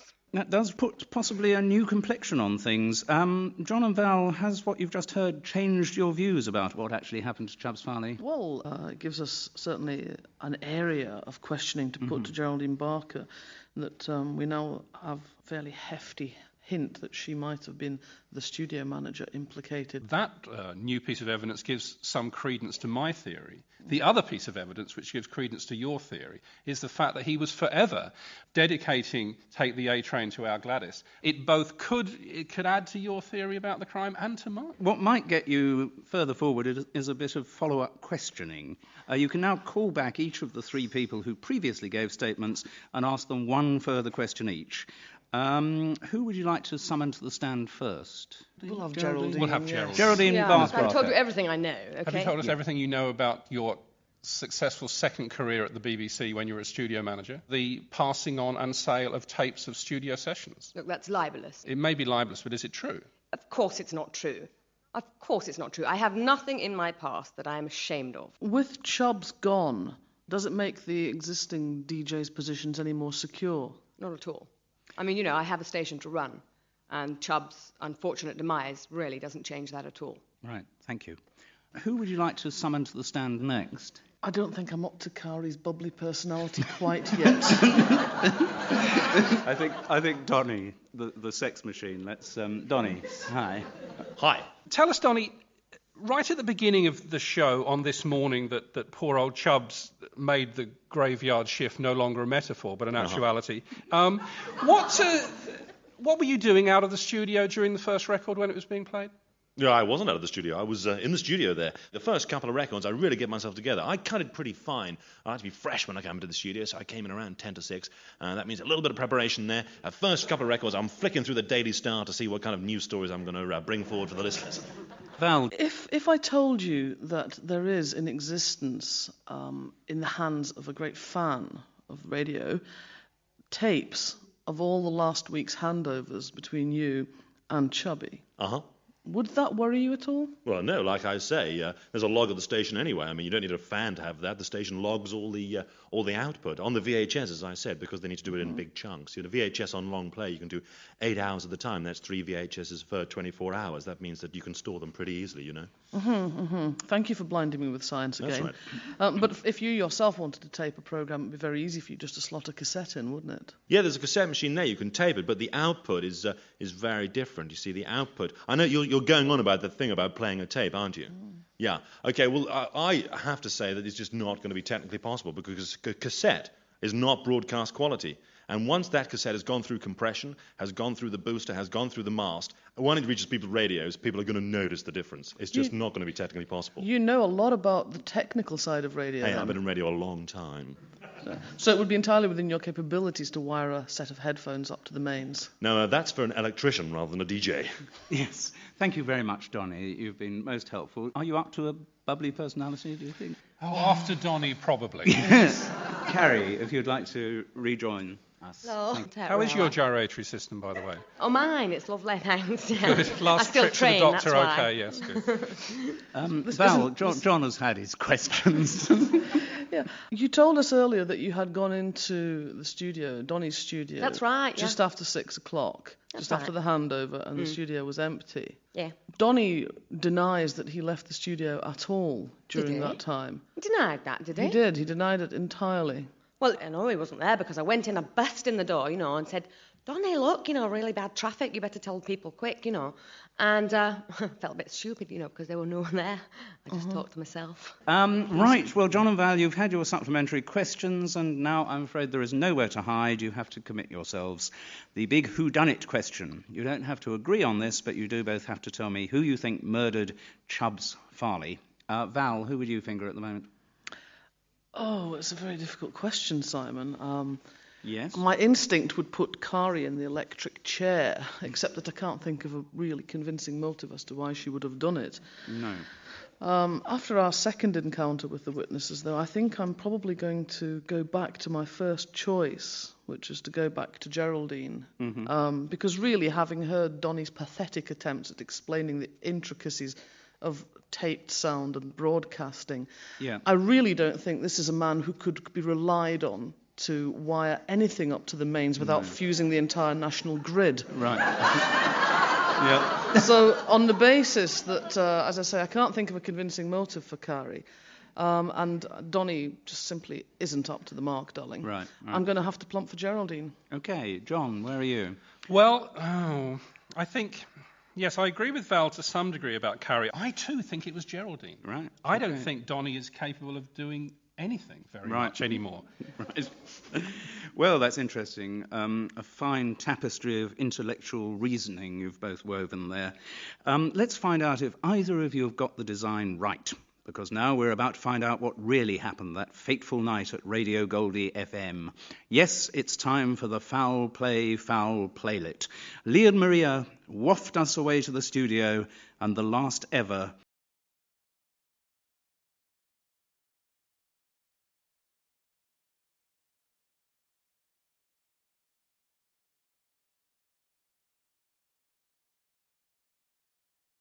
Chubbs? Oh, yes. And now the 3 degrees ask that old question. When will I see you again? Carrie, how are you and your 2 bazookas? I'm really furious, Chubbs. I've just been having a coffee with one of the engineers. He says you told him we've been having an affair. A man can dream, can't he? Oh, come on. Gives me a bit of street cred with the guys. But if my boyfriend Keith hears what you've been saying, he'll murder me. You've got to stop saying it, Chubbs. And if I don't? Well, then I'll stop you saying it. I will. Oh, hi there. Good morning, Chubbs. What are you doing here, Carrie? Oh, I was just going to get a traffic report. So, to what do I owe this pleasure, Geraldine? I thought I'd tell you to your face, Chubbs. I just signed up Jed Jemson from Splurge FM. You finish at the end of the week. You're making a big mistake, Geraldine. I don't think so. I've done a deal with the News of the World, my life story, all the dirt, payola scandals, names of studio managers who did illegal copying at the BBC. You wouldn't dare. Oh, I would, unless I keep my job. Listen, I am going to stop you Hi, Donny. Morning, Chubbs. Damn. Can't do anything while Donny's through there. Don't worry. I'll get you, Chubbs Farley. Chubbs, you still doing your News of the World piece? Too right I am, Donny. Still planning to reopen the whole payola scandal? Oh, yes. But that'll ruin me. Give Geraldine the perfect excuse to sack me. I know. Well, I'm not going to let you do it. How are you going to stop me, Donny? I'm going to kill you. You'll never get away with it. Oh, yes, I will, because I'll have an alibi. What? You're about to do a posthumous broadcast, Chubbs. I recorded the end of your Monday show. I'll play that in after I've killed you. Be safely in Studio One to do the handover from the tape live. And when I come to find your body, simply erase the tape. Oh, what are you doing with my headphones? Chubbs, I want you to listen to something that's really going to blow your mind. End of record coming up. And cue tape. Aha, that was nice. Nice. And it's time for the last of Chubb's tunes. And this one goes out specially to Mrs. Gladys Moxon, the great Duke Ellington, with Take the A-Train.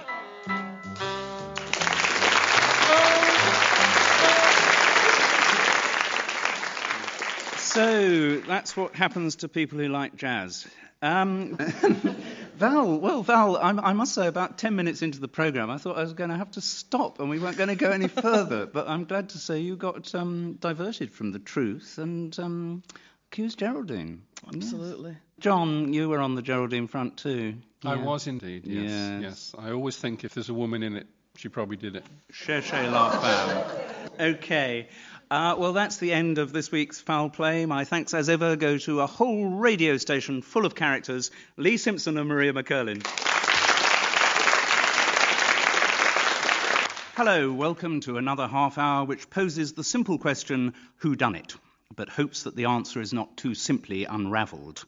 And to take on the challenge of the unravelling job this week, I am joined once again by two professional crime writers. Francis Fifield, who sometimes writes as Francis Hegarty, is also a practising criminal lawyer. Francis, does this experience help when you're trying to spot a wrong 'un? I think it might actually be an impediment. I'm very glad to hear that. Francis is joined in her inquiries today by Peter Walker. He has produced an indecent number of books, including, under the pen name of Nicholas Ray, the Constable series, on which television's hugely successful Heartbeat is based. Peter is also an ex-policeman, a lawyer and a policeman together. Peter, do you think I'm making a rod for my own back here? Well, having heard this before, Simon, I think the rod will be on our backs, not yours. Good. That's certainly the intention. Ladies and gentlemen, our guest investigators. And once again, I'm delighted to say that all the characters in our devious plot will be interpreted by Foul Play's regular repertory company, Lee Simpson and Maria McCurlin. Right. No more ado, time for a crime. Guest investigators, listen hard as Maria reads us the opening to this week's mystery, Death in Intensive Care. The body in the bed in the intensive care unit of the Royal Howard Hospital looked very small, dwarfed by the banks of machinery and monitors which surrounded her. Dr. Barbara Katzman, a professional forensic pathologist with a ferocious sense of her own identity as a woman and a complicated private life, was suffering from the potentially lethal infection caused by a bite from the Caribbean Quintarino fly. The patient had been unconscious when she arrived in intensive care, and the consultant, Sir Newby Tonks, a specialist in Quintarino fly infection, had put her chances of survival at 0. But after treatment by the junior doctor in charge that day, Dr. Paul Wing, also coincidentally one of her former lovers, Dr. Katzman had rallied. After the insertion of an intravenous drip containing a possible antidote to Quintarino fly venom, she had regained consciousness and even started to talk coherently about feminism. That had been at 6 o'clock in the evening. A little more than an hour later, at 7:15, when Sister O'Mara, the nurse on duty, had checked up on her charge, she had found that the life-saving drip had been ripped savagely out of the patient's arm, and that Barbara Katzman was dead. Well, some kind of medical malpractice going on, it seems. Francis and Peter, in the midst of all this playing doctors and nurses, there's clearly been a crime committed. I know it's early days, but has anything alerted your suspicion so far? Nothing. No. No is a perfectly valid answer at this point. I think we'd better find out how the official inquiries into the crime are getting along. Peter, I'm sure you've attended many police press conferences in your time, possibly even given some, but I doubt if you've been to one of the kind given by the man in charge of this case, who is Inspector Sergeant. Thank you. I think I'd better start with the cause of Dr. Katzman's arrival in the intensive care unit. She had been in her forensics lab conducting a post-mortem on a member of a Jamaican Yardie gang. The dead man had fallen foul of a rival gang who specialise in a particularly unpleasant form of contract killing. This involves making the unfortunate victim swallow a live Quintarino fly, which bites the inside of the mouth, causing a long and painful death. It is believed that when, in the course of the post-mortem, Barbara Katzman opened up the victim's abdomen, the Quintarino fly, still remarkably alive, flew out and bit her on the face. She is thought to have passed out almost immediately, and, had she not been discovered soon after by Dr. Paul Wing, who happened to be passing the laboratory, Dr. Katzman would probably have died before reaching intensive care in the adjacent Royal Howard Hospital. The cause of Barbara Katzman's death was undoubtedly venom from the Quintarino fly. The antidote set up in the drip by Dr. Paul Wing might have saved her life, but its removal left her with no chance of survival. The last person to see Dr. Katzman alive was the consultant, Sir Newby Tonks, who dropped in to take a look at her on his way to the opera. He said she was alive then and conscious, but he did not expect her to last the night. Sister O'Mara and Dr. Paul Wing were both on duty in the intensive care unit, but were busy with another patient who'd just been brought in following a cardiac arrest. Neither saw Dr. Katzman until the sister went into her room at 7:15 and found her dead. Thank you very much, Inspector. Well, Francis and Peter, you have a bit more information. Not enough, of course, but has what Inspector Sergeant said moved your thoughts on at all from no? Where are your suspicions pointing at the moment? Not in any particular direction. Obviously, as a police officer and an investigator, I'd want to know who was on the ward between 6 o'clock and 7:15. Oh, really? What, you tend to get the evidence and background before you arrest people, do you? We tend to, yes. Yes. Oh, it's quite a well-established procedure. Francis? I just got this rather alarmed curiosity at the moment. What the hell has happened to this Quinterino fly? Is it still having sort of, survived passage through somebody's intestines so far, come out and bitten Dr. Katzman? Where is it? Has anyone recovered the fly? Well, that's a very valid point. Oh! Actually, you're still a little starved of the oxygen of fact. Let's remedy that situation by hearing statements given to the police by 3 of the people involved in the dreadful events at the Royal Howard Hospital. And the first comes from the consultant in charge of Dr. Katzman's case, Sir Newby Tonks. I had met Dr. Katzman before I saw her in the intensive care unit, but I didn't know her well. I'm a doctor who cures the living. I don't have much time for pathologists who only deal with the dead. But I'm sure Dr. Katzman knew me. I am a well-known figure in the medical establishment. As a student, she would undoubtedly have read my publications and probably attended my lectures. In my view, the fact that Dr. Katzman's drip was removed made no difference. She would have died anyway. Those of you who have read my article in The Lancet, Quinterino Fly Morbidity Quotients, will know that the bite of that particular insect is invariably fatal. Dr. Paul Wing's gallant attempts to save Dr. Katzman in intensive care were always doomed to failure. Oh, like most young doctors, he sees himself as the next Alexander Fleming, but I'm sure his proposed antidote to Quinterino fly venom would have been entirely ineffectual. No, I've never married. I like things in my life to be well ordered, and women are so bloody untidy. I've no idea whether Dr. Wing and Dr. Katzman had a relationship. It's a matter of complete indifference to me. Sister O'Mara, oh, she's an efficient nurse. I have a professional respect for that. So many nurses these days are undisciplined. Let their emotions get the better of them. Yes, I saw Dr. Katzman at 6 o'clock on the evening she died. I was surprised to find her conscious, but I knew she wouldn't survive long.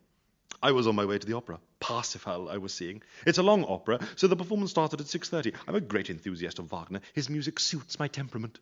Thank you very much, Sir Newby. If you wouldn't mind just staying there for a moment, our guest investigators may have a few questions to ask you. Peter? Yes, Sir Newby, the drip was removed. It appears so, yes. It is of little consequence. She would have died anyway, whether the drip was removed or not.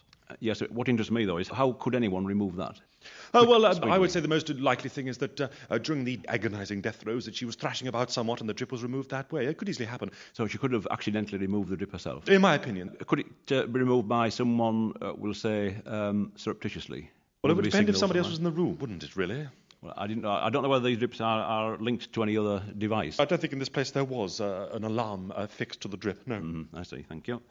The antidote you mentioned that Dr. Wing was working on. Yes. Have you any experience of this personally or not? I have no experience of it because it doesn't exist. This is not an antidote. This is a figment of Dr. Wing's imagination. Mm-hmm. OK, thank you. Francis? The length of time for this Quinterino fly death, does that vary?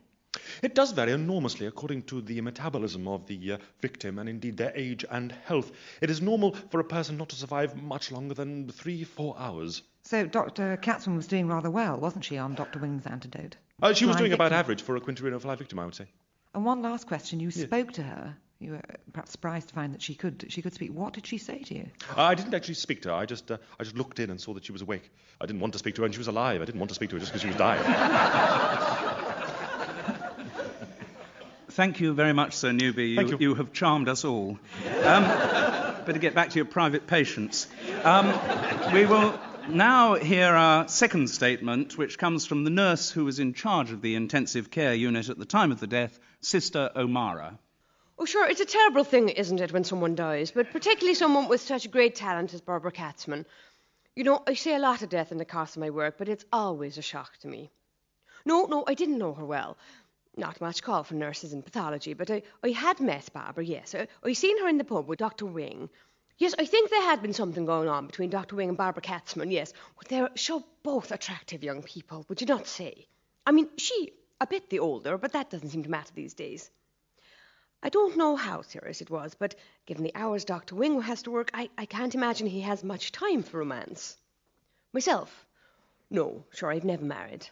I get so involved in my work that it might be difficult to include anyone else in my life. Of course, there were infatuations and things when I was a student nurse, but there's been nothing of that sort for many a year now. Well, I'm 56, if you must know. Sir Newby Tonks, he's a fine doctor, wouldn't you say? A great expert in his field. Tropical insect infection, yes. Not an easy man, no, I agree, but maybe that's because he's so dedicated to his work. Oh, the night Barbara Katzman died, Dr. Wing and I were busy with this cardiac emergency. I shouldn't have left her alone so long, but we're so short-staffed as usual. No, Dr. Wing and I weren't together every minute. I had to go and organise equipment for the cardiac arrest. But we were together, yes, most of the time. Ah, it's all very sad to be sure, but the Lord giveth and the Lord taketh away, doesn't he? He does indeed. Thank you very much, Sister. What an angel of mercy you are. I'm sure our guest investigators have the odd question to put to you. Peter, maybe you'd like to start. You told us that you left Dr. Katzman alone.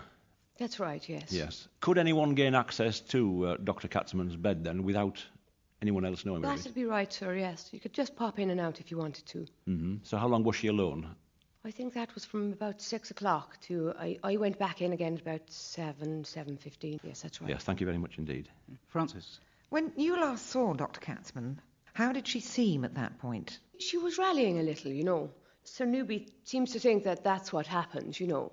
The patient quite often looks like they're getting better, you know, and then they pop back into a coma and then they die. We've heard Tonks' opinion about Dr. Wing's antidote to the Quintarino fly.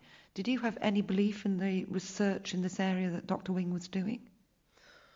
I don't think there was an antidote. I know Dr. Wing was quite keen, you know, but because I think he loved the lady, he didn't want her to die. So, for sure, I think he'd have put up a sugar drip, you know, if he thought it would have worked for her. Where was Dr. Wing between 6 and 7:15? He was with me with the cardiac arrest. That's right, yes. Mm. And what's exactly your relationship to Sir Newby Tonks? You've obviously got admiration for him. I think he's a fine man and a fine surgeon. And we'll now move on to our third statement, which was given to the police by the junior doctor whose duties included the intensive care unit on the night of Dr. Katzman's death, Dr. Paul Wing. All right.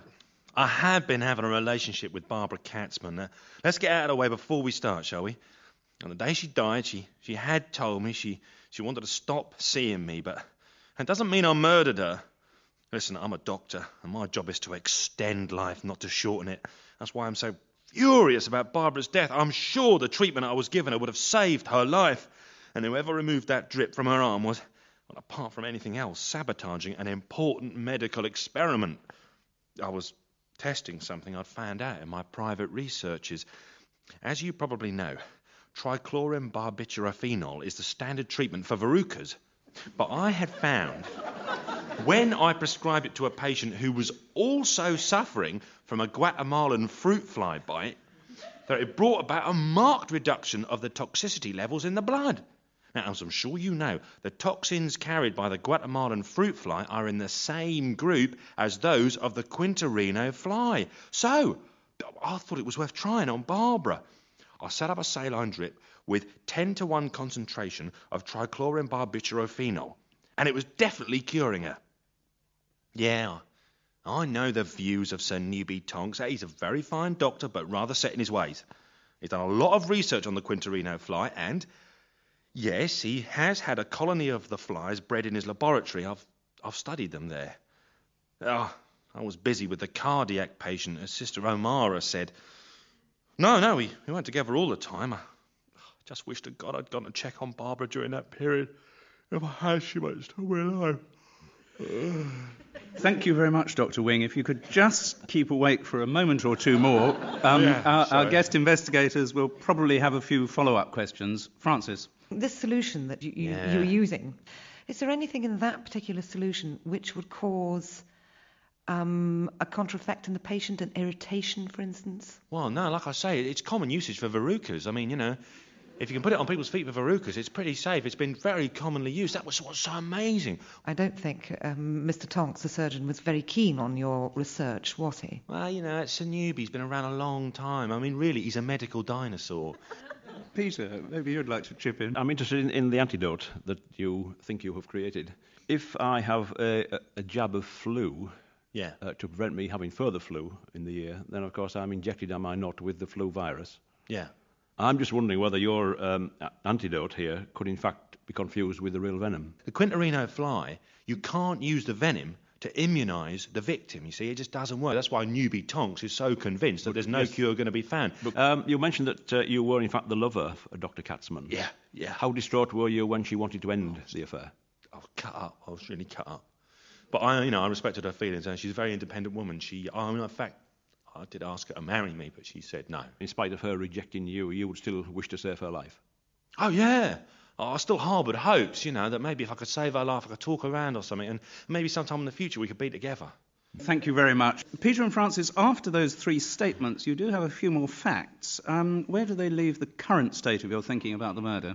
Well, I have a suspect now who has emerged, but I want to keep it close to my chest at the moment, I'm afraid. Oh, do you do that in the police too? You would do indeed, yes. What? I need to gather evidence, you see. Really? Of and my you don't point the finger on the way? Not you yet. You don't talk about work in progress? Not yet, no. Oh, right. Oh, no. How about lawyers? What do they do, Francis? We sort of thrash around and get things wrong, probably equally often.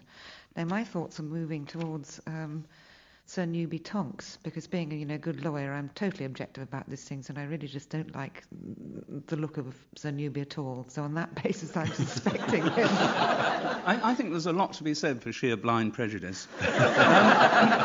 Anyway, what happens now is that... I'm sorry. Dr. Wing has left his bleeper here. It's just gone off, and there's a message on it which says, "Please call Inspector Sergeant." Good heavens, maybe some new evidence has been discovered. Let's go straight over to Inspector Sergeant and find out. Yes, thank you. We have had two interesting developments in the case. The first is information given in an interview with Miss Rona Gravel, who works as an assistant in Sir Newby Tonks' laboratory. Oh, hello. Obviously, I don't know as much about the Quintarino fly as Sir Newby does, but I do look after the ones in the lab. And I understand their little ways pretty well, yes. Oh, it's just possible, but I must say I do find it very unlikely that a Quintarino fly would survive alive after it had bitten a victim inside his mouth.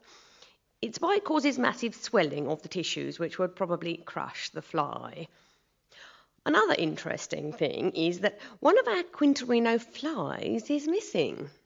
Oh, yes, I count them every evening before I leave. Last week I found that there was one absentee. Last Tuesday the latest brood hatched and we were up to 527 flies. But on Wednesday evening, when I counted, there were only 526. Yes, a fully fledged adult was missing.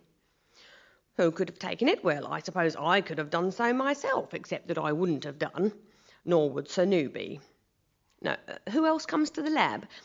Sister O'Mara sometimes comes in with Sir Newby's library books. She changes them for him. And then, of course, there's young Dr. Wing. He's been doing some research in there.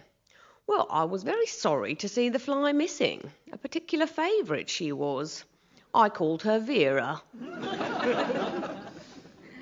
The other new piece of information came from Sir Julian Terrington, the opera buff. I saw the Parsifal on Wednesday night. Dreadfully gimmicky production. But no, I didn't see Sir Newby Tonks there. Well, that's an unexpected turn of events, isn't it? Peter and Francis, I'm sure this must have changed your views on the case and left you desperate to put some follow-up questions to our witnesses.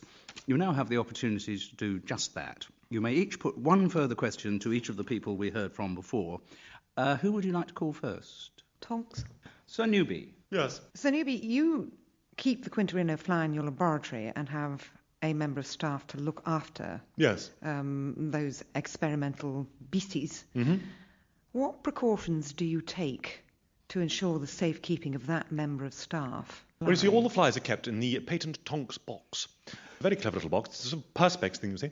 So double doors at either end, and it can be divided so the flies can be counted to make sure that they're all still there. And the Tonks box is very, very safe indeed. If a fly did escape, Sir Newby, where would it go? It would probably seek rotting flesh. That is what they feed on. So it's quite likely it might go down to the mortuary then? It might do, yes, although there's got to go in a lift down 4 floors, down a corridor, and across the car park. Thank you very much indeed. Who would you like to call now? Dr. Wing. Dr. Wing, then, we think. Yeah, all right. Dr. Wing, you found the deceased. I think it was Sister O'Mara. What did she do? Did she call you? Yeah. What did you do then when you arrived? I cried. Did you? There's nothing I could do. She was gone. Francis. Had you had cause to be in Dr. Katzman's pathology lab during the course of the day before this tragic death? Yeah, I had been in there briefly. Yeah, that was when, well, she told me that she wanted to, finish our relationship. We had a thorough and intellectual and emotional discussion about it, and then I left. And would you like to talk again to Sister O'Mara? Francis, do you have a question? I just want to ask you about Dr. Wing and his demeanour during the course of this day. Can you tell us anything about his mood during that day? I know he was very tired, but then a lot of the housemen are tired, Myself as well, But I have the lard to keep me going. Bless you. Peter? Dr. Wing and Dr. Katzman were lovers. That's right. We know that, don't we? You were aware of that? I was aware, yes, that's right, I was. Was the entire hospital staff aware of it?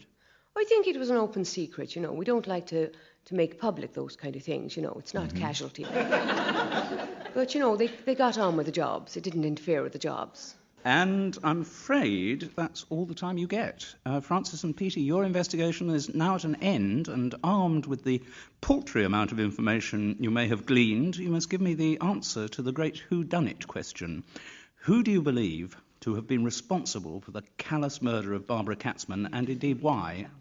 Francis first? I've changed my mind from the absolutely awful Sir Newby Tonks, and I'm going towards Dr. Wing because I think he's a bit too good to be true, really, one way and another. Mm-hmm. We know that he was in Dr. Katzman's laboratory having this, intense emotional conversation. We know what those are like. He is the only one who's got access to the Quintarino fly in Sir Newby Tonks' lab. I think he could have taken it to Dr. Katzman's lab with him just in case, in anticipation of a rejection. That gives him the chance to polish her off because she's had the temerity to reject him, and also gives him the chance to be a tremendous hero battling against old Sir Newby Tonks' old-fashioned ways by introducing this new antidote. But it's not in his interest at the end of the day that the antidote should work. Sir Newby Tonks might have been right. So I think he makes with the Quintarino fly and then removes the drip. Thank you very much. Peter? Well, I think it's Sir Newby Tonks, actually. I think the fly bite was not deliberate. I think that was an accident. But I think that once that the casualty was in hospital, and obviously with no hope of survival, Sir Newby Tonks wanted to go off to the opera, which in fact we know didn't go there, but nonetheless he wanted to go out, and he wanted to leave a tidy place behind him. So it was quite a simple matter to pull out the drip with no one seeing him at all at 6 o'clock. We know that the other two suspects, Dr. Paul Wing and Sister O'Mara, were together from 6 o'clock until 7:15. So they, if you like, alibi one another. Sir Newby Tonks has no alibi. He didn't go to the opera, we know. I don't think he believed in Dr. Wing's antidote at all. If the antidote was successful, I don't think Sir Newby Tonks would want it to be successful. Well, thank you. Very cogent and intelligent solutions, as I would have expected from a trained policeman and lawyer. But are those solutions right? We're about to find out as Lee and Maria waft us on the wings of imagination in this week's Foul Playlet to the forensic laboratory where Barbara Katzman was conducting her post-mortem on that fateful day. Oh, hello, Barbara. Paul? I need to talk to you. I've got your note. I'm sorry, Paul. It had to end. Why? You were getting too possessive. I need my space. You were threatening my identity as a woman. Barbara, if I can't have you, I'm not going to let anyone else... Excuse me, I must cut open his abdomen. There we are. Oh, good heavens, what's that? It's a Quinterino fly. It was caught inside his body. Watch out, it doesn't... It's bitten me. Oh, don't worry, my love. I'll get you to intensive care. You're going to survive this, Barbara. Sure, that's got her settled, but I wouldn't say she was looking so good, Dr. Wing. Don't worry. I can save her. Doctor, are you trying to play God? Why'd you ask that? Because you're not allowed to have a medical drama in which a doctor isn't asked if he's trying to play God. Oh, right. Sister, I want this drip attached into the patient's arm. Wait, what is it? It's a saline drip with a 10-to-1 concentration of trichlorine barbiturophenol. Well, that's never going to save her life.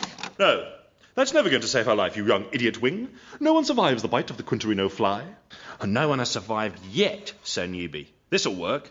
There's not a snowball's chance in hell it'll work, Wing.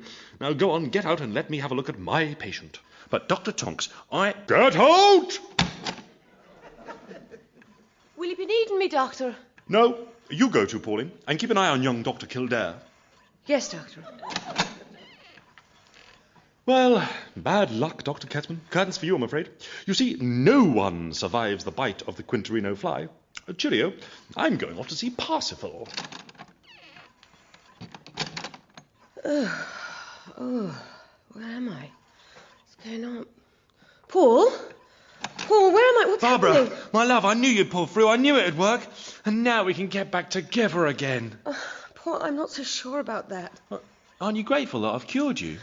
Yes, but I don't believe that gratitude for medical expertise should be used as a bargaining counter in any sexual transaction. Oh, don't you? Dr. Wing, cardiac emergency. All right, we'll have to do a GKH, give him an EPI with 2 mil of KTW. Call a crash RBJ team. Stat! Sure, he loves you, you know that, Dr. Wing. Love? What do you know about love?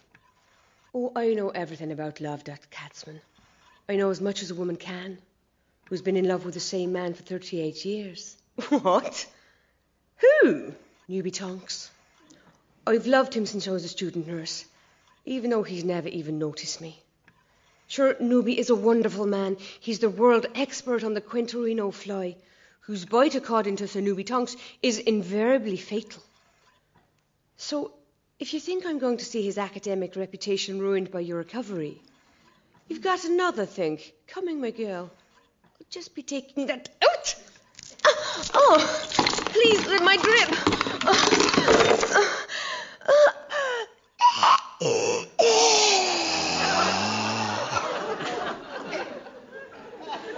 Sure, you know it's not just doctors who can play God. God bless you.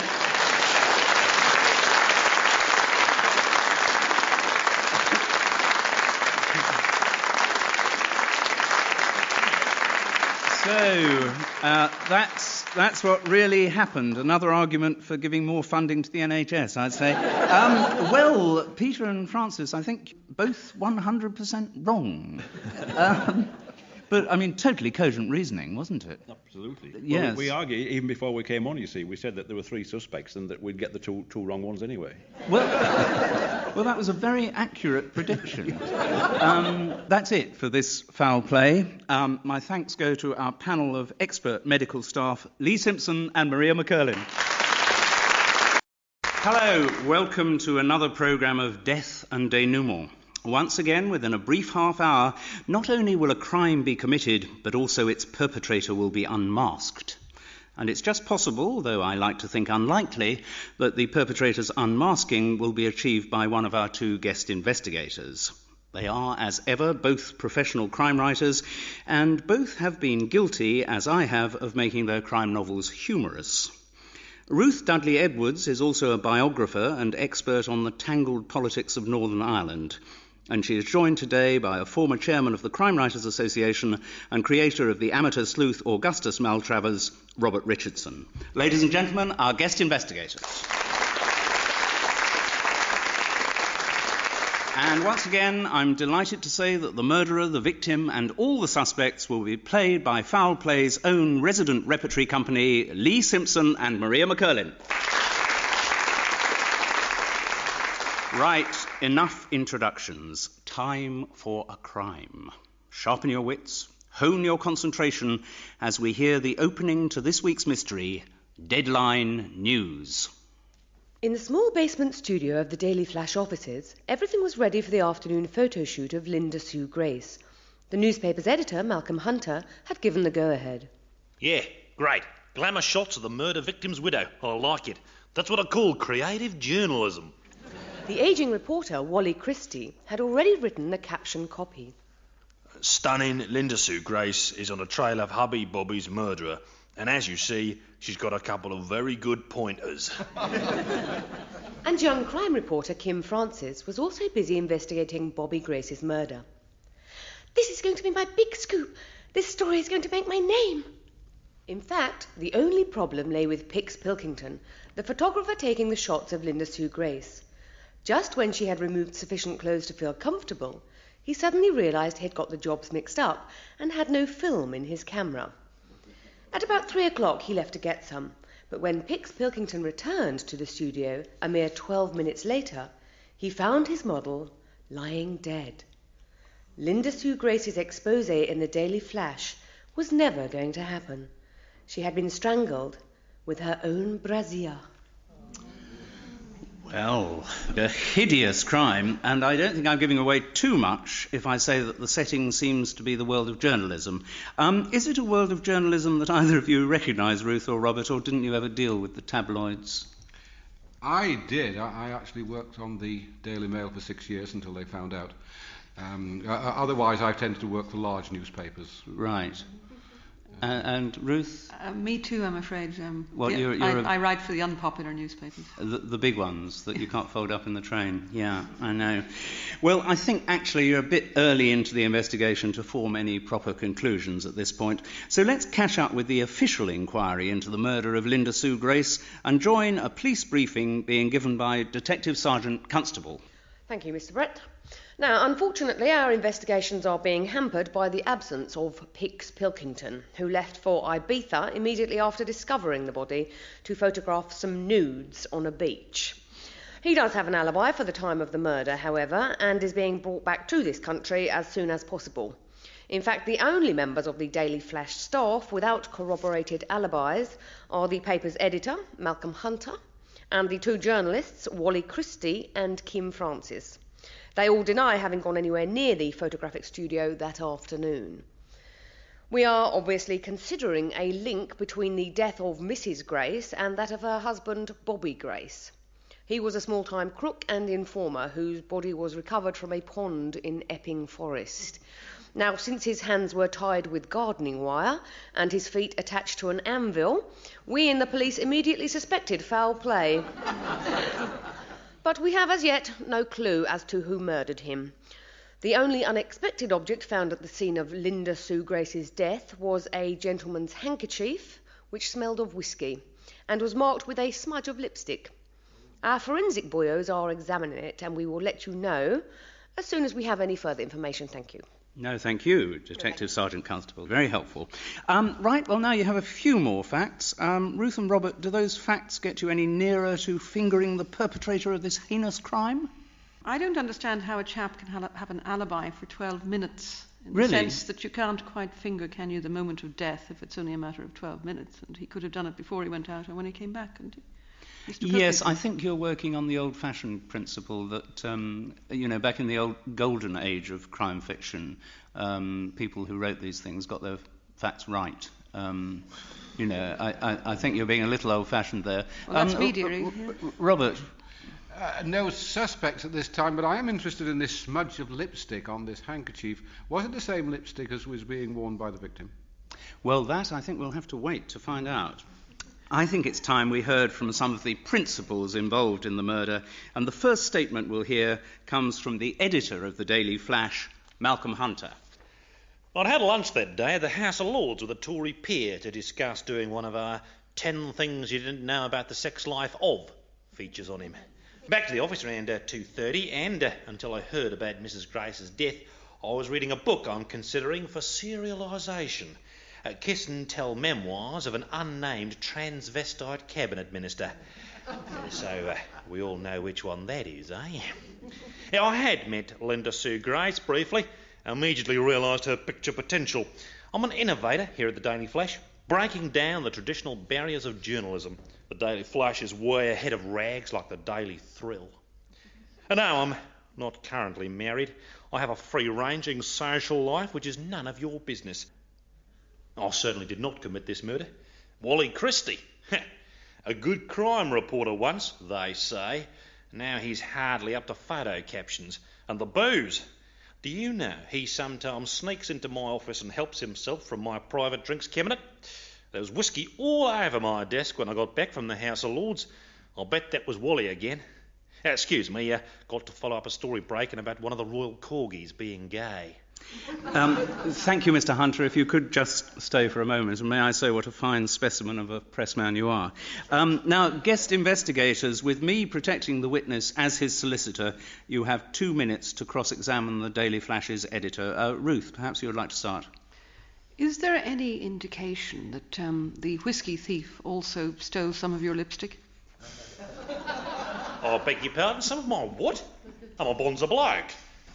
None of that stuff. I mean, those pictures of me in the underwear was purely a kind of a gas for the guys, you know. You know how it is. You go out on a stag night, someone's got some suspenders and knickers, you put them on, someone takes a picture, but that's as far as it goes, OK? Robert, do you have some, even pertinent questions, about the crime? Did your companions include either Linda Sue Grace or the young, keen Kim Francis? Oh, no, neither of them, actually. Kim Francis, she's a nice enough girl, but a bit plain, you know what I mean? Doesn't make a lot of herself, doesn't make the effort. And Linda, well, I had met her, of course, and she was quite a picture, but no, I hadn't visited that particular place, if you know what I mean. When you came back at, I think you said about 2:30 from this obviously most illuminating lunch, what condition were you in? Were you sober, merry? Oh, no, I never drank over lunch. I was completely stone cold sober. Do you expect me to believe that? Nope. Thank you, Mr. Hunter. We will move on now to our second statement, and this was given by the young journalist who has recently joined the Daily Flash, Kim Francis. Hello. Well, at the time of Linda Sue Grace's murder, I was checking some cuttings about the suspicious death of her husband, Bobby Grace. None can vouch for that, but I'd never tell a lie. I'm a great believer in the integrity of the journalist. My relationship with Malcolm Hunter is entirely professional. I don't deny that when I first started working here, he made some suggestions of a sexual nature to me, but I left him in no doubt that I was not interested. I believe that Linda Sue Grace's death is connected with that of her husband. He, as you know, was an informant who would sell to the highest bidder. Bobby Grace was killed because he had information which someone wanted kept quiet. I can't tell you any more. You'll have to wait for my story in Saturday's Daily Flash. Oh, Wally Christie is a disgrace to the high calling of journalism. Nor did I have any respect for Linda Sue Grace. I mean, women who take their clothes off for the benefit of men let down our whole sex, I feel. You know, I don't wear lipstick. People who can't accept how I look naturally are not the kind of people who I consider worth knowing. Now, do you mind if I get back to my research now? I'm sorry, I just have to keep you for a few questions. Oh, really? Okay. Sorry. Okay. Guest investigators, you have 2 minutes to cross-examine the crusading Kim Francis. And Robert, maybe you would like to start this time. You say that Mr. Hunter made a pass at you. Yes. It was when I came for the job. I think, I had done my research about Mr. Hunter, and I know he is something of a ladies' man, and obviously I refused his advances, and I still got the job. I think that says something about my degree from Hunstanton University. Ruth? I'm deeply moved. Yes, I'm very impressed by Miss Francis, her integrity, her refusal to pander to the desires of males. I'm with her on all this. I think she's so much, fine woman. Sister. So, sister, I wondered if you perhaps could enlighten us a little about Linda Sue Grace. I don't want to go into this too deeply. Obviously, as you know, I've got a scoop coming on Saturday. But I would say that possibly she knew a little bit more than maybe people thought. As I say, I do feel she he was somehow implicated in her death. Not immediately, because he was already dead, obviously. So, but through some of his contacts, he was very well known in the underworld, as you know. Does your female intuition indicate to you what it is she might have known? I'm not at liberty. I don't mean to be difficult at all, and I know that I'm only small, and people often think that they can railroad me, but I'm quite steely under this, and I really don't want to go any further. Good. Well, thank you very much indeed. Thank you so much. We will move on now to our third statement, which comes from a journalist who's been on the Daily Flash longer than anyone can remember, and on the booze even longer than that.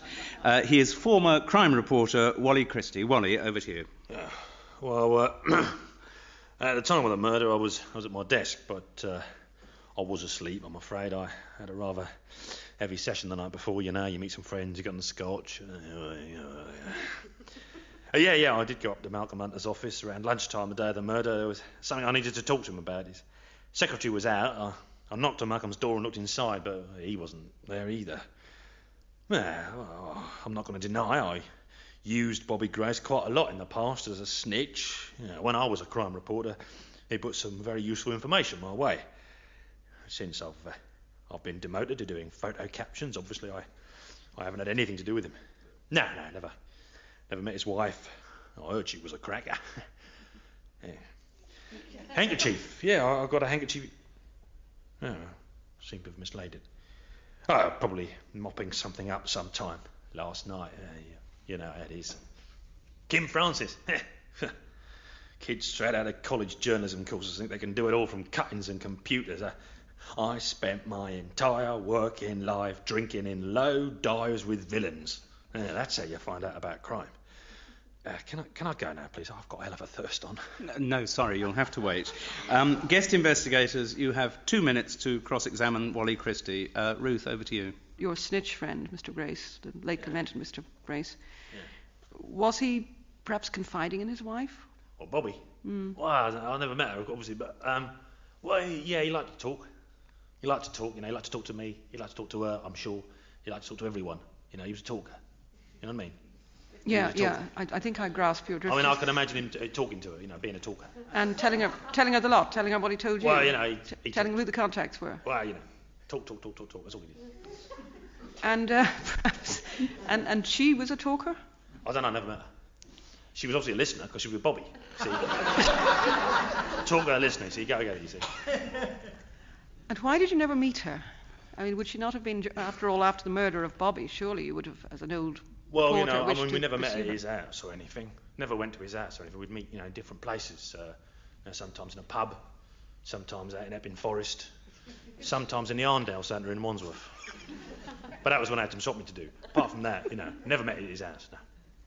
And after he died, you didn't pursue the story? We didn't meet him after he died, no, I didn't. However much of a talker he was, he was alive. Once he was dead, that was it, really. Robert? Why were you demoted, Mr. Christie? You said you'd been demoted. What particular instance caused this? Well, I think it's the time when I was arriving at the scene of a crime. I'd been to the pub, I'd had a few drinks, I was driving the Austin Allegro, and I ran into the back of the Mariah. I was breathalyzed and arrested before the murderer was. Thank you, Mr. Christie. Thank you very much, Mr. Christie. Well, you've heard all three statements. Robert and Ruth, do you think you're any nearer to saying who murdered Linda Sue Grace? Well, I always work on the principle of elimination. Very good one. And obviously one has to get rid of Wally Christie because his handkerchief was found at the scene of the crime. You think that might be too much of a giveaway? I think it is too much of a giveaway. Mm-hmm. Kim Francis. Did she have the strength to strangle Linda Sue? I mean, I haven't yet got enough information on Linda Sue's vital statistics, except that they were of interest to gentlemen. They were substantial, I think. But Kim did say she was steely, didn't she? Said underneath she was steely. But she also said she was little. This is true, but you can be little and steely. Little and steely. Yes. Robert, where is your finger pointing at the moment? I am suspicious, I must admit, about Mr. Hunter. Although this may be because I'm suspicious of all newspaper editors as a point of principle. I just find it very unlikely that he came back from that lunch sober? You could be right and you could be wrong. We'll soon be able to be more definite because we're... Message for Mr. Brett from Detective Sergeant Constable. Will you excuse me for a moment? Hello?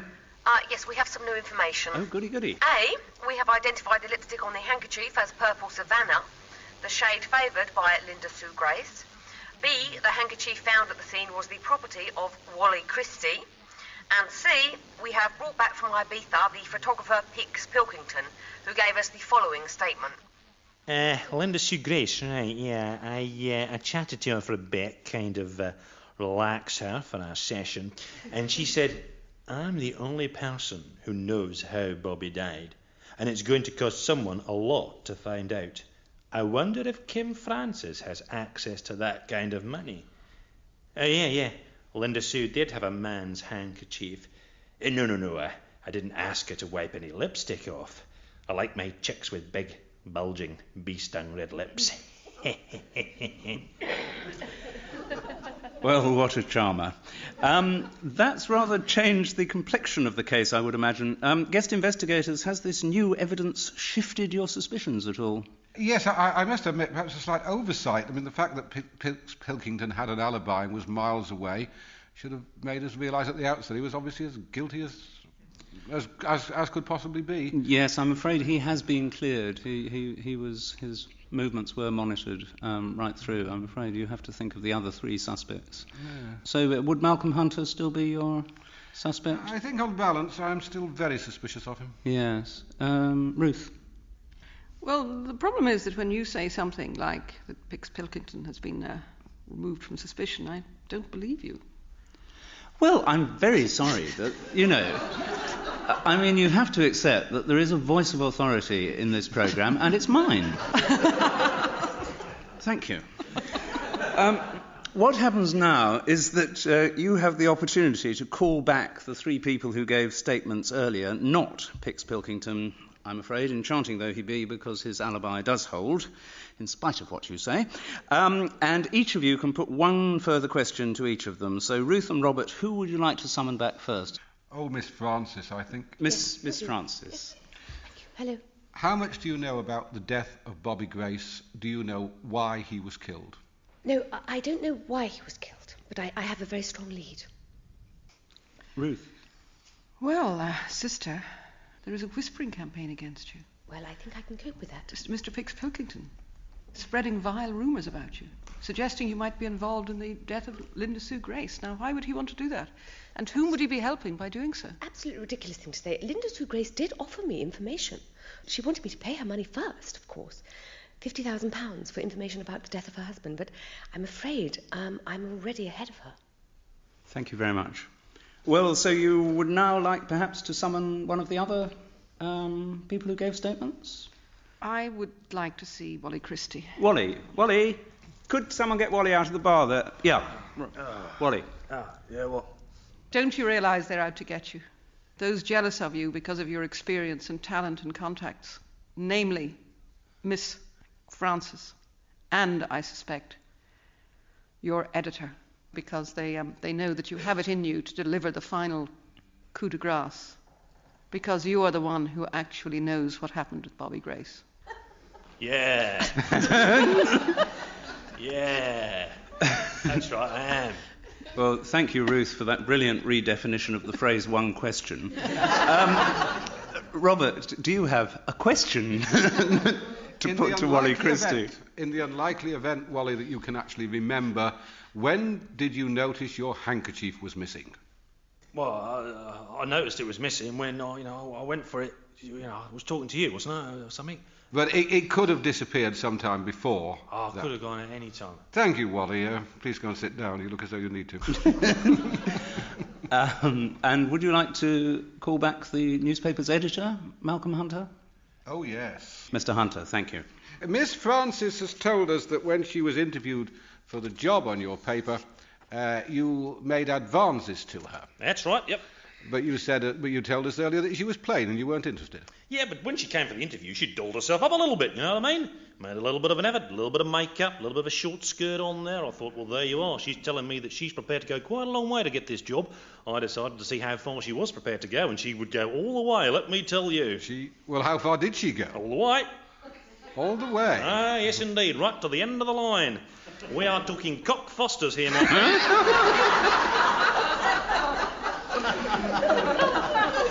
Mr. Hunter, you are an adornment of your profession, thank you. Oh, thanks very much. Ruth, do you have a question? When you say that Miss Frances was very ambitious and prepared to go the whole way, That's do you right, think yep. do you think she'd go as far as murder? I wouldn't like to say, actually, but she's certainly hungry. She wants to get to the top, and she'll do anything to get there. That's my opinion, but just my opinion. And do you think, having had an intimate relationship with her, albeit briefly, that she has the physical capacity to strangle a lady as well endowed as Linda Sue Grace? The girl's got quite a grip on her. That's all I'm going to say.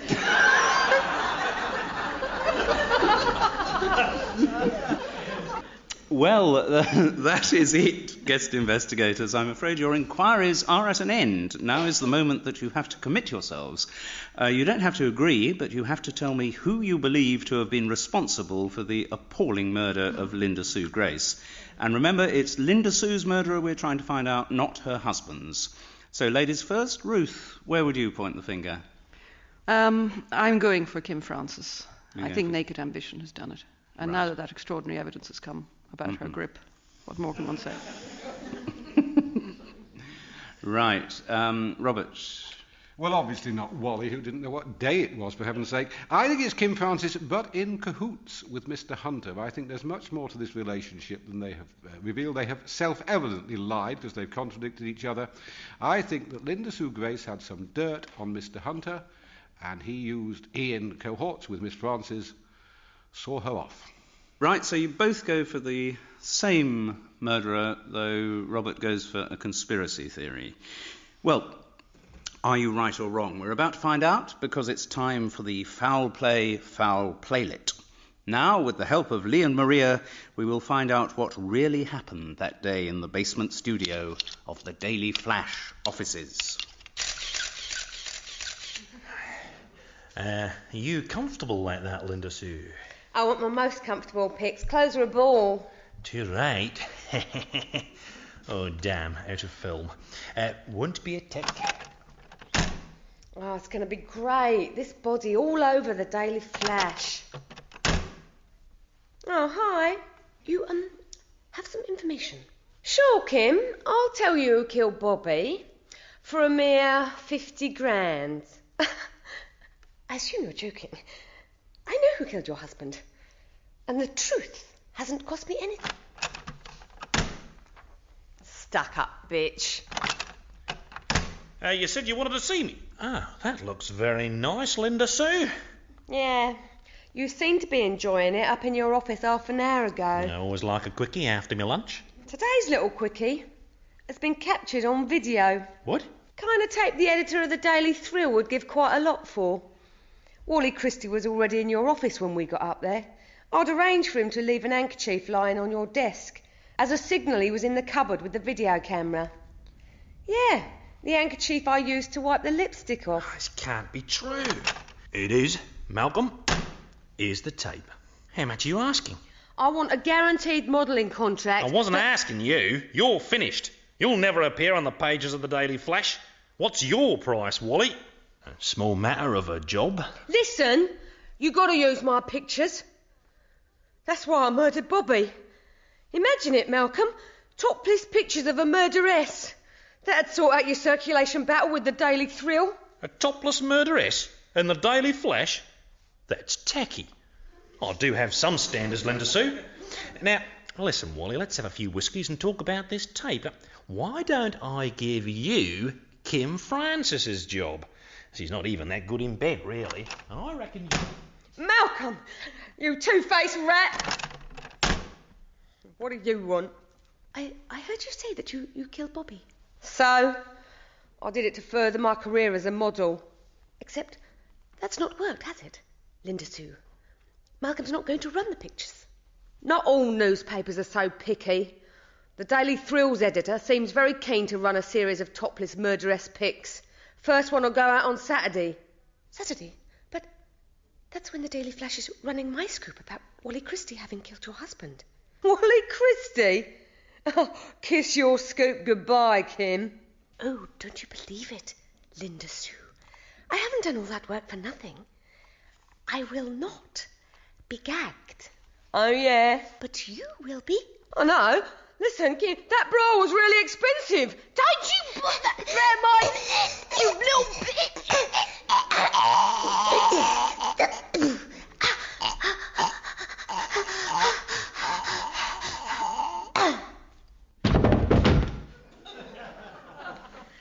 I'm sorry, Linda Sue, but I had to do that to maintain my integrity as a journalist.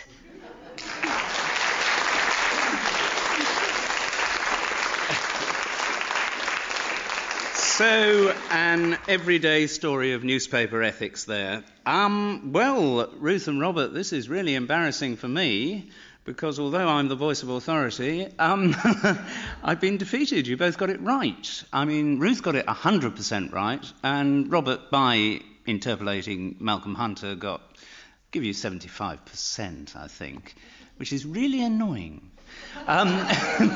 So, many congratulations to you. And that is the end of this week's Foul Play. I'd like, as ever, to thank our splendid cast of Lee Simpson and Maria McCurlin.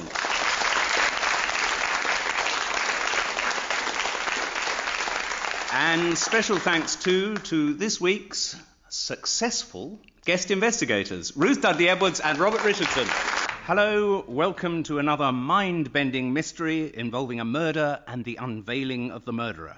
And helping to whip off the seven veils, I am delighted to welcome, as ever, two professional crime writers. As well as being one of those, a crime writer that is, Jean McConnell is also an actress, director and playwright. And she is joined today by Keith Miles, who writes a variety of different books under a variety of different names. As Edward Marston, he chronicles the investigations of the Elizabethan actor Nicholas Bracewell. Ladies and gentlemen, our guest investigators. And once again, Foul Play's rogues gallery of wrongdoers and red herrings is played by the wonderful team of Lee Simpson and Maria McCurlin. Right, introductions all done, and it's time for a crime. Let your mental loins be girded as we hear the opening to this week's puzzle, entitled Much Ado About Murder. For no very good reason, the opening takes the form of a sonnet. 'Twas at the court of Queen Elizabeth, a fatal incident we must record. The Duke of Wessex foully done to death by poison that was on an earring poured. The Queen presented to her favourite peer an earring of one pearl so firm and round. But when he placed the bauble in his ear, he spluttered, writhed, and fell upon the ground. For queen and courtiers his death occurred. His wife, the Duchess, gave a mighty cry. Her husband's lips could only form one word. Shakespeare, he murmured, then two more, I die. And Shakespeare said, "This is a crime of violence. The Duke is dead, and so the rest is silence." I'll give you a clue, Keith and Jean. This week's mystery is set at the court of Queen Elizabeth. Is there anything suspicious in what you've heard so far, except, of course, for the rhymes? Yes, this bauble. What exactly was the bauble? It was this earring, a pearl earring. And was his ear pierced? This is still being investigated. I think it would have been a pierced ear. I think it would. I think they otherwise were. a rich bauble like that could have been snatched off too easily. Thank you for that historical gloss, Jean. It's early days anyway. Let's catch up with the official investigations into the murder of the Duke of Wessex, which are being conducted by the officer of the watch, whose name is Dogberry. Indubitaciously, the Duke be as dead as a doorknob. 'Twere in Her Majesty's throne room that he died, and what killed him was without doubt the poison on the earring.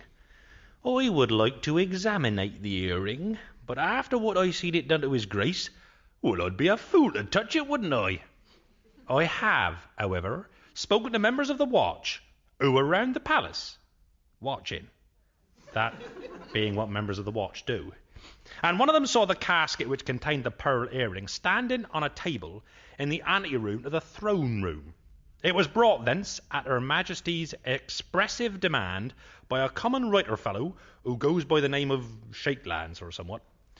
The only other person who could have been alone in the anteroom where the casket stood was the Duchess of Wessex. But of course, one dursn't contemporate that a member of the Aristophanes might be responsible for such an act of malefraction. Why, one might as soon suspect the Queen herself for administering the poison, as indeed she would have had the opportunity to do, for she too was alone in the anteroom. But to make such an accusative would be treason, and anyone who did thus should look to be prospected with the full vigour of the law, yea, even unto hanging, drawing, and catering. The Duchess wept when her husband expirated, but Her Majesty and Master Shakelands appeared unmoved. But then, from time immemorial, the royal family was ever brought up not to give displays of emulsion. Well, guest investigators, has the officer's information shed any light yet on this appalling murder? What type of poison are we talking about? It seems to be very quick acting. I think you'll find in a lot of Jacobean plays, there are poisons which act almost instantly, and I guess it was one of those. Yes. I think what we need to do next is to hear from some of the individuals involved in the crime, and we'll start right at the top with a statement from Her Majesty Queen Elizabeth of England. I'd call her Queen Elizabeth I, except, of course, she doesn't know that there's ever going to be another one, so I can't do that. Your Majesty. For any crime that is committed at my court, I would instinctively blame the machinations of the Spanish king. I will not rest till I have saved this land from the vile papist plots of Spain, and I possess the strength to achieve my aim. For though I have the body of a weak and feeble woman, I have lots of strong men around who are fully prepared to beat people up for me. Master Shakespeare is here at the court for his actor skill to entertain my royal personage. He can be gruff as a sea captain, or affect the piping treble of a virgin shepherdess. He amuses me, and will stay here at court until he ceases to amuse me. The Duke of Wessex had caused me displeasure. He was my favourite, on whom I showered riches, gifts, and titles, and yet he still more highly esteemed his wife than he did his God-anointed queen. When I presented him with the casket which contained the pearl earring, he wished to give it to that Spanish harlot. He only changed his mind when I told him if he did not, I would make him shorter by a head. I know not who would wish the Duke dead, save for his evil Spanish wife, and myself. And of course you cannot suspect me, for I have the immunity of a queen, and a Queen of England too. Well, thank you very much, Your Majesty. Right, Keith and Jean, with appropriate deference, you now have 2 minutes to cross-examine the Queen of England. Jean, would you like to put the first question? Your Majesty, you referred to the wife of the Duke of Wessex. Can you give me any idea your feelings towards her? Because I had a hint that they weren't particularly friendly. She is a slattern and a harlot. Yes. I merely accommodate her because I am so fond, or was so fond, of her husband. Yes, I think that will do for the moment. But I daren't ask you anything else at this point. I will decide when that will do, young lady. Yes, Your Majesty, I'm really very sorry, but I'm afraid to ask you the question I would really like to ask. Fear not, your head is safe for the moment. Well, it strikes me, Your Majesty, that perhaps you fancy the Duke of Wessex rather much. Take her to the tower! I was afraid of that. Keith, do you dare to put a question to Her Majesty? Your Majesty, earlier you quoted from the Tilbury speech in 1588, by which I assume we've already had the Spanish Armada. Oh, you're very clever, aren't you? Your inclination towards any of your subjects who married a Spaniard would be to disfavour them. Yes, indeed. How close is your relationship with Shakespeare? You spoke of him as a sort of entertainer, a jester around the court. Forsooth, he is indeed amusing. He makes me laugh. Would he be there for private occasions, such as this appears to be? He is there whenever I need him. Should I wake from my slumber at 4 a.m. and need him to be gruff as a sea captain, then he is called to attend me. So he sleeps in the palace with you? Are you being impertinent, sir? I think that's the end of that line of questioning. Your Majesty, thank you very much. We now move on to our second statement, which was given to Officer Dogberry by the actor who calls himself William Shakespeare. Over to you, Will. I am just a humble actor with a desire to write plays. I do not expect any of my works will last very long. I write not for posterity, but to pay the grocer's bills. I am fortunate at the moment to be in favour with Her Majesty the Queen. By hanging round the court, I get a good few free meals as well. I know nothing of poisons. When I need them for my plays, like Romeo and Juliet, I make them up. It is a wise rule for all those who would write of crime, when you need a good murder method, invent a poison unknown to medical science. I had met the Duke of Wessex, but I do not know him well. He was a dandy who wore much jewellery and dressed his hair with perfumed oils, and he was certainly the Queen's current favourite. The Duchess, I think, was not best pleased by what was going on. She's a beautiful woman, though. She's got a fiery temperament. It's hard to be a Spaniard in the atmosphere of this court. No, it would not be seemly for me, a mere humble actor, to speak of love to such a woman. Besides, I have a wife, Anne, who lives in Stratford. I know not who would wish to kill the Duke, nor is much chance of his murderer being discovered by the official inquiries. That Officer Dugberry is a foolish crack brain. Perchance I will put someone like him in one of my plays. Well, thank you very much, Will. Guest investigators, you now have 2 minutes to question Mr. Shakespeare. Keith, you begin this time. How did you first get to know the Queen? Well, I was hanging around, after one of the performances, and apparently someone told her about me gruff sea captain's voice and me piping treble like a shepherdess. And so she asked me into her presence and said, "Dare them for me, Shakespeare, dare them." So I did, and she was best pleased. She chortled. Which did she like best, the old sea captain or the piping treble? Well, it depends on the mood, you know what I mean. Sometimes, right, she'll have nothing but the sea captain. And then sometimes she'll have nothing but the shepherdess. You can never guess with her. What was your opinion of the Duchess of Wessex? She's beautiful. Absolute cracker. Was it a happy marriage? I wouldn't know, really, But surely the Duke would never have married her. I mean, he knew in advance there would be enormous problems for himself with regard to the Queen if he married a Spaniard. Precisely. That's what my guess is. They're very much in love. Very, very, very much in love. And how did she respond when he was killed? She was completely devastated. Totally. There was no comforting her. I did both the gruff sea captain and the virgin shepherdess. Nothing would touch her. Nothing. Jean, do you have a question to put to William Shakespeare? Yes, I think you're talking a lot of nonsense, frankly. I think you're hiding something which was taking place between yourself and the Duchess. What could have suited you more than to get rid of her husband? If you were in some sort of relationship with the Duchess. I wouldn't be in a relationship. Would a Duchess look at a bloke like me? Do you think? I think she might, because you have a wonderful way with words. Thanks very and much. There's nothing like that to it. Well, maybe you're right. Maybe she did fancy me, Maybe she still does. Hey, what about that, Fantastic. Thank you very much indeed, Thanks Mr. very much. Shakespeare. And we'll now move on to our third statement, which was given by the murder victim's widow, the Duchess of Wessex, formerly known as Donna Maria Teresa Piadora del Espadrillo. Duchess. I am desolated by my husband's death. We love each other with every part of ourselves, particularly with our bodies. I think the poison was meant for me. Why? Because I am a Spanish. I am proud to be a Spanish. But it is not a popular thing to be here at the court of Queen Elizabeth. The pearl earring that the Queen gave her to my husband, I am sure he would have given it to me. He gave me everything he loved. The murderer poisoned the earring to kill me. If he or she succeeded, I would be dead, yes, but my beloved husband, he would still be alive. I am a lady of a considerable education. My English is good, though I sometimes say things like mekes when it should be meks. I have translated the plays of my brilliant but lunatic brother Carlos into English, I would not accuse Her Majesty of having killed my husband.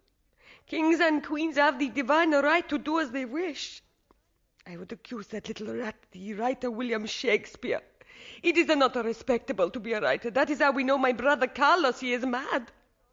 Now, please, may I go to vent my sorrow? My husband. I'm sorry, Duchess. I must ask you to stay a little longer.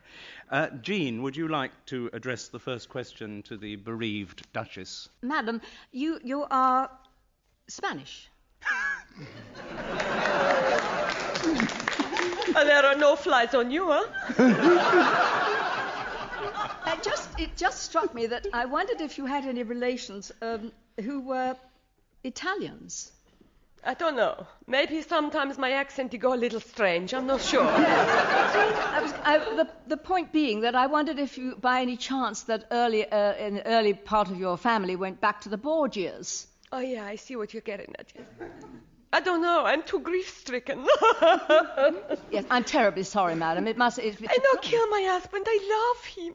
I love my husband. He loves me. Why would I kill the thing I love? Every man kill the thing he loves. Exactly. Oscar Wilde, he said that soon, but not now. And a lot of women, too. You're expressing a great deal of grief, but I also detect a certain falsity in this grief. I don't like you. I don't like her, Mr. Brett. Oh, she no believe me. I am a grief-stricken Maria Duchess. I'm very sorry, Duchess. Maybe you'll find Keith less aggressive. So. I don't think No, so. I doubt it, but it's worth trying. Keith. Before William Shakespeare of Stratford-upon-Avon came on the scene, the most famous Elizabethan play was called The Spanish Tragedy by Thomas Kyd. And in that, Spain was portrayed as a country which specialised in revenge. Would you call yourself a vengeful person? I know, listen to this thing. This is the reason where I come from. It's difficult for me to be in the court of a Queen Elizabeth as a Spanish. You understand, Mr. Keith? Yes, we understand it's difficult, but also surely you would be harbouring feelings of vengeance for the defeat of the Spanish Armada, wouldn't you? You say, who I kill? I kill my husband, who I love? You say I try to kill the Queen? No, I'm just offering a hypothesis for you to play around with. I don't want to play around with it. You don't wish to play around with my hypothesis. Right. Let's just switch the line of questioning. How well did you know William Shakespeare? I don't know him. He is a writer. He is mad. Yes, but you said earlier that you translate plays by your brother Carlo, so you're interested in drama, clearly. My brother, he is mad too. I translate because it helps the English. Is the Duke of Wessex your first husband? Yes. And my last husband.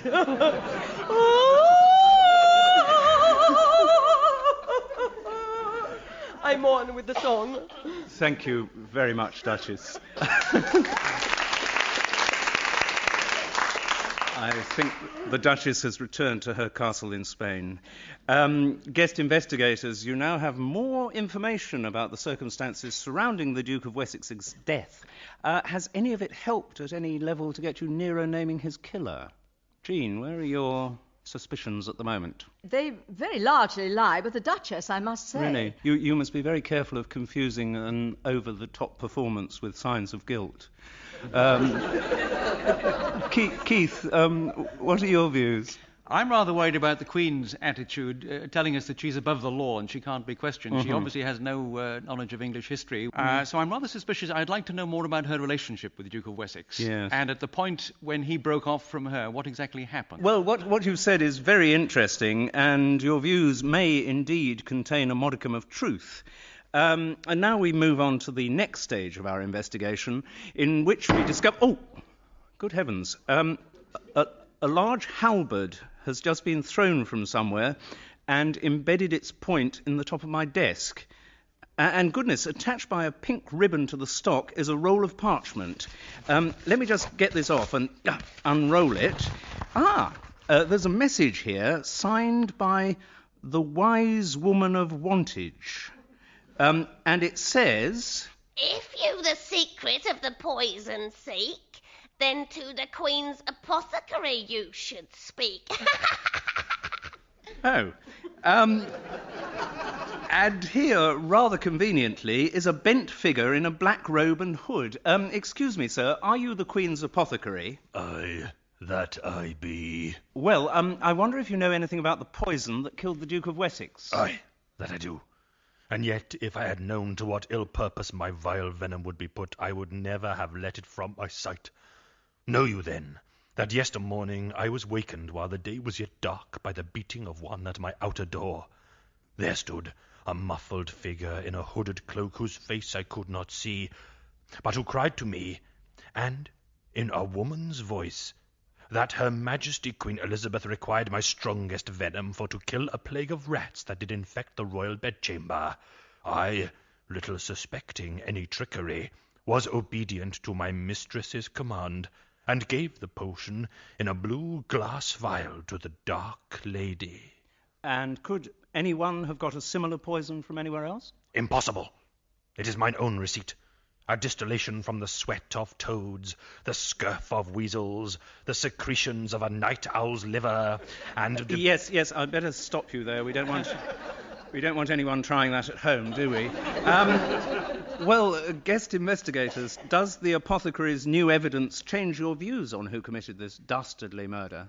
Yes, I think it does. It brings the Dark Lady of the Sonnets into contention here, I would have thought. Yes. Do you think she is maybe one of the women we have met? Possibly. On the other hand, of course, Shakespeare could do this wonderful piping voice, and therefore I'm sure a muffled figure could easily pass himself off as his virgin shepherdess voice. Absolutely. Yes. Well, maybe you need some more information. In the light of what we've heard from the Queen's apothecary about the Dark Lady, the 3 witnesses may now be recalled, and you 2 guest investigators are each allowed 1 question to each of them. So who would you like to call back first? You have the Queen, the Duchess, or William Shakespeare? Shakespeare, please. William Shakespeare, will you come forward? All right. Have you ever met the Queen's apothecary? No, never met him. Are you in the habit of cross-dressing? I beg your pardon? Now, look, not all actors are like that, you know. Jean?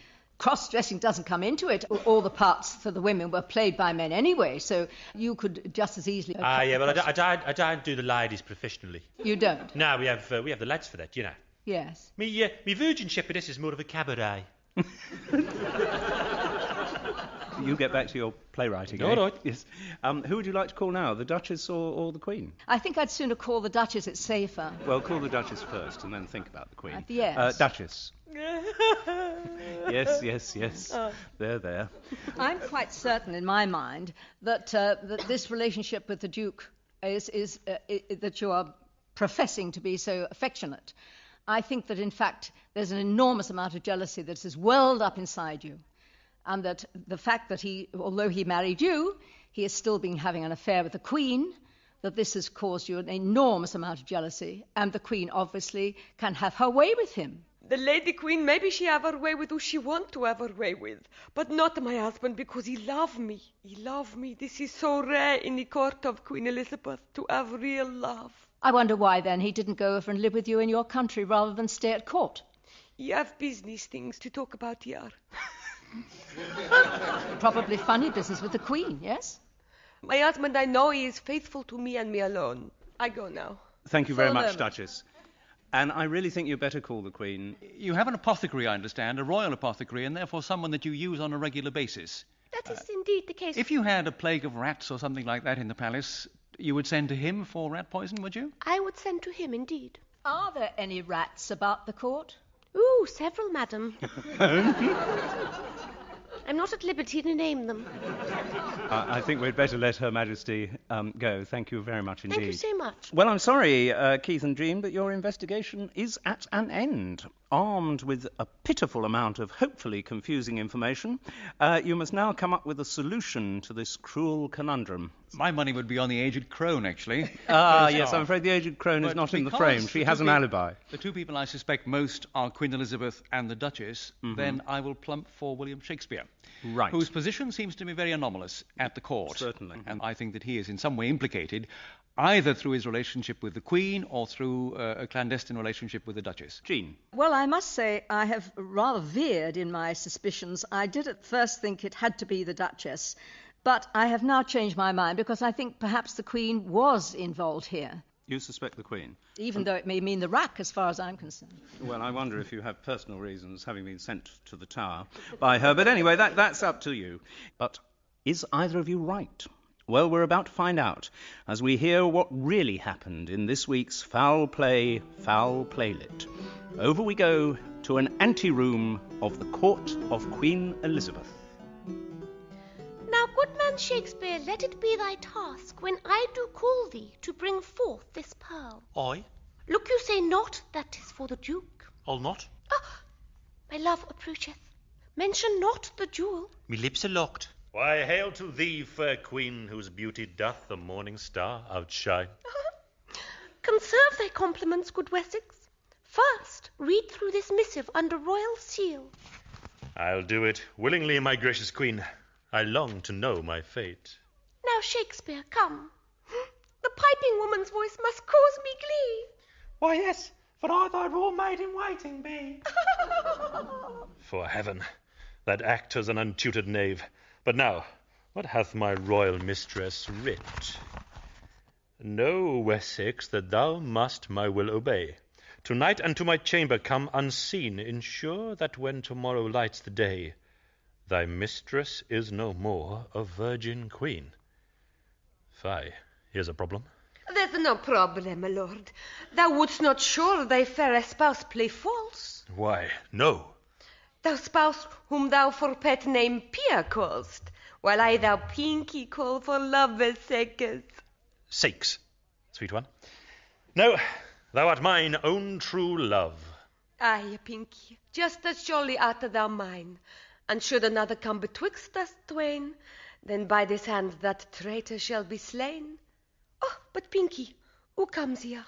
'Tis Shakespeare, Pia. Her Majesty would have thee forth, my lord, to drip the honey of thy praiseful words before her royal court. Then I must go. So, Pinky, thou wilt flatter her, no more than that. Why, Pia, no.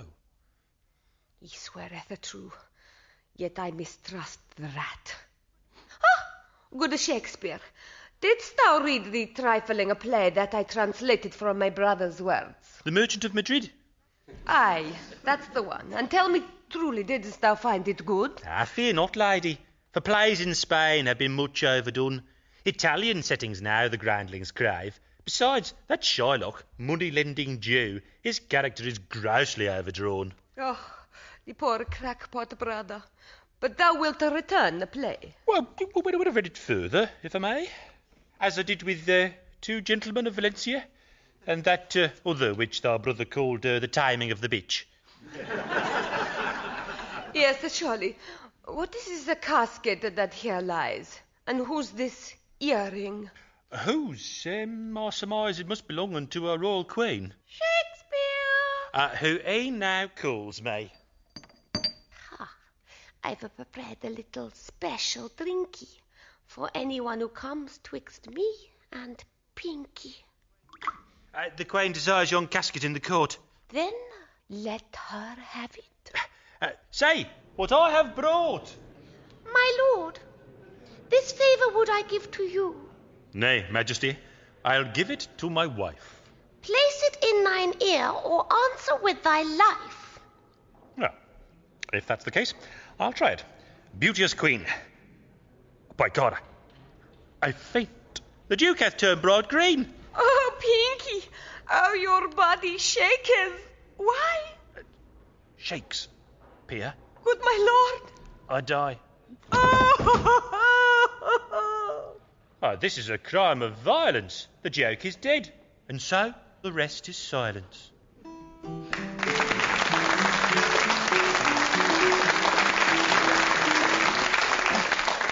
We now not only know who killed the Duke of Wessex, but also where Shakespeare got his ideas from. Keith and Jean, what can I say? You had 3 options and both of you chose the wrong one. I'm delighted to say it was the Duchess who did the dirty deed. Anyway, that is the end of this week's Shakespearean Foul Play. Till next week, the rest is silence. My thanks, as ever, go to our cast of distinguished thespians, Lee Simpson and Maria McCurlin. Today I'm joined by crime writer and critic Jessica Mann and by the creator of the Japanese detective, Superintendent Tetsuo Otani, James Melville. Ladies and gentlemen, our guest investigators. But who will they be investigating? Whoever they may be, I guarantee that all the characters will be played by either Lee Simpson or Maria McCurlin. So we'll move straight on to murder. Time for a crime. Listen hard as Maria reads us the opening to this week's mystery, which is entitled The Final Judgment. A variety of reds were on display in the De Vere suite of the George Hotel in Wilkinsham. There was the subtle salmon colouring of the thick pile carpet. A judge's gown on a hanger in the open wardrobe glowed crimson.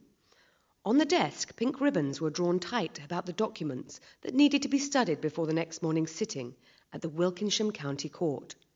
Through the open bathroom door, Mr. Justice Kincaid's rigid face could be seen to be red too, a deep, suffused Loganberry red, as dark as morello cherries were his lips, still open from the moment when they had gasped in vain for a final breath. Darker red was the fluid which trickled down his lordship's face and had splattered over the bath mat and front of his blue and white striped winceyette pyjamas. But that fluid was not blood. No, it was claret, a rather fine claret, in fact, claret from the 24 bottles which had been used to fill the bath, into which Mr. Justice Kincaid's head had been pushed and held down until he drowned. I don't think I'm giving away too much by saying that today's case may concern the world of law and lawyers. Guest investigators, have you heard anything yet that strikes a discordant or suspicious note? Usually when you read about the Loganberry-coloured face at the beginning of a crime novel, it was death by carbon monoxide poisoning. Was there a gas heater in the bathroom? Well, this is very interesting. You know, you're wandering into areas of which I clearly know nothing. James, any thoughts at the moment? It seems to me to be a shocking waste of good claret. You say good claret. Absolutely. I mean, perfectly ordinary supermarket plonk would have done for that job, wouldn't it? That is true. But at the moment you don't have a lot of information. However, as the show progresses, you can rely on me to see that we keep it that way. But at least you can share the findings of the official investigation into the death of Mr. Justice Kincaid. This is being conducted by the Wilkinshire Constabulary, and the officer in charge is Detective Inspector Dick, whom we will now join. We are definitely dealing with a case of murder. There are bruises on the neck and shoulders of the deceased, consistent with his having been held down in the bath full of claret. Mr. Justice Kincaid had arrived at the George Hotel at 4 o'clock in the afternoon of the day he died. He came 4 times a year to Wilkinsham for the county court sittings, and always stayed in the De Vere suite. Mr. Justice Kincaid phoned his secretary in London that evening, so we know he was still alive at 8:43. His body was discovered at 9:30 by the chambermaid who had gone into the room to turn down the bed. The case the judge had scheduled for the following morning was against a woman called Trish McHeggie, accused of an armed robbery at Wilkinsham Building Society. She was being held overnight in the cells at Wilkinsham Police Station, though we've had a report of her having been seen drinking in one of the town's pubs during that evening. We are following up that report. We do know the barrister prosecuting Trish McHeggie, Miss Virginia Greeley Winterton, was also staying in the hotel and spent all the evening in her room. The defending counsel, Mr. Marmaduke Rumpkin, who was booked into a bed and breakfast in the town, appeared at the hotel about 7 o'clock and was seen drinking in the bar until about 8:45. Thank you. Thank you very much, D.I. Dick. Well, guest investigators, at least you now know as much as the police do, though I agree that's not saying much. Has anything you've heard so far got you nearer to naming the murderer of Mr. Justice Kincaid? I hope it hasn't, because it'll be a rather short programme if it has. Pretty implausible at the moment, unless you've got more evidence to come that either barrister would care enough about their client to murder a judge. Mm-hmm. Pretty implausible that somebody held in the cells under a county court would have got out to be drinking in a bar. At the moment, I don't believe a word I've heard. James? I'm still worried the idea that you can possibly fill a bath to a sufficient depth with 24 bottles of claret. People have been drowned in saucepans, you know. I mean, it is. You can be drowned in something pretty shallow. Anyway, I merely offer that as I think we need more information. It's time to hear some statements from people who could possibly have been in his vicinity at the time that Mr. Justice Kincaid died. And we'll hear first from the young lady who was actually staying at the George Hotel that fateful night, the barrister who would have been prosecuting Trish McHeggie the following morning, Miss Virginia Greeley Winterton. I arrived at the George Hotel at 6:47. I ordered a meal from room service as soon as I'd checked in, and spent the evening studying my papers for the McHeggie prosecution. It's a great nuisance that due to Mr. Justice Kincaid's death, the case will now be postponed. No, I can't pass any comment on Miss McHeggie's guilt or innocence. That would be very unprofessional. But I'm sure she would have been convicted. Her defence counsel was Marmaduke Rumpkin. I don't think I need say more than that. I am told he once was a promising barrister, but he's been marinating in claret for so long that he's lost any proficiency he might once have commanded. I'm not married, and how I spend what little free time I have is entirely my own affair. Thank you. Yes, I have met Mr. Justice Kincaid in the course of my work, but I would not say that I knew him well. It's inadvisable for barristers and judges to become too friendly.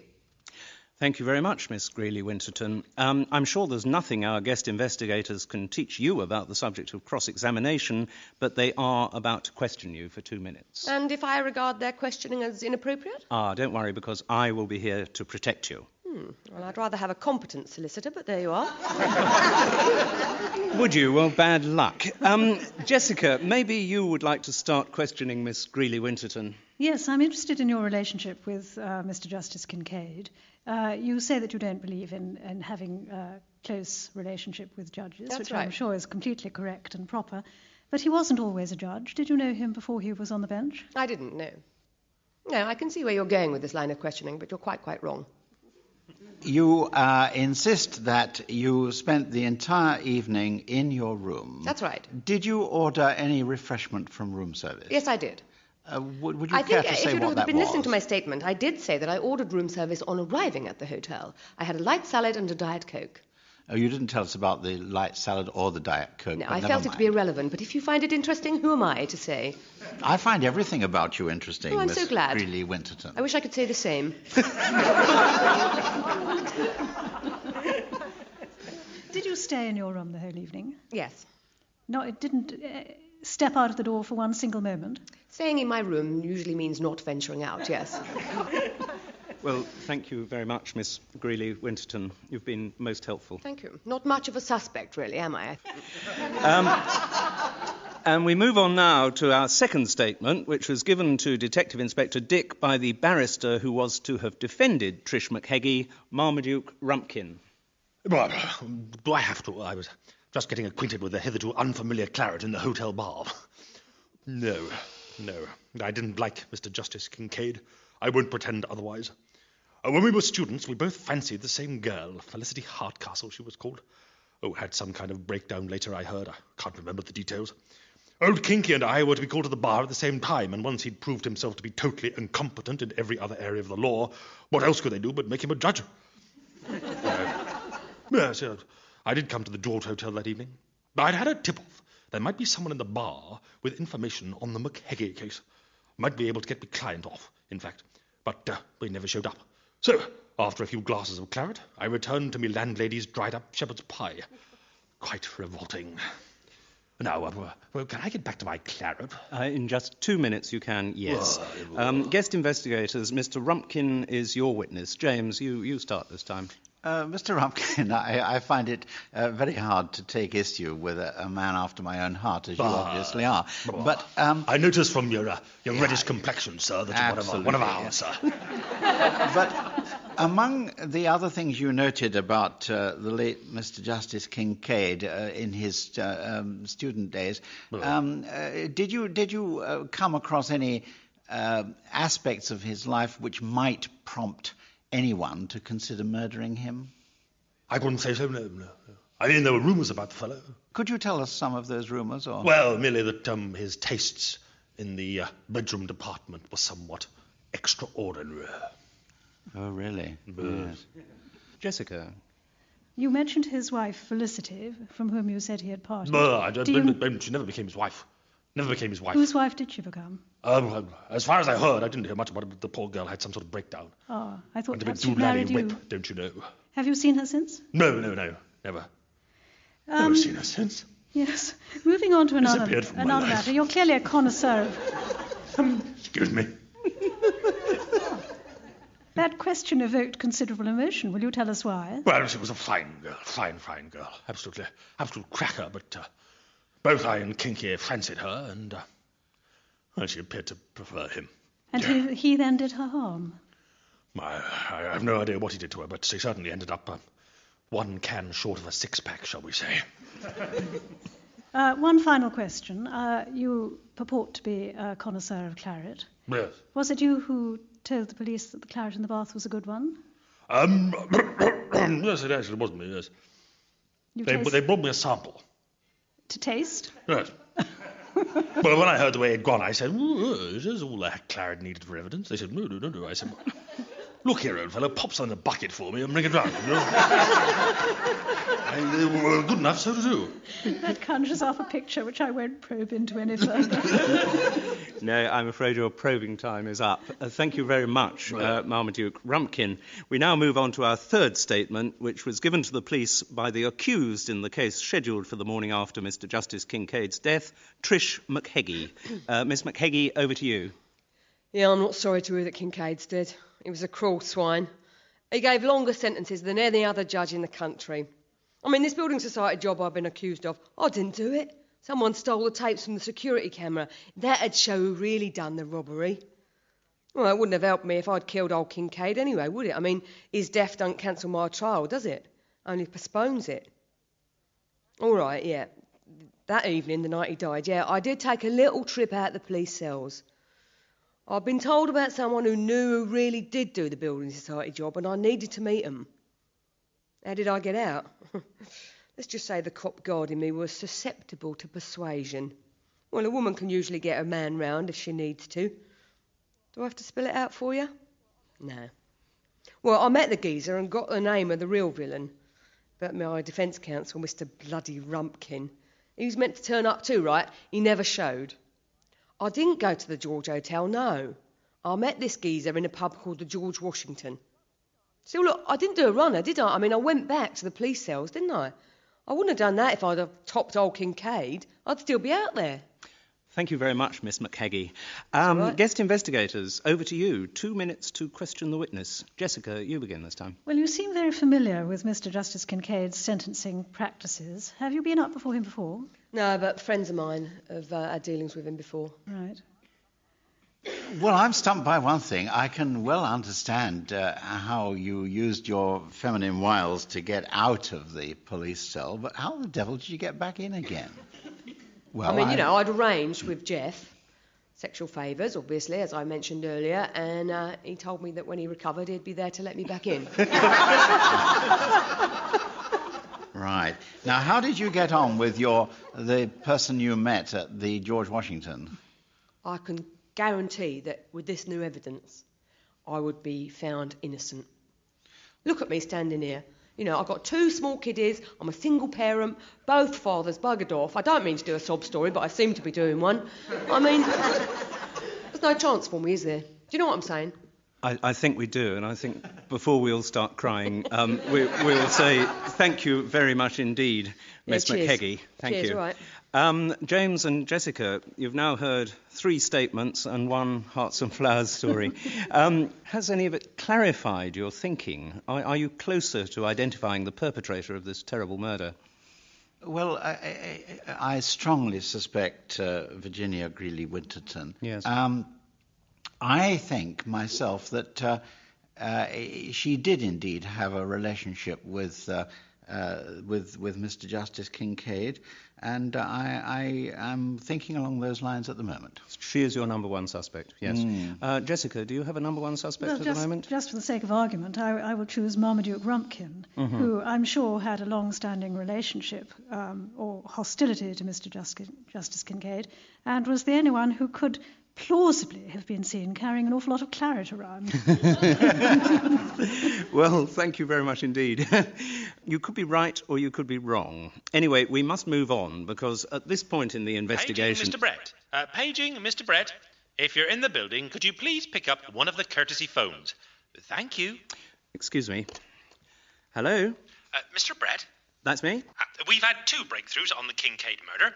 First, we've had this statement from the landlady of the bed and breakfast where Mr. Rumpkin was staying. You may remember he claimed to have left the George Hotel at 8:45. Mr. Rumpkin didn't get in till after 9:30, and I'm only 5 minutes away from the George. By the time he arrived, this shepherd's pie was as dried up as my old man's libido. We have also received this phone call from a gentleman, and I use the term broadly, by the name of Kipper McGee. That Trish McHeggie is my woman. She stood by me all the years I was in prison. I was given a 15 stretch by Kincaid for an armed robbery I didn't commit, and I always swore I'd get my revenge on the bastard. It was me Trish met in the George Washington that evening. I told her a building society job had been done by a bent copper called D.C. Slattery. Because he was in charge of the investigation, he'd pocketed the security camera evidence and framed Trish. What's more, he was confident of getting her convicted because he'd fed all the information to his girlfriend, whose name is Virginia Greeley Winterton. And the most important detail was... Here, are you recording this? At that point, the gentleman rang off. So I gathered. Thank you, Inspector. Well, some striking new evidence there, if it's true. Guest investigators, has it changed the direction of your investigation? Do you see things differently now? It certainly provides a motive for Trish McHeggie, which wasn't clear before. Yes, absolutely. So she now has opportunity and motive. James? Well, it certainly throws new light on old Mr. Rumpkin, doesn't it? Because we've got 45 minutes unaccounted for. We have. Now, he probably wouldn't be in a fit state to record the passage of 45 minutes, but when we call him back, I will need to ask him what his account of that discrepancy is. Right. Well, you will have that opportunity because you now can call back the three people who previously gave statements and you're allowed to ask them one question each. So who would you like to call first? Is it Mr. Rumpkin or... would you like one of the ladies? I'd like to call Mr. Rumpkin. Well, Mr. Rumpkin, could you come away from the bar and Mr. Rumpkin is your witness. When you said the time you left the hotel in that what did you do before you arrived back at your bed and breakfast? Well, I went for a small walk around the beauty spots of Wilkinsham. Did anybody see you? Well, the beauty spots of Wilkinsham are the King's Head, the Hand and Skittle, George and Dragon, and the Pig's Bladder. Thank you. Jessica. Yeah. I'm still returning to this claret about which you're so knowledgeable. You identified it as a good one. You no doubt identified the chateau, the vintage, the lot. Was it one which was on the wine list of the George Hotel? No, not that I was aware of, no. So it had been brought in from outside? Yes, I would say so. Mm-hmm. Thank you. Thank you very much, Mr. Rumpkin. Who would you like to call next? You can have Trish McHeggie or Virginia Greeley Winterton. Let's have Trish McHeggie. Yes, I'd put off Virginia as long as possible. Trish McHeggie, thank you. I'm just wondering whether when you got to the George, you borrowed a chambermaid or a waitress's uniform, and you went upstairs with one of those hotel trolleys on which there was a whole lot of wine, and whether you went into the judge's room. Why would I do that? Tell me. To take revenge for the unfair sentence as you saw it meted out to your boyfriend. I wanted to prove myself innocent. I got out of the prison that night in order to get this evidence, which I've got. I've got it on video. What did you do with the uniform, the chambermaid's uniform you borrowed? I didn't borrow a chambermaid's uniform. I didn't go into... I've never met the bloke. I met Kipper, I got the video, I went back, I did my business, I went to bed. Well, a very full day it must have been for you. I was knackered, I tell you that, for nothing, yeah. Thank you very much, Trish McHeggie. Would you like now to call back Virginia Greeley Winterton? Oh, definitely, I think you should. It would be cowardly to say no, but I hardly dare. Miss Greeley Winterton. Yes! You weren't entirely candid with us when you gave evidence to us before, were you? You didn't tell us about your own relationship with the policeman involved in this case. If you don't mind me saying, you didn't ask me. No, but we asked you questions which would have provoked that answer had it not been something of which you're ashamed. No, of course I'm not ashamed. Of course I'm not ashamed. Why would I be? I think my private life is my private life. It's nothing to do with this case whatsoever.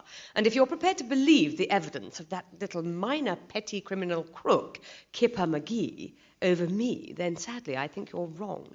How did you address Mr. Justice Kincaid when you met him, as it were, off duty? Oh, Your Honour, I still called him. Are you aware that Mr. Rumpkin habitually referred to him as Kinky? Yes, I am. Ah. That's all. Well, it's a shortened version, isn't it, of Kincaid? It's not a terribly clever nickname, is it, really? Kinky Kincaid. Do you see? I do see, yes. Good. Yes. No, I think you've explained it awfully well. Thank you very much, Miss Greeley-Winterton.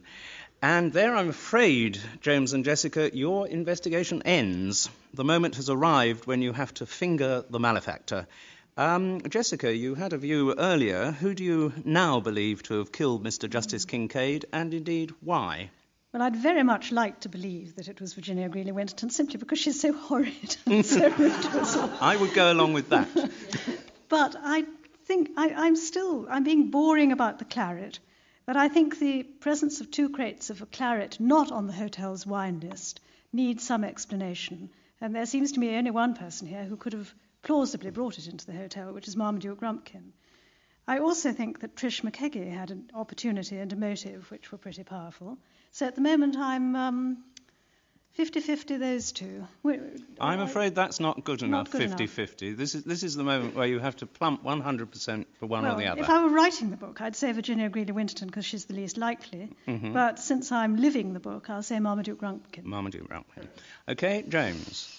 I think Virginia Greeley-Winterton did it because Right. I think that, in fact, in spite of all, or possibly because of all her furious denials, she was in a shall we say, an interesting relationship with Mr. Justice Kincaid, and he was about to discover that her partner, as we now know, is a crooked police officer, and she just didn't want that to happen. Well, thank you very much. We have 2 very fascinating solutions there, but is one of them right? We'll soon know, because we're about to find out what really happened that night at the George Hotel in Wilkensham. Yes, it's time for Lee and Maria to present this week's Foul Play, Foul Playlet. Over to the De Vere suite of the George Hotel in Wilkensham. Rumpty-tumpty. There we are, slosh it about.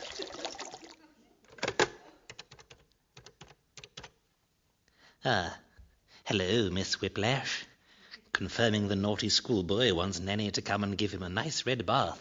10 o'clock, yes.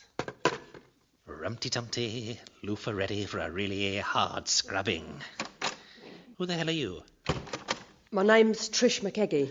Oh, no. Have you come to murder me? Look, I've never committed a serious crime in my life. I'm not about to start now. Look, here's a videotape that proves who actually committed that robbery. You know, your coming to see me could be interpreted as trying to influence the outcome of the trial. Of course I'm trying to influence the outcome of the bloody trial. I'm trying to prove that I'm innocent. The robbery was done by D.C. Slattery. Who's he? Only the man who lives with the woman who's prosecuting me. Miss Greeley-Winterton. Yeah, look, the videotape proves it. Leave this with me. I will see that justice gets done. Oh, cheers, mate. Look, I better get back to my police cell. See you tomorrow, right? Rumpty-tumpty, rumpty-tumpty. Miss Greeley-Winterton, Kincaid here.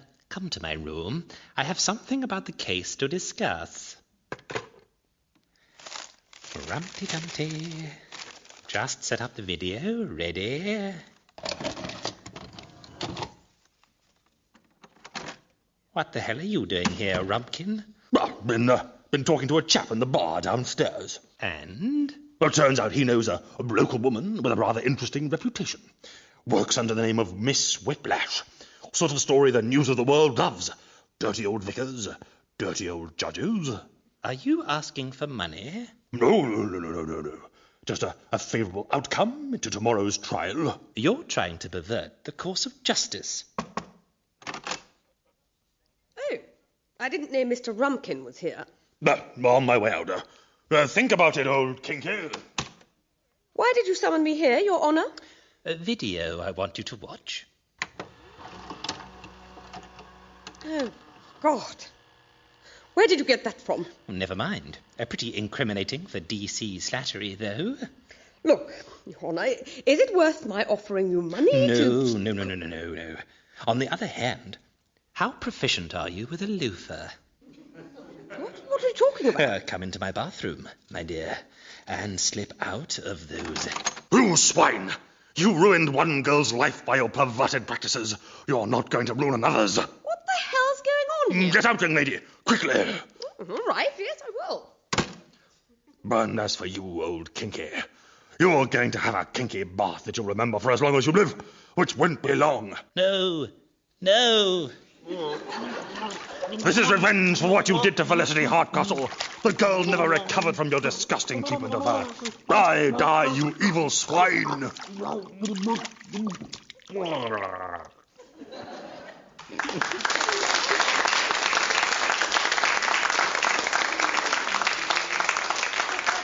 So, that's what really happened. Well, Jessica, well done indeed, because you got it absolutely right. The murderer not quite was... for the right reason. Not quite the right reasons, but the murderer was Rumpkin, and, James, you mustn't go on the fact that people are entirely repellent. You know, doesn't necessarily mean that they're murderers. Anyway, well done to both of you. And that brings us to the end of this week's legal, or possibly illegal, foul play. My thanks, as ever, go out to our chamber full of devious lawyers and honest criminals, Lee Simpson and Maria McCurlin.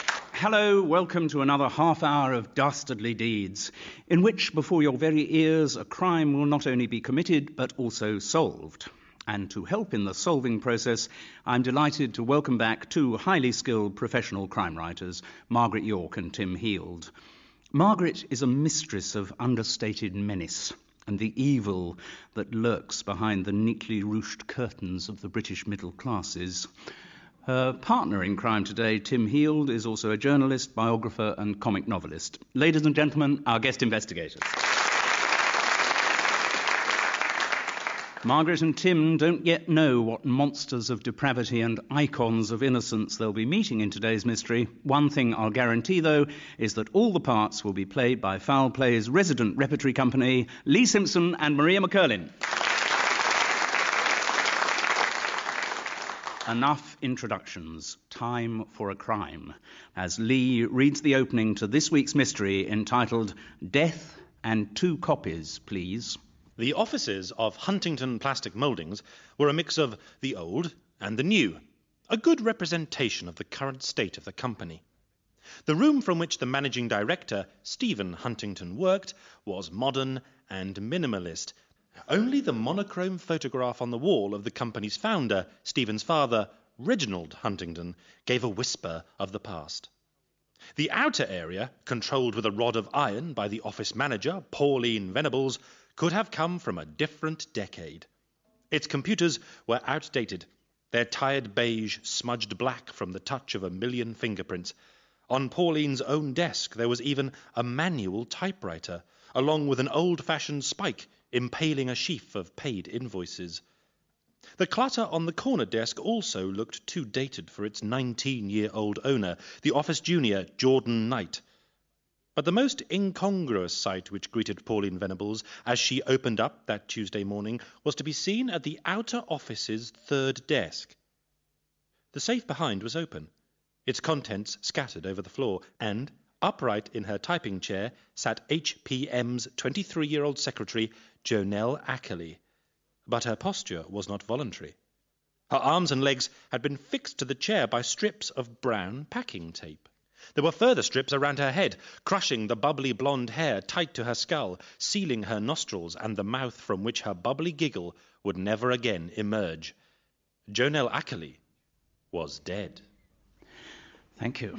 Well, not leaping to conclusions, it looks like we're in the world of offices here. Margaret, from your knowledge of office life, where would your instinctive suspicions lie in this case? Well, of course, if it appears to be a sexual crime, you'd say cherchez la femme, but the femme seems to be dead, unless in some way she and Pauline Venables had some clash over possibly their boss, Mr. Steve Huntington. Good, yes. Excellent. Tim, any... What exactly is a plastic moulding? I'm rather unclear. A plastic moulding. Well, this is a bit technical, and I'm not sure that we've got time. But there is a very good book on the subject called Mouldings Extruded and Intruded by J.P. Chatterjee, which I think you'll enjoy. I'm afraid the fact that you're still rather in the dark is no surprise, because so far you've got very little information. But let's remedy that state of affairs by catching up with the official investigations into the murder of Jonelle Ackerley. The case is being handled by Detective Sergeant Constable. Over to you, DS. Thank you. From outward appearances, the murder of Jonelle Ackerley looks like a robbery that went wrong. However, various inconsistencies at the crime scene have led us in the police to suspect that that is what somebody wanted us to believe. A window in the gentleman's staff lavatory had been broken, but more glass was scattered outside than in, and though it rained all last night, there were no marks left by an intruder's shoes on the linoleum. The office safe had not been forced, but opened by someone who knew its combination, and only a small amount of petty cash was missing. We are therefore of the belief that Jonelle Ackerley was murdered not by an intruder, but by one of her colleagues. It was what we in the police call an inside job. Miss Ackerley died around 7 or 8 in the evening. Since the HPM factory closes at 5 and she was seen alive at 6:30 by Mr. Stephen Huntingdon and Miss Pauline Venables, we can rule out the factory workers. Our list of suspects therefore narrows down to Mr. Huntingdon, Miss Venables and Mr. Jordan Knight. According to her parents, Jonelle Ackerley was a lively, outgoing young woman. And according to her best friend, she was a right little raver. When I have more information, I'll let you know soonest. Thank you. Thank you very much, Detective Sergeant Constable. Has any of the new information that you've got brought you nearer to fingering the perpetrator of this appalling murder, Tim? Well, we're told it's an inside job, so I suppose that narrows it down. The fact that she was a right little raver indicates that perhaps right little raving had something to do with a motive. Has this been your experience? On an anecdotal and observatory basis, yes, I think so. And I would certainly suspect Mr. Huntingdon. Margaret? Well, I'm intrigued about Mr. Jordan Knight. We seem to know nothing about him except he's aged 19. Perhaps he raved also. It's a more of a raving age, isn't it? It is, in my experience. Yes. No, I think very perceptive. But I think you still need some more facts. So let's hear now from 3 of the people involved in HPM. And our first statement comes from the Managing Director of Huntingdon Plastic Mouldings, Mr. Stephen Huntingdon. Steve, please. And HPM. We no longer use the full name of the company. I took over as MD last year when my father died. Nothing against the old boy personally, but he was a dinosaur. Still trying to make HPM work by concentrating on the old lines that had done well in the past. He couldn't recognise that the demand for bath-time plastic ducks just isn't there anymore. Not everybody in the company welcomed change, but Jonelle Ackerley did. She almost managed to persuade my old dad we should come into the 21st century. Funny, he'd take that kind of suggestion much better from her than from me. I had no idea why anyone would want to kill Jonelle. I think the police were too hasty to rule out the obvious. Intruder, broke in, poor kid happened to be in the wrong place, at the wrong time, got trussed up and suffocated. Alternatively, could have been a jealous boyfriend. Pretty girl like Jonelle must have had plenty of boyfriends. Me? Good heavens, no. Happily married to my wife, Maureen, with 2 kids. I wouldn't have time for an office romance, even if the idea appealed. Which it doesn't. And now, could you excuse me? I've back-to-back meetings all day. I'm sorry to take more time out of your busy schedule, Mr. Huntingdon, but I'm afraid our guest investigators need to ask you a few questions. 2 minutes with Stephen Huntingdon, and Margaret, perhaps you would like to start. Mr. Huntingdon, could you explain to me the role that your father plays in the business? Not any since he died. So he's dead? And could you tell me when he died? It was around 18 months ago. I've read right through a book called Grieving for the Middle Classes, and but it still hurts a little when I think about it. And Miss Ackerley was employed here before your father's death because it was the old boy who took her on, and it was a great decision. She was a go-getting girl. And you don't think there was any sort of, I don't wish to speak ill of the dead, hanky-panky between your late father and Miss Ackerley? Oh, good gracious, no, the very thought. My father was very faithful to my mother, and very faithful to the company as well. It would have hurt both for him to carry on like that, and I don't think he would have done either. Because you said that she livened him up. Did I say that? Yes. He was a man who was willing to listen to ideas wherever they came from. He valued an idea on its merits, rather than whether it came from someone in a miniskirt and stiletto shoes or not. I see. A saint, not a man. Tim, you say that your father actually took Miss Ackley on. Was that a completely unilateral decision? Were you consulted in any way? Oh, no, I wasn't. No, it was my father's decision. He was running the company pretty much single-handedly until I took over. So what were you doing before this? Well, I was really much more involved in the day-to-day running and a lot of R&D. That was my main area, research and development. I see, into plastic mouldings. Yeah. I see, fine. So you had absolutely nothing whatever to do with the recruitment of Miss No Ackley. hiring Didn't and know her firing, before? no. I was just into new ranges. I was working with some very, very exciting new ranges coming out from HPM pretty soon. It's going to knock your socks off, let me tell you. I'm sure it will. I'm also going to hold your socks, because one of them is a plastic sock holder. So knock them off and hold them. Brilliant. Thank you, Mr. Huntington. Perhaps you'll better get back to being a captain of industry. And we'll move on to our second statement, which was given to the police by the HPM office manager, Pauline Venables.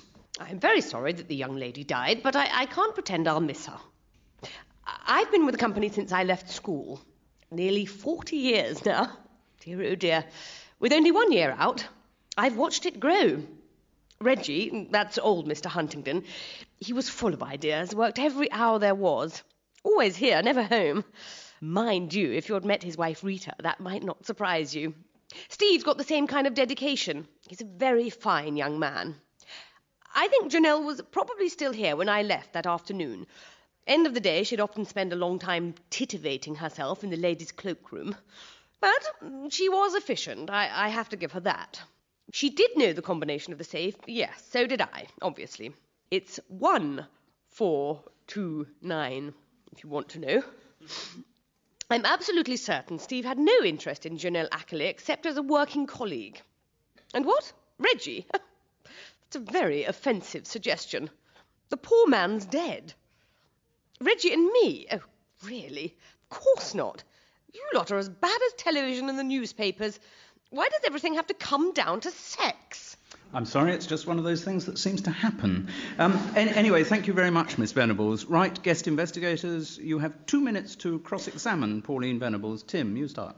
You admit that you weren't at all fond of the deceased. Was this... No, I didn't say that. I found her flighty. Exactly. Did this antipathy, was it mutual? I believe she thought I was fuddy-duddy. Well, you were not in any way jealous of her right little raving. I mean, no aspirations to right little raving yourself. I don't quite understand what you're getting at, really. I think that my raving days are long since over. If indeed I ever had any. Miss Venables, you said that you had a year out from work. Could you explain what you were doing during that year? Well, yes, I was rather ill. I had, I don't want to go into great detail, but I had women's troubles. Women's troubles wouldn't have weighed about 7.5 pounds. I don't really know what you're getting at. How long ago was this year out, may I ask? 30-odd years ago. Not 24 years ago. No. It was 30-odd years, I remember. I was very poorly. It was a very simple operation that had complications. If I say the word fibroids to you, does that mean anything? Oh, indeed. I am so sorry. Could you explain it to me, then? Yes. And now, can you describe your relationship to Mr. Knight? What is your relationship with the assistant sales manager? Is that what he calls himself? No, he's an office junior. I see. And is he an efficient young man? No, not at all. I don't want to mince my words here, but let's call a spade, shall we? He's rubbish. I'm sorry to say that you've run out of time there, and we now move on to our third statement. This was given to the police by Jordan Knight, who is the office junior. Wait. I'm not the office junior. I'm the assistant sales manager. I beg your pardon. Very well, Mr. Knight, over to you. Cheers. I've no idea what the combination of the safe is. Nah. Mr. Huntington wouldn't trust me with that kind of information. Night Janelle died, I left the office, usual time, 5:30. Mr. Huntington, Pauline and Janelle, they was all still there. I'd gone straight home. My mum has me supper on the table, 6:30, sharp. And I went down to White Swan and met some mates. Sank maybe a dozen pints with them. Closing time, I've gone home. I didn't hear about Janelle being dead till I got to work the next morning. Fancy her? Yeah. Well, I fancy all fit women. They like me and all. I used to talk a bit sexy to Janelle round the office. Tasteful, though, you know. Just so I wouldn't mind giving her one, that kind of stuff. I never got anywhere. Didn't mess with blokes her own age, Janelle. Like her men richer and older. I don't fancy older women, no. Pauline? Please, what do you take me for? No, I'm sure she wouldn't mind. But I don't do charity work. Now, Pauline didn't like Janelle. No. For starters, Janelle was much more efficient than she was. And then Pauline was jealous of how well Janelle got on with Mr. Huntington. And, I gather, with old Mr. Huntington too. Though, I wasn't around then. Say it. Not quite, I'm afraid. Guest investigators, you have 2 minutes with Jordan Knight. Margaret, perhaps you'd like to begin the cross-examination. Did you ever suspect that Mr. Huntington Jr.'s interest in Miss Ackerley was more than just that of a boss to his employee? Well, I don't know, that sort of thing goes on. I know. He never showed any signs of it, But who knows? Still waters run deep and all that, Hey? Well, indeed. Were they ever late, to your knowledge, late together at the office? Did you leave? I don't really know, because I'm normally late. Oh, I didn't mean in the morning. I meant leaving in the evening. Oh, I don't know, because I always leave up past 5 on the dot. I'm out of there. And so they would... So normally they might still be in the office. Oh, could well be, yeah. Tim, tell us a bit more about the atmosphere. I'm interested in the sort of working atmosphere in this office. I mean, how often would you talk to Janelle, for instance? Well, all the time, because I'll be like running around doing stuff, And, if I had something to take to her or something like that, I'd have a little chat with her, All right, like what you're wearing, girl. That's nice. So the chat wouldn't have anything to do with plastic mouldings? Talk about plastic mouldings? No, you're not going to pick up many birds talking about plastic mouldings, mate. Were you surprised at this apparently violent death? Did it come as a shock? Well, yeah. Murder was just a bit of a surprise, isn't it? Always. I mean, you've had experience of murders in the past. No. Well, actually, no. There was a bloke who was beaten to death down the White Swan a couple of years back, but, he was from Romford. I don't know what you're asking for, really, are you? I think we should probably release Jordan Knight, don't you? I mean, yes. Thank you very much. We might require to speak to him again. I mean, actually, now you've heard from all three, I think we can call them suspects. Would you say you're nearer to deciding which one of them is the murderer? Is it not possible that she was having a relationship with her boss, Mr. Steve Huntington? They would be in a relaxed mode in the office, so that she would not be suspecting anything if he suddenly came at her with the Scotch tape. Or indeed, it might have been exactly what she was expecting.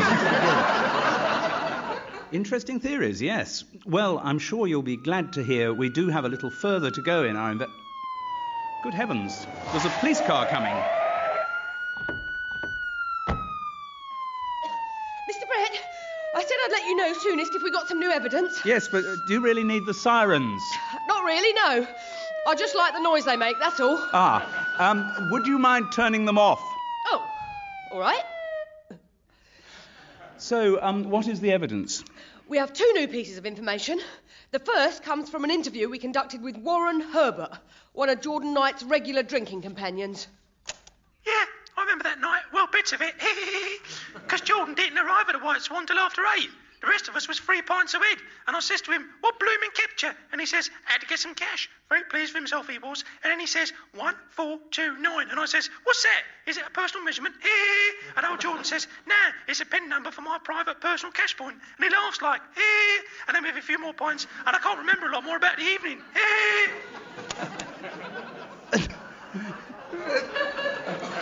Yes, well, maybe next time we'll play it at the right speed. Thank you, Detective Sergeant. You said you had another piece of new evidence. Yes, that's right. It was a message left on Mr. Steve Huntington's answer service from his mother, Mrs. Rita Huntington, timed at 7 o'clock on the evening of Janelle Ackerley's murder. Where are you, Stephen? I bet you're off chasing after some woman. Not just like your father, Stephen. Disgusting. Who are you with, Stephen? Is it that mini-skirted siren in the office? Your father was always after her, and you're just the same. I don't know where you get that side of your character from. Certainly not from me. I never let your father touch me. He was disgusting. Anyway, Stephen, you ring me the instant you get this message, or I'll call Maureen. I don't want that poor girl to go through the kind of suffering I had to go through with your father. So you ring me. I'm not going to start my boiled egg until you ring me, Stephen! Well, Margaret and Tim, in the light of these startling new pieces of evidence, has everything become clearer? We now know, as I think we had both suspected, that Huntington, père et fils, are both a pair of right old ravers, dirty old men. Right. And then we also know that Jordan was down the White Swan and boasting about knowing the combination of the safe. And also was not there at the time that he said he was. That's true. So where was he? Well, a very good question. Maybe you'd like to put it to him. Jordan Knight, could you come to the stand, please? Yeah, what?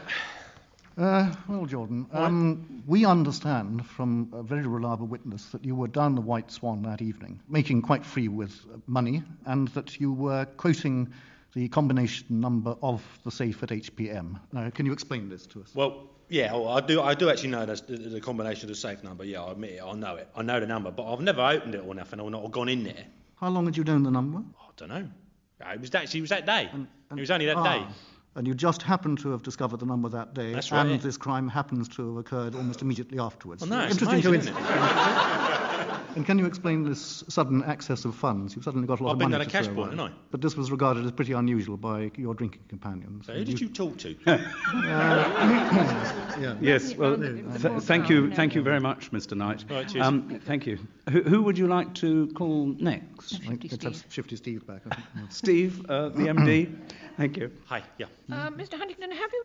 I'm not quite clear as to what time you say you left the office. It was about just after 6:30, I think. And Mr. Knight had already left. Yes. He leaves promptly. I'm afraid Jordan leaves pretty promptly. He doesn't arrive so promptly as he leaves, unfortunately. I see. And Miss Ackley had left or was still present? No. I saw her on the way out. And what about Miss Venables? I think she was still around. I'm not so sure. I think she was still around. Her desk seemed to be still active. Yeah. Is it not true that an employee like Pauline Venables would have been as much of a family friend as a family employee? Well, to be honest, I don't know, because I never met her until I actually started working for the company. Oh, really? I mean, I heard my father mentioning her occasionally, but he never talked much about work around the dinner table. He never talked much at all, actually. Was it always understood that you would actually join your father in the company? I think pretty much. Yet yeah. he never discussed the business with you at any point? No. That strike you as odd now, looking back on it? Well, looking back, I suppose it does, yes. And that he never ever talked about Pauline Venables at any point? Not really, no. Never occurred to you that the relationship might go beyond the professional in any Good way? God, no. My father would never do anything of that sort. What makes you so absolutely sure of that? Well, I worked with the man for getting on for 25 years in the company. But you said that he hardly ever talked to you about anything much. You said he was almost completely silent at the dinner table. No, that's when I was growing up. But subsequently he became very talkative. So we have this complete... I'm sorry, I'm completely lost now. Yes, I think what we have established, which is important, is that you started working for the company when you were 10. 10, yes. Right now. Yep. My father had very strict ideas about children and the way they should be brought up. Would you like to call to the platform Miss Venables? Yes, you must be absolutely invaluable to this A company. to Z in there. Yes, I'm sure it is. I'm sure that you knew the combination of the safe. You also would be able to get hold of this tape very easily. You have it in your office? Oh, yes, because we send so much of it out. Yes, we send boxes out and so on. Do you pack a lot of these boxes yourself? I don't personally, no. Jordan does a fair amount, but largely it doesn't get there intact, obviously. This is why he has to go.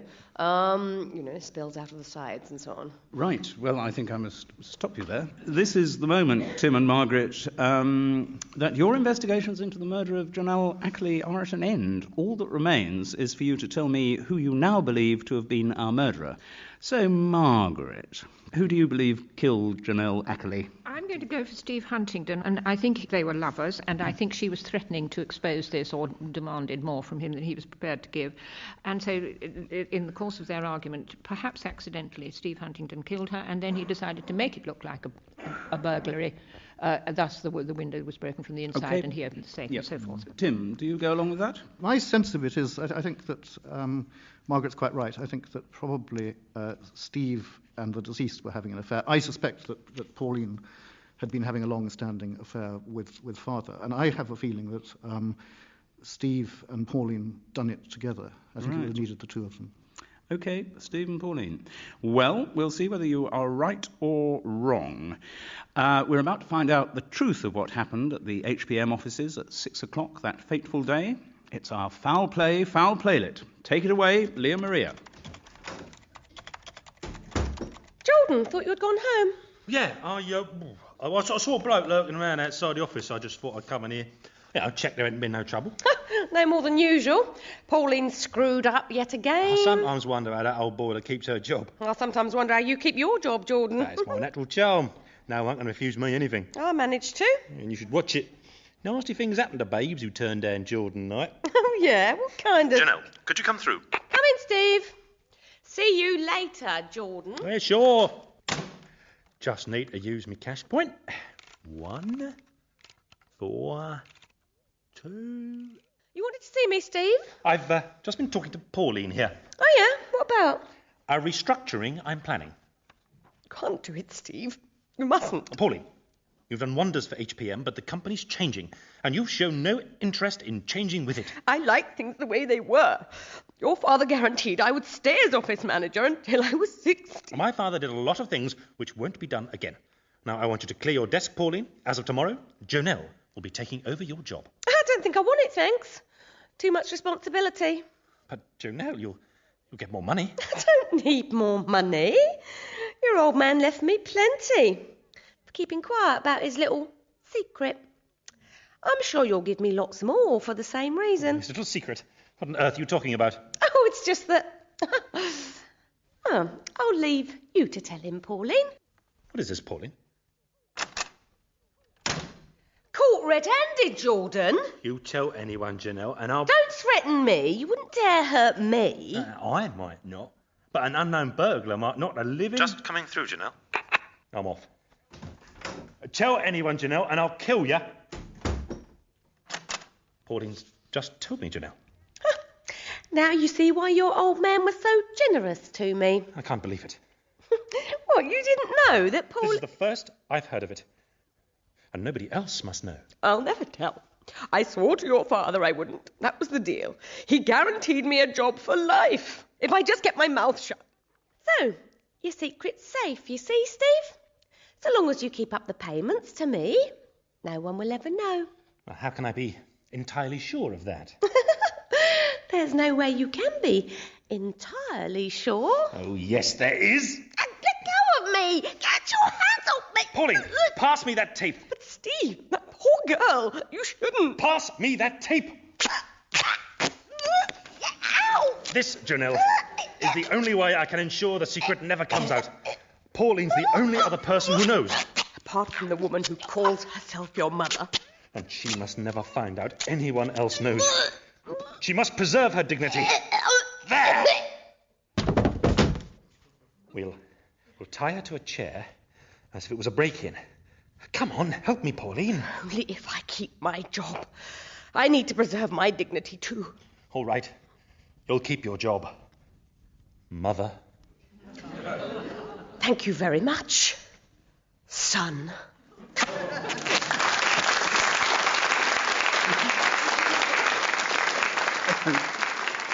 So that's what really happened. I'm quite glad I no longer work in an office.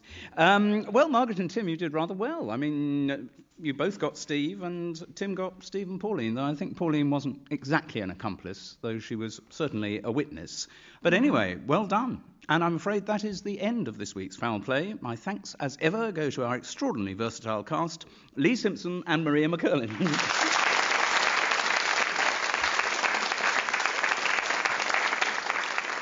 And, of course, to our acute and astute guest investigators, Margaret York and Tim Heald. Hello, welcome to another murder mystery. And welcome also to the two intrepid guest investigators who are going to try and solve it. Both, as ever, are professional crime writers. Robert Barnard is a former professor of English who brings to his books not only a relish for language, but also a wickedly acerbic sense of humour. He is joined by another writer who has been guilty in her time of being funny, Lindsay Davis. Ladies and gentlemen, our guest investigators. And whoever gets murdered this week, there is one thing I can guarantee. The victim and all the suspects will be represented by the manifold voices of Lee Simpson and Maria McCurlin. Right, we won't hang around. Time for a crime, as we hear from Maria the opening to this week's case, which is whimsically entitled Murder for Starters. Everything was going well for the filming of the new lifestyle television programme Mealtime Makeovers. The basic idea was simple. Unbeknownst to each other, two neighbours were set up to prepare dinners in each other's kitchens. Then they were filmed coming home to totally unexpected meals, with hilarious consequences. The cooking was supervised and criticised and improved on by tiny but popular television chef Nikolai Bunbury Brooks. Meanwhile, appropriately gobsmacked reactions were wrung out of the ordinary people participants by the steely charm of popular presenter Caroline Sorrell. The audience particularly loved it when the participants tasted their neighbours' cooking for the first time. It was the big surprise of every week's programme. Not as big a surprise, however, as what awaited petite, ordinary suburban housewife Nerys Jenkins, when, in the face of the television cameras, she returned to her familiar kitchen full of unfamiliar smells, because, when she opened the door of her larder, she found inside it the dead body of her next-door neighbour, Trevor Dibley. He had been impaled through the neck and heart with kebab skewers, anointed with extra virgin olive oil, and garnished with shallots, baby sweet corn, and sun-dried tomatoes. So, we have a murder in the world of cookery, or is it in the world of television? Well, it's rather hard to tell them apart these days. Bob and Lindsay, is there anything you've heard so far that set your finely tuned alarm bells jangling? No. No? Right. OK, Bob, anything... No, I'd like to know a bit more about this programme. You would? And how the television cameras were kept on in this neighbour's kitchen, presumably unknowing of the fact that somehow this neighbour had been murdered and put in the cupboard. And garnished, very well garnished. Maybe it's a case of, here's one I prepared earlier. Yes, yes. right. I should think that's probably that explains it beautifully, thank you. I think basically it's the old foul play problem that you need more facts. So let's get you some more facts from the policeman in charge of the investigation, Detective Inspector Sargent. Mr. Dibley was last seen alive at 4:30 p.m. in Mrs. Jenkins' kitchen when he completed preparing the dinner she was intended to eat later. And it was at 6:30 p.m. when Mrs. Jenkins found his body. During that period, the Mealtime Makeovers team were in the victim's own kitchen next door, filming the meal that Mrs. Jenkins was preparing for Mr. Dibley. Caroline Sorrell, the presenter of Mealtime Makeovers, had only a few short links to film and says she spent the afternoon alone in her trailer. Nikolai Bunbury Brooks, however, oversaw the complete cooking process. He was, therefore, in Mr. Dibley's kitchen with Mrs. Jenkins for almost all of the relevant period. There was, however, a 15-minute break round 5:45 when Mr. Bunbury Brooks complained of a stomach upset and went to the bathroom. During this break, Mrs. Jenkins went into Mr. Dibley's sitting room. We have no corroboration for these alibis, and it would, in theory, have been possible for either Mr. Bunbury Brooks or Mrs. Jenkins to get into Mr. Dibley's house through the adjoining back gardens. Did anything you heard there help, Lindsay? Obviously, I have to ask about this tummy upset. What had he eaten? Yes, I mean, it could be an occupational hazard, couldn't it? Really? Well. It could be an occupational bar, actually, if it happened too often. Indeed, yes. Does he wash his hands before handling cooked meat, one wonders? And indeed after. Yes. Bob? I'm a bit worried about the trailer. Could you tell me where the trailer is? Is it in the back garden? Well, here's a map, actually. Look, if that's her house, that's his house, that's where the cameras were, then the trailer's just there. Right, that makes it terribly clear, thank you. Good. And I'm sure the audience at home would have found it very illuminating. Yeah, I think the problem is that you're still starved of facts. So let's find out a bit more about the case from some of the individuals involved in Mealtime Makeovers. And the first one we'll hear was given by the programme's much-loved presenter, Caroline Sorrell. I don't know why you're talking to me. I never have anything to do with the Patseys. Oh, sorry, I should explain. The Patseys are what we call the ordinary people. You know, the members of the public who come onto the programme and are made to look stupid. Anyway, I never have anything to do with them. Except when the camera's rolling, obviously. So, this Patsy, what was his name? Trevor Dibley, right. I knew nothing about him. Well, only what was on the sheets the researchers gave me, you know. He was an antiques dealer, I believe. Unmarried. A bit precious. Affected. I didn't say gay, no. It wouldn't be politically correct for me to comment on his sexual orientation.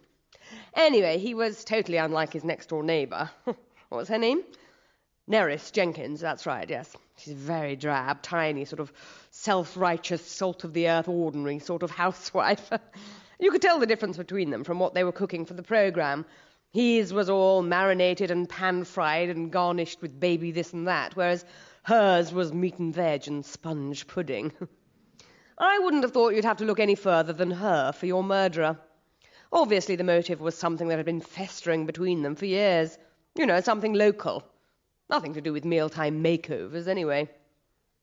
Nikolai Bunbury Brooks, yes. I get on with him. Well as you can get on with anyone who's got an ego that size. Go out with him? Oh, you're joking. He hardly comes up to my waist. No, I haven't decided whether I'll do the next mealtime makeover series or not. You know, the BBC and ITV have got a whole raft of projects lined up for me.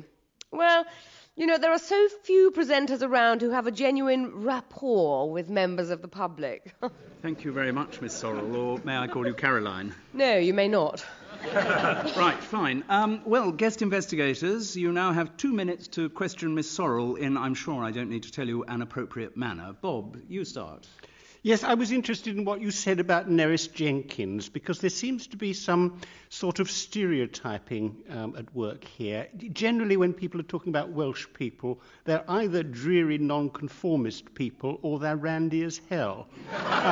You don't think Nerys Jenkins could have combined those two aspects, do you? Well, as I said, I mean, I'm very happy that you got a laugh out of that very witty little thing, but I didn't really have anything to do with her. You know, I mean, she was just a member of the public. We have members of the public day in, day out. You know, they're there, they're not there. And yet you go and sleep in your trailer in her back garden, which presumably... Well, her back garden, anyone's back garden. You know, my trailer is my trailer.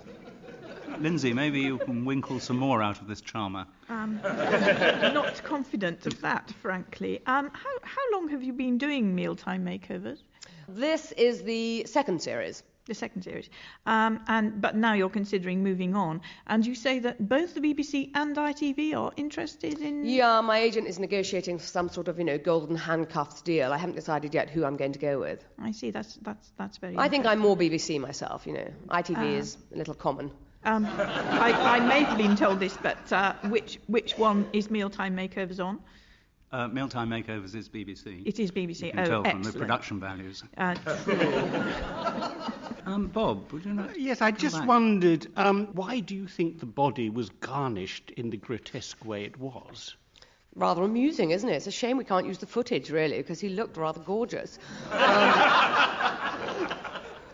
I don't know. I mean, you know, these petty neighbourhood squabbles, you've only got to bring a camera in and everything gets magnified, you know what I mean? I think it's interesting that he's actually garnished with the kind of food that he was himself going to prepare. Well, I'm very pleased that you find it interesting. Personally, I couldn't give a toss, but...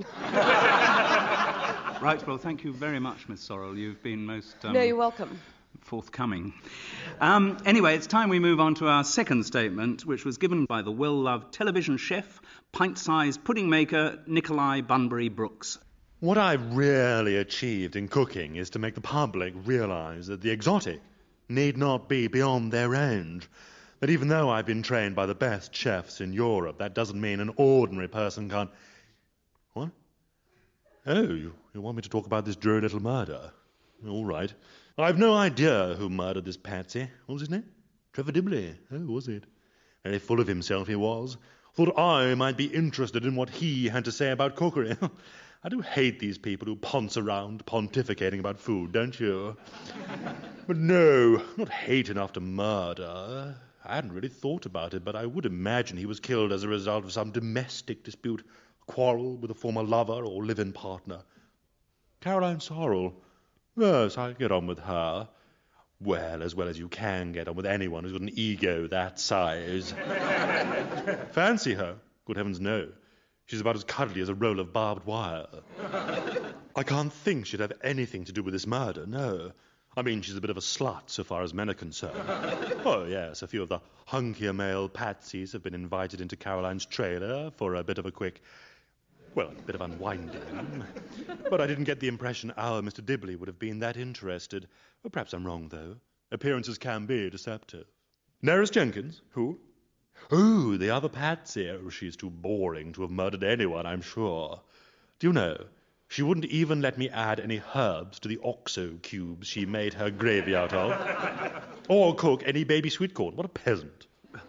Thank you very much. Right, Bob and Lindsay, you have 2 minutes to cross-examine Nikolai Bunbury-Brooks. Lindsay, maybe you'd like to put the first question. You didn't observe, I suppose, whether between the two Patsies there was any obvious antipathy. Did they hate each other or like each other? I don't know, really. I don't think they got on. You mentioned that Trevor Dibley had approached you, and you obviously rebuffed him.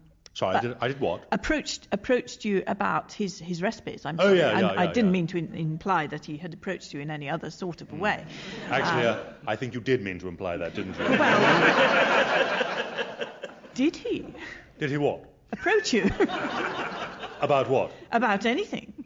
Oh, yes, he wanted to talk to me about cookery, of course. He seemed to want to hold forth about his ideas on recipes. He didn't approach me about anything else, if that's what you're asking about. Do you think he was hoping that something would come of his approach about cookery? Most of the patsies who come on the programme do seem to harbour some strange desire to be on the television. They seem to think that their recipe will open up the world of television to them. Little do they know what a competitive and highly skilled job it is to stand in front of a camera and mix things in a bowl. Without it falling on the floor. Yes, right. Just one final question. Is Nikolai your real name? Yes. Is Bunbury Brooks your real name? Yes. Gosh. Some parents don't think, do they? Bob, do you have some questions for Nikolai? Yes, my experience of television cooks is they're either dreary little people whose recipes work infallibly, or they're personalities who have recipes that nobody in their senses would try. I see, you've looked into this quite deeply. Very definitely. Yes. Which sort of television chef would you say? You were the personality one or the dreary little person I think one? my major strength is that I combine both. Right. That I have superb cooking credentials and also a personality that people like. And do they confide in you when you're in their kitchens? Oh, yes, they want to talk cooking all the time. Did Neris confide anything to you, or did she ask you No, advice? Neris was pretty resistant to my attempts to try and jazz up the dreary, dull stodge that she was preparing. And in fact, it was the fact that she was boiling to death her cabbage that brought on my stomach upset. I have the digestive resistance of a kitten. And you never got onto a personal level with her at all? You never got any idea about her sexual preferences? Did no, funnily enough, on mealtime makeovers, we tend not to discuss lesbianism too often. No. Thank you very much, Nikolai. Not at all. No, that's been great. It's wonderful to hear someone so modest. We move on now to our third and final statement, which was given to the police by housewife Neris Jenkins. I was just so excited to be chosen on the programme. You know, the day of the recording would have been the happiest day of my life if it hadn't been for Trevor Dibley spoiling it. Upstaging everyone else by getting murdered is, I have to say, entirely typical of the man. I don't know why he moved into this area. Round here we're mostly traditional families, you know what I mean? Far be it from me to pass comment on somebody else's lifestyle, but I'd have thought someone like Trevor Dibley would have felt much more at home in London or Brighton or San Francisco.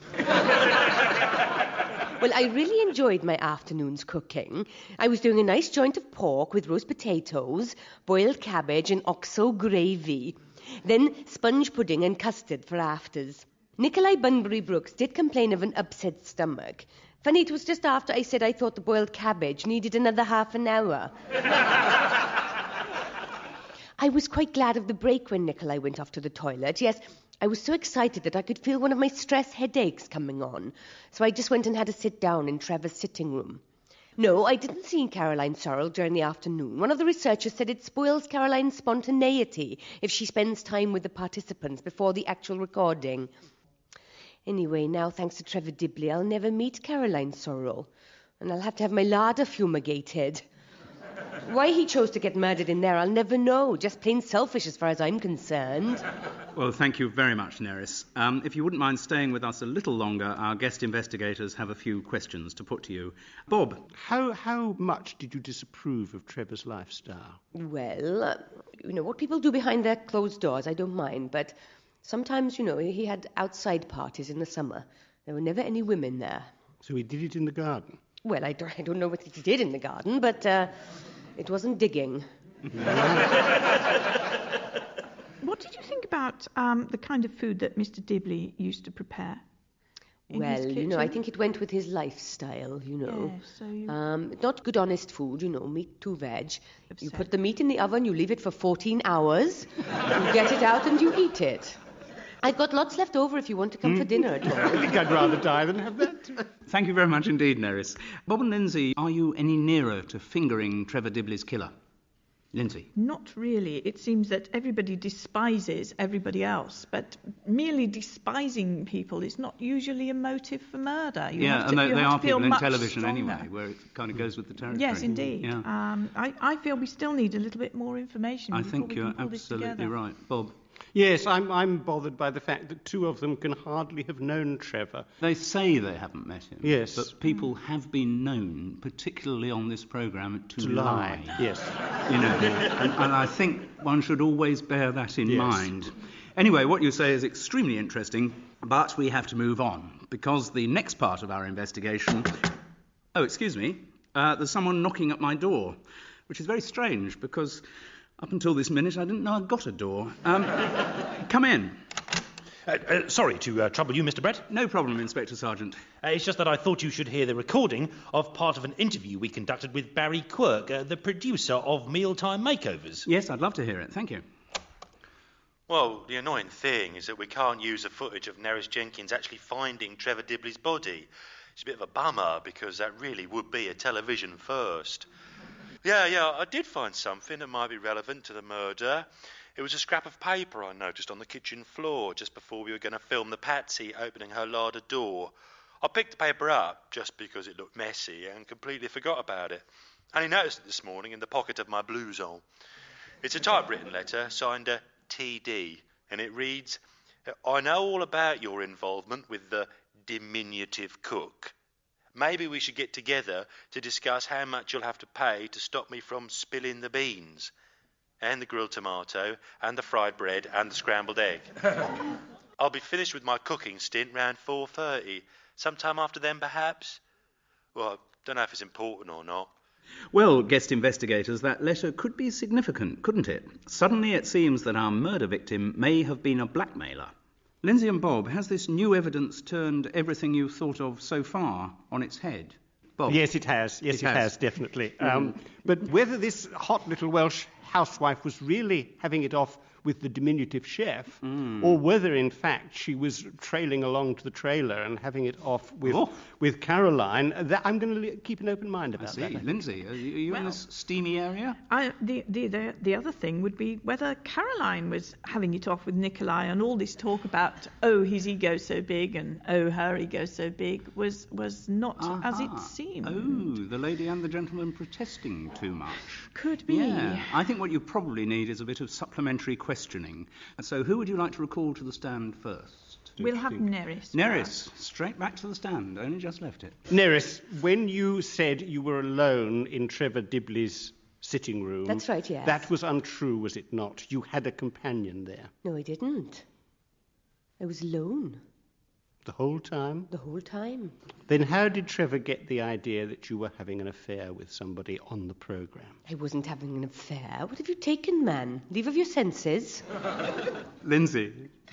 What are your relations like with your husband, good or bad?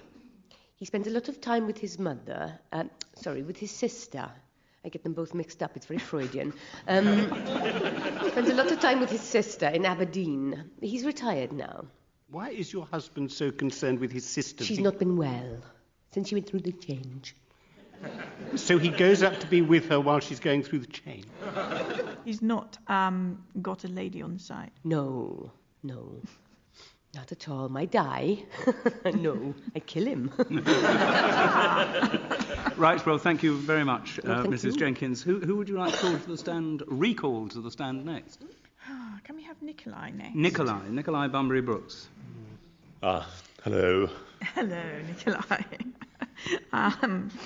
Nikolai, I'm going to ask you frankly. Are you having an affair with Caroline Searle? Oh, good God, no. I mean, how could one spend more than 5 minutes with her? I mean, we arrive, the cameras start rolling, we start talking to each other. The cameras stop rolling, we stop talking to each other, we go our separate ways. She's a professional, but that's all can be said about her. She's more of a professional than a human being, I feel. Right, Bob. Yes, I get an awful whiff of sexual deviancy about this case. And I wonder whether the supposed letter from Trevor wasn't in fact hiding the fact that you and he were having it off. Oh, really? Oh, you're falling into a regular trap. A lot of people seem to assume that I'm gay or something. I'm not. Yeah, I wonder actually. why that is. No, I can't tell. I have no idea. Thank you very much, Nikolai. And would you like to hear again from the lovely Caroline? Oh, I think we have to hear from Caroline. Caroline? Let's do, yeah. Yes. Yes. Caroline, I did for a moment wonder whether perhaps you might have met Neris outside the programme. No. You see, at the production meeting, when she said she hadn't met me, yes, of course, I'd never spoke to her. Of course, why would I? Nothing to say to the silly little woman. But, we have a production meeting around a table, and I'd seen her. I like to have a look at the Patses to make sure they're not going to be trouble. Bob, yes, do you have a question? I'm very interested in this because all the real work for this programme is done by the researchers, and you prefer not to get involved with the people who are actually going to be very important in this programme. That is the ordinary people in their kitchens. I don't need to meet them. I don't need to meet them to sparkle on camera, do I? I know my job. So it's really a bit like foul play, where all the work is done by these BBC people who are sitting up there, and Simon Brett pounces on and takes all the credit. Is that right? Very much like that, yes. I thought so. That was from the Right, heart. I'm going to stop this cross-examination. Bob and Lindsay, that's the end of your investigation. You can't investigate any more. I'm not going to let you. So, armed with the pitiful store of information you have, you must tell me who you think murdered Trevor Dibley, and ideally why, and quickly. It's Neris in a fit of nonconformist Welsh anti-gay feeling. Lindsay. I'm going to go for Nikolai purely because I don't think he should have a Russian name if he's not Russian. And he would know more about how to operate the skewer, what to do with the virgin olive oil, the shallots, the baby sweet corn, and the sun-dried tomatoes. What do you do with virgin olive oil? I don't know. Well, are you right or wrong?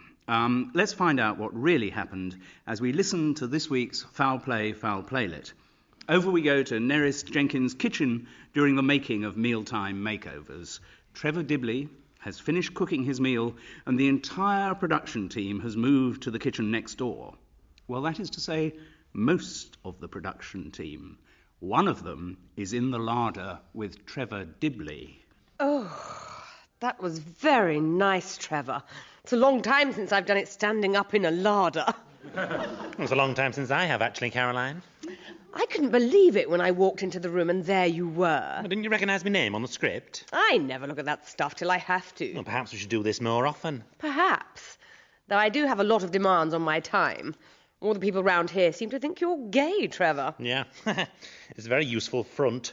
It stops them from snooping too much into what I get up to. And what do you get up to? I deal in antiques. Oh, yes. And the other stuff too, I bet. Still dealing cocaine? You want some? I no longer... Shh! Someone's coming in. They can't find me here. I'll give you a leg up through the window. Quick! I'll get back to you later. Mind my tights. I've only got one pair. Ow! Ah, good afternoon. And what are you doing here? This is my own kitchen, you know. What are you doing with my kebab skewers? Never mind that. You've been spreading rumours about me. Nothing to the ones you've been spreading about me. Well, those are true. You are a pervert. I'm not. You've been bad-mouthing me in the pub, though, I heard. You accused me of having an affair. I didn't. Yes, you did. I had it word for word from Dillis behind the bar. That was a joke. For heaven's sake, I said it as a joke. Well, people around here don't take that kind of talk as a joke. People round here wouldn't recognise a joke if it came up and stabbed them. Talking of stabbing, Mr. Dibley. Shh. Someone's coming in. Oh, they can't find me here. I'll give you a leg up through the window. Quick, I'll get back to you later. Look, I'm not tall enough. I'm too tiny to get up through... Ow! Ah, good afternoon, and what are you doing here? I think you know the answer to that. What you wrote to me about on this letter, it's got to stay a secret. Oh, I agree. It's just a matter of how much it costs to keep a secret. Presumably you've been planning this for some time. From the first time I saw you on television, and the more successful your career became, the more money I knew I could get out of you. And the more I heard all about the international hotels you had trained in, the more valuable I knew was the knowledge that you and I had trained together... Don't say it. ...at the Little Chef. I told you not to say it. What do you want me to say instead? The diminutive cook, perhaps? No. Put down that kebab skewer. No. Take that. This serves you right, Trevor Dibley. I'll cook your goose, and then you'll get your just desserts.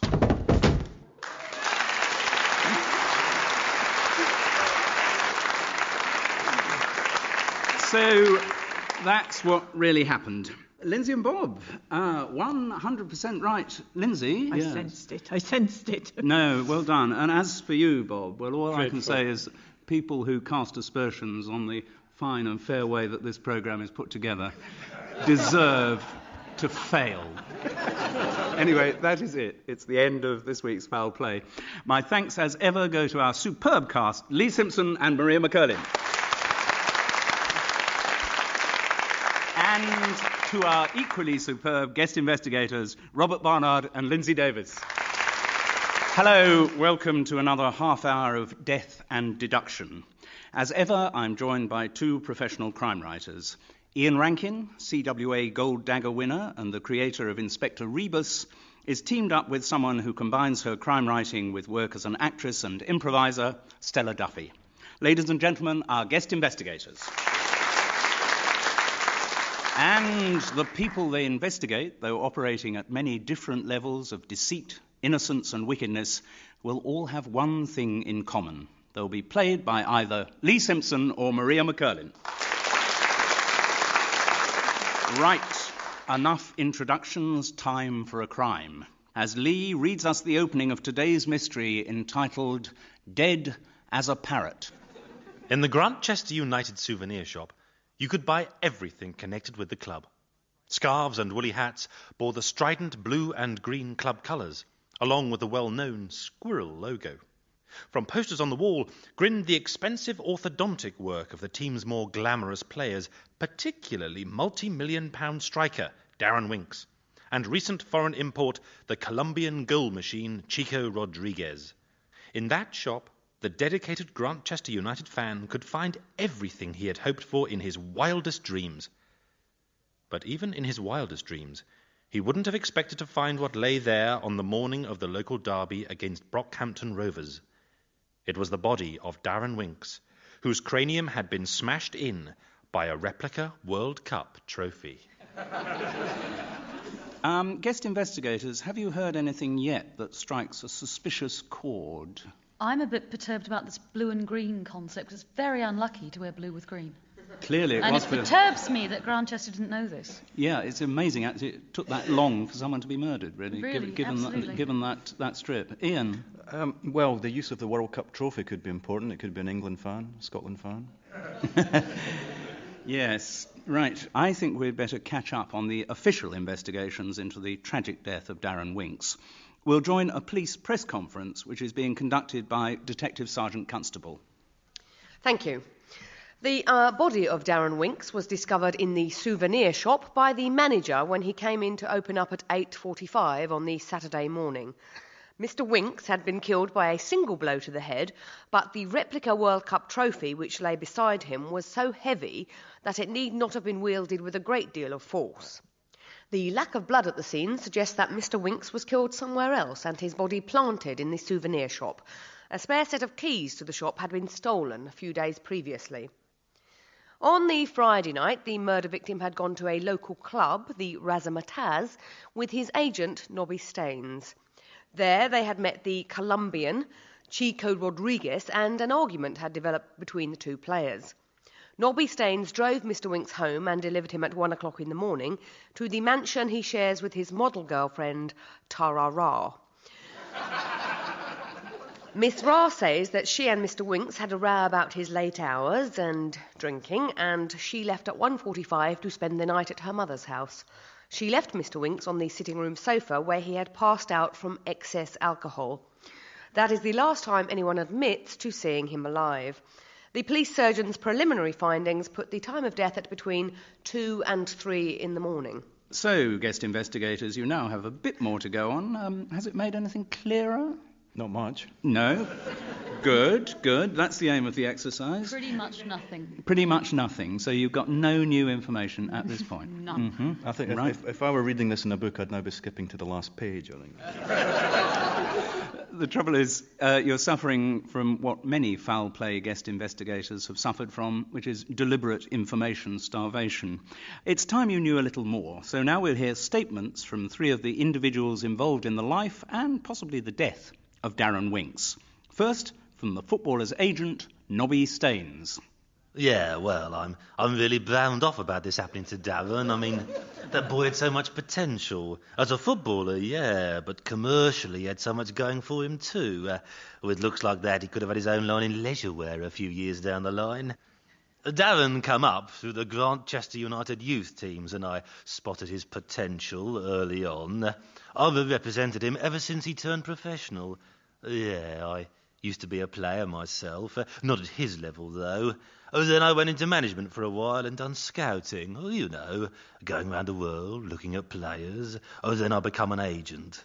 Yeah, not just footballers, models, game show hosts, you name it. Yeah, I do represent Tara Ra and all. Now, that girl has got a very big future. But I've no idea what Darren and Chico argued about in Razzmatazz. I think it was just a misunderstanding. Chico don't speak English so good. I think he misheard something Darren said as a joke. No, I didn't go into the house when I dropped Darren off. Went straight home and to bed. Now I live alone. Just me and the 2 Rottweilers. Oh, thank you very much, Mr. Staines.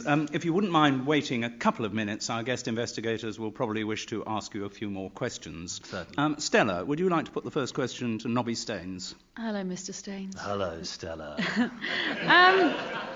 You wink wonderfully. Sorry, what did you say? I said...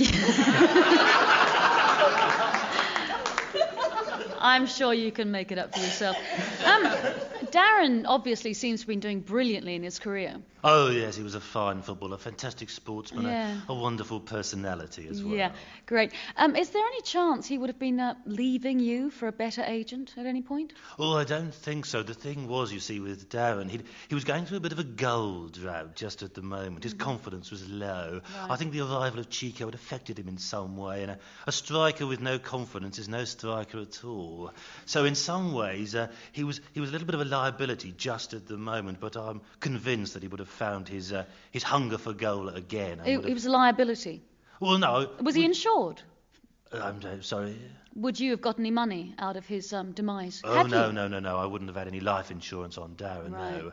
I had his left leg insured. I see. You see, because he was a left-footed striker. Right. Ian. Can I ask which part of Tara Ra's anatomy you've got insured? Well, nothing at the moment, but I'm contemplating a couple of places that need some kind of indemnity. And had you been interested in Chico at all? Oh, Chico is a marvellous prospect, I don't represent him at the moment, but if he was to seek representation, then I'd be only too happy to oblige. Right. Say you had to, in an imperfect world, you had to lose one of your clients, either Darren or Tara. Which one would you be prepared to? Oh, don't ask me to choose. I suppose the choice is made slightly easier now by the fact that one of them is dead. Well, Mr. Staines, thank you very much indeed. Oh, thank you. We'll move on to our second statement. This comes from the model Tara Ra, who was the live-in girlfriend of Darren Winks. Miss Ra, over to you. Yeah, well, Darren and me had been together nearly 3 years. We met on a fashion shoot in Rome. not a lot happened there, but like when we got back home, Darren rung me and invited me out to a club in London, and yeah, that was it. Obviously, I'm dead gutted he's dead, but I don't think it'll affect my career, no. I've always, had my own identity as a model, not just as Darren Winks' girlfriend, no. Also, I'm moving into acting and presenting on telly these days, and that's where my future lies, I think. I see myself as like the Cilla Black of the 21st century. Darren and I did have a lot of rows about his drinking, and his drugs. Yeah, and other women too sometimes. Mind you, I always told him if he started any of that, I'd give as good as I got. Someone who looks like me don't lack for offers, you know what I mean? Yeah, I probably will start dating again soon, but out of respect for Darren, I'll wait a few weeks. Yeah, the World Cup trophy could have come from our house. We did have one, but I wouldn't have hit him with it, no. I mean, the carpet we got in our sitting room was made of special Tibetan goat's wool. It cost a bloody fortune. There's no way I'd get blood on that. No. No. Well, thank you very much, Tara, for that very compassionate statement. Guest investigators, you now have 2 minutes to cross-examine the witness. Ian, you might like to start. You say that you had a World Cup trophy in the house. Is it missing now? No, I don't. I think it's still there. I don't know. I mean, that was in Darren's. He'd got a footballing room, lots of pictures of him and Gazza and, lots of trophies and stuff. I don't really go in there, Tara, are you good friends with Chico? Yeah, I'd met him. I knew him, Sometimes Nobby got us to go out on publicity things together. It was quite advantageous for me and Darren and Chico to be seen together. But, he's a nice bloke, but Not your type? Not really, no. What is your type? Darren really was my type. I loved him, to death. But literally? It's a bit unfortunate, isn't it? I said that, but no, I loved him. I'd have done anything for him. I wanted to have his own little football team when I was 30. When I'd got my career going and up and running. Because you see, my career's really doing well now. I was known, as being Tarara Boobs today. Mm-hmm. That was like, But what Nobby's done is kind of moved me into other areas. I've got a single coming out. Right. And Hello spread. We're doing the funeral for Hello as well. Great. Is your hair natural, Tara? No. What about the rest of you? Oh, yeah, that's all natural. Right. All natural. That stays up on its own. I'm not wearing a bra today. Astonishing. Truly astonishing. 42 triple D. Must be very hard to walk down the street. I get a terrible bad back, I tell you that much, for nothing. Funny, my question's completely gone out of my head now. Did you have an argument at the nightclub with Darren? No, I wasn't at the nightclub. I was staying in doing my hair because I didn't really spend the night with Darren the night before a game, so I used to go and spend the night at my mum's. But my hair went a bit wrong, and that's why I was a bit later. And when he came home, Nobby dropped him off. We had a row, and he was drunk. What were you fighting about? Because I keep saying to him, you shouldn't drink before a match. He hadn't been striking the last few games, and apparently that's bad for a striker. Not for a striker. Yeah. So, I said, don't drink, darling, that's what you're just ruining it. I'm very disciplined about my career, I drink Perrier water, I eat the right things, I keep my hair streaked nicely. Well, I think we've been dealing with not a woman, but a saint. Thank you very much, Tara. No, you're welcome. Thank you. And we'll move on to our third statement, which comes from the striker who has recently joined Grantchester United in a multi-million-pound transfer deal from Colombia, Chico Rodriguez. I no pretend I like Darren Winks, but I no kill him. He very angry when I join the Squirrels, because I better looking than him, and I have World Cup experience he no have. A big international star, he just known in Britain. Also, he know his girlfriend, Tarara, she fancy me. On Friday night, Erasmataz, Darren Winks, he very angry with me. His agent, Nobby Steins, tell him he seen me in another club earlier with Tara. It's not true, but that what Nobby Steins he say. Darren, who already have a lot to drink, he very angry. Me, I was drinking Coke. I no drink on day before the match. Darren, he do. He no fit. He take heroin too. I no want a public fight with Darren, so I leave early. Around 10. I stay in hotel till club sorts out proper house for me. In hotel room, I watch film. They have a special channel for a special film. I like this. Okay, me go now. If you could just stay a couple of minutes, Mr. Rodriguez. Thank you. Yeah. Right, guest investigators. Chico Rodriguez is your witness. Stella, maybe you would like to set the ball rolling. Chico, you come from Colombia. Si. And you like Coke. Sorry? Oh, yes, it's jog, yes, it's coke. No, it's like the it was... drinky, sniffy, yes. I know, I see, very good. Because, you see, Tara earlier was talking about Darren's drug problems. I know, it's terrible. I don't do that. My body is a church.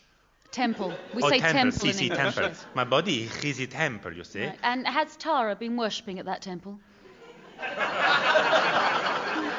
The lady, she talk funny. Why is she sad? Does she kneel when she sees you? No.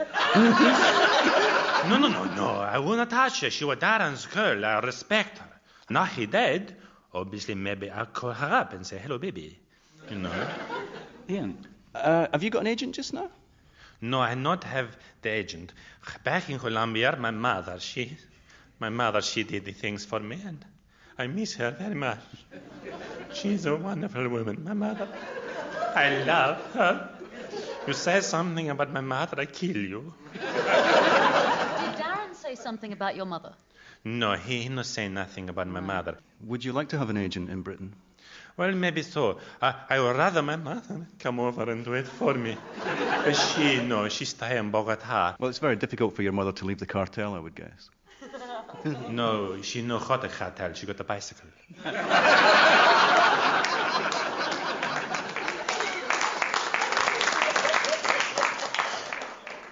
Good. Well, thank you very much indeed. I hope your English gets better. Well, guest investigators, you now have a lot more information, some of it, I trust, conflicting. Does any of it clarify your thinking about what really happened in this gruesome case? I'm trying to let my natural prejudice against women who are a 44 double D influence me. And Nobby, you know, I mean, just because he's a slimy, nasty, lecherous type person is no reason to assume he killed his client. No, exactly. Ian? No, I just wonder if maybe if it's something to do with Tara's mum. I mean, there might be a mother complex coming into it somewhere. Or Chico's mum. Maybe it's all the mothers. It's the mothers. The mothers are clearly significant. Yeah. Well, guest investigators, the next thing that happens is that... Excuse me. Can we have our ball back, please? Detective Sergeant Constable. Sorry, I'm just having a bit of a kick around with the boyos from forensics. Oh. Oh, by the way, Mr. Brett, we've got some new information on the case. Not before time. Yeah, it comes in the form of statements from two mothers. The second is the mother of Chico Rodriguez, who rang us from Colombia. But first, we'll hear from Tara Ra's mother, Mrs. Rona Ra, speaking from her home in Chigwell. When I think what I done for that girl of mine, I get quite emotional. Who was it who groomed that kid? Who sat around in fashion agents' waiting room when Tara was only 5 years old? Who was it who put her own modelling career on hold and paid for all Tara's dance classes, eh? What thanks have I had? Zilch. Do you know, she wouldn't even let me be in the hello spread they done on her and Darren. That girl don't know what gratitude means. Tara never phones, she never comes to see me. What? The night Darren died? Well, I've no idea where the little madam was, but she certainly wasn't with me. And here, Mr. Brett, is an extract from the phone call from Mrs. Conchita Rodriguez. Llama conmigo en su habitación del hotel después de tiempo para llamar desde Colombia. I'm sorry, but do you have an interpreter by any chance? Oh, yeah. Of course, silly me.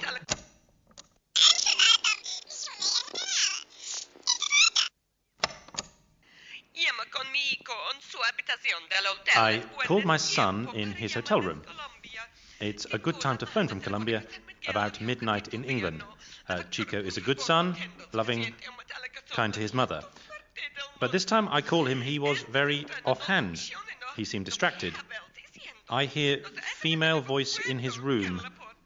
I think he was with some lady of easy virtue. If I ever find this lady of easy virtue who corrupts my beautiful clean son, I tear her eyes out and stamp them into the ground like the rotten grapes of Andalusia. Thank you. Well, it appears that a couple of the alibis aren't quite as rock hard as they seem to be. Guest investigators, does what you've just heard change your views of the crime? Well, obviously. Oh, good. Now just tell us how. It doesn't change my views of Tara, though. It doesn't. No, You because still- I knew she'd be doing that kind of thing. 3 suspects and no alibis. So. I think probably what you need at this point is a bit more cross-examination. You can now call back the 3 people whose statements we heard earlier.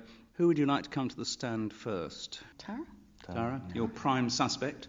Miss Ra, would you come to the stand? Thank you. Right, yeah. Tara, you weren't with your mother on the night, were you? I was with Mum. Your mother says that you weren't with your The mother. thing about my mum, I'll tell you what it is, right? My mum used to be a model, right? Mm-hmm. She's really let herself go. Yeah. Okay, she's now like 16, 17 stone, right? She wanted to be in the hello spread with us, and I said, no, it's about beautiful people, not ugly people, Mum. Until you die, you can't come in the spread with hello. So now she's just trying to get in the drama. I mean, of course I was there. If you go to my house, where my mum lives, all my little fluffy toys are all disturbed on the bed where I've slept. You go and have a look now, I tell you that for nothing. I can't bear fluffy toys at the best of times, so I won't do it now, if that's okay. You were with Chico, weren't you? Because Chico's mum heard a girl with him. Oh, yeah, but, he could have been watching telly or, the radio or anything. It wasn't me. I put it to you, I've always wanted to say that. You say it very well. I put it to you that you're going to stand to earn quite a lot of money. You're going to get quite a lot of fame from Darren's murder. I don't need a lot of money. I've got my own money. You don't mean? I'm doing really well. My career's really doing well. You're in a short-term career. Like your mother's. No, but that's what Nobby says. Nobby says there's something more to me, I've got a lot more talent than that. So you've got a brain as well. Well, you can tell that, can't you? Right, thank you very much, Miss Ra. Nobby, would you like to come to the stand? Hello. Did you think that Chico and Tara were possibly having an affair, Nobby? I wouldn't have thought so, no. Tara's too smart for that. She knows not to move on to Chico until she's finished with Darren or you, perhaps. Or, I beg your pardon? Finished with you, perhaps. Oh, well, what are you implying? Are you having an affair with Tara? Oh, no. Although I would admit that long before she was with Darren, she and I had a little fling. As Darren's agent, you would have been to the souvenir shop, wouldn't you? I know of it, yes. I'm not a regular customer there, though, no. But when he's been doing signing things there... Yes, I would always accompany him there, yes. So you know the layout? Oh, yes, it's a shop, so there's a counter, till and door. Spare key. Sorry? There's also a spare key. Is there really? I wouldn't know about the security arrangements. Right. I'm only worried about the security of my clients. I seem to have let one of them down rather badly, don't I? You do. Right, thank you very much indeed, Thank Mr. you. Stones. And would you like to hear again from Chico? Hello. Your mother thinks that you were distracted on the night in the hotel. Is that because you had a girl there or because you were watching a girl? Oh, no, I watched it. The girl is very good. You pay $6.99 on the hotel thing, and then they show you girls. They take the blouse off and everything. And my mother, when I watch it, I think she heard the lady's voice on there because I seeing what they call girl-on-girl action. Well,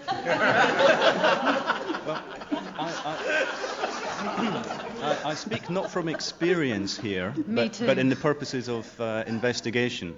I would say that if you got a phone call in your bedroom and you were watching porn on the hotel channel, that you would turn the sound down before you answered the phone. Oh, no, turn it down. No, it's okay. Just on the background while I talk to my mom. It's very nice. Because you don't want people to think you're listening to very bad 70s disco music, which is what the usual soundtrack is to these films. Apparently. Ma'am, apparently, yes. You know a lot about it, don't you? So it seems to me that perhaps you really did have a thing for Tara, Chico. Did you know that Nobby and Tara had a thing a while ago? It's right. That's incredible. No, I know that. No. She's a very beautiful girl. She's a lovely girl. But I know touch her. No touch her. What about Darren? I no touch him either. Right, thank you very much indeed. Thank you. Chico. OK, well, I'm afraid, Ian and Stella, your investigation is at an end. Equipped with woefully inadequate information, who do you think killed Darren Winks and why? Stella. Right, I reckon it was Nobby Staines because he'd set Tara and Chico up to have a love child. And it'll be much better in the next Hello spread than Tara and Darren. Darren was completely in the way. Also, he's been a rubbish striker recently, so he had to get rid of him. God. It's kind of like Hoddle and Gaza, only with much more sex. Well, I was actually going to go for Nobby as well, although I hadn't thought it out as clearly as that, I have to say. Yeah, it took me hours. I think it all comes back to the idea that the keys were stolen beforehand from the souvenir shop, therefore we're looking at premeditation, we're not just looking at somebody blowing up and doing this. And I think if you're looking at that, you're probably looking at a business angle or a money angle, and that points to Nobby rather than anybody else. Right. Thank you very much indeed. Well, you could be right. We'll soon know, because we're about to find out what really happened in this week's Foul Play, Foul Playlet. It is late in the evening as Darren Winks returns to the mansion he shares with Tara Ra, and one of them has been drinking heavily. Posh Spice, does she take it up? You better drink some coffee, Darren, otherwise you're going to be crap for the game tomorrow. Shut up, you whining care. You sound just like your mother. Anyway, I've got natural talent. I'll play better after a few bevies. All right. See if I care.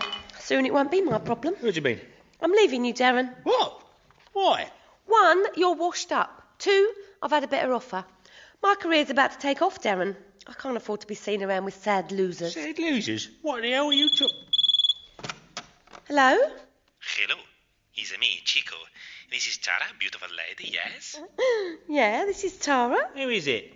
Chico. The beautiful Tara, who has a tattoo of a rattlesnake in a very secret place. What about my tattoo? Tattoo? Your rattlesnake tattoo? Chico's seen that?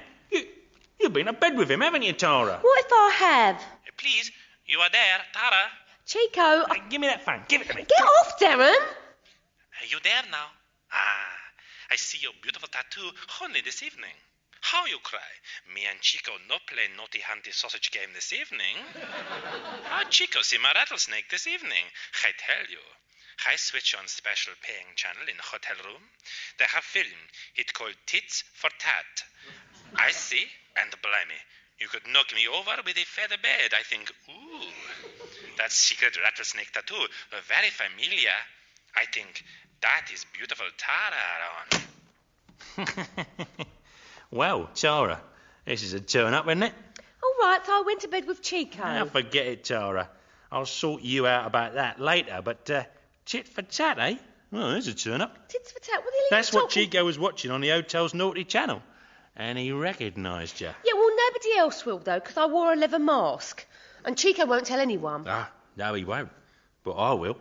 A few stills from Tits for Tat over the tabloids will do wonders for your career as a telepresenter, won't they? Cilla Black for the 21st century? I don't think. You wouldn't dare tell the press. Oh, wouldn't I just? Out of scotch. I'll get another bottle.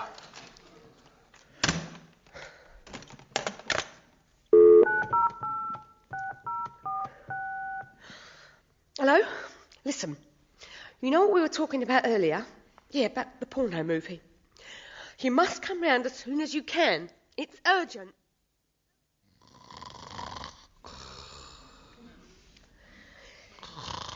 It's out for the count. And I put the polythene sheet out so we won't get any mess on the Tibetan goat's wool carpet. I don't care how you do it, darling, but it's got to be done. Darren's a vindictive bastard. He'd take great pleasure in telling the tabloids about Tits for Tat, and that'd ruin my career. Yeah, the World Cup trophy, that's fine. Look, I don't care about the details. Just kill him and get rid of the body, all right? My career can really take off. Well, go on then, it's him. That's right, again.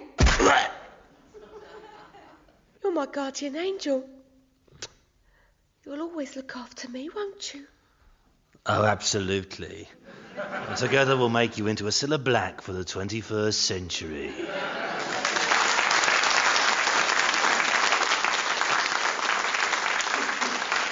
So, there you have it. That's why Darren Winks was destined never to score again. Well, Ian and Stella, what can I say except congratulations? You've both got it right. I must say, the wrong reasons. For completely the wrong reasons. Yes, that. I knew I should have asked for a tattoo question there. Yes, the tattoo came in a bit late, didn't it? But no, congratulations, you've both done extremely well. And that's the end of this week's Foul Play, and of the current series.